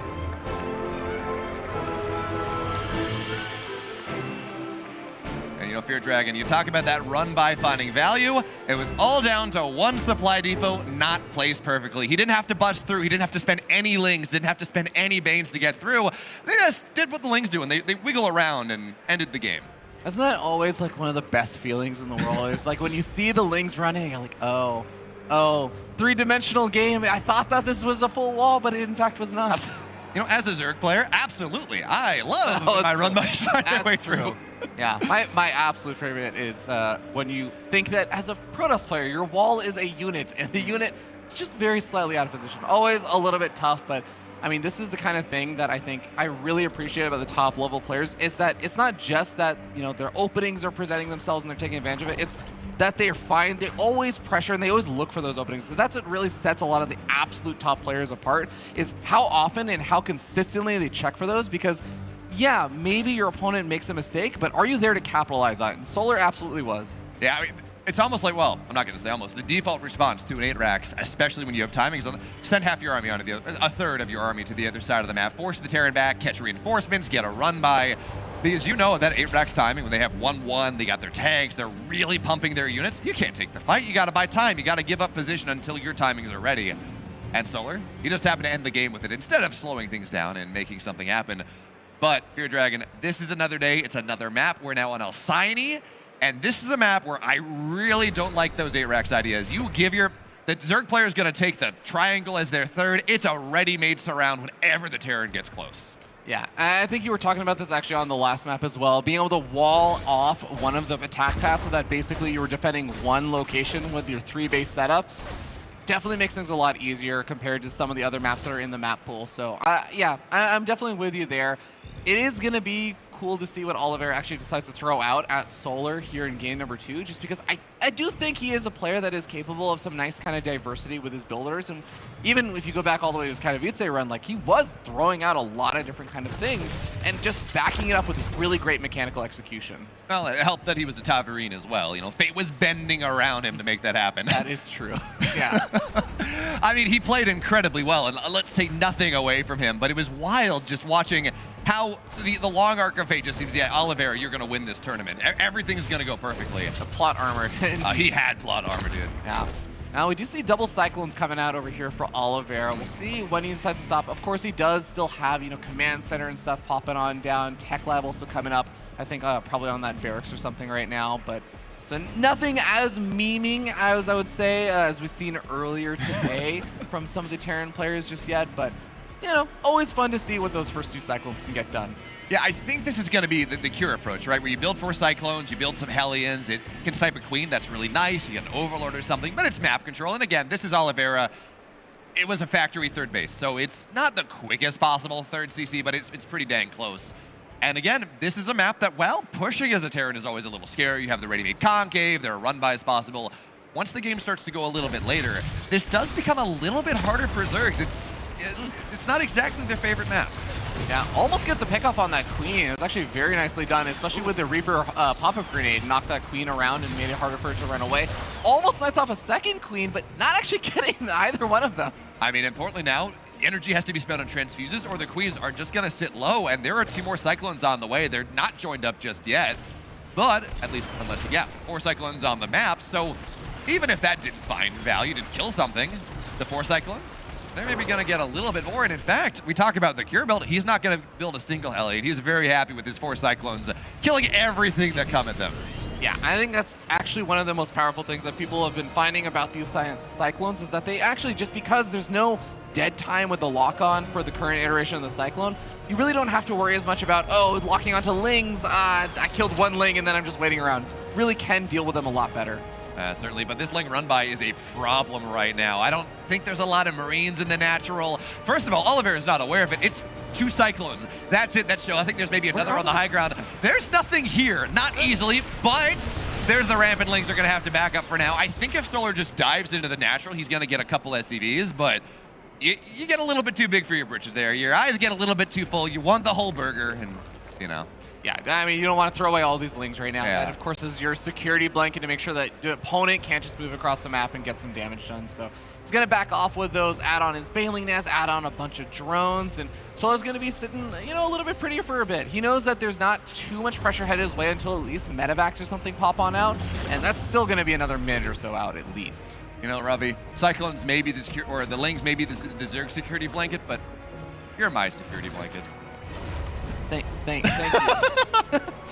I'm glad I could be there for you, Nibble. I'm sorry. I'm not sorry. But third base on the way here, on location for Oliveira, and because of that Ling run by in part, the creep spread has not been quite as curtailed as you might otherwise like to see. The Queen didn't go down, so energy's fine there. And now, 6 minutes in, we're about halfway onto the other side of the map. Now, the big deal is if you can get creep on the Xel'Naga tower, if you can prevent the Terran from just holding that spot and saying, I'm sorry, the line of sight blocker's a little broken. You can't move through here. No, controlling the Xel'Naga Watchtower on this map is actually really big. And it's something that I think some players have talked a little bit about, where the Xel'Naga Watchtowers in the smack dab center, or even like close to the center, I think it became a little bit less popular, a lot of the map designs and stuff. So this is one of the more interesting maps to me in that regard, where we do finally have a kind of return of really, really powerfully located Xel'Naga Watchtower in the center, where you really can get a lot of vision. Smack dab in the center gives you a big advantage. You know, I talked about this as well. I said, you know what, I don't think we're going to see an 8-Rex here. It feels like it's a 4-base type of map. The pushing through the middle is kind of hard when you have that ready-made surround. Oliveira, 6, 7, 8. We're ready to go here. 2-2 on the way. If at first you don't succeed in game 1, try again, Ravi. Well, he's going to need to knock out as much of this creep threat as possible. He's finding all of the active creep tumors, finding another round of the passive creep tumors. These banelings don't even have speed just yet, so the Marines managed to all evacuate out of there very, very safely. Queen's going to need to be on that creep respreading ASAP because, yeah, with 2-2, once that finishes up, this attack is going to get pretty scary.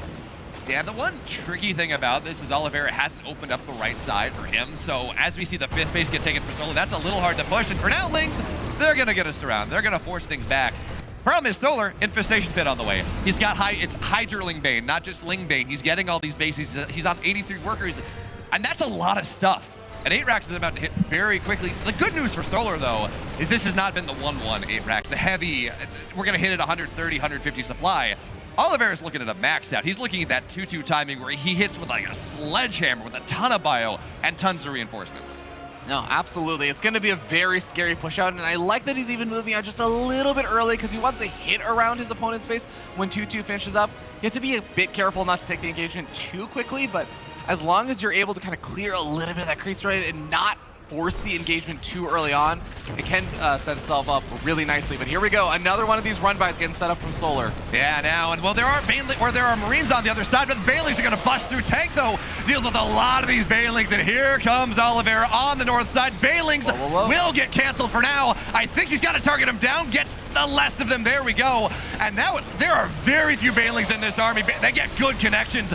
Even still, Ravi, this base will fall. On the other side, that run by 14 dead SCVs, tanks, and in the main, we're in it. It's game 1, part 2. You gotta make this push happen, Oliveira. Yeah, but Solar, feels like he has a lot less stuff compared to game number 1. Can he actually hold against this army? Yes, he's also getting a lot of damage done on the other side of the map, but it's mostly just because these few Lings are picking off reinforcements as they pop out, but Stim Marines will eventually clean this up. And importantly as well, Oliveira hit with his timing before 2-2 was done for Solar. Now it's ready. Now there's Hydra speed. Now 2-2 is done on the Lings and the Banes. This next fight is going to be a little easier for him, but Oliveira, he's up 20 army supply. He's got this really nice sieged up position, and again, the Bailing Nest is gone. Yeah, that's going to be really painful. Bailing Nest is already, another one is halfway done. Oliveira now stalled out over here. He hasn't quite been able to close in on any of these other bases, but it feels like his army is stronger compared to last game. He's still sitting up a bit of army supply. And Solar, this is the thing, he doesn't have to be as impatient as the last game because he's not sitting down on 2 bases that are barely mining. He's sitting on a situation where he still is mining. The scary thing here is that he didn't get nearly as much counter damage done. Yeah, well, on the flip side, it feels like Oliveira's not necessarily given up on this, but understands that this might not end the game. He's got +3 armor on the way, pulling a Bjorn, no +3 attack just yet. But he is going later, which is rough because he's only got 52 SCVs. There's no 4th base.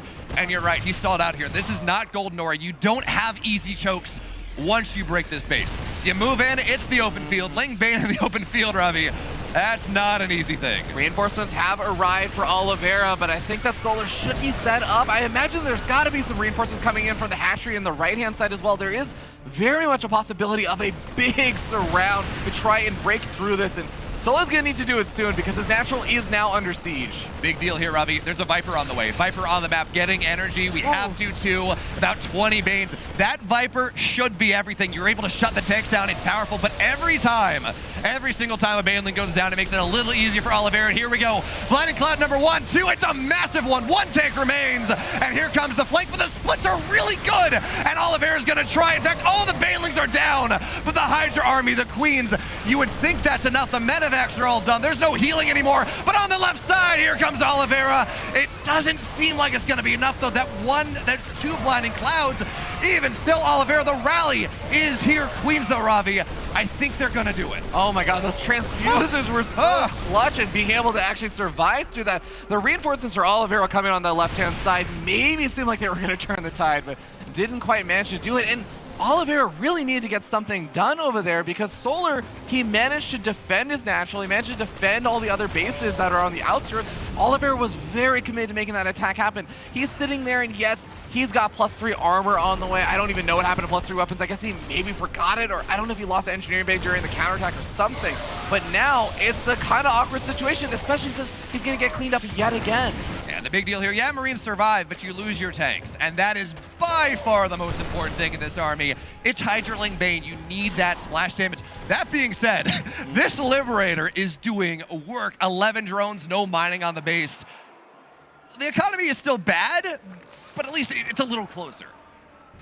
It is going to be still a very tough uphill battle here, as Oliveira is going to be sending another army up to the top left. I like, actually, for Oliveira that creep spread, because all the Queens have just been at the front line the whole time, no real creep spread has actually happened up in the top left-hand side. So Oliveira can just get in right in on top of this base. Baneling's going to have to run off of creep to engage versus most of these Marines as soon as Oliveira inches even a tiny bit further forward. Oliveira can also cover his 4th base location by going for this attack. And the nice thing about this as well, because he's Terran, he can lift his main on over to the 4th base, and by that time, again, the issue is he's got 3 tanks on the map. He's got 1 Liberator. He doesn't have a really good way of dealing with these masses of Hydras and the Lings and the Banes, especially without +3. But this Liberator, it's got 16 drone kills. It's if Oliveira comes back into this game and wins it, that Liberator's an MVP. That Liberator's definitely been putting in some serious work there. Oliveira, I like that he's also trying to do a little bit of multi-prong aggression, get some Medivacs out on the right-hand side, and do the kind of 2-prong attack, and make sure that Solar's a little bit split up. But Solar's also trying to complicate the game himself, trying to get run-bys in while he tries to go for the big breakthrough. And with that Blinding Cloud there, it seems like he's going to be enough to knock out the Siege tanks. Can he actually take on the Marines? Ooh, Marines getting really close to those Banelings. They thought about it, but there's just not enough. Meanwhile, a lot of Queens are going to go down here, but the transfuses, you talked about them earlier, they're not going to get, there's no +3, right? They do not kill, they do not do enough damage fast enough, so a lot of energy done on the Queens, but Oliveira continues to not be able to push through. That being said, our supplies have equalized.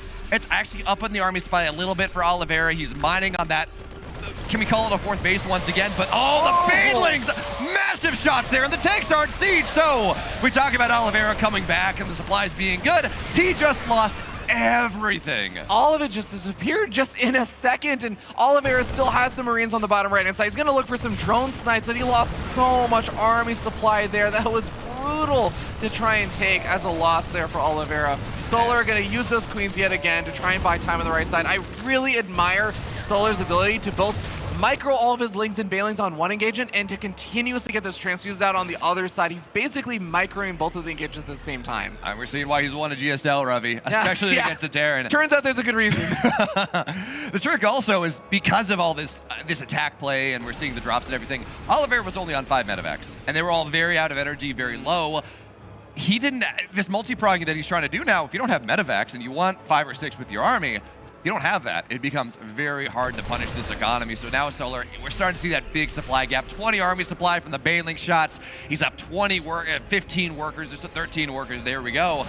And this Ling run-bys, they're making it really hard. The Natural's going to float over to the right side, but now it's going to be so separate.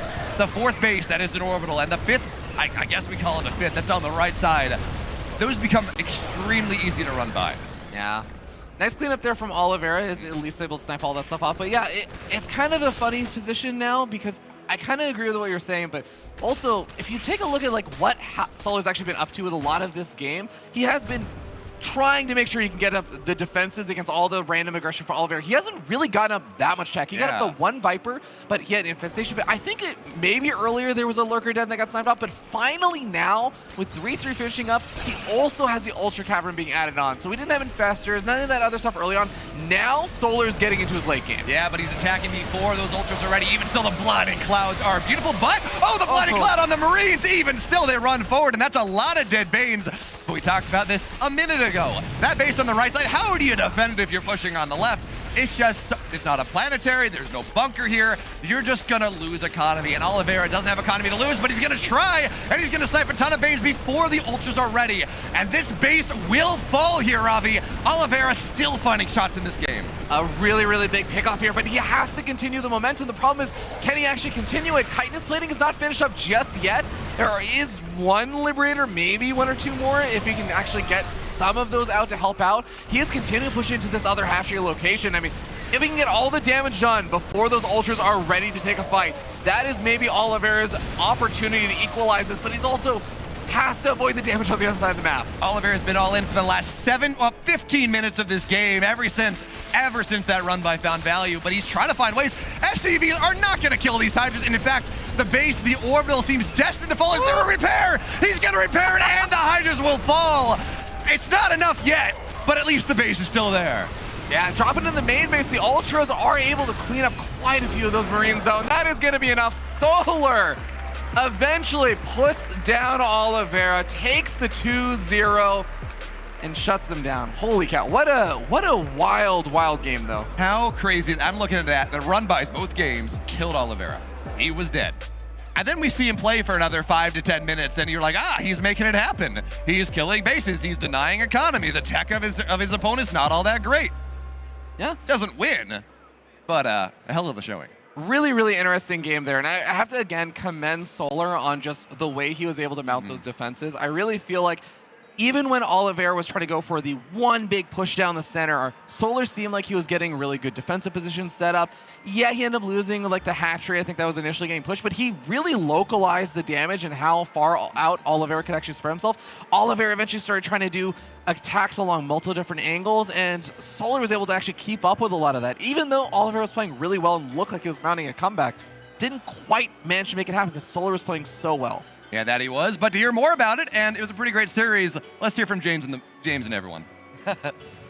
From who? Yes, we've got it here. An emphatic victory coming from Solar against an Oliveira that was trying to put on a lot of pressure after being forced into some certain all-ins, but then it was not enough for Oliveira to be able to defeat the tide that was Solar here in this series, EG. That pretty much explains it. It felt like Oliveira had a lot of good moments and a lot of structured, solid TVZ play, but then Solar was just a little bit like maybe half a level ahead consistently. That turned in lots of levels ahead. It got close. It got exciting. Yeah. It just was, at the end of the day, Solar with a very solid 2-0.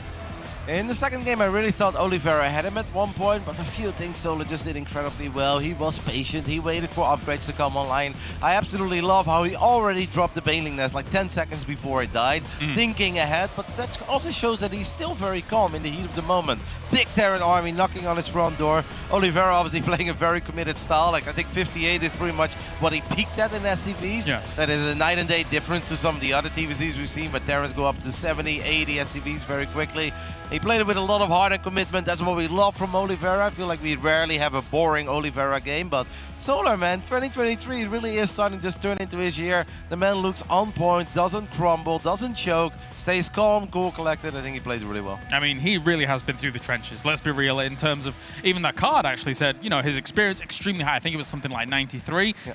it really does show when you are able to stay as calm as you're saying in a series like that, when Oliveira is playing a relatively aggressive style. That is kind of what he's known for, ZG, and it really doesn't seem to phase Solar too much. No, and I feel like Solar would be the one that also might have been worried a little bit about the Baneling change, but then... I get you, yeah. Yeah, but then it also feels like that's just not something that he's really thinking of or having to think of, right? Again, he seems cool, calm, and collected, and he deals with it as you would expect a solid Zerg to deal with a solid pushing Terran.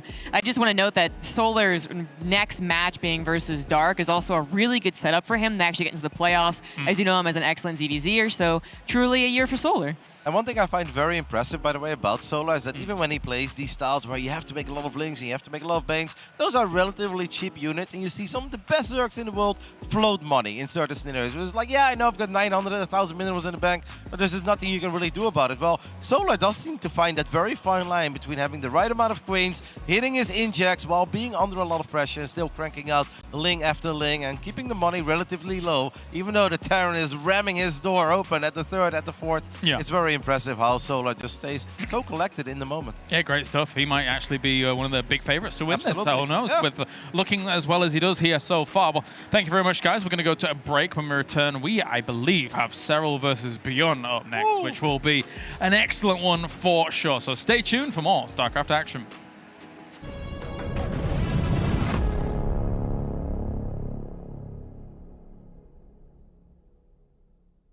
Ready? Yeah, sure. Let's go. I'm going to change my opening then. I'll do this. Oh, you have to press. Oh, sorry. Oh, we have 5-second increment, that's all. Oh, God damn it. Whatever. That's okay. It's okay. We can start to play fast. Okay, I'll take.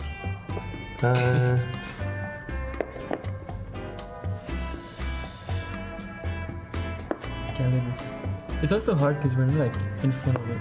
Yeah, it's like easy when you play online. Yeah, it's so much easier. Okay, I'll do this.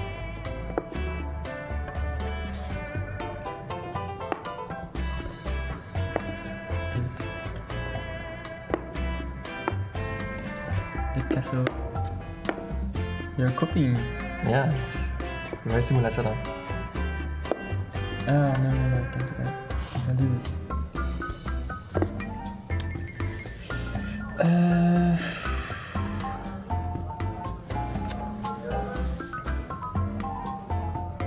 Nice.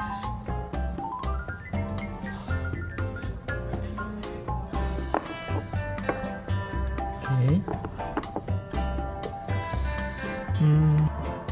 I think you're probably winning by a tiny bit. Oops. I feel like now it's a bit dicey, no? Oh, no. Actually? Oh, wait, hold on. It is very dicey, I think. What if I did something That's probably fine for you. crazy, like this? Oof. Now it's really crazy. Actually, I think it's fine. Oh. That wasn't good for me, was it? No.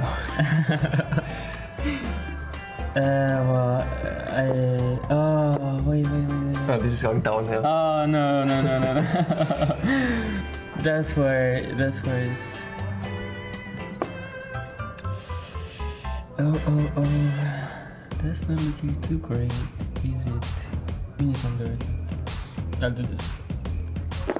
Oh, wait, what? I didn't see that. I think you have taken. Yeah, I didn't see that. I didn't see that one. Okay. Now we need to finish the game somehow. Maybe I can win on the clock. It doesn't seem very good. Yeah, that's more than 3 minutes left. Time for the end game. Uh-oh. I mean, I'm pretty dead. You're pretty dead now. I'm pretty dead. Maybe, okay.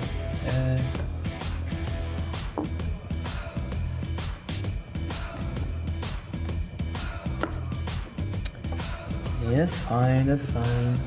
All good.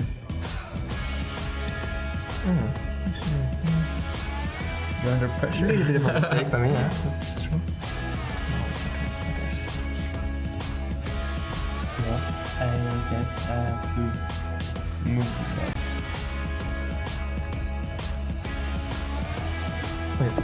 Oh, sorry.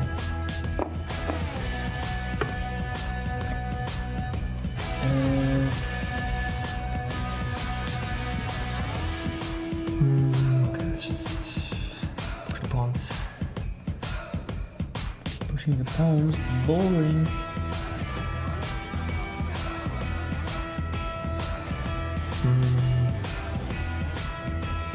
Safety.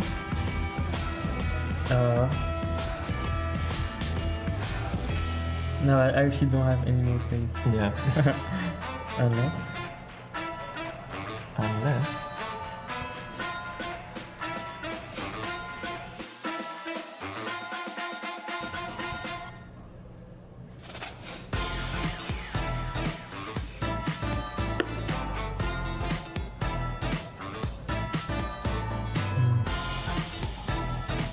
That's a suicide spot.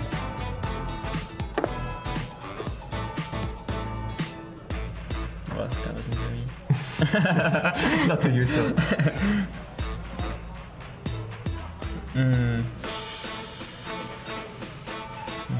Getting a bit low on the time now, huh? Yeah, that's true. Wait, what? Can you just give it to me? Okay. Okay, I was hoping you would take it with this and then I could like counter attack. Oh, okay. GG. This will work. Nice.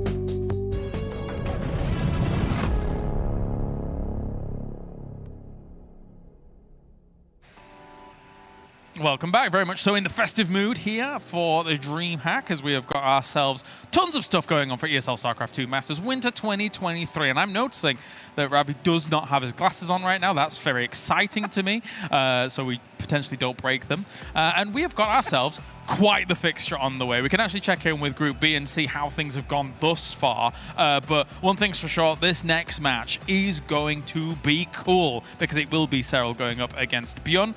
Meanwhile, in the rest of the bracket as a whole here, we do now confirm that Dark versus Solar is going to be a thing, which is exciting here. But Bjorn is making his way to the forefront here, but he is going up against Cyril. Fear Dragon, this is quite the fixture. No, absolutely, and I feel like both of these players are so incredible in their own respective ways.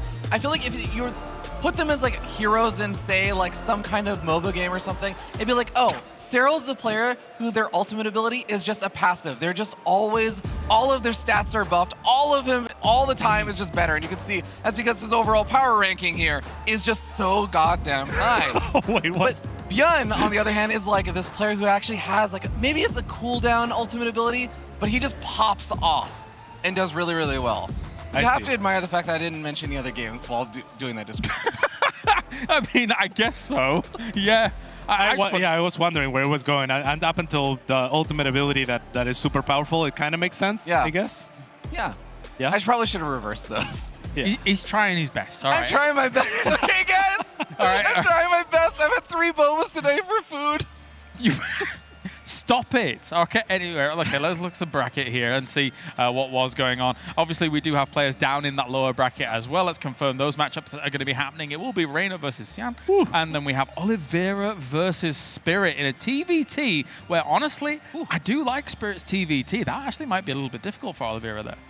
It might be. I mean, I was talking to Spirit just now about it, and he wasn't feeling too hot about it, but you never know. I mean, he doesn't feel hot about any matchup. It's Spirit. What are you talking about? Spirit TVT also is, I think, very scary, especially in the current meta and where things are at right now. Spirit is a really, really scary player to go up against in it. Yeah, for sure. Definitely. He's a beast. Yeah, he almost beat Dark. He took the first game, too. Yep.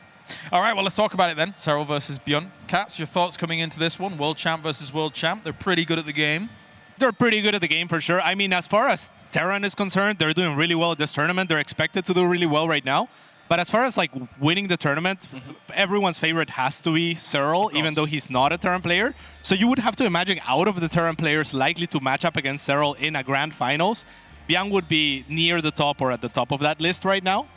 So yeah, going by that reasoning, I feel like this could be the finals. Yeah. But at the same time, Serral hasn't lost to a Terran in like 17 matches in a row or something. You have the stats up, maybe you can look it up. Yeah. And if you remove Clem, it's like 40 something matches. Yes, so it's a little bit, it's a little bit ridiculous. It's difficult to hype up anyone against Serral, to be quite honest. Your thoughts? Yeah, it's so tough to actually hype up anyone against Serral. But again, like I think if someone were to do it, it would be Bjorn when he kind of has that pop-off moment. Because it's funny, you look at Bjorn, and I feel like he really has been kind of on another upward trend in terms of skill, and he's been doing better and better lately.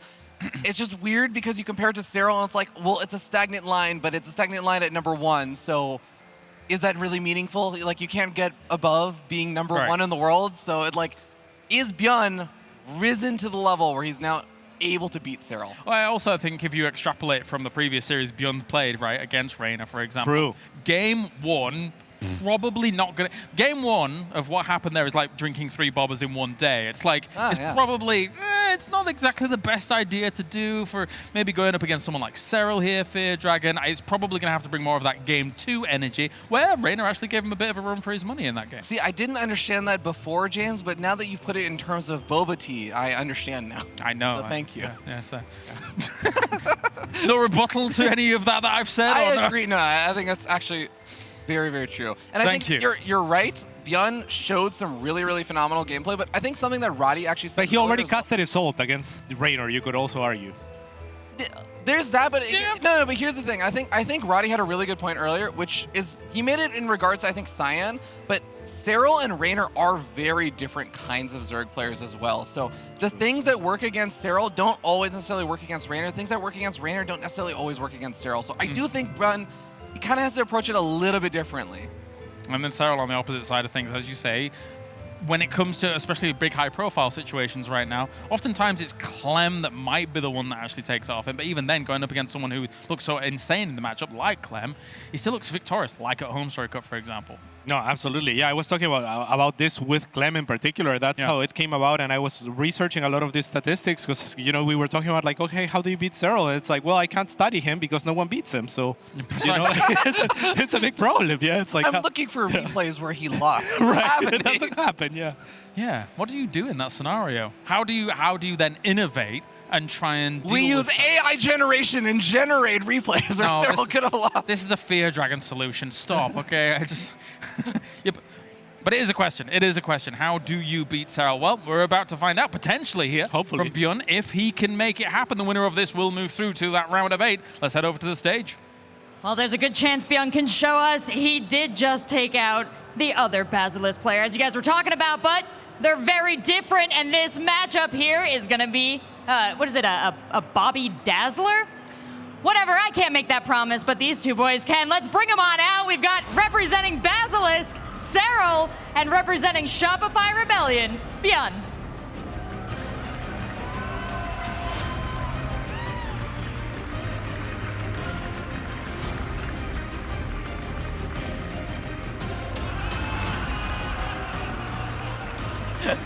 I guess a lot of respect being shown, but Seltzer, it's not so much the word as the gusto in the Bobby Dazzler that's about to be seen. That's what we want. That's what Kalaris would absolutely say.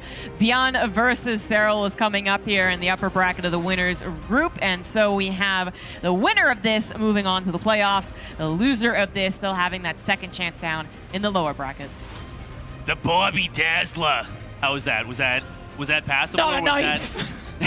That's not a knife. This is a knife. Pretty sure our accents are pretty much flawless, no confusion. Absolutely. Over Australian versus English versus Scottish versus Welsh. Yeah. I think we nailed every single part of that.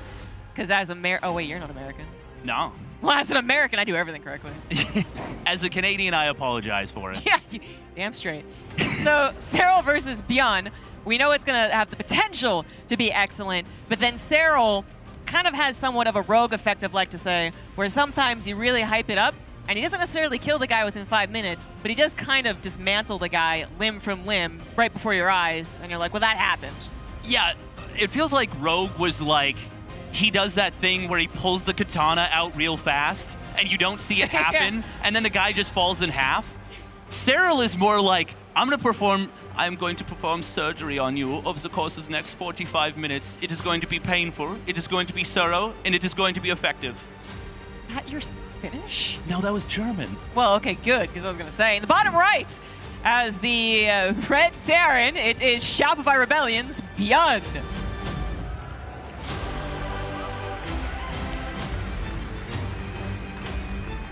And his opponent, spawning up in the top left. Look at those forearms. For Basilisk, it is Cyril.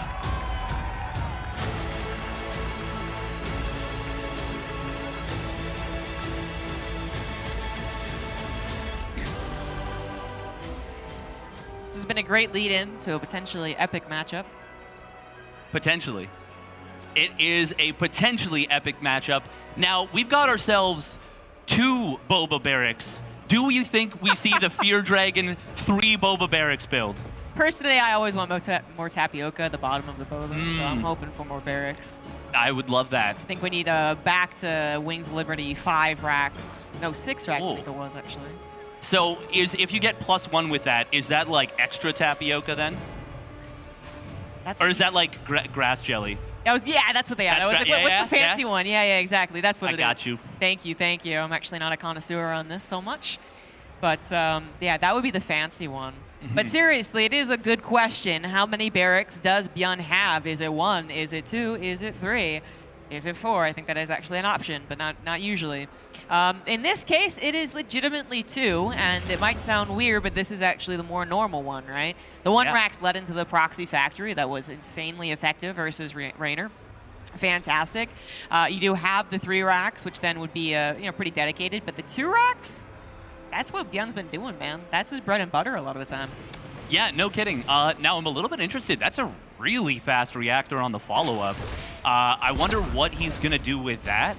But for now, obviously, he's going to look to get as much damage as he can with these first 2 Reapers. And yeah, obviously, Cyril so far passing the skill check.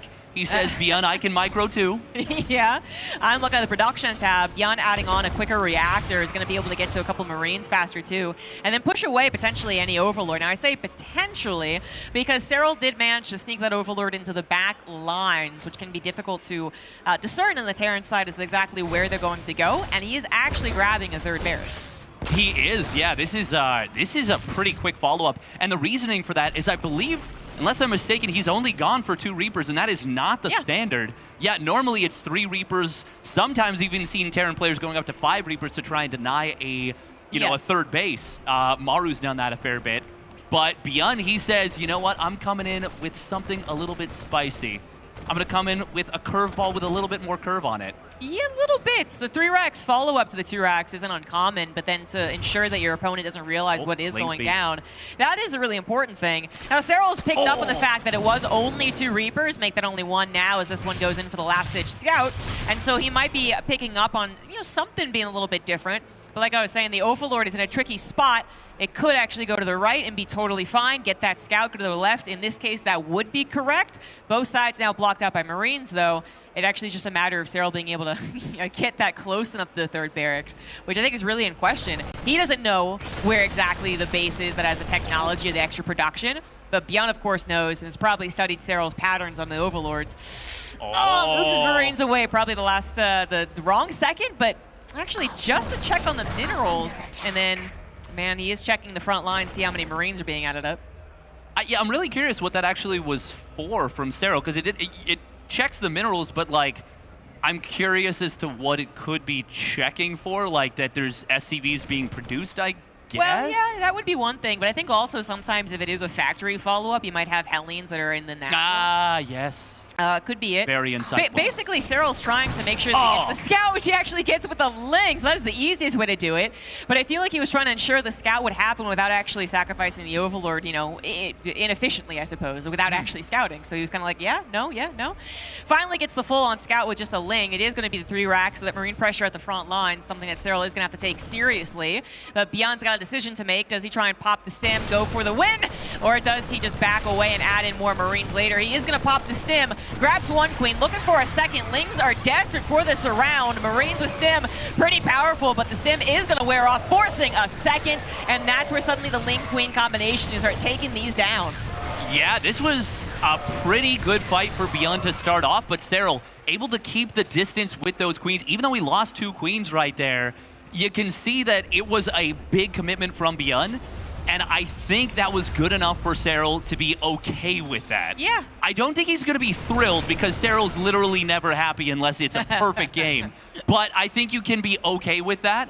Now, Beyond, we got to talk about the follow-up. This is not the only phase. He is going to be going for a big 5 racks commitment off of 2 bases. And Cyril, he doesn't have the fastest layer. No, he doesn't, but he is grabbing a Roach Warren, which I think is a powerful move against someone who is dedicating to a 2 base. Yes. Now, the power of generally this build, the 2 racks opener into the follow-up with a lot of Marines, as that Overlord doesn't quite get the full scout, but it did notice a lack of 3rd CC where it usually would be. And it did see the extra barracks too, so that's actually perfect. Yeah. But anyways, the power of the build that Beyond chose is that it is hard to know exactly what's going on a lot of the time, not this particular game, but then also it's hard to react perfectly. Even though you have the knowledge, the execution is difficult because of the Zerg dilemma. Do you make enough drones to supplement the income as the game goes on, or do you need the army now and then peter out because you don't have the economy later on? And that's the balancing act that very few Zergs can do perfectly, but, Cyril's kind of one of them. I would say he's probably the best in, period at it. Like, it feels like he never over drones unless he's really, really hoodwinked, but we are going to see Beyond getting the cancel on that 4th base. That's obviously a nice start. Cyril doesn't even try and contest. Now, this is a scary position for Cyril to try and engage, and the siege tank finds a good position. One of the queens goes down, a lot of transfuse being used. Baneling speed is not done yet, and these Ravagers not done either. Beyond is getting a lot of value here. Yeah, finding a moment. Cyril was not quite prepared. Also getting a little bit of supply block, but now he is prepared. Corrosive Bile is finally coming down, taking out that 1 tank. Beyond saw that coming and just got out of dodge. But I still would say that he took the moment when it was granted to him. That could have been a shyer, less confident Terran that would have been like, oh, never mind, back away immediately.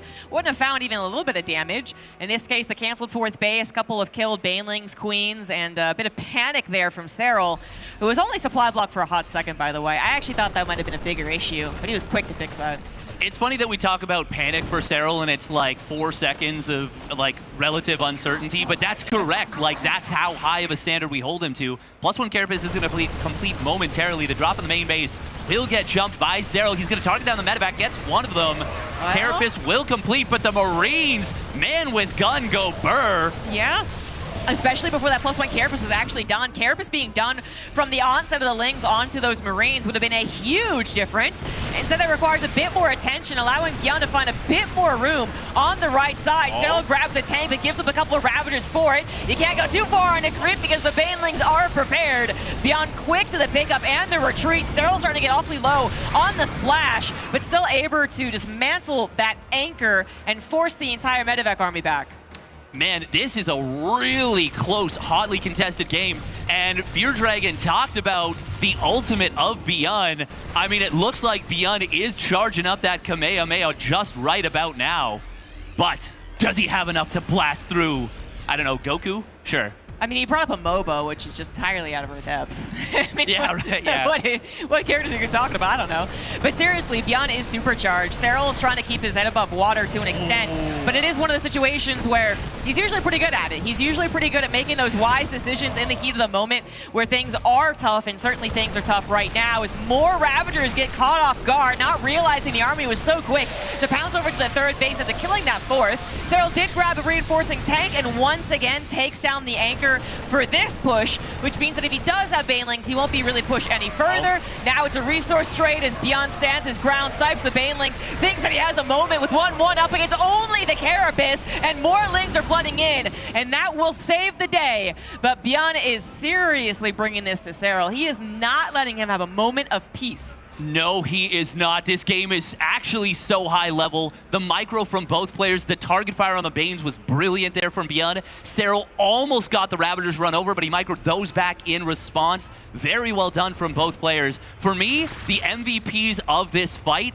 of this entire game for Serral, have been those Ravagers. Yeah. Without those, I think he's killed like 4 tanks. Maybe even 5 with those Biles, and without those, I think Beyond might have already won. Yeah, and it is. It's been difficult to determine if exactly it's been worth it, but clearly it has, right? Because he has lost some Banelings, some Lings, some Ravagers in return for some of those tank snipes. But then I think it has less to do with the necessary resource trade directly, which we got brought up by the Observer, and as much as it is the domino effect, right? If you do not suddenly have 5 tanks appearing with this push, it is so much easier to deal with. So every tank really counted. Worthwhile so far by the looks of it for Serral. Does still need to be careful as tanks are on the high ground getting some good shots, but he's looking to try and defend this 4th base. No, gonna go ahead and give it up once again. I might contest it now, but he's got the Liberator on the main base, killing another bunch of drones. Beyond is only a few workers down, but a counterattack on the other side of the map is going to find some damage. 4th base does ultimately get sacked, and I think that is the right call. Serral is about to be ahead in upgrades. Beyond, oh, he's doing the Beyond thing. He got +2 armor instead of +2 attack. Please, Control Z, undo.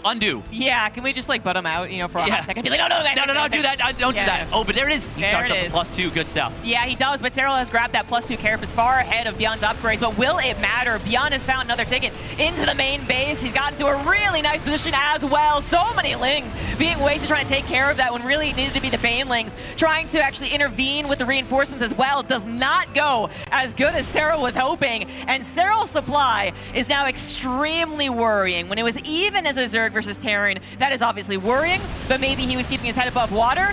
Now with a 20 supply deficit, actually 30 in army, Serral is running out of steam. He desperately needs his 4th base up or to get some counter damage done to Beyond's fresh 2 bases as he lifted his orbital to take that 3rd. Yeah, this is a fresh injection of money. You got that corporate stimulus package from that lifted 3rd command center, and that is really going to help Beyond with his monopoly. Beyond just needs to make sure not to make any huge mistake, like letting a medevac die. 4 Banelings are trying to get the SCVs. They take a little detour, but there you go. A lot of SCVs going down, and that is something that Serral absolutely needed, but at the same time, perhaps still unable to grab this 4th base. These drones hardly get any mining time on it, as Beyond is going to stay in his position, doesn't worry about creep. It's really not that far advanced. He's got the anchor of the tank, and now he's added in the dynamic of the Widow Mines, further complicating the engagements from Serral. Yeah, and it looks like Supreme Court Justice Serral was able to shut down that economy. We are going to see the engagement coming on in. Pretty big Widowmine shot. The flank from Serral. The Widowmine on the backside getting a lot of Banelings. Beyond will still be forced to pick up, but he holds that 30 army supply advantage, and he is about to finish up his own 2-2.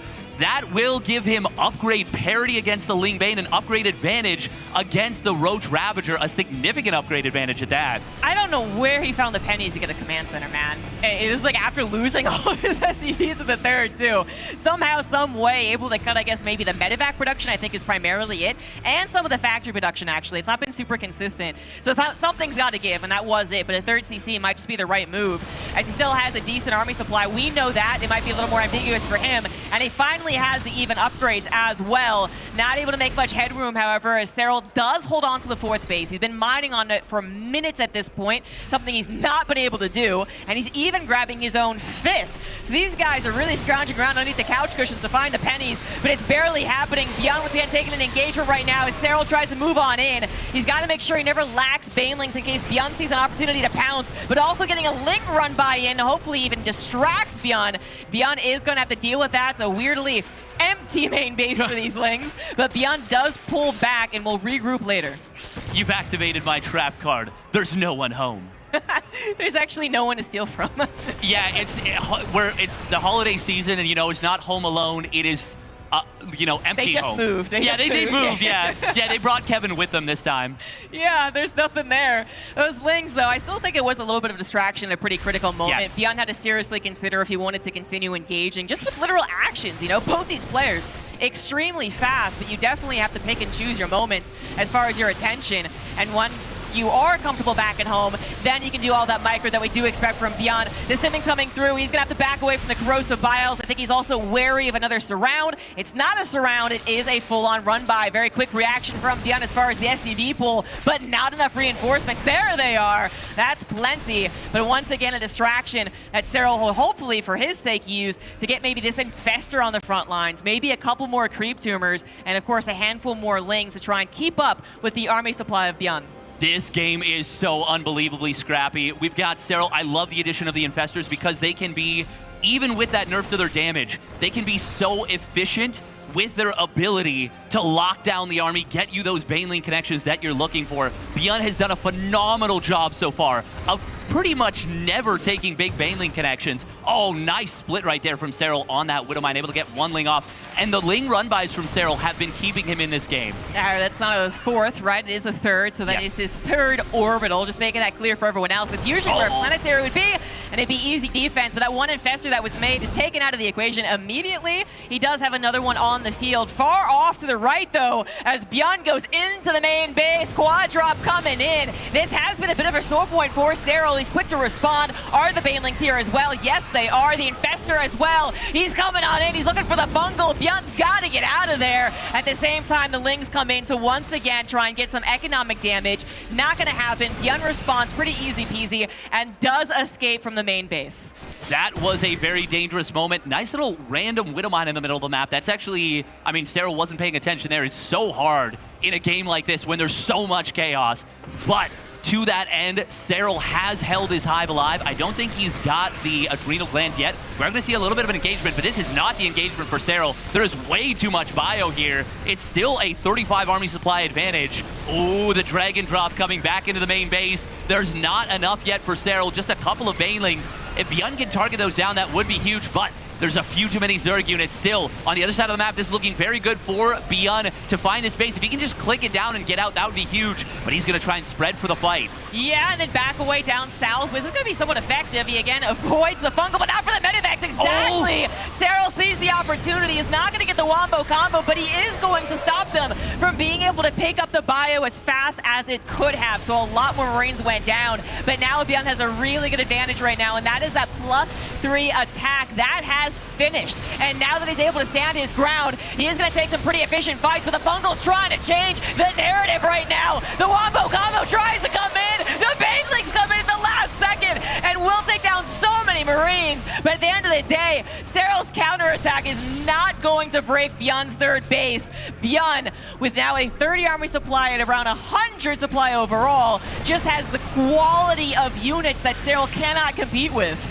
And Cyril is desperately trying to morph in more of these Banelings to hold. The Marauders on the front line are going to tank so effectively. The spread on the Widowmines, the spread on the Marines is good. Marauders taking so much damage. Cyril trying to get every single unit he can on top of this. But the reinforcements of Beyond are flooding forward. He's doubling his opponent's army supply. Is he going to be able to break through here? I think that he is. Beyond has found the ticket here. The Banelings are not close to finishing. They could also be focus fire to back Fungal. It's not going to be enough as Beyond with the fist pump takes game number 1.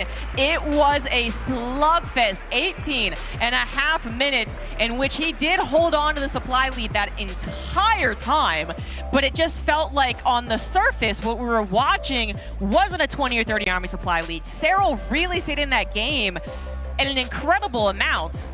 Even when he was down a 4th base, even when he hadn't done that SCV damage yet. I mean, both players playing absolutely incredible and some of the lowest econ StarCraft 2 we've seen. That was some of the highest level micro play decision-making reaction time we can see. And it really, God, that was actually, my Christmas list is full. Like, that was it. We got it in that game, but we have 2 more potentially, at least 1 more.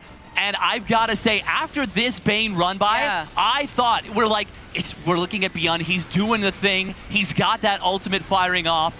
And then Cyril does what Cyril does best, and he gets that damage. But my, oh my, Beyond refused to let go. And I just gotta say, I am, yeah, I've got nerd chills. This was actually such a pivotal moment. The fungal dissipated by the time the corrosive vials hit, and while it did kind of like have a moment where it encouraged Beyond to run forward into the face of the banelings, I think there is a possible chance if we play that in a little micro trainer or whatever it is, that if you had perfectly timed the fungal with the corrosive vials, that would have been even more damage than running into the couple of banelings that hit those Marines. That would have been a pretty sick ending, perhaps in favor of Serral, but it is, again, Beyond who pulls through, giving us one of the sickest victories against Serral in recent memory. Yeah, that's what we need. We need Cyclones to be better. Thank you, guy in chat, guy in crowd. Man, guy in the crowd has some really great ideas about balance. I think we should really take it to heart. Cyclones need stim. Liberators maybe make it so that they can land and Maybe 2 more range. Yeah, that's a great idea. I think yeah. so. I think yeah. that's a good one, actually. Oh! Wow, okay, I wasn't expecting that. I was like, cute. Zerg? You love Zerg? Well, I guess that's okay. But you love Zombie Grub. That's fine. That's great. That's even better. Yeah. We all love Zombie Grub here. Thank you. One of the best among us. Amogus even. The heck's that? That's too long to explain is what that okay is. then. That's a meme. But we're getting into game number 2. Beyond popping off at the right time. If he could win this one, that would be absolutely extraordinary. It would be an unexpected result. Not the craziest result that we've ever seen. No. But still, an upset. As Serral, we even said, could possibly have gone through this bracket undefeated entirely. That is extremely possible for his performances in the past. But Beyond is coming in with his ultimates, whatever hero you want to choose from, whatever MOBA you want to choose. It popped off, and it took down the passive of Serral. Let's see if it can do it again. In the bottom right of Golden Aura, up 1. He is Shopify Rebellion's Beyond.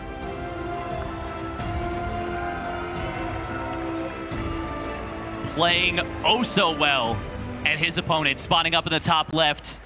I didn't expect to say this, but he needs a Christmas miracle. It's Basilisk's Serral.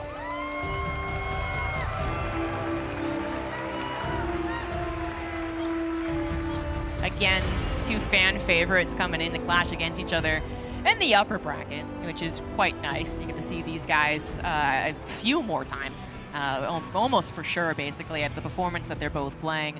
Serral, I don't think we have, severe doubts that he's going to crumble. No. Like that's not something that Serral does. Beyond is going to change things up, and that's really important, actually.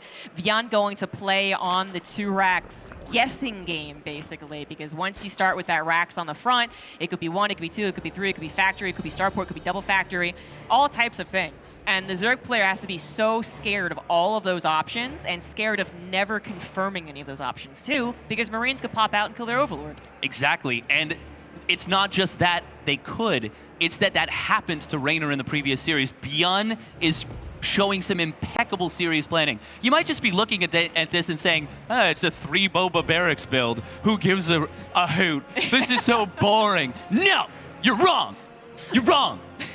It's so much more than that. It is a setup from the previous series against Serral's brother from Basilisk, Raynor.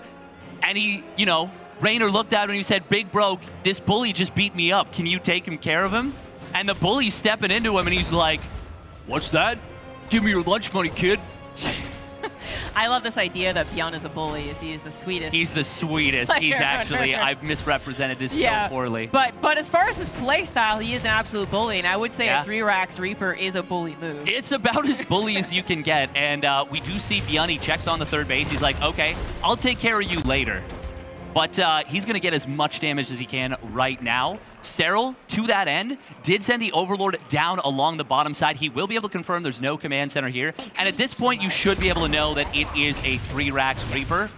And he didn't cut Ling speed. That is the big deal right here for Serral. If he had gone for the modified Clash Opener, he gets that Ling speed at 4 minutes. That is a long time for Beyond to be the bully. But Serral says, no, it's not going to happen.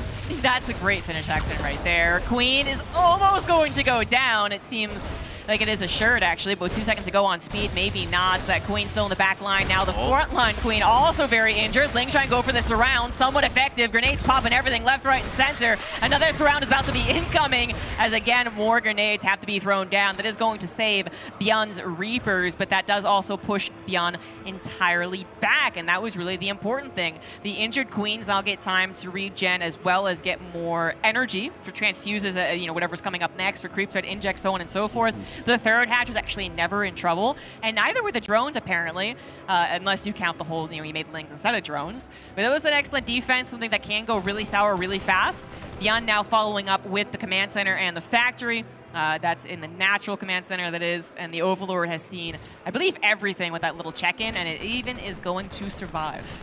It did miss one very interesting little wrinkle from Beyond, and that is a faster engineering bay than your average bear. It looks like Beyond might be a fan of a certain Hearthstone series beating Grandmasters with stupid stuff. And he says, I'm gonna get super fast +1 after this. And I myself am a fan of Hearthstone. He's on the same, I wonder if he knows Hearthstone personally. I don't know if it's that stupid of a build. No, it's not. It's just a slightly faster +1.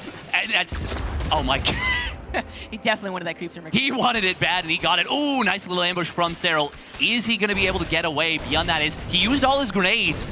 That is a big problem, and Serral, I think, should be able to run this down. Ring around the rosy, ending in blood. I mean, if you listen to the actual song, it's quite depressing. All those children's songs are about, like, plagues and stuff. So this was right on brand, I think. It was, absolutely. Very good. Once again, Serral, I believe, I think he's once again, I believe, picking up that it is a 2-base build, yes. Which really, there was actually theories basically around the new patch that this would be stronger, but then even before the patch, I feel like it was already getting mixed in. As a threatening move, basically, right? And it has been more effective on some bases, some maps than others, but Goldeneye has a couple of abusive tank spots. And a Roach response, I really do believe, is the correct one. That is, I believe pro gamers have said that, and they definitely are smarter than I am. And it usually is. I just think that Serral in the last game did have that struggle getting the correct economy versus army situation, especially because his 4th base was denied so many times. So I still like this as the move, but Beyond showed an excellent control over the first game and was able to deliver the home run. He's looking to do so again in game 2. He certainly is, but it is going to be, I think, a little bit more difficult because of what you said, and that is that it is quicker into more pure Roach. Really, Serral just added on Roaches for Ravagers in that previous game. This time, he's going to have the benefit of that inherent 1 armor that Roaches have. Yes, and it's just going to be a little bit easier, but we do see the engagement coming on in. Serral will end up losing quite a few Roaches on the bottom side. That looked like a pretty decent trade for Beyond to start off. Yeah, I think it was okay. You don't want to overstay because you are lacking combat shields, so yes, eventually you do get worn down. But the one thing that I think is really, really important is that Serral's playing a much stronger foundation game for Zerg. Yeah. He's got 66 drones. He has his bases on the way. Maybe in a little bit more creep spread than the last game as well. And that's what really the opener that he did in the last game, that 3 racks, or the eventual 3 racks, we should say, really tripped up any Zerg player. It's not that Serral didn't realize it would be tricky, it's just that it is a difficult balancing act to do. In this case, it's less a balancing act and more like a, okay, breathe, things can be okay if you just get the army off of this now decent economy. It's not enough to pure Ling, Baneling, Muta, but that's not what he's doing. So if he can just get a solid army, get in position correctly, then Beyond's not going to have the same way of building momentum than keeping him suppressed. No, exactly, and it is going to be really tough for Beyond. He does find a couple of pickoffs here, but there's so much creep to work through. There's so many units, and the economy is much better for Serral, as we can see those arrows. Oh, nice jump from Serral, getting on top of the tanks with those Lings. Good hot pickup from Beyond on one of them, but there was only enough room in the medevacs, kind of like how there was only enough room in the inn. Yeah, this actually seems like it's already almost game over, man. It's game looking... over, man. Actually, yeah, this looks pretty bad. Beyond's only got 1 siege tank here. Yeah. he's only on 2 bases. You know, like Yeah, Zero's not exactly swimming in money, but I mean, he basically is comparatively. You know, like an 85 Zerg economy with 5 bases is the intimidating one. But when you are on 3 bases, going on 4, 75, actually 75 drones now, jeez. Yeah, then of course that's winning out against the Beyond 2 base that basically never even got started. I mean, what did it do? It just like appeared, went, oh, roaches, shoot, and then it's gonna die apparently, unless Beyond can really pull a miracle here. Yeah, and a lot of the success from Beyond in game number 1 came off of, you know, small trades going in his favor. But in this one, even though he's taken some even trades, you know, he never had things go really well with the Reapers. A lot of them got surrounded early. It was still decent enough for Serral. The roaches that he lost didn't put Serral into a position where he was going to lose out. And now we've got the upgrade lead for Serral. He's maxed out, and Beyond is going to have, a borderline impossible task ahead of him. Oh, even gets the friendly fire from the creep tumor. Just a little bit of coal in your stocking right there. Yeah, 40 army supply difference that is still kind of inflated because of roaches, but again, assuming that they don't just run up that ramp right there into 3 tank fire, like it's going to be okay. A 60 supply difference overall is usually strong enough for the Zerg to handle it. A couple of Iskros of Biles is awkward, but the Banelings, even slow Banelings, are stopping Beyond from really gaining all that momentum from a mistake like that. Serral was setting up either a run-by or a surround. Now it's turning into a surround. He might have to buy more time for Baneling speed to finish, or maybe not. 10 seconds to go on that. Doesn't even need it. Comes from behind with the roaches. Gonna clear out the Liberators. Gonna clear out the tanks. And gonna clear out the entirety of Beyond's army. As Serral, quick to respond, ties up the series 1-1. It's a Christmas miracle. That was beautiful from Serral right there. Honestly, impeccable play from really, like, obviously, you know, things still didn't go disastrously for Beyond, but Serral never looked in danger in that game like he did for, you know, pretty much all of game number 1. And I'm really curious to see what game number 3 is going to be, because yeah, I'm excited. Looks like it's going to be Alcyone. Oh, okay. I think a 2-base push could be pretty powerful here. I like your pronunciation as well, by the way. Thank you. Yeah, we got it nailed down here. Also, in kind of surprising news, we take a second out from this particular game. Vindicta 2-1 Rion. Oh, let's go! That's pretty ballsy. Can we get some cheers in the crowd for the American hero Vindicta? Yeah, well, it's not just the Korean versus non-Korean factor. It's thanks, guys, thanks. It's that Ryung is an excellent TV too. He is amazing. For 13 years. But is he a good Cycloner? Yeah, that's a good question. Finally, the matchup has changed. Hey, there we got all of Vindicta's fans just waving their hands. Look at that. I've assigned it to them even if they didn't want it. That is what you call being in control on the mic. Exactly. You hold the mic, you hold the power. Exactly, yes. Beyond is now ready to go. So Beyond versus Serral. Game number 3 is going to be coming up on Alcyone. We had one very tightly contested game, incredibly tight. And the second game, well, a bit of a letdown, to be honest. That was very one-sided. It was pretty one-sided, and it does beg the question, does Beyond really try it again? Does he go for another 2-base push with Serral seemingly, you know, just shutting it down completely in game number 2? I do believe he has a different build in mind on this map. We'll get into that in a second. First, let's get some cheers going. In the bottom left of Alcyone in Game 3 of this epic TVZ, he is the Red Terran Shopify Rebellion's Beyond.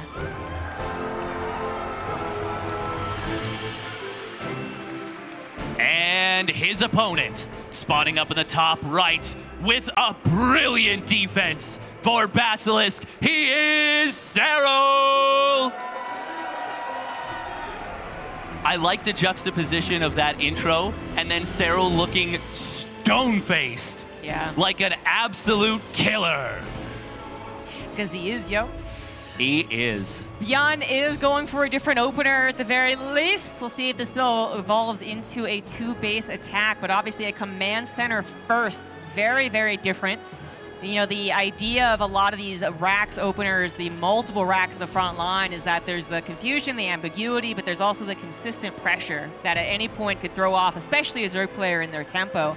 Happened in Game 1, basically didn't happen at all in Game 2. I do think at the end of the day, the Reaper opener, the multiple Reaper opener, wasn't effective in the last game. Yeah, not effective enough. Certainly sure. not. Certainly not. Cyril almost like brushed it off at the end of the day. But then you change it up once again, and you go for the command center first. We have seen Beyond still move this into a 2-base attack, and it's still pretty effective. But is that really the plan? As you said, he shut it down so easily. Cyril is shut it down so easily that even if you start off differently, is it really the way to go? Is a 2-base attack really going to catch Cyril off guard in either a surprise way or a bad execution way? More than once. I don't think so.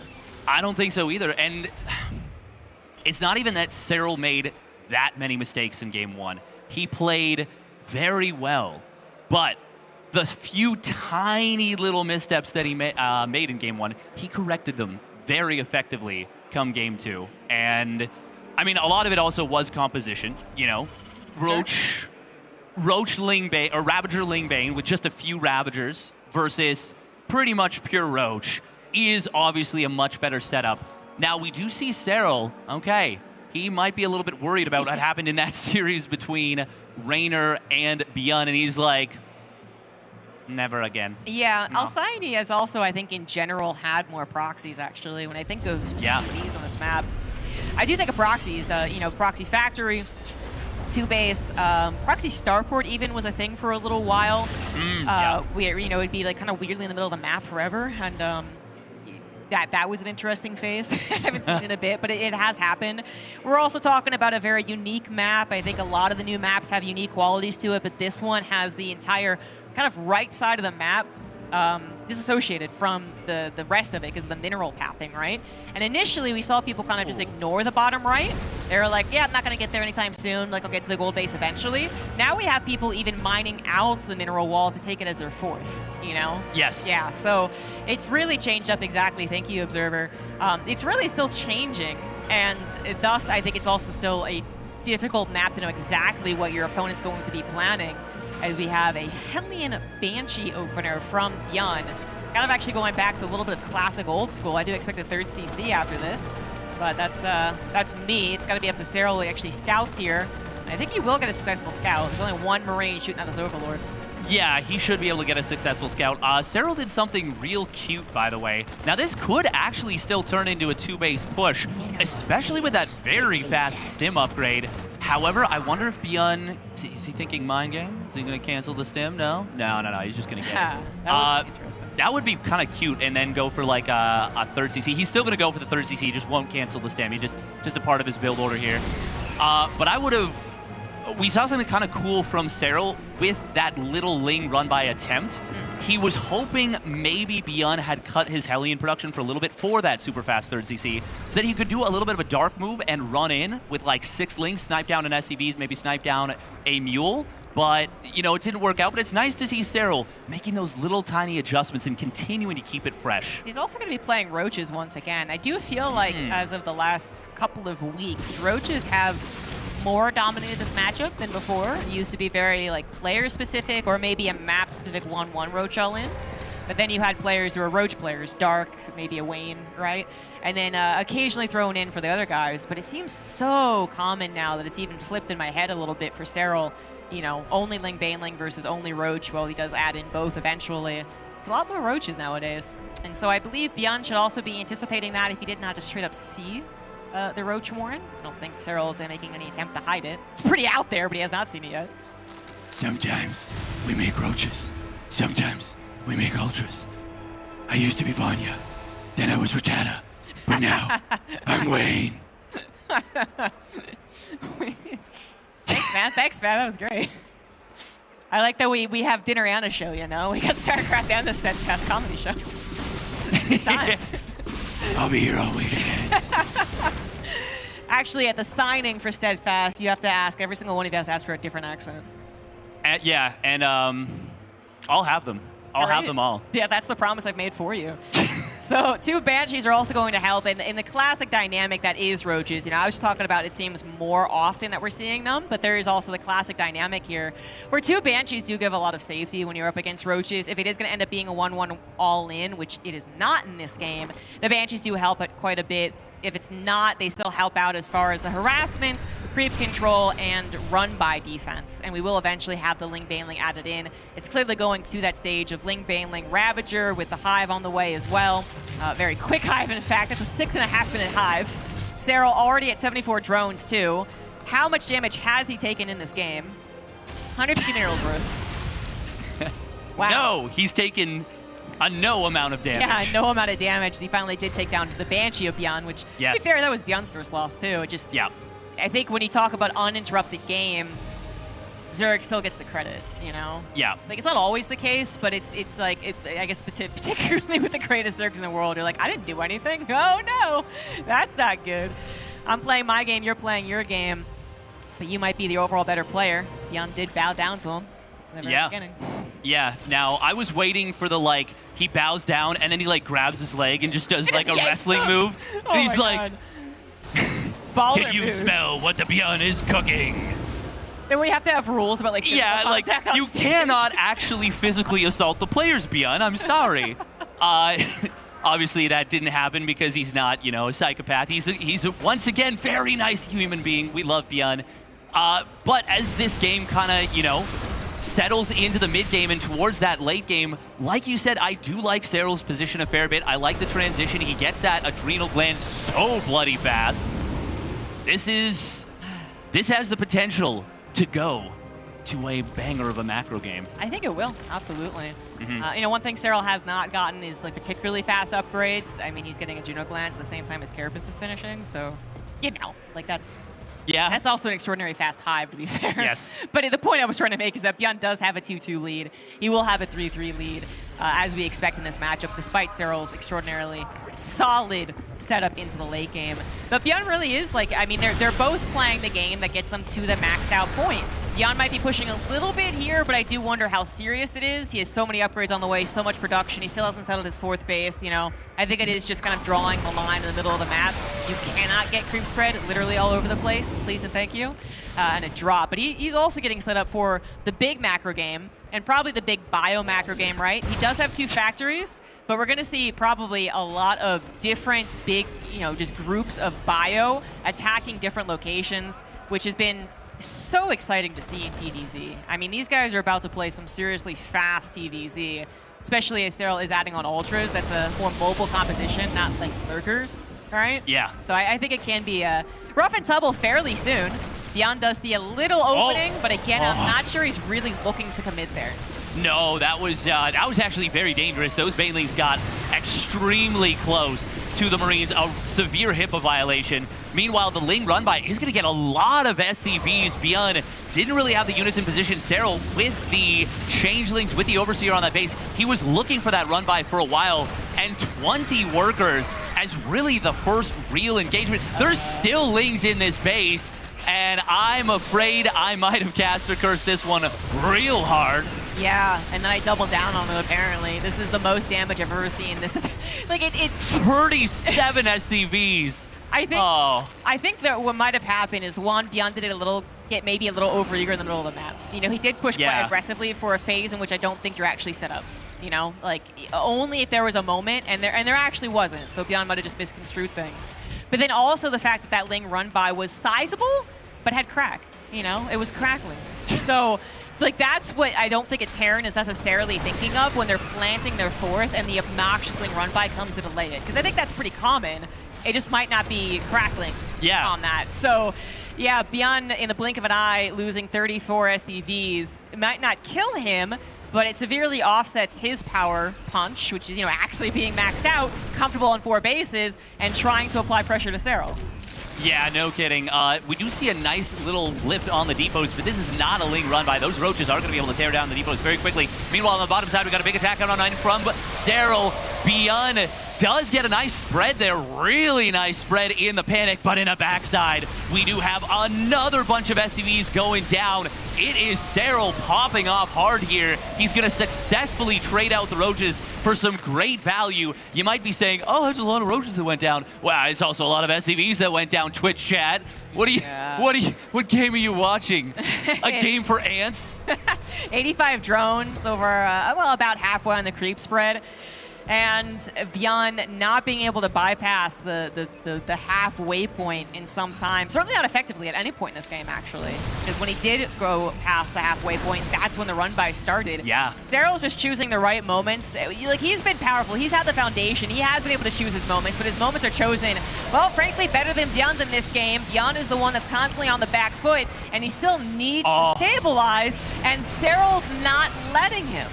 No, he is not at all. A beautiful split on the burrow. Nice scan from Bjorn. I think that might have caught all the lings.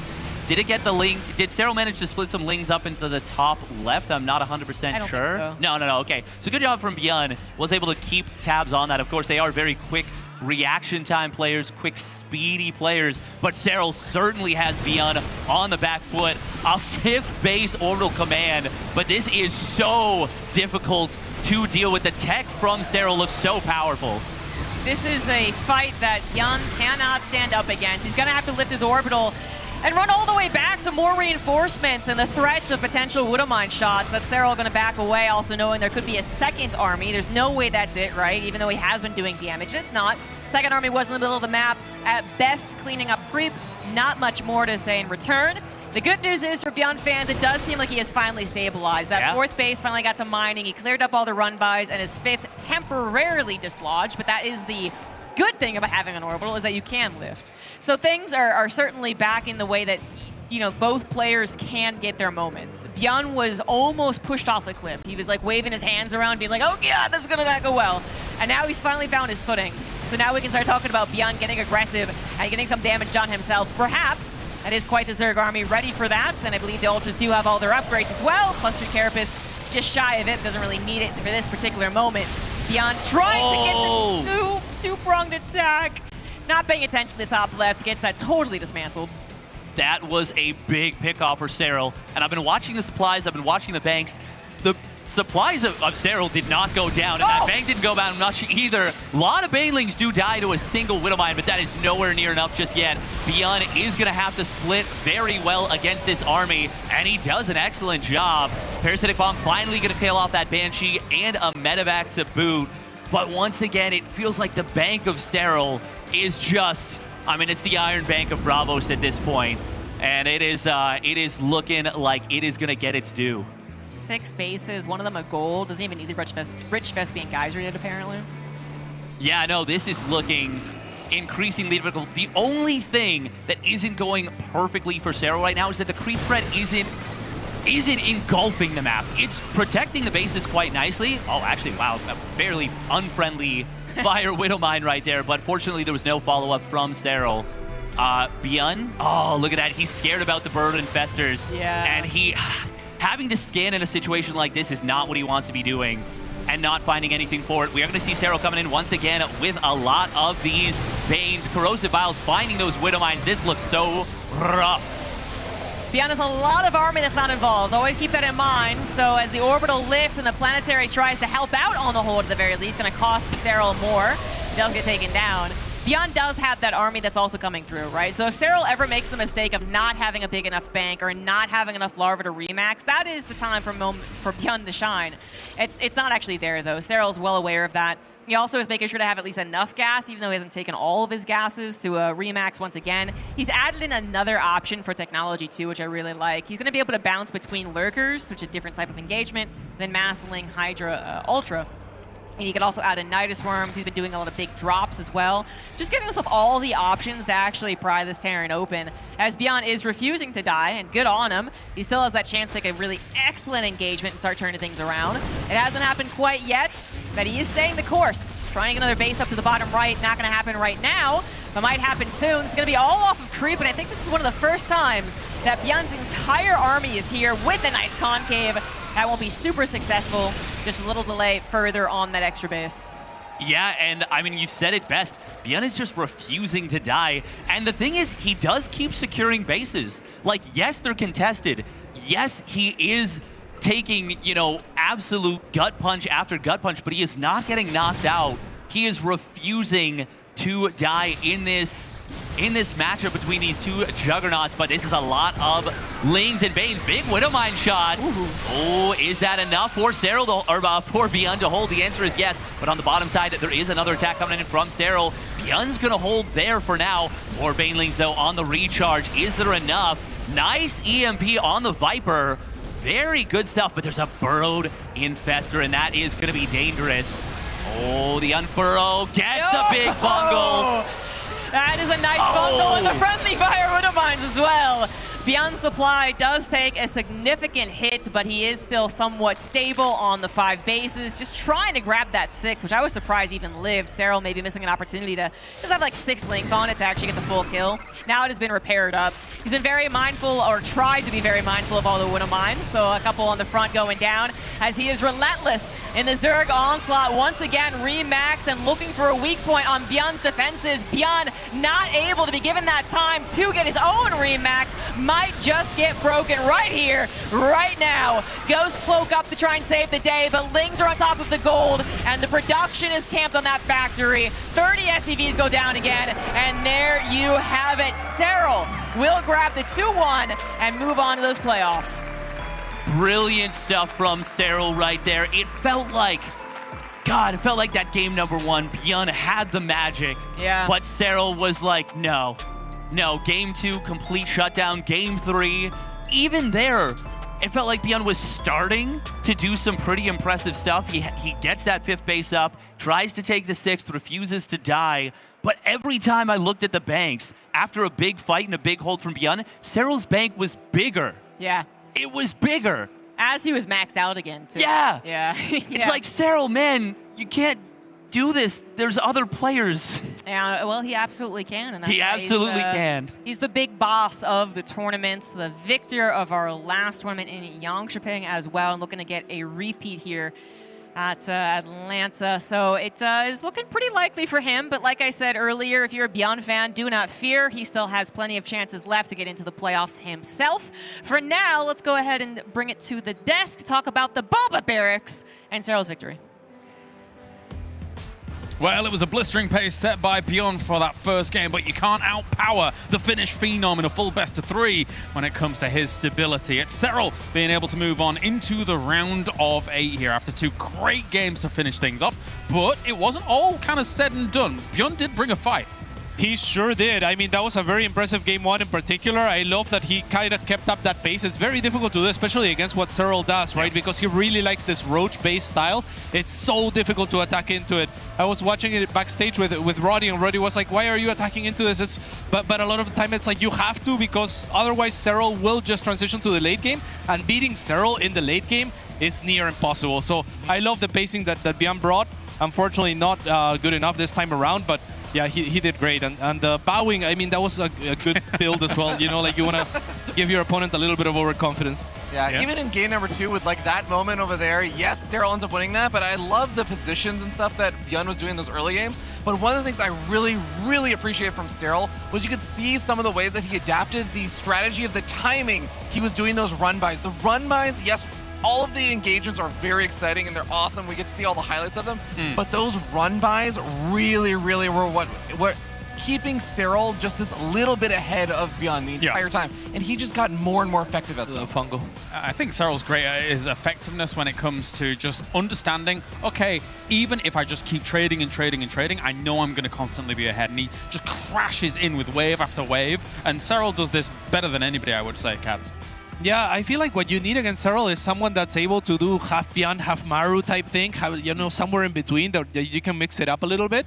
Because the problem for players like Beyond and like traditionally Clem, though he has been gearing more towards the late game and whatnot, is that they can be kind of predictable in that they go in very hard and lean in very heavily on the aggression, right?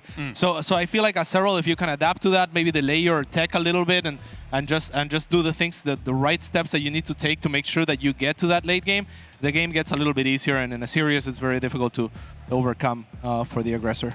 And with that, he moves on to the round of 8. Is there too much surprise? I don't think so, to be honest.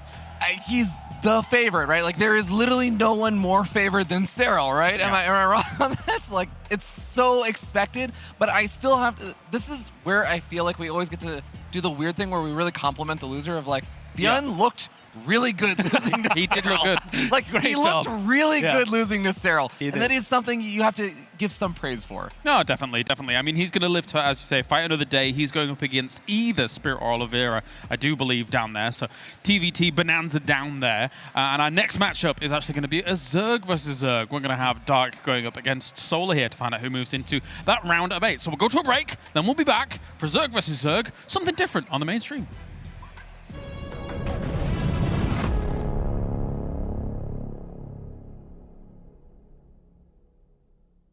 They're pretty much just Yeah. 1, 2, 3.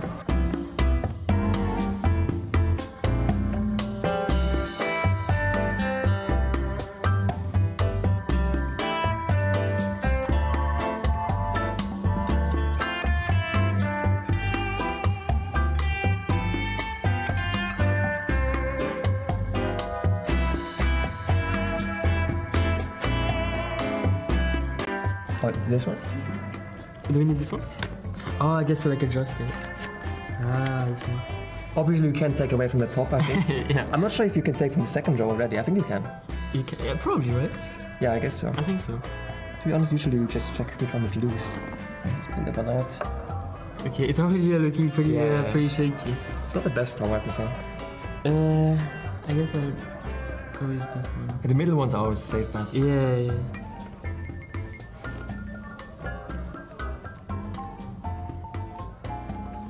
Okay.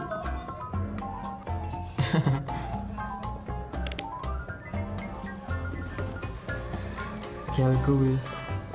I guess I'll say the middle one. This one doesn't move. It just doesn't move. Probably maybe another one. I'm not sure if you have to like keep doing the one you picked or something. I'm not really sure. Oh no. But I also didn't do that. Okay. Wow, that was scary. Okay. I feel like I made it so unstable by getting the bottom one. Okay, this one's nice. Okay, nice.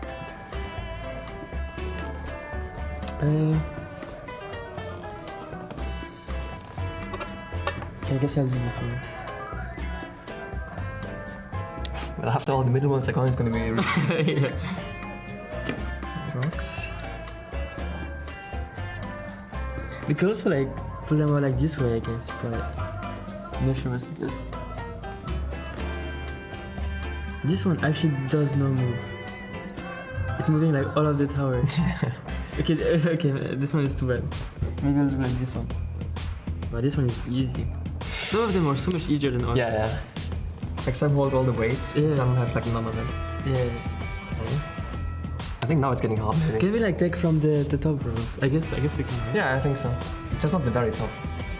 Yeah, no, not like this one. But... Oh. Okay. Oh my god, now I have a tough choice to make. Yeah.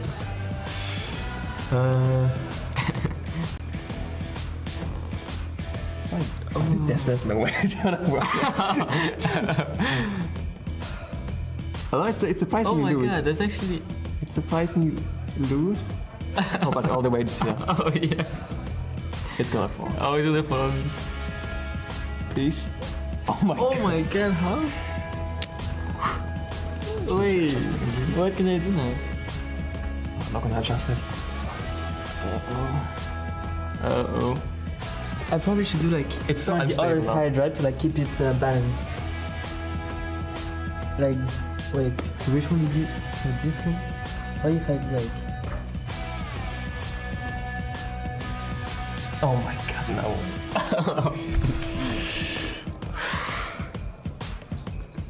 Okay. Oh my god. Let's see, anything else? Oh, this actually works as well. That one seems really loose. Come on, please. Oh, nice. Okay, I'm gonna struggle there. Okay. Oh, no way. Oh my god. Easy.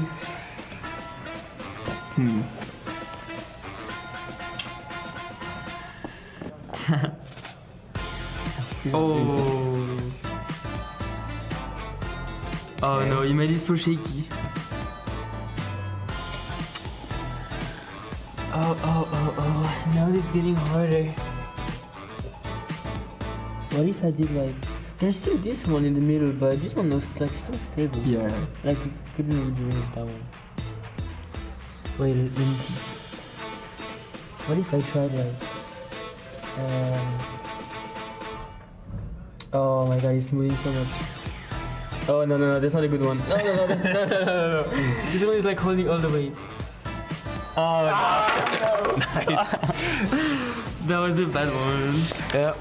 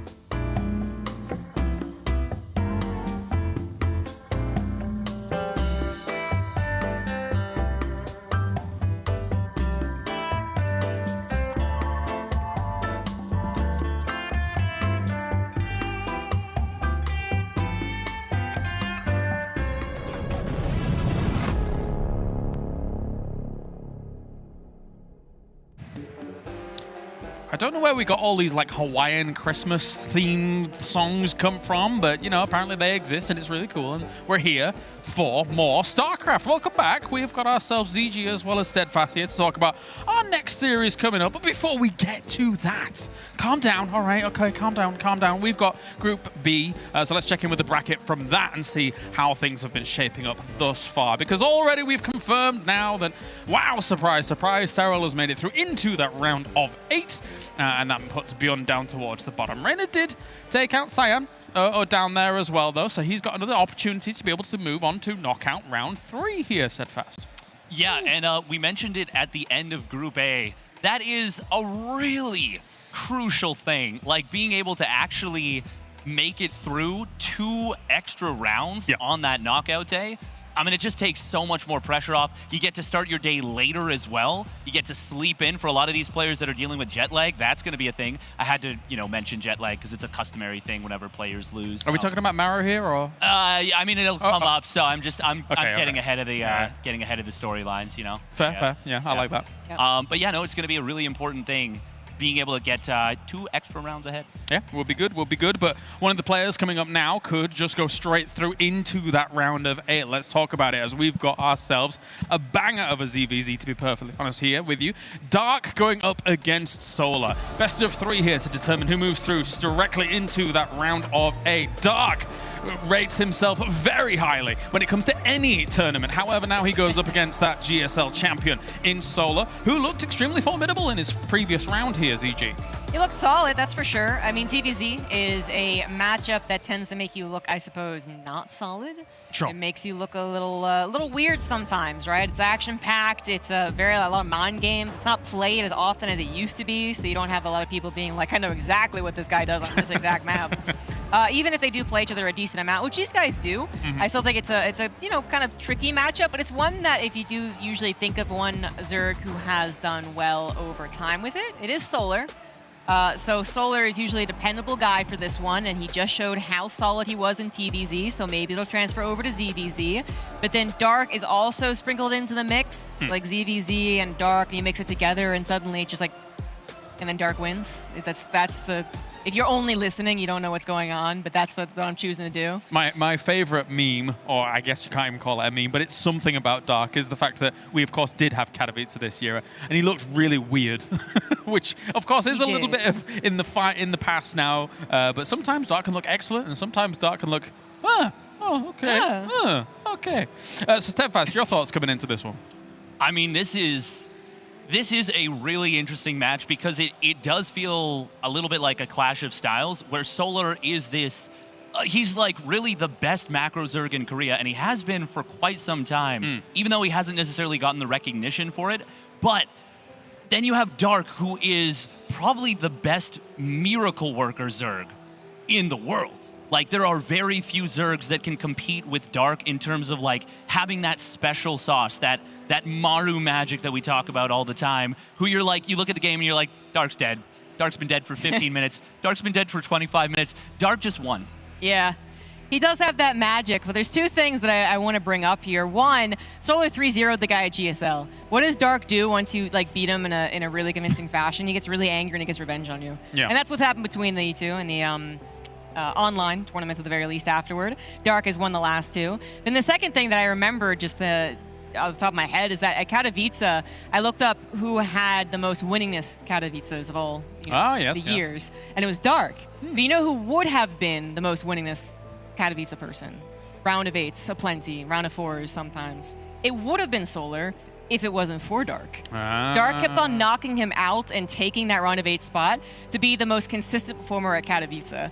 So Dark, he's a wonderful player to watch, but he is also a bit of like a narrative ender for some people. Everyone cheering for Solar, being like, he deserves it. GSL, now an offline, international tournament, let's go. And Dark just comes in as that guy in the meme, like, nope, not gonna happen.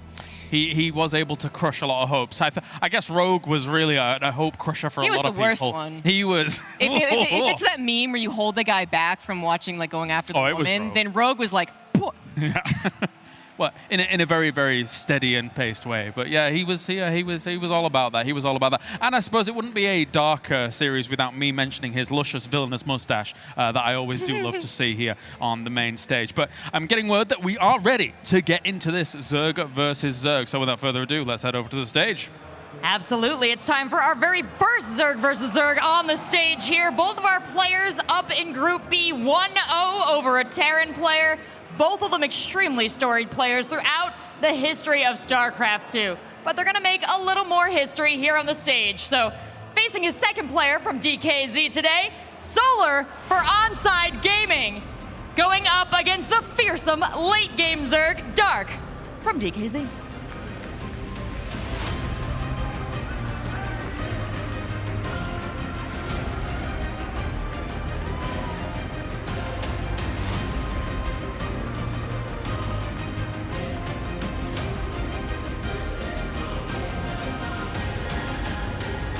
A very fast handshake there. You can tell the players are very angry at each other.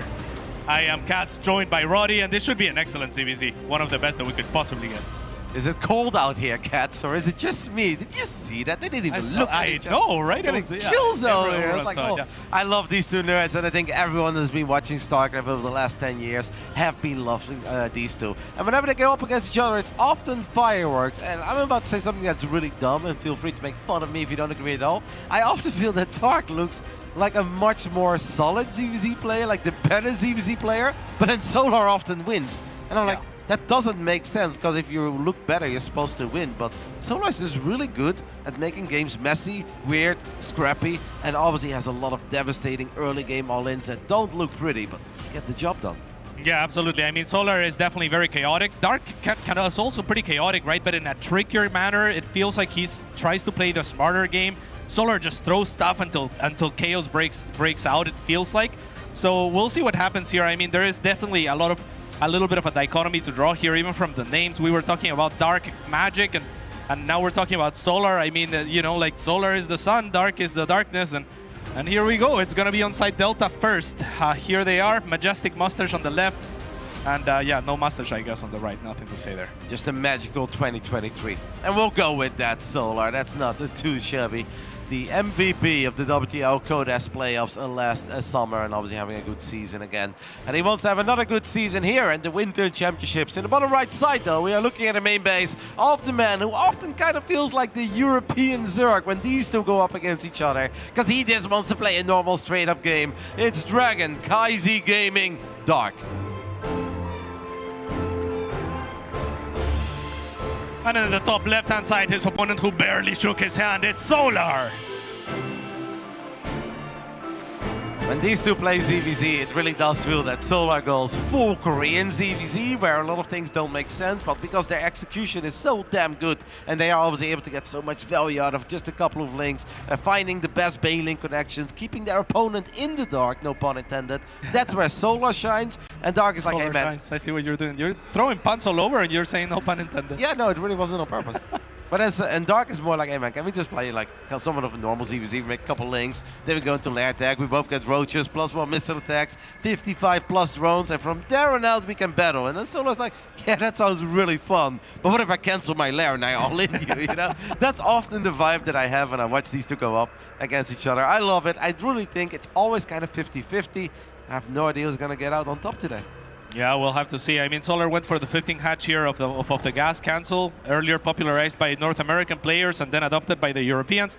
Solar has always actually had the in with the European surge, right? But it's been the bridge between Korea exactly, and a lot of the time, yeah.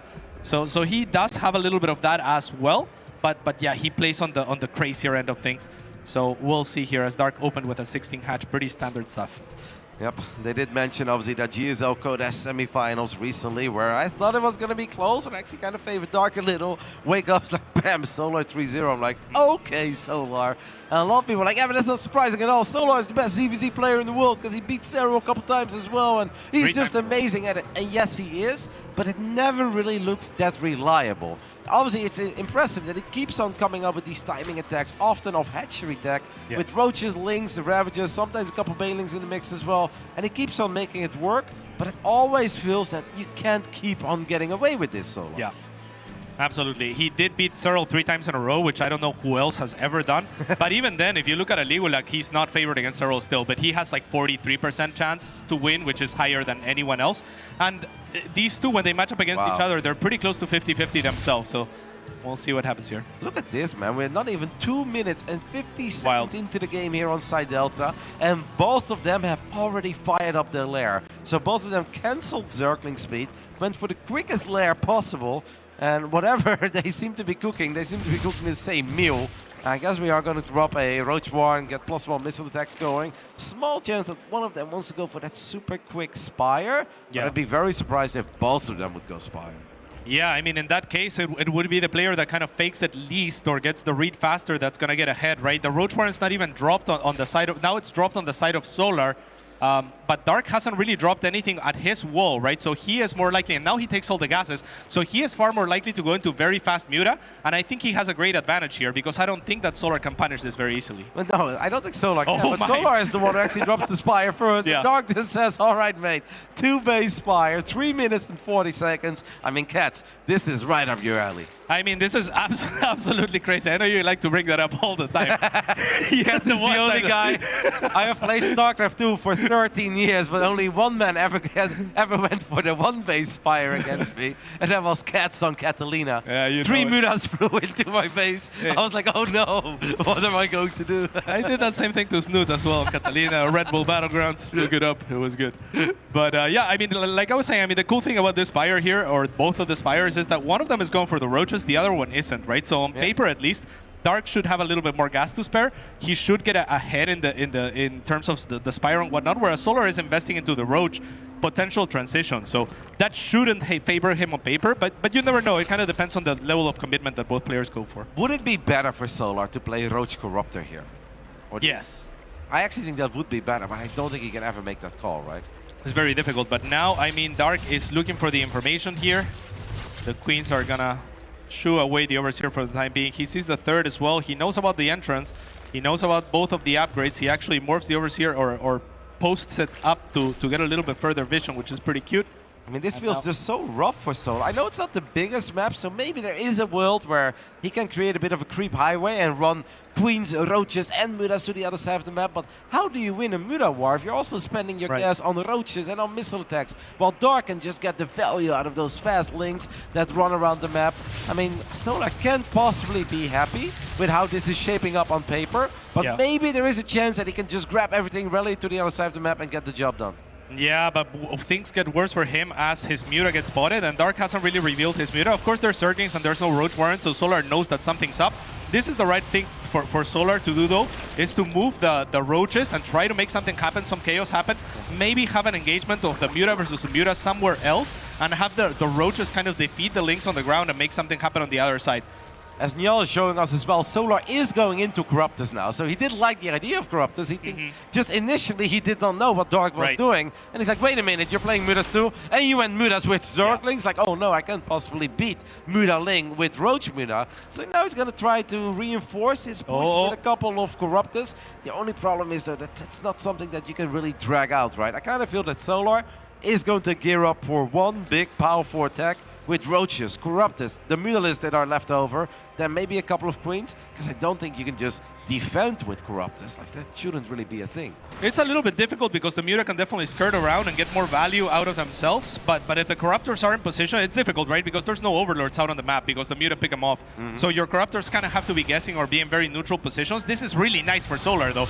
Dark knows that he has more Muta, so why would he ever make Spores? So he finds the opening here, and 5 Muta actually one-shot drones, so this is amazing for Solar, who is very happy to trade this Muta, and on top of that, it's gonna pull the Muta of Dark 100% back.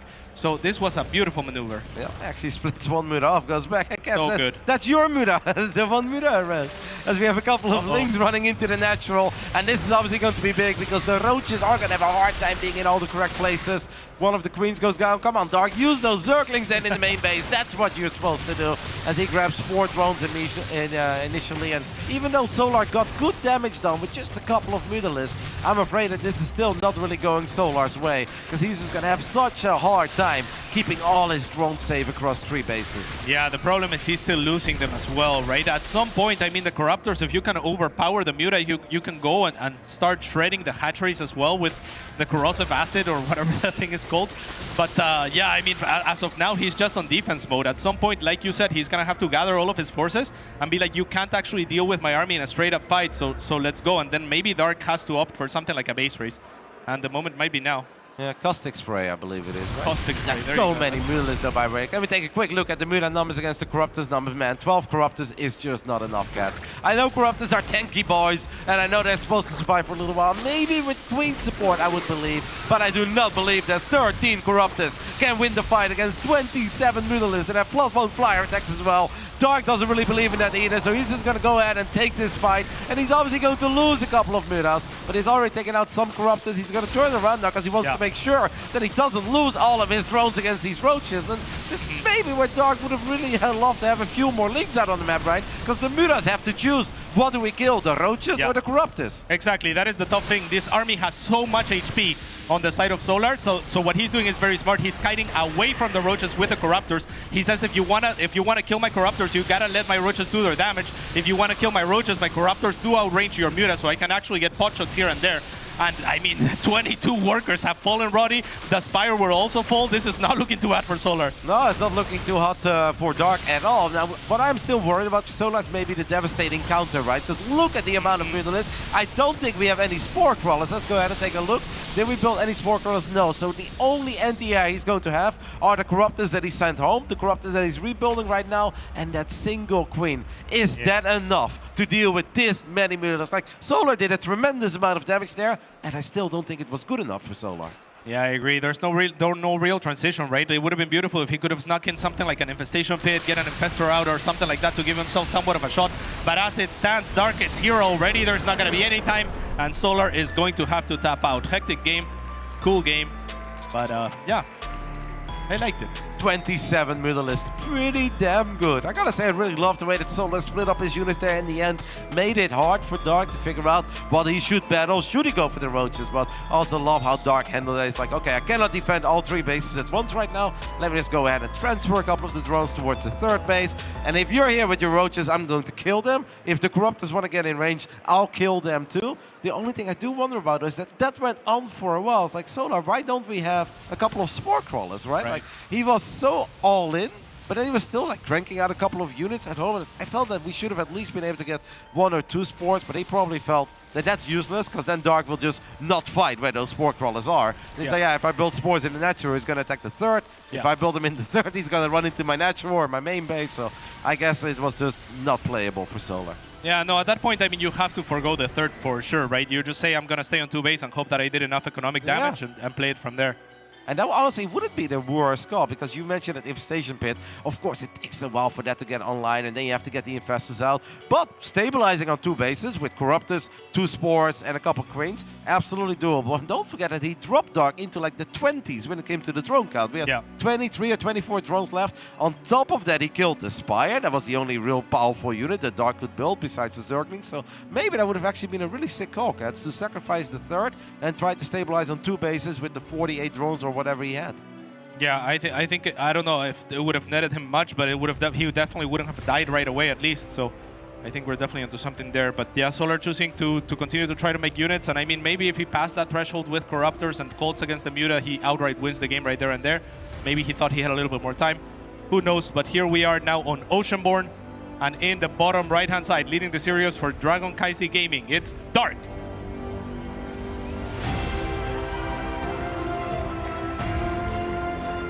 And in the top left side of Oceanborn, we're looking at the main base of the man who I know has a lot of support here in Atlanta, because I've seen plenty of on-site t-shirts and hoodies representing on-site gaming. It's Solar. I like those colors too. I love the green stuff, and I love the pink as well. Yeah, no doubt.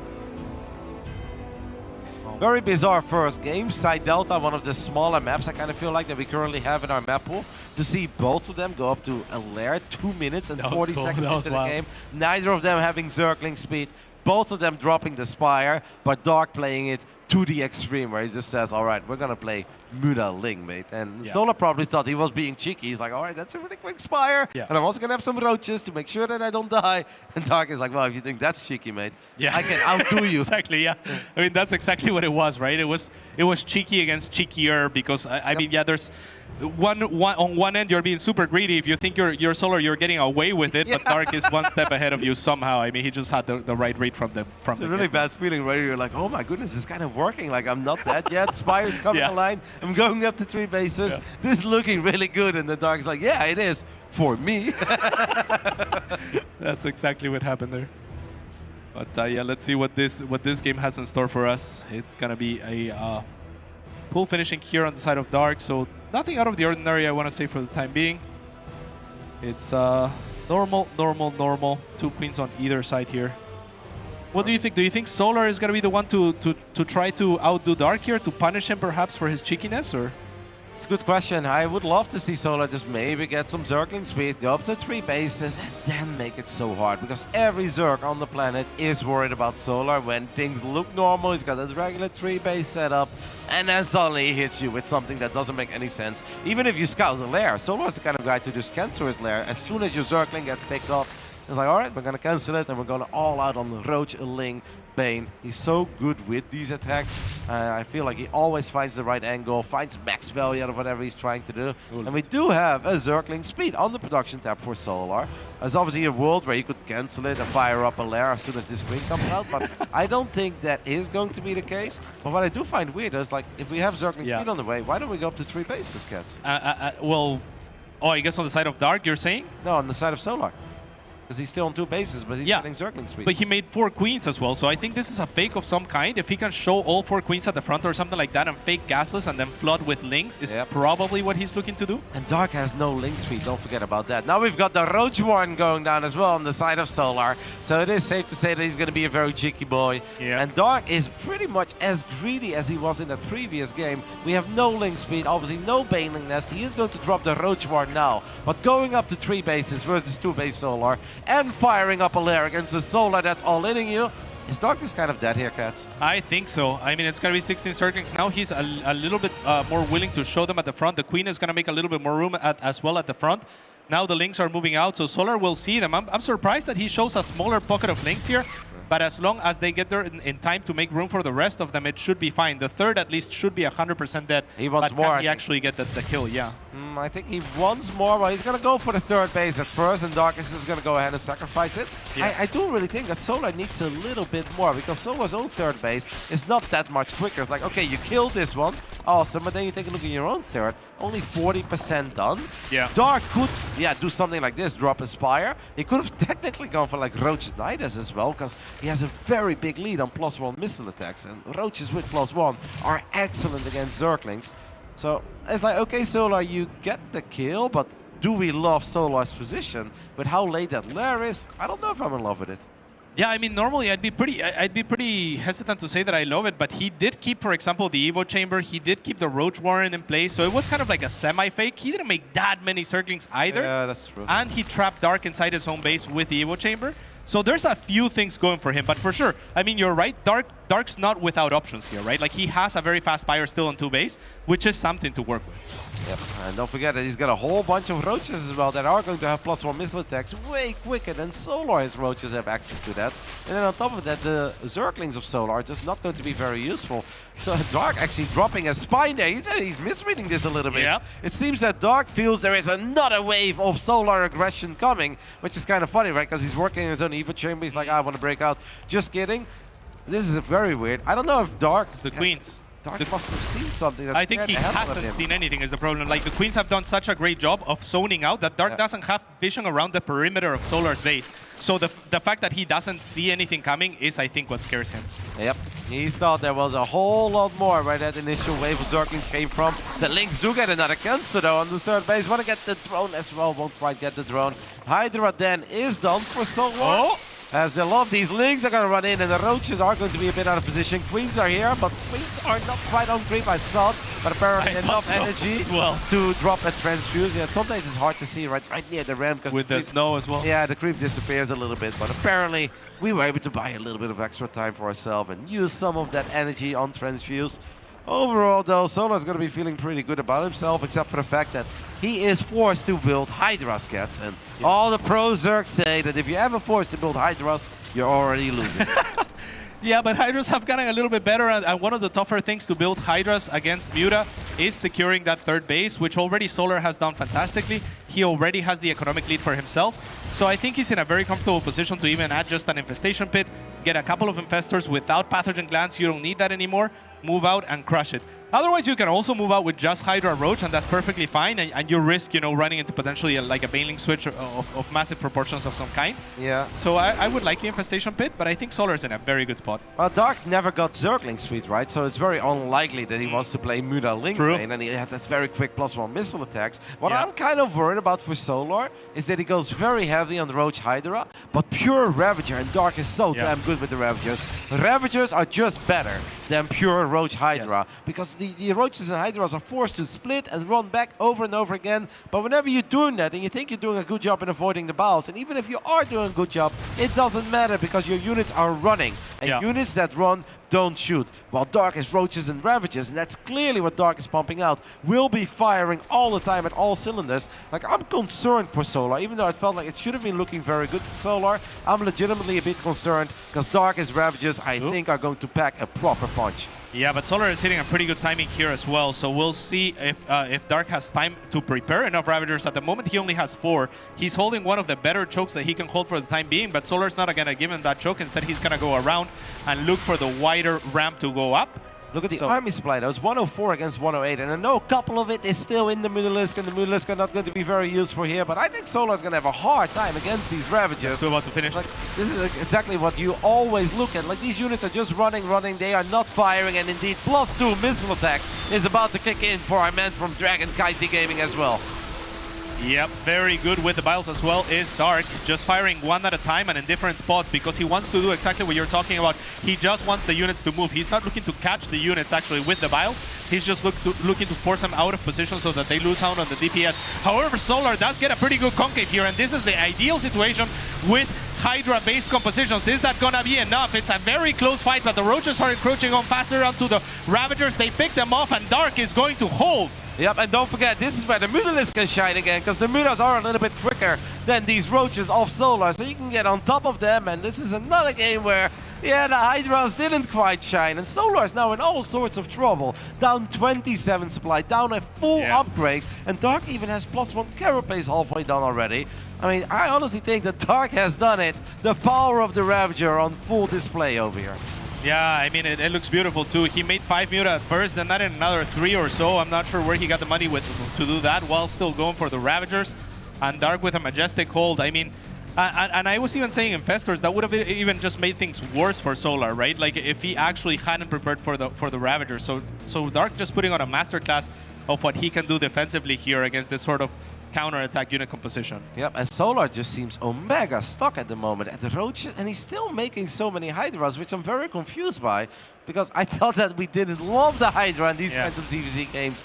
And I mean, sure, we got the Lurker then, and we have resources to fire up a Hive. I'm like, all right, you know, if we can get some Hive tech Lurkers, I see what we are going to do, but I don't know if he's still worried about the Mutas, but after the previous fight, Solar, it's not the Mutas that are your problem. It's all the Roaches and the Hydras that are knocking on your front door right now. Yeah, I mean, it's going to be both, right? The Muta are still there, so it's tough. You got to deal with them some way, somehow, but you can't deal with both. You can't deal with either at this point, it feels like. And now Dark in a position to just close out the game. He has the chokes that he wants to make those vials extra effective here, and Solar is completely trapped. He is about to give up, Roddy. This game, this series is Dark's. Magic has happened, dark magic has happened, and the sun don't shine here. We've had Clem and Cure in the quarterfinals. We had Cyril joining in the quarterfinals as well. And the last player that gets a day off tomorrow and can come back on Sunday is going to be Dragon Kaizi Gaming's Dark.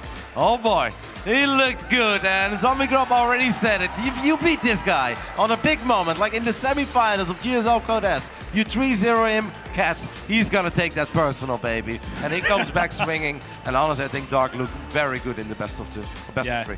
Best of two, best of three doesn't make a difference. He won to go either way. And yeah, that was a fantastic display by him. I mean, really, Solar had everything that he wanted in that second game, right? He got his trick off. That is the best thing that he could hope for. He gets the third, and we thought maybe he could get a little bit more. Yeah. But at the same time, it's like it's what he wanted, right? And like he only made that many links, so his mind game paid off. He started droning up right away. It looked like it was the right call. It looked like it put him in a good position, but it just did not matter. Just Dark was a little bit too good with the Ravagers. Well, we are going to hear from Cloris and the crew at the desk to see what they have to say about that lovely CVC that we just witnessed together. Take it away, James. Thank you, Rossi, with your lovely, lovely words. Yes, we had Solar at the end there looking as almost bamboozled as I was here, as Dark's able to close this out 2-0 in pretty decent fashion. A lot of mutas come to bear here for Dark, and is able to execute very well here against Solar ZG. It's not that surprising in a sense. Dark tends to really get some serious revenge on his opponents after they've borderline embarrassed him, I suppose. 3-0 in the round of 4 GSL. I'm sure he was not happy about that. Yeah. And he does it a lot of times in the offline tournaments, right? He's got a lot of confidence, and it's well-founded. Sometimes he is joking a little bit, but that confidence really comes through. And I think games like this as well, he's also able to stay calm, cool, and collected, where I wonder if Solar was actually a little bit too gung-ho, certainly in the second game when he moved into that +2 missile difference. You know, there is a little bit of maybe urgency. You know, it wasn't necessarily the analytical sizing up in a 0.5 seconds. It was maybe a little bit like, well, I got to get something done. Like, I want to get this done, rather, to go ahead and get this game. But not the moment to do that. So that kind of opened up the possibility of Dark actually getting the 2-0 when really we should be talking about the third game right now. Yeah, it does feel that way. Steadfast, what is your take on how things work now? This was a really interesting series for me, because game number 1 felt like a double mind game almost, where both players ended up going mutas, and it was one of those double blind scenarios, it feels like. But Dark kind of won out by continuing to commit to the mutas, and of course he got the big advantage of not going roaches. And when that kind of happens, it can sometimes feel like the dice have just gone against you, and you're like, this is gross. Solar did a really good job with what he had, like the roach run-bys. They got a lot of damage done, and they did give him about the best chance he could have had to win that game number 1. But Dark, like, he did what Dark does, and sometimes he just gets in his opponent's head. And then we really saw it, I think you said it best, ZG, where Solar felt like he had a sense of urgency in that game number 2, and it obviously didn't work out for him.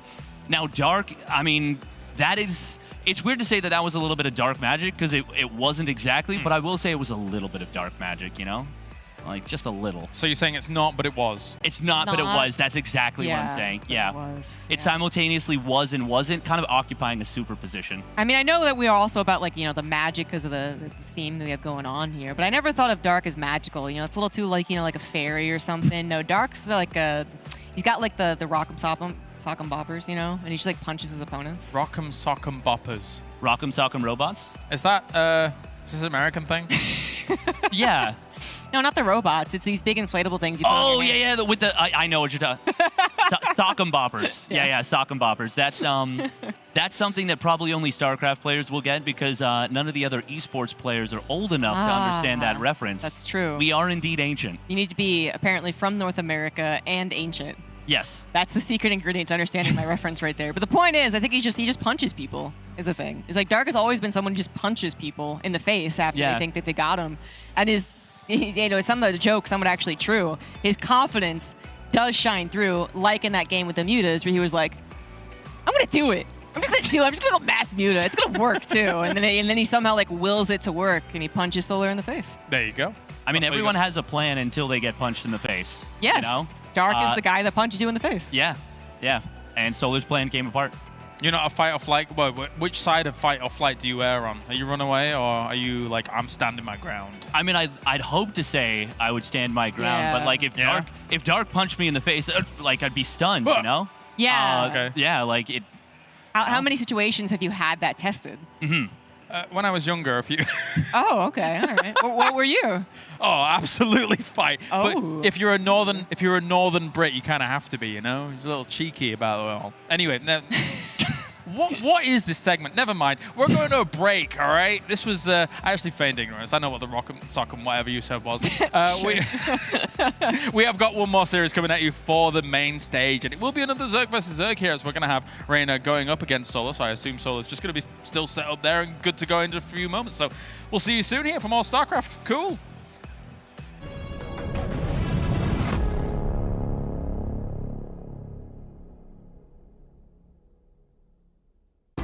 Oh, you start, I guess. Okay. So I can go from anywhere? Yeah. You want to go for one that seems loose.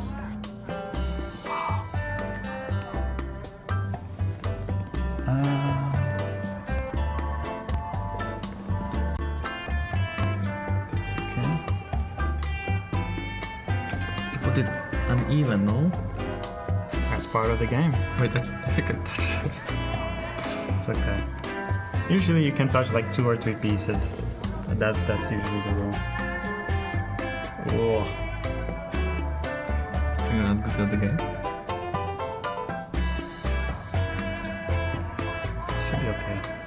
It's still early in the game. You can make crazy moves like this. No. You're committed now. Oh my god. Oh, how is that even possible, bro?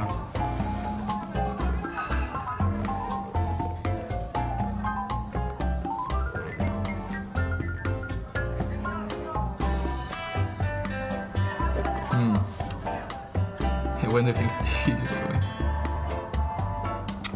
Damn it. I think it's easy.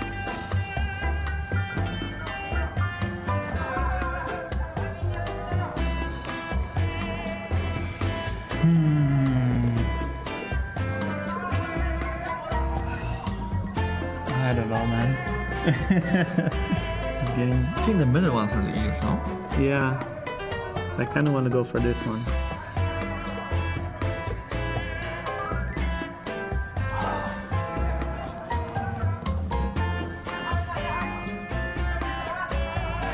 Wow, no hesitation, just went for it. Beast. No fear. How they compete against me?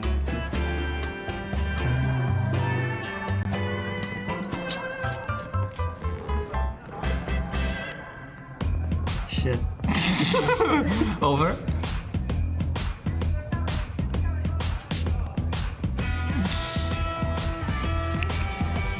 Come on, there you go.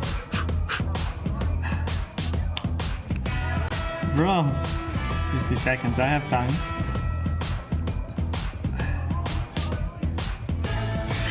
This is impossible. Did I win? I think you might have, man. Come on, Paul.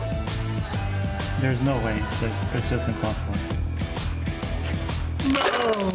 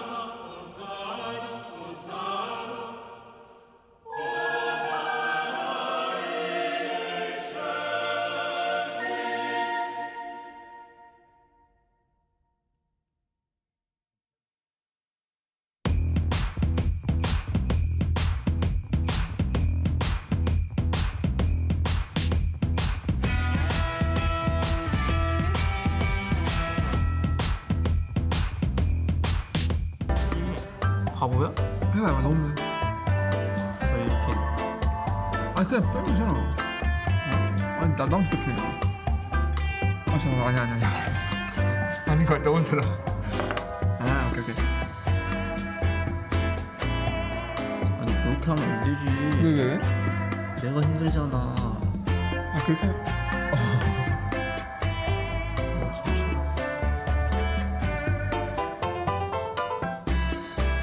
이거 빼. 불안하냐? 하나 남은 거 있다.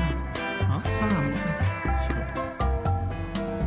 아 빨리 좀 해. 아 진짜 집에 가 있는다며. 이게 잘 안 된단 말이야.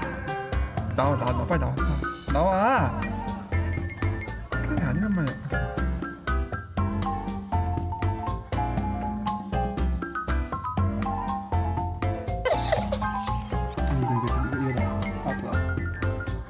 아!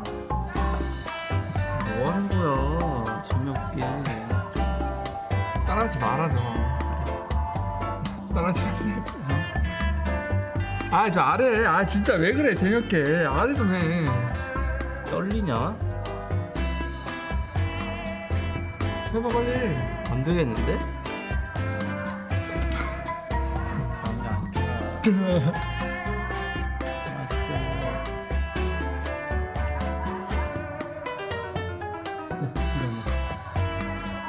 추천해줄까? 왜 재미없게 해? 아니 잘하는 거지. 아 따라하는 거 봐라 진짜. 아 쪽팔린다. 아 빨리. 아니 화빼 안 떨어져 이런 거는. 왜 돌리는데? 돌아가잖아 지금. 떨어질 것 같아. 가만히 있어. 아니 가만히 있으라고.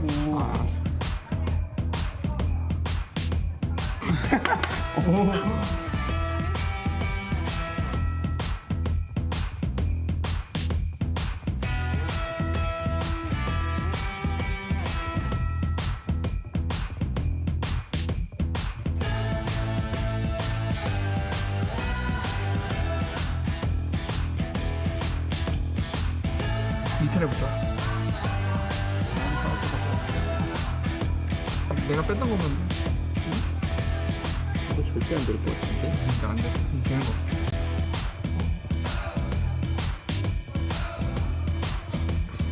가만 좀 있어.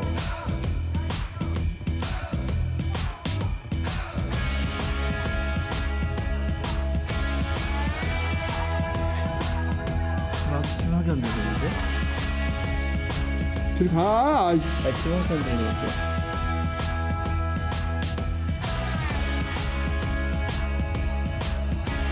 코 좀 집어넣어.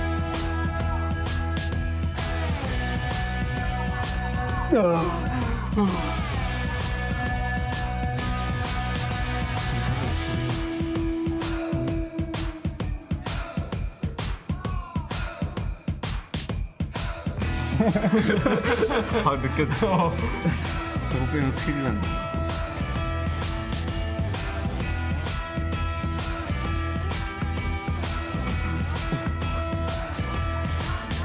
뺄게 없는데? 나이스. 아 재미없잖아. 다시 해봐. 무슨 다시 해봐. 시원하게 할게. 이거 안 돼.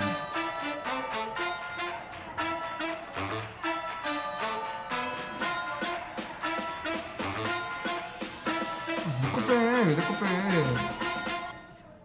안 되겠는데? 내 거 빼라 그냥. 내 거 빼.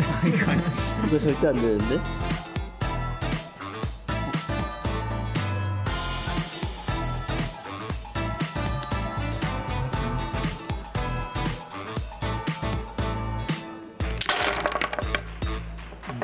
벌칙 없나요?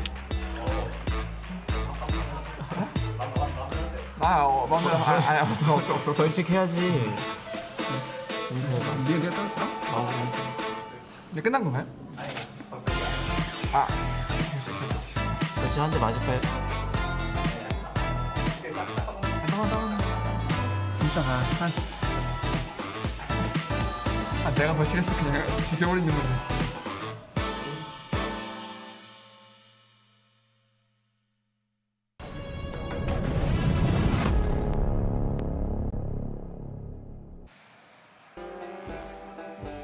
All right, welcome back. We have actually just one more series here on the main stage, as we will now have Reina going up.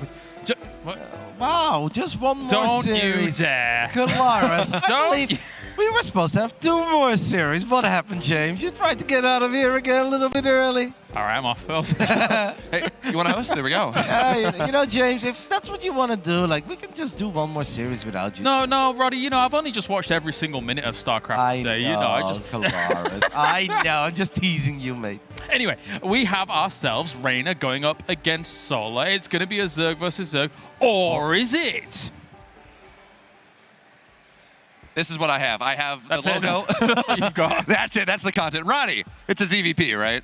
I think it's most likely going to be a ZVP. Reynard does not play Protoss for fun or that he just hates ZVZ that much. He genuinely believes in his Protoss. It's something he really enjoys, and whenever you enjoy something, especially if you're as talented as Reynard is, you get very good at it. And I think his PvZ looked excellent over at the Home Story Cup. In the past, he's been very successful against Solar. They played offline against each other twice, once at the Home Story Cup, once at the DreamHack Masters Valencia. Both times that Reina played Protoss, he won 2-0. And one could even say that back then, it was harder to win with Protoss than it currently is in this matchup. So I think there is a higher likelihood he plays Protoss. But what he can also do, James, and this is what something that people are always confused about, like, can you switch races that even? Yes, it is absolutely allowed. Yeah. Reina could play Protoss in Game 1, and if he wants, he could do Terran in Game 2, and he could do Zerg in Game 3. He is allowed to swap races until the last second of the cooldown, of the countdown. Yeah. The only rule is, and the admin is like, this is really important, if they have a draw, he has to play with the same race in the rematch. I was like, okay, mate, thank you for clarifying that.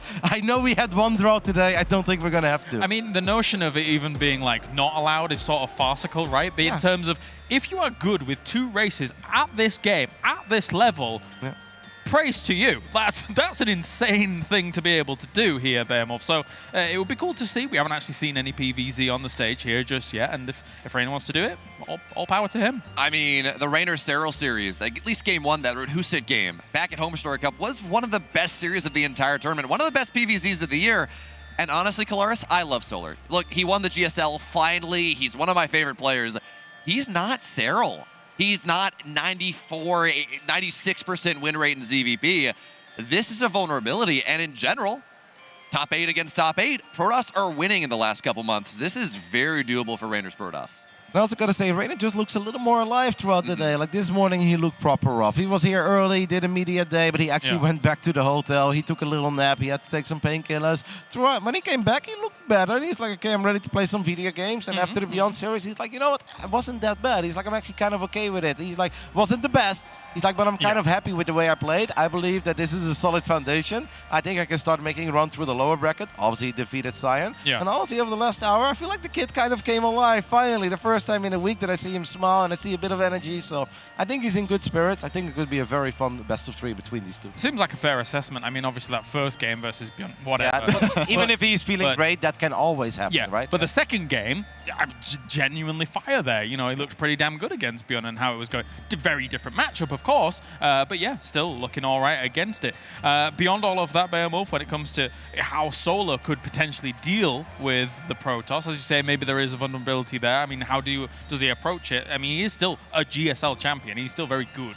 He is. It's interesting as we've watched this matchup evolve over the last month or so, really off the patch. You're seeing Banelings aren't as good as they were. +2 doesn't kill all the probes, which is fantastic. I love that. It's such a good change. So we're seeing players play Hydroling Bane sometimes, so it's Roach Ravagerling Bane. I've seen, I think it was actually Rainer who went and played just Pureling Bane and crushed a Protoss earlier on in this tournament. So there are a lot more viable opportunities. The problem is when it gets late. Skytoss has always been good, and you have these compounding nerfs. That means it's hard for the Protoss player or the Zerg player to go and make the run buys and start to pull the ball apart a little bit. And of course, the Mothership, it's really good. It is this time that you can make something happen. So I think Solar, if you ask me dollars to donuts, what's he going to do? Hydroling Bane. That's his style. That's what he likes. That's what he iterated on. But this is under the assumption that Reynor will play Protoss. True. We don't have that guarantee yet. Solar doesn't have that guarantee. And honestly, I'm not even sure if Reynor is 100% certain what he wants to do. I think the vetoes have already been done at this point. Solar's obviously thinking like, okay, Solar is a fan of StarCraft. He saw Reynor play a lot of Protoss recently. So he will think, and he will keep this in the back of his mind with his vetoes, probably get rid of a map like Ratu said. And then I think it's map dependent, where maybe Golden Aura, that's a map that a lot of Protoss players kind of like in PvZ. But there is a chance that some of the other maps that Reynor will actually just play ZVZ. Yeah, I do find myself in a bit of a conundrum here because I've never really actually had to host a desk where I don't know exactly what somebody's going to play. Yeah. But anyway, I'm getting word that we are ready for the stage, so let's bloody well find out here for the final series on the main stage. Let's head on over. You know, whether this is going to be a ZVZ or a ZVP is something I'd like to find out myself. We've got two incredible players here. One will be heading on to the round of 3 in the knockout bracket. That'll be our victor. And unfortunately, our loser is going to be heading to the round of 1 of the knockout bracket with a lot more to fight through tomorrow. Let's see who will take that victory position. Will it be Solar representing Onside Gaming or Reynor representing Basilisk?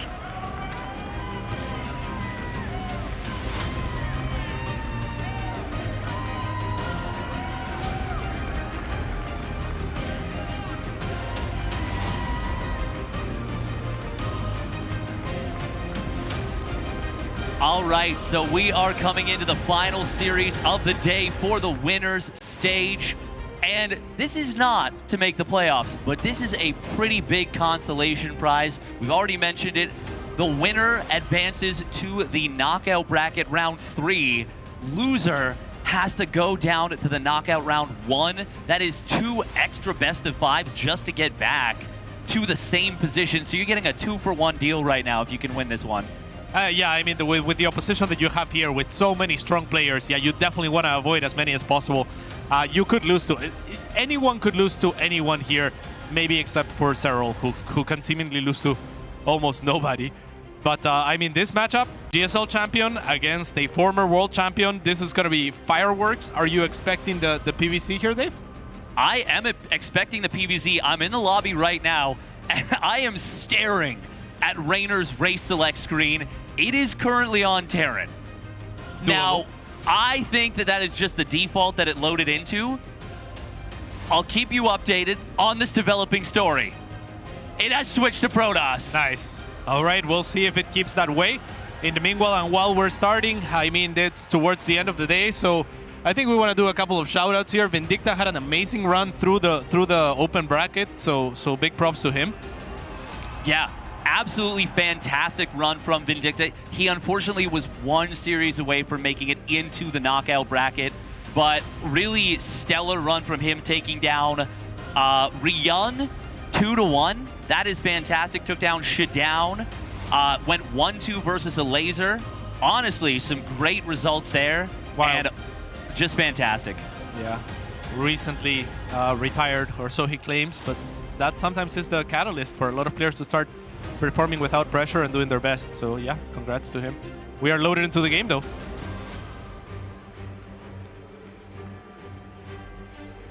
And spawning up in the top right for Basilisk in the Protoss pieces.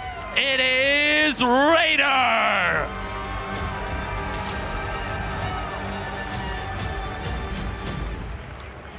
And in the bottom left-hand side, not for Navi, but Onside Gaming, it is the GSL champion, Solar! Ooh. We have something real interesting from Reynor right out of the gate. He went for the denial on the gold-based. He went for the denial on the gold base, and you can see with the minerals in hand, both of them carrying their Christmas gifts towards, but one of them is in triumph, having denied that gold base. The other one, not so much. That is more in defeat. Yeah, I mean, that's absolutely brilliant. It's just knowing what his opponent is very likely to do on this particular map. As soon as I saw it, I mean, the gold base is just so appetizing. It's so easy to take because it's kind of a relatively short distance.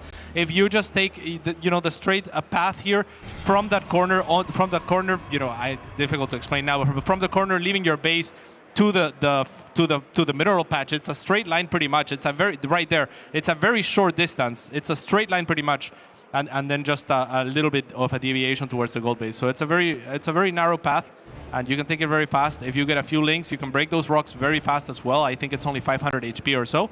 So it's a very attractive gold base, and clearly Reynor knows that Solar likes it, so good deny. Yeah, it's even less. It's 400. Nice. Just a real cheap kill on that. And then you have to contest with the fact that your opponent is going to be able to send Lings potentially on the counterattack if you try and punish it with an Adept, because obviously the Adept cannot cover your natural and also be able to harass the gold. Yeah. So it creates a really uncomfortable situation, and if you let the Zerg get away with the gold base, then you're just letting their economy get supercharged. It's really not a comfy position. So like you said, honestly, phenomenal read from Reynor and a really smart game plan going into this. Yeah, it's extra painful for Solar because when you get to the gold, you just assume that you're going to take it. You're not really looking for the probe denial like you are on most other cases, right? Where you're looking for the probe. Did it arrive at the natural or not? And you kind of have a response, or you have already accounted for the time that it will take you to take your third, to get that drone to your third and drop it. Here, he probably had to get the drone from his main right away and just lose out on the time that he wasn't able to, to make up for by not dropping the gold base. Yeah, you pull it, I think you pull it about 12 to 15 seconds earlier. I'm trying to remember. I think I pull it at 22 seconds to try and start that up. Funnily enough, I don't actually know when you pull the drone for the other thing. I just know that it's about 185 minerals if you're not anticipating the block. It's like maybe 120, 130 if you're anticipating the block. Yeah. And then even then there's like little variants you can do where, you try and you go straight up to 17 drones, etc. It all depends on a little bit of stylistic differences, but it is worth noting that it is more of a cut to the economy, just a little bit more, but it is notable. Now this is cool. We've got a Phoenix opener into the Oracles. This is how he started when he beat Serral. They're nasty, the Phoenix units. I mean, all Zergs fear them. The Protoss unit, the Protoss players don't often make the Phoenix, but in this case, it's just looking around for Overlords. It's basically doing the same thing that a Void Ray would do, except much faster. And now, I mean, it's gonna go and pair up with the Oracle, so it can also deny the damage output of one Queen on offense. So yeah, it's a very effective unit, the Phoenix, and here we go. One Queen is gonna get lifted off, the other one can be fought, or the drones can be gone after, and 3 of them, 4 maybe, are gonna fall in the process. Reynor needs to be a little bit better at focus firing and actually loses the Oracle. That's a major blunder. Yeah, that looked so nice initially. Lag. That was very unfortunate actually for Reynor right there. The clicking wasn't quite perfect, and then he kind of hung around a little bit long. Hopefully it's not like a hotkey issue or something, but he's good to go again. Yeah. We got to talk about what is on the production tab, though. We've got a very quick Twilight Council. Normally, I would say this is absolutely Blink. Oh, Ling's getting into the main base. That's very good for Solar, and that is going to be a pretty darn quick scout, and it will, in fact, be Blink, but this is quite a disruption. Yeah, because beyond the scout, which is already plenty of value for these Lings to get, you also get a probe, and you also pull the Adepts back. You're fully aware of what's going on. A big probe pull as well in the process. Another probe will go down. I mean, that plus the Oracle getting killed off, and Solar not having had to invest into Spore Crawlers even, puts him in a fantastic position to start off. Yeah, and honestly, it puts him into a really nice start. I do wonder if Reynor was intending to maybe go for a big Glaive Adepts play right before those Lings got into the main base. He hadn't started up what was going in on the upgrade. He did get the Twilight Council before the 3rd gas. We'll never know now. I mean, theoretically, you could ask him in a winner's interview, but obviously that has been disrupted. But we got to talk about what is coming. It is a German taxi coming out of Solar. Now, Reynor, because he went for the relatively quick 3rd and 4th gas, that is a pretty decent setup against this and the fast Blink. But this is going to be rather tough to hold with some of the early damage he's taken. Yeah, he's going to see it coming, though, so I'm not sure that this is the best way to go about things for Solar. I mean, it's very difficult to attack into this much Protoss production here, and Reynor is already adding the shield batteries as well, so he will have a little bit of time. If he can just disengage here, Blink is nearly done, 1 second away. Now he should be able to Blink away if he wants to. Maybe one more volley onto the Lynx and then get out. He has to Blink. Blink is ready. Hello? There's the Blink. Buys himself as much time as possible. Now the shield battery overcharge will go down, and this should buy enough time for the rest of the shield batteries here to finish on the side of Reynor. Next Warpin should be coming up soon, an Immortal in production, and Solar will continue to reinforce with everything that he can. That he will. The battery overcharge is about to expire. There are more, well, there's a cannon coming online. There's still a little bit of battery energy, but this is looking very dangerous. The creep drop helping out a lot, but these queens are starting to run out of energy. However, Reynor is starting to run out of units, and Solar says, you know, I've seen your Protoss, and quite frankly, I don't want to go to the late game against it, but he is looking like he will not need to here. It certainly is looking that way. There's a lot more Lynx in production and a lot more Lynx already on the way. So this third is very likely to be forfeit for Reynor. If this can extend long enough to where you get a second shield battery overcharge, then maybe there is yet hope. The Immortal would make a massive difference here, but not if it gets surrounded, and it will. The Stalkers are forced to abandon the Immortal, and that means the rest of the defenses for Reynor here will also have to be abandoned. That's extra 3 pylons as well that he cannot hold on to, so a lot of investment into holding this third. He has to hold at this point, and it looks very unlikely. Yeah, that is a nice bit of positioning. Reynor really trying to draw Solar into an overcommitment on the natural expansion, but Solar's not going to fall for it. He's already droning out of this. He knows he's done plenty of damage, and Reynor will display some nice Blink Micro at the end, and he's going to clean up all this creep, but Solar comes out of this massively ahead. Yeah, he certainly does. Now Reynor on the chase does manage to get himself 1 Roach. 22 probes fall in that altercation, as well as a few pylons, some shield batteries as well.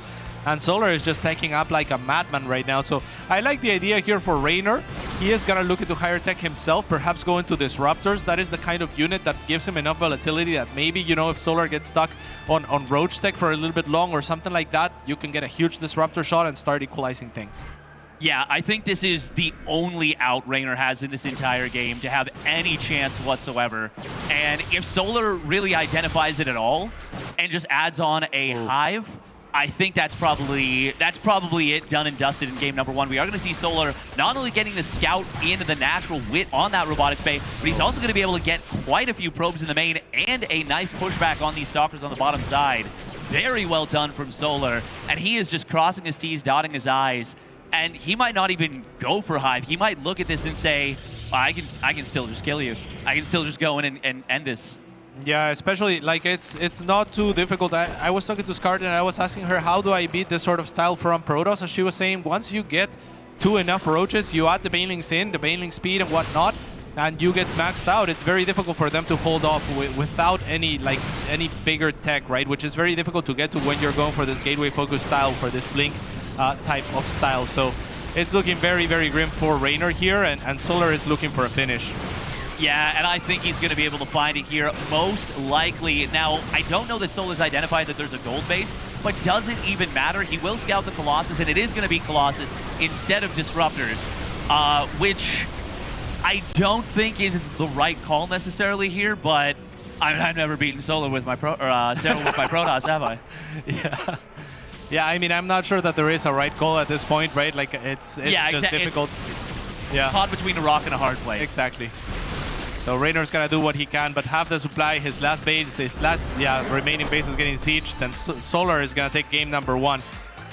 Rather swiftly as well. I mean, just on the back of a couple of mistakes there from Reynor, right? Like, it has to be said that the Oracle control wasn't there.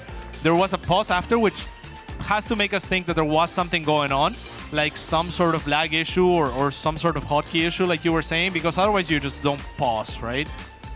No. Or you're trying to convince your opponent, you're like, I didn't just make a misplay. I guess that could be the, yeah. It's mind games and he's metagaming the broadcast, and there it is. There's the instant replay. We gotta see how fast the pause was to see if there was delay in the thought to pause or not. Oh, we don't get to see it. He did the little head bob to the side. I see. Yeah, it's hard to say, to be honest. I see. If he did the head bob to the side, I feel like he feels like it was a mistake, right? That's what the head bob to the side says to me. Probably. Like that's what that's the gesture that you make when you're Yes. like, ah. You're like, I didn't see that third queen coming in from the side. Yeah. Yeah. So he maybe just reached a little bit too far into the cookie jar. And Papa Solar was like, no cookies for you. Yeah. Yeah. And then he was like, no, I wasn't trying to get any cookies. Yeah, he's like, actually, I wasn't trying to get any cookies. The cookies were lag. The cookies were lag. I'm just saying, you weren't I love lost. it. Yeah. I love it.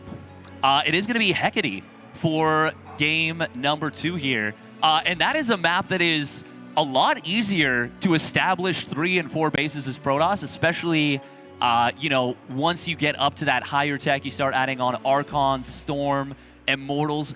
But will Solar let him? He did in game number 1. Raynor Protoss Goat said that sign, by the way. Oh. Is it true? I was trying to run that through my head as well. Raynor Protoss Goat? It might. I mean, it's not an outrageous statement, really, right? I mean, it's an outrageous statement conceptually, but when you look at the results isolated, you look at the results and you're like, who has beaten Cyril in the late game? Yeah. As a Protoss player, and you're like, yeah. Right. This guy spotting up in the top right for Basilisk. It is Raynor.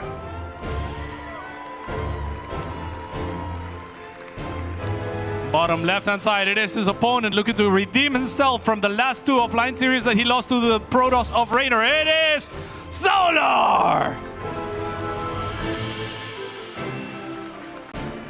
Minsu Kang. All I want for Christmas is another Protoss champion. Will it be Raynor? Another Protoss champion. And another one. What's the other one? Hero. I guess. Last time here. Yeah. It was pretty magical, now that you mention it. It wasn't even Christmas back then.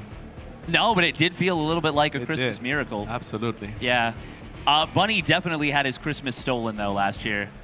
And we'll this see. one. Or I guess this time he's still in. This time he's still in. He's still in. Yeah, he could exchange his coal maybe for a stocking filled with $15,000. That would be fantastic. You would love to see it.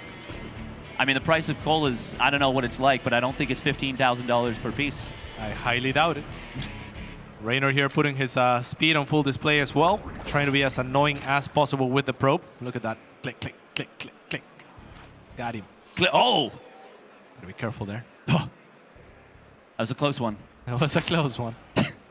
Knows to click away to his own minerals, and now he's back. Oh, but Solar's right on top of him. He's not giving him much space. Yeah, oh, and there's the damage coming in. Real damage but is he taken. gets away. It gets away. But X-Drone, okay. 2 HP worth of damage to think about what he did. Absolutely. I mean, at the very least, it's distracting. It's annoying. But of course, a player of the caliber of Solar is not going to care too much about it. He's pretty used to this from some of the best Protoss players in the world. And now we have a very standard opening here on the side of Solar. 2 links from the main, 2 links from the natural. So the 2 links from the natural are going to be tasked to shooing the probe away. The 2 links from the main potentially can make some space between them and these 2 links. But Raynor's too good, so he's turning around to make sure that there are 2 extra links, so that nothing sneaks past them. And now he turns back.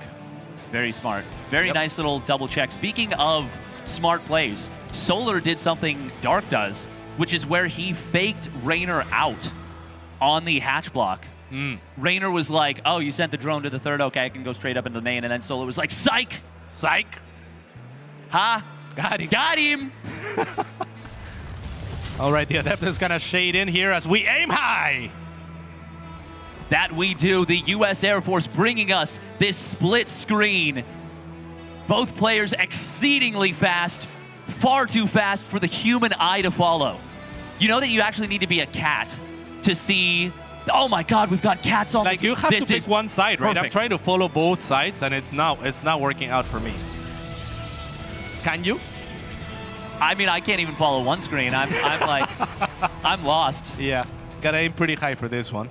My vision is based on movement, though, and there is a lot of it. So I assume, man, they are really fast. Holy crap! They are very, very fast players. I was memeing it first, but like, damn. No, it's wild. Oh, probe will get picked off. If I saw that correctly on one of the screens, I'll follow the left screen, you follow the right. Never mind. Oh. Okay. I can only aim high for so long before I get brought low by my slow, slow eyes. Absolutely. God, can we get a round of applause for the speed of those lads? Jeez. That is impressive. Sheesh. We're going to see a few Lings coming across the map, going to be looking to pick off some probes. Solar was able to get 2 or 3 probes on the transfer between those bases, and that is one of the things that you can... Oh! The Adept on Weight Watchers lets the Ling into the main base. And, well, there's actually nothing to see. Wow, okay, that probe had a taser and a will to use it. And it sure did. So no information really, or not much information gotten from Solar in that scout, as he does have 3 Adepts ready to defend his third. Deems them enough to go chase around and shoo away those Lings as well. And Solar with a Baneling Nest, as well as, a melee upgrade. This is very interesting. We are going to see a second gas coming on in. Solar, there is very high potential. So this is going to seem a little bit weird. Oh, the Phoenix. Okay, yeah, that's way too many queens. We are in the wrong neighborhood. No pauses Fellow there. Sky Tosses. No pauses there. No pauses needed. Oh, nice pick off there on another probe. You can see the reaction time was quick from Raynor, but Solar's still able to get the snipe down. Now, yeah, this is going to be an interesting thing because it's a commitment well before the melee completes. It is a little weird and it feels a little counterintuitive, but it can oftentimes catch your opponent off guard. And if it continues for long enough, that +1 melee can kick in and it can really get something done. Oh my god. I guess. I mean, shouldn't you wait for the +1 melee at least? I think that you do at this point, right? I mean, this is just day 9 mind games right here. Yeah, pretty much. Yeah, you gotta wait for it. I mean, the Banelings, they're gonna waddle across, I guess. I don't know where they're being morphed. If we can find them wherever they are, that would be wonderful. There they are. So they're gonna go into the main and natural, actually, looking to breach. There's only one Adept here. No Stalker actually on the side of Raynor. Needs Stalker warp ins. The Adept is gonna fall. And now everything gets in. Actually, this is looking dreadful for the Italian. It is looking brutal right here. Already quite a few probes going down. He did get a good split on the probes in the natural, but the Oracles in the main base getting it on top of the... Oh, the Baneling! Oh, the split in the last second from Raynor. That instant reaction time. He aimed high and he shot higher. He sure did. On the other side, it's going to be Solar that's going to be applying pressure to the third. There's extra Banelings here as well. Shield batteries are going to be gunned down pretty fast by the Zerglings. No use of the Banelings necessary. They're going to look to collapse onto the Adepts instead. Great splits from Raynor to mitigate damage. Here is one of the Oracles that still has energy, trying to do everything that it can as the Stalkers try to plug the wall as best as they can. One of them needs to walk a little bit further up, but actually Solar feeling merciful on that Stalker. Yes, that Stalker received a Christmas pardon. Very nice. That was a brilliant defense from Raynor. That was such a difficult attack to hold, and he managed it really well. If he was just maybe 1 or like half a second faster on the Stalker warping, he might have saved that one Stalker because, of course, it has less HP and it gains HP while it warps in. If he was, maybe just even a little bit faster than being the fastest player in the world, he might have been able to prevent that from becoming even a bigger problem than it was. Yeah, what I kind of hate about that build, though, is like if there was a Stalker to begin with instead of an Adept plugging that wall, like what do you even do with Solar? Because this was best case scenario and Raynor's still in the game. Yeah. I wonder if he looked at the Adept in the wall from early on and made that call and said, you're not going to sub this out for a Stalker, you're not thinking of this.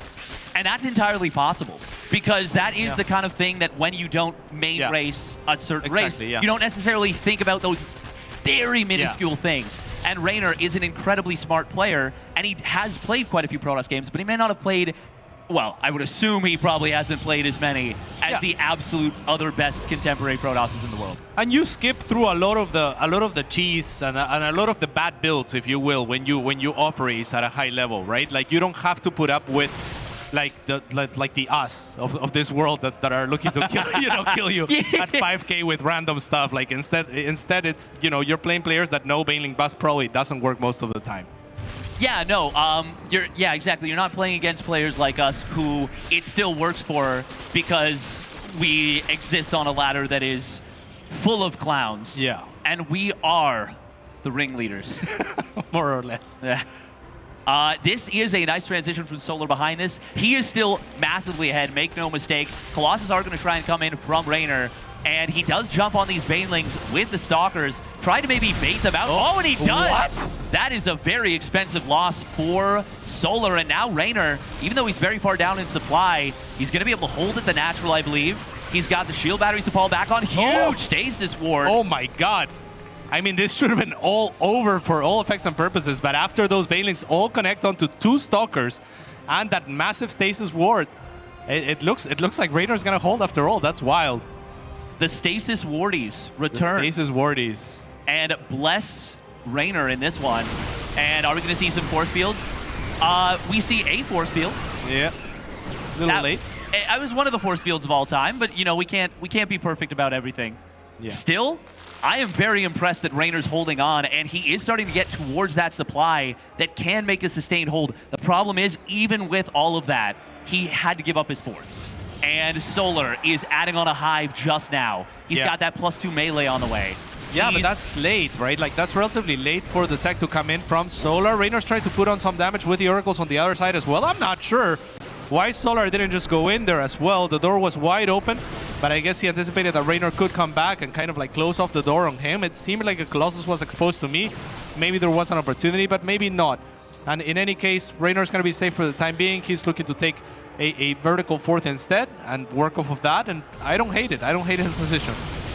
No, it's considering how dangerous that looked. He's weathered the storm very well, but it is still going to be very difficult for him in this game. That 4th base, he needs to hold this one. If he cannot hold this one, I don't really see a way for him to keep things alive. Now this time, Stalker on the wall, shield battery, cannon.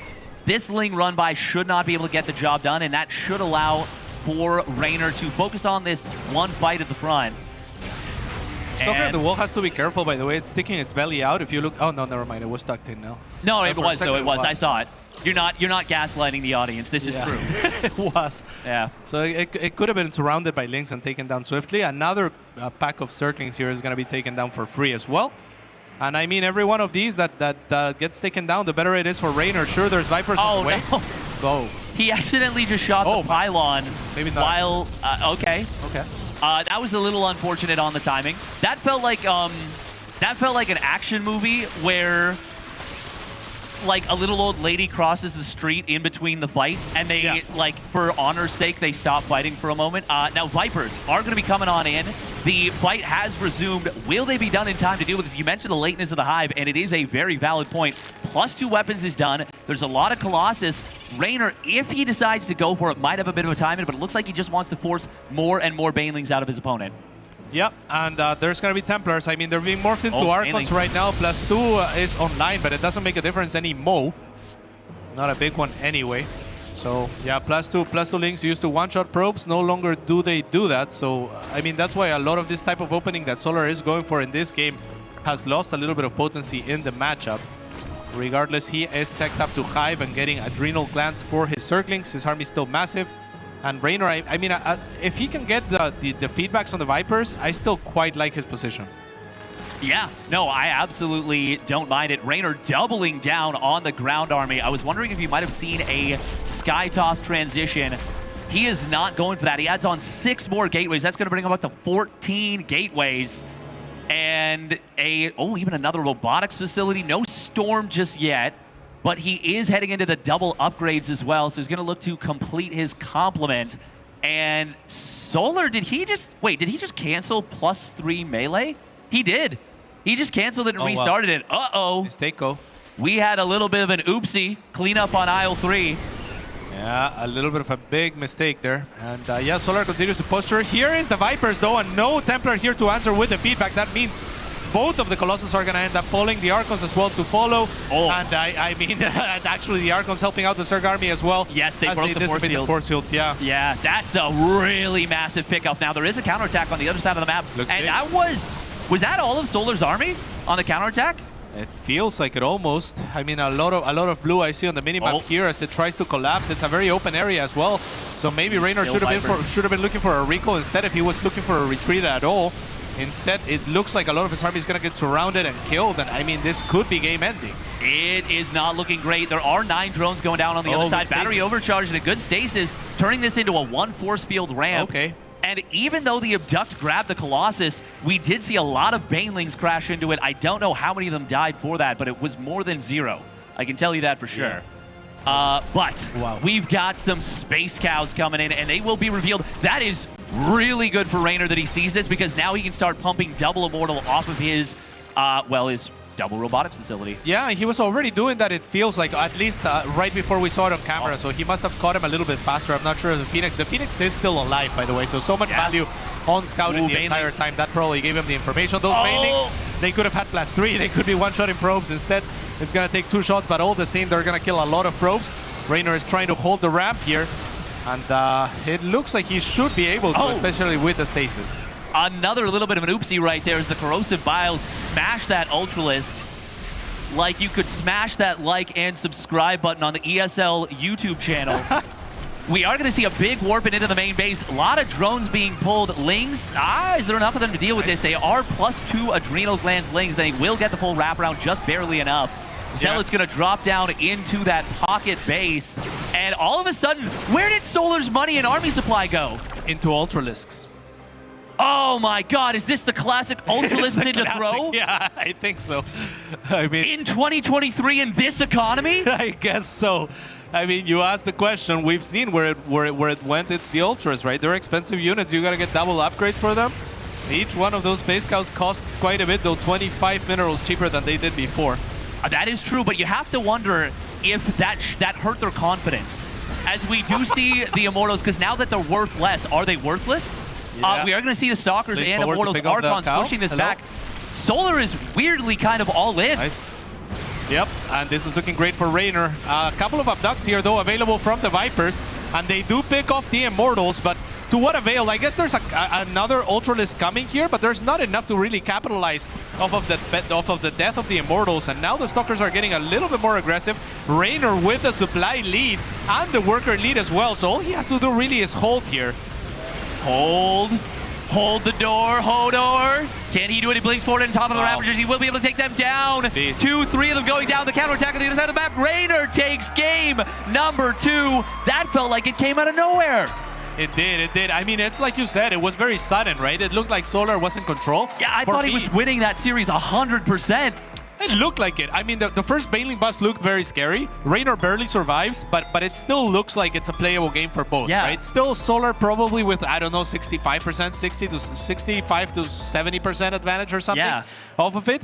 And then it looked at some point like he was going to end the game, but those stasis traps were so juicy from Raynor. I mean, here's the initial Baneling bust here on screen. We see that the Adept holding the wall is not it. Oh, that split. God, that was sexy. Sexy indeed. That was actually so sick, the defense. And that stasis ward, man, and you can see 20 why. Banelings onto 2 Stalkers. Yeah, not so great. Yeah. And I talked about it, he set it up, but Solar, it looked like he was going to be able to deal with that, but then he didn't have the shift command behind this. The probes did get kind of decimated here, but not completely killed off. Yeah. And you can see that, well, the buff to Raynor's main race, Protoss, has really come in handy here. The nerf to those +2 melee Banes, it's really helping Raynor's main race, Protoss. Yeah, I mean, in that last altercation that we saw on screen, it should have been one-shotting because he should have had +3, but he also did the cancel. Yeah, he canceled the +3. It actually would not have one-shotted at that point because Raynor did have +1 armor and +1 shields, which any combination of 2 armor upgrades brings it back down to they can never be one-shotted again. All right, that's sexy then. Yeah. In any case, we have Raynor coming out ahead, and we have a 3-game series to end the day, which is pretty hype. Did I tell you I got my degree from StarCraft University? I did. You did, yeah. Yeah? Yeah. Cool. I just wanted to bring it up again. That's good. Yeah.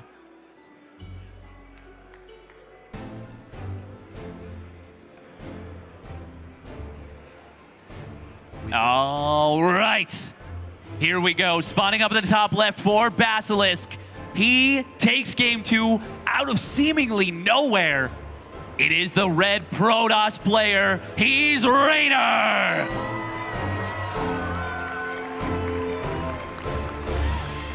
And the crowd is about to go wild for the GSL champion. It is for Onside Gaming, Solar! No one goes wild, come on. And the crowd goes... Neutral. Neutral. Tell my wife I said hello. We are going to be seeing a Well, this time Raynor's not going to fall for the shenanigans of Solar. He waits for a little while before he checks up into the main base. And I assume, because I've seen him do this actually to, was it Mixu? No. Who did he do this to? No, it was to a Protoss player. He did it to Hydra, where he was like, oh, Hydra, you don't check that I actually took my third base. And he did the proxy hatch spine crawler rush that Rogue did in GSL that one time. So he is going to check that, and he knows that you can check from the high ground. Yeah. Raynor, his brain is gigantic, and it does fit things like, how do I not die to cheese? Whereas mine is more like, I like cheese, the food. I love cheese. It's very delicious indeed. Probe is trying to be annoying here, but it's gonna have less room to be annoying actually with the placement of the spawning pool. Cutting the mineral line in half behind itself. That's a cute little move. I like that. Yeah, pretty cute indeed. Yeah, it's kind of adorable, honestly. It's a little bit adorable indeed. We are going to see, of course, a standard opening from both players. No ability to go for this. We've got the. I wonder if that's the same probe from game number 2 that murdered the drone, or murdered the Ling that got into the main base, and it's like, oh, I'm back for more. It's quite likely. Die Hard 6, Probe's Revenge. Here's that the Flying Shark as well on this map. It's only on one side. Ravi was talking about how he hates it. I also hate it. Really? Yeah, no, the Leviathan, I'm just like, man, I don't have great reaction time. This makes me think an attack's coming. Yeah. Yeah, that's fair. I mean, there's some automaton bots that look like probes and stuff like that. Those are far more annoying to me. Yeah. The Leviathan's cool. But then we have the Tastelope and the Artoselope, and they're, That's true. well, they're just welcome everywhere. Yeah, they run super fast. They do. Yeah. They are, for fight or flight, they chose flight every time. Yeah. Ooh, nice little job right here from Raynor. He hides the Adept in the back. Might be able to bait Solar into a commitment with the Lings. No, he's not going to do so. So it's actually Solar who kind of wins out and forces that Adept to stay at home, which is kind of cute. Kind of cute. Kind of cute indeed. Second Adept has popped up, but still Raynor not choosing to move out yet. Oracle is about to go out as well. And this looks like the most standard opening that we have seen so far.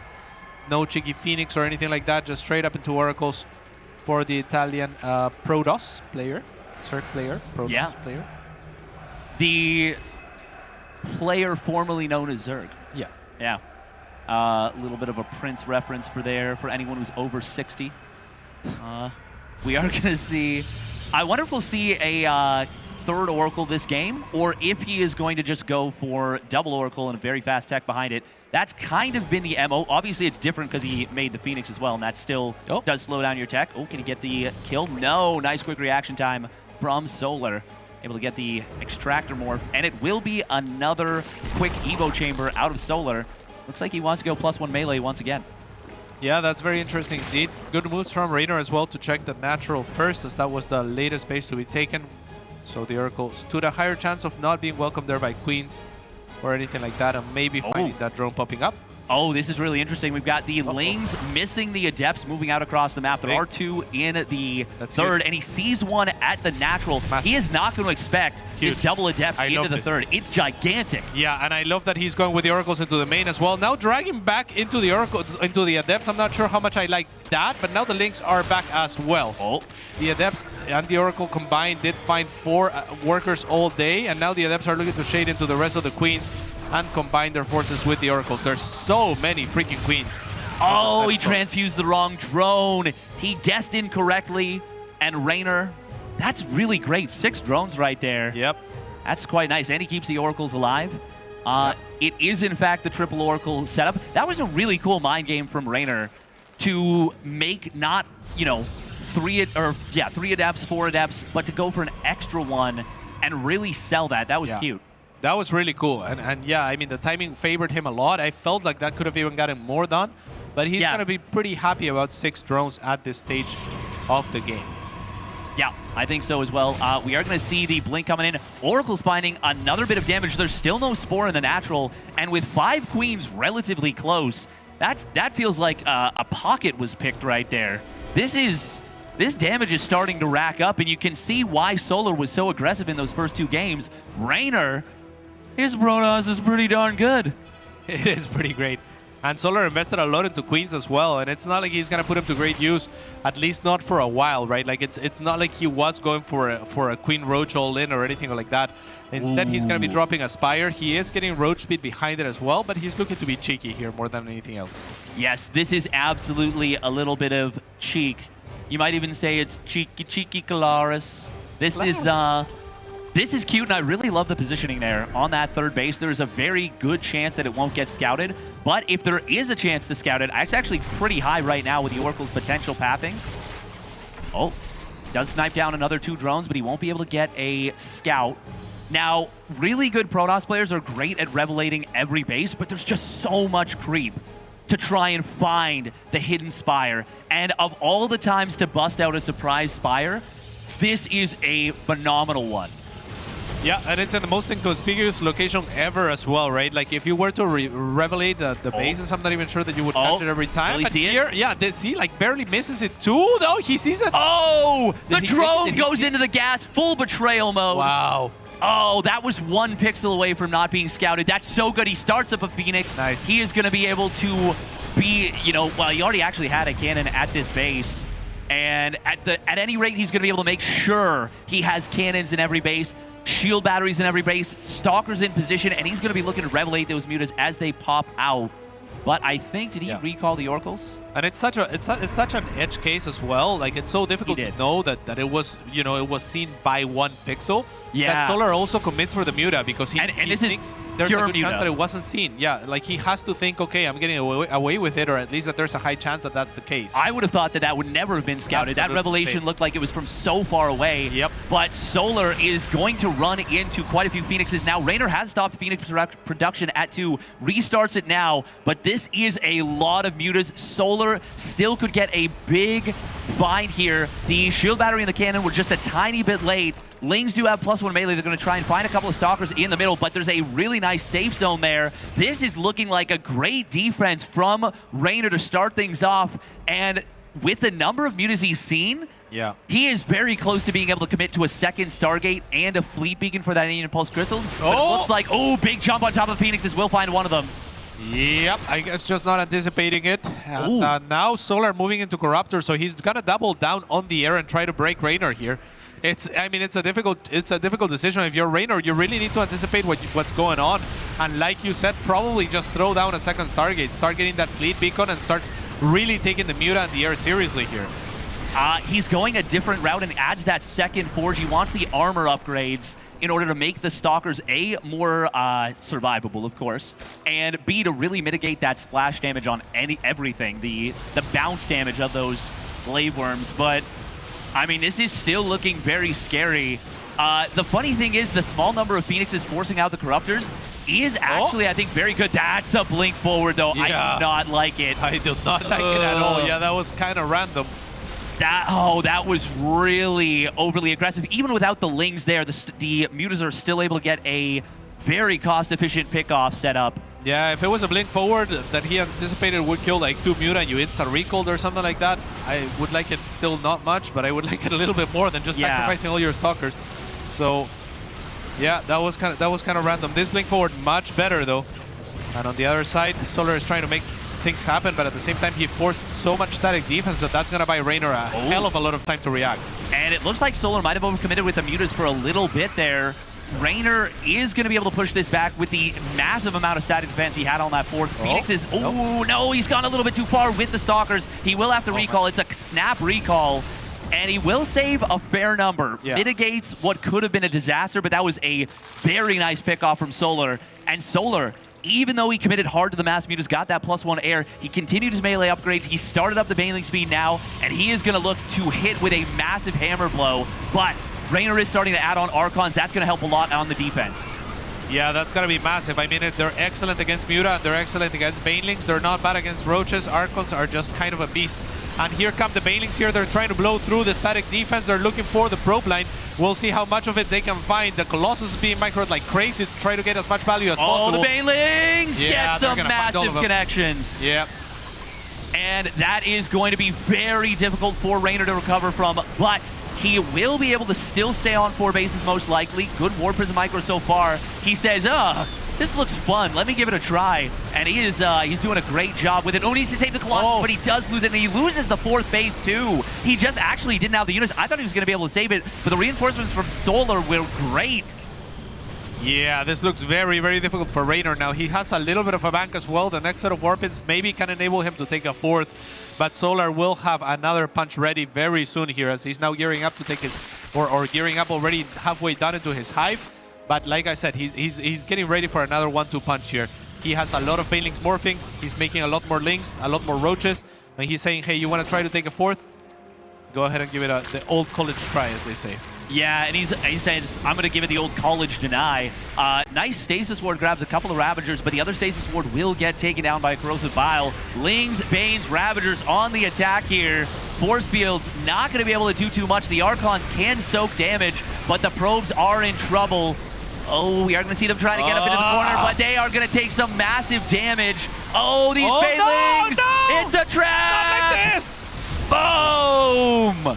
Goes the dynamite, and we are going to see this 3rd base fall as well. There's 3 Colossus. They will survive, but we're now looking at a double supply lead. Solar's on 6 bases. He's got a hive, 4 Vipers coming on in, and he is looking like he is going to take a little hop, skip, and a jump. See the head tilt. Oh, there's the head tilt. Hop, skip, and a jump. 2 rounds ahead.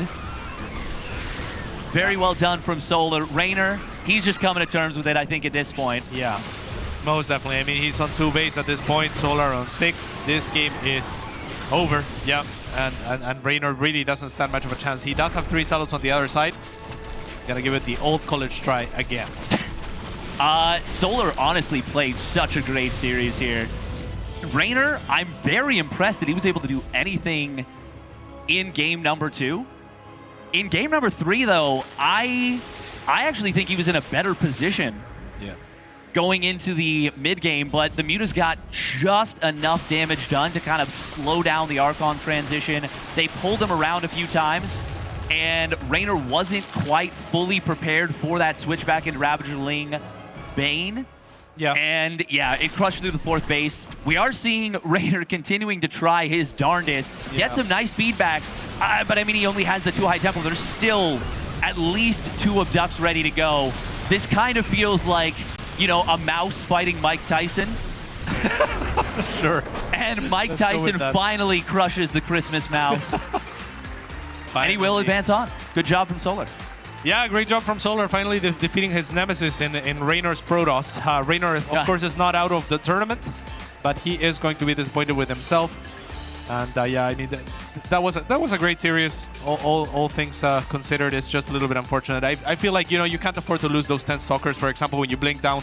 Yes. To chase after the Muta, like that sort of mistake is the kind of thing that yeah, it just shouldn't happen at this level, and Raynor, yeah, he knows that. Yeah, that was definitely a really rough situation. I think that was the beginning of the end. But we are going to throw it over to Rachel with an interview. Seltzer, take it away. Thank you so much. I've got Solar here, and Solar, my first question for you. What are your thoughts on Raynor's Protoss? Like, he's one of the best Protoss in the world, I feel like.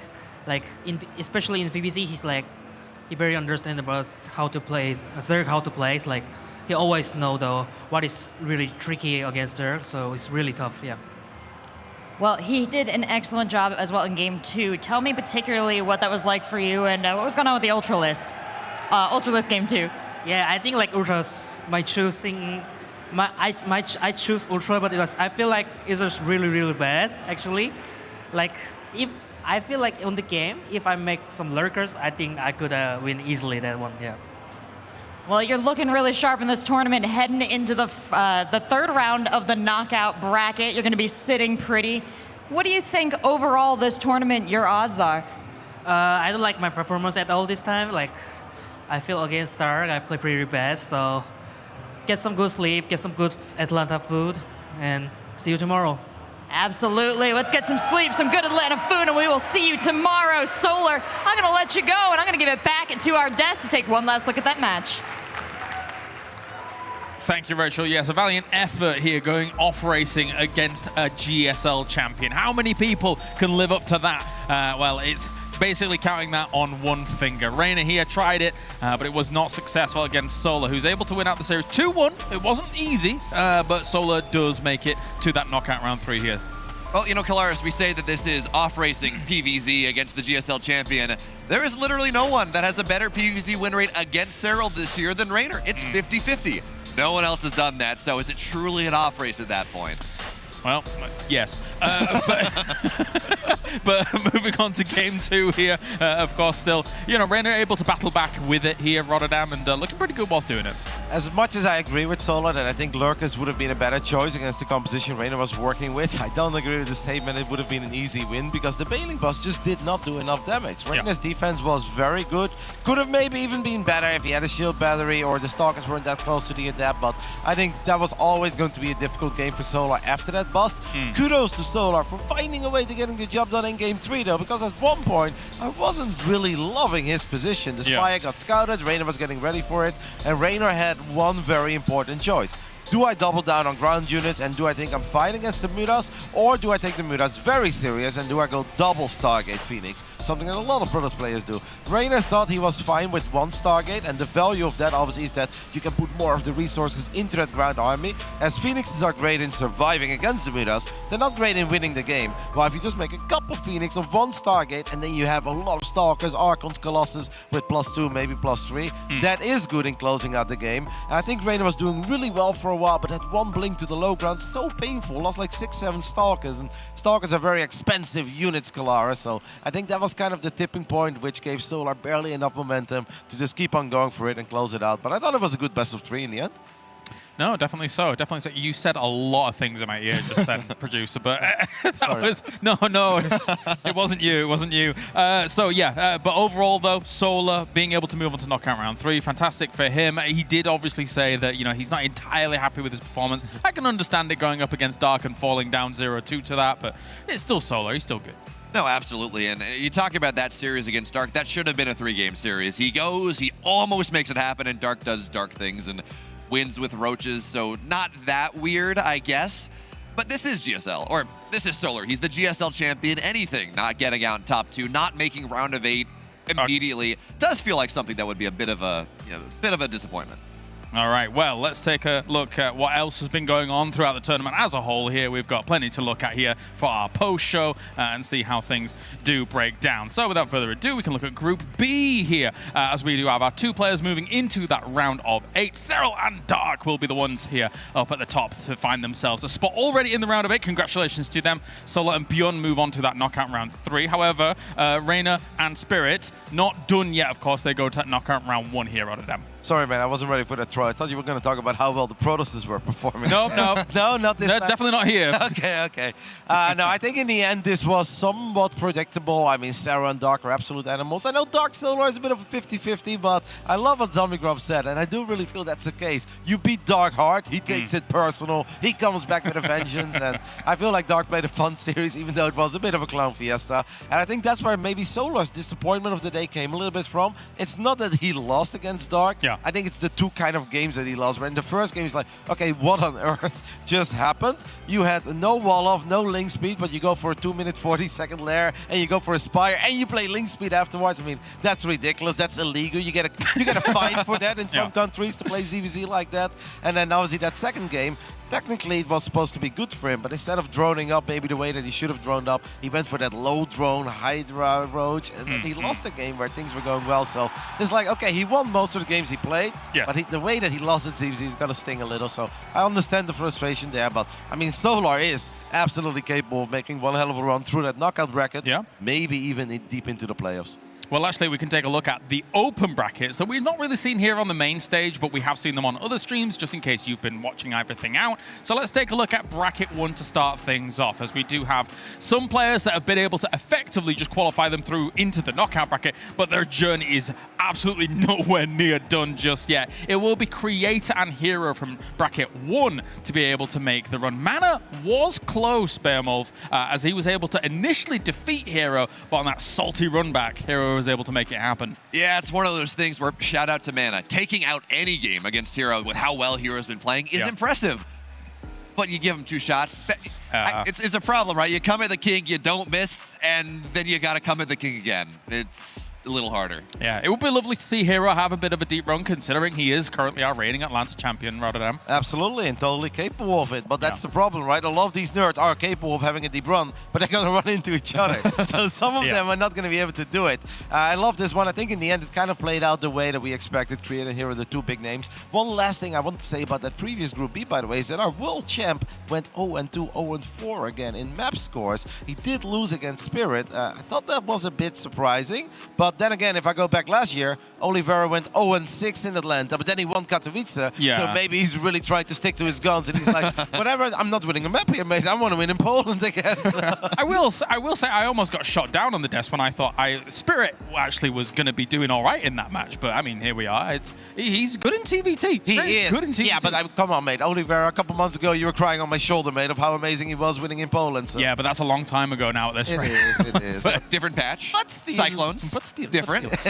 All right, well, we've got bracket 2 as well here. Lambo and Shin, previously Ragnarok, has been able to qualify into that position as well. Unfortunate for Skillus. I do feel like Skillus is in, technically great form as a Protoss at the moment, Rotterdam, but just shy of being able to make it through. He is, but he was close, right? He was in that upper bracket match against Lambo, losing 2-1 against Lambo. Lambo's ZVP, if he's on point, we know that Lambo is an absolute force to be reckoned with. And Ragnarok seems to be a bit of a nemesis of Skillus. They run into each other quite often, and Ragnarok just seems to have his number. But this is the brutal thing about the format we're currently using, because we basically run 5 brackets or 6 brackets at once, and then 2 are the winner states, and those guys got multiple lives. These guys have 2 lives, and then they are out. Like Skillus' performance here is not bad. He beat Dong Regu, who just beat Classic in IEM qualifiers. He got a convincing win over Foxter, but if you lose against 2 top-tier Zergs, you're out. So it's not a bad performance by Skillus, but clearly not the run that he was dreaming of. All right, well, here's our 3rd bracket as well, as we take a little bit of a closer look, and it was actually a Laser as well as Bunny to be able to take those knockout round spots here for everything. So great stuff by a Laser, of course, in that 2nd round, actually defeating Trigger 2-0, which I did think would be maybe a little bit closer than that, Bearmouth, but a Laser's able to make it happen. Yeah, Trigger's a bit of an enigma here. He has days where he just qualified for Katowice. He should have beaten, or he should have at least gone up 2-0 on Bunny in the Katowice qualifier upper bracket. He beats Sham at the lower side. He plays well, top 3 in Americas. And then he has days when he loses to Shadone 2-1. So, and that's not taking anything from Shadone, but Trigger, I have him on a bit of a higher level here, Roddy. You made it look like Shadone was Roddy over here, man. Like, Shadone is still 6 He's a little better, know. If somebody travels from France to America, they've probably put in a lot of hours as well. Like, Shadone is still He's good. a gamer. But yeah, obviously a lot of Americans here have hope that they can have another North American hero to cheer for, that not just is going to put up a fight against the Europeans, but is going to put some of these Europeans in their place. Unfortunately for Trigger, it was not his day. I mean, Elaser is deadly, Shadone is good. Not the run that Trigger was dreaming of, but I think the real story here is not that Trigger lost to Shadone, but it's Elaser beating Bunny as well in that upper bracket final. Man. I mean, we mentioned it earlier. The Liquid boys, Cure, Clem, already quarterfinals. Elaser making it through straight into the knockout. That's impressive. And we move on to our 4th bracket as well, and it's Hero Marine and Harstem here being able to take those knockout round matches against some big competition, I would say, in this bracket. Obviously, unfortunately, Scarlet, Cham, unfortunately, falling out as a whole, and it seems like the Europeans will reign supreme here, Bearmouth. Yeah, Harstem has looked so good over the past. He probably should have beaten Clem at Home Story Cup. He should have beaten Rainer in ESL Masters. That was beautiful. It was cool, wasn't it? James and I were just the same person. He's got a red shirt on, I've got a red shirt on. He's got a beard, I've got a beard. He's got hair, I've got hair. Yeah. Tried.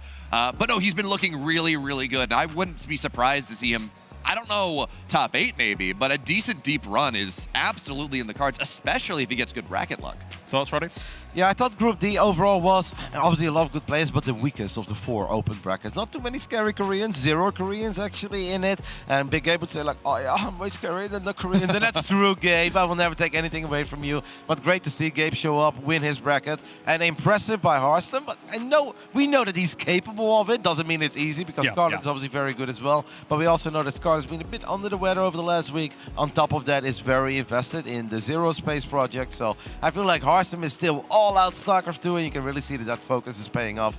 I think overall, good day for the Rebellion boys as well. I mean, sure, Beyond didn't beat Cero, but besides that, won his games, got about as deep as he could without beating Cero. Harstem making it through. We saw Lambo making it through in the upper bracket. Like, honestly, not a bad day for Liquid, for the Rebellion. Yeah, I'm trying to actually think if we do actually have that knockout bracket kind of all sorted, but it doesn't look like I actually have it here to hand, unfortunately. So we'll think about that tomorrow when time comes, because we've got loads. We will going to have them, apparently, according to the voices, exciting. the voices in my head. All right, but let's talk about our sponsors first. A huge thank you, firstly, to Blizzard for making the game, being here. We like you, Blizzard. You're cool. So thank you very much for that. Also to Monster Energy, keeping us fueled and good to go throughout the entire day. We had 10 best of 3s. We thought we were going to have 12, but you know what? Kalaris had to go home early. I've got Warhammer. We have to explain this inside joke, by the way. So someone I wish we out weren't there, doing this. I know, Stupid. but obviously if we keep bringing it up, it's weird for the people who don't use Twitter, and a lot of people don't use Twitter and X.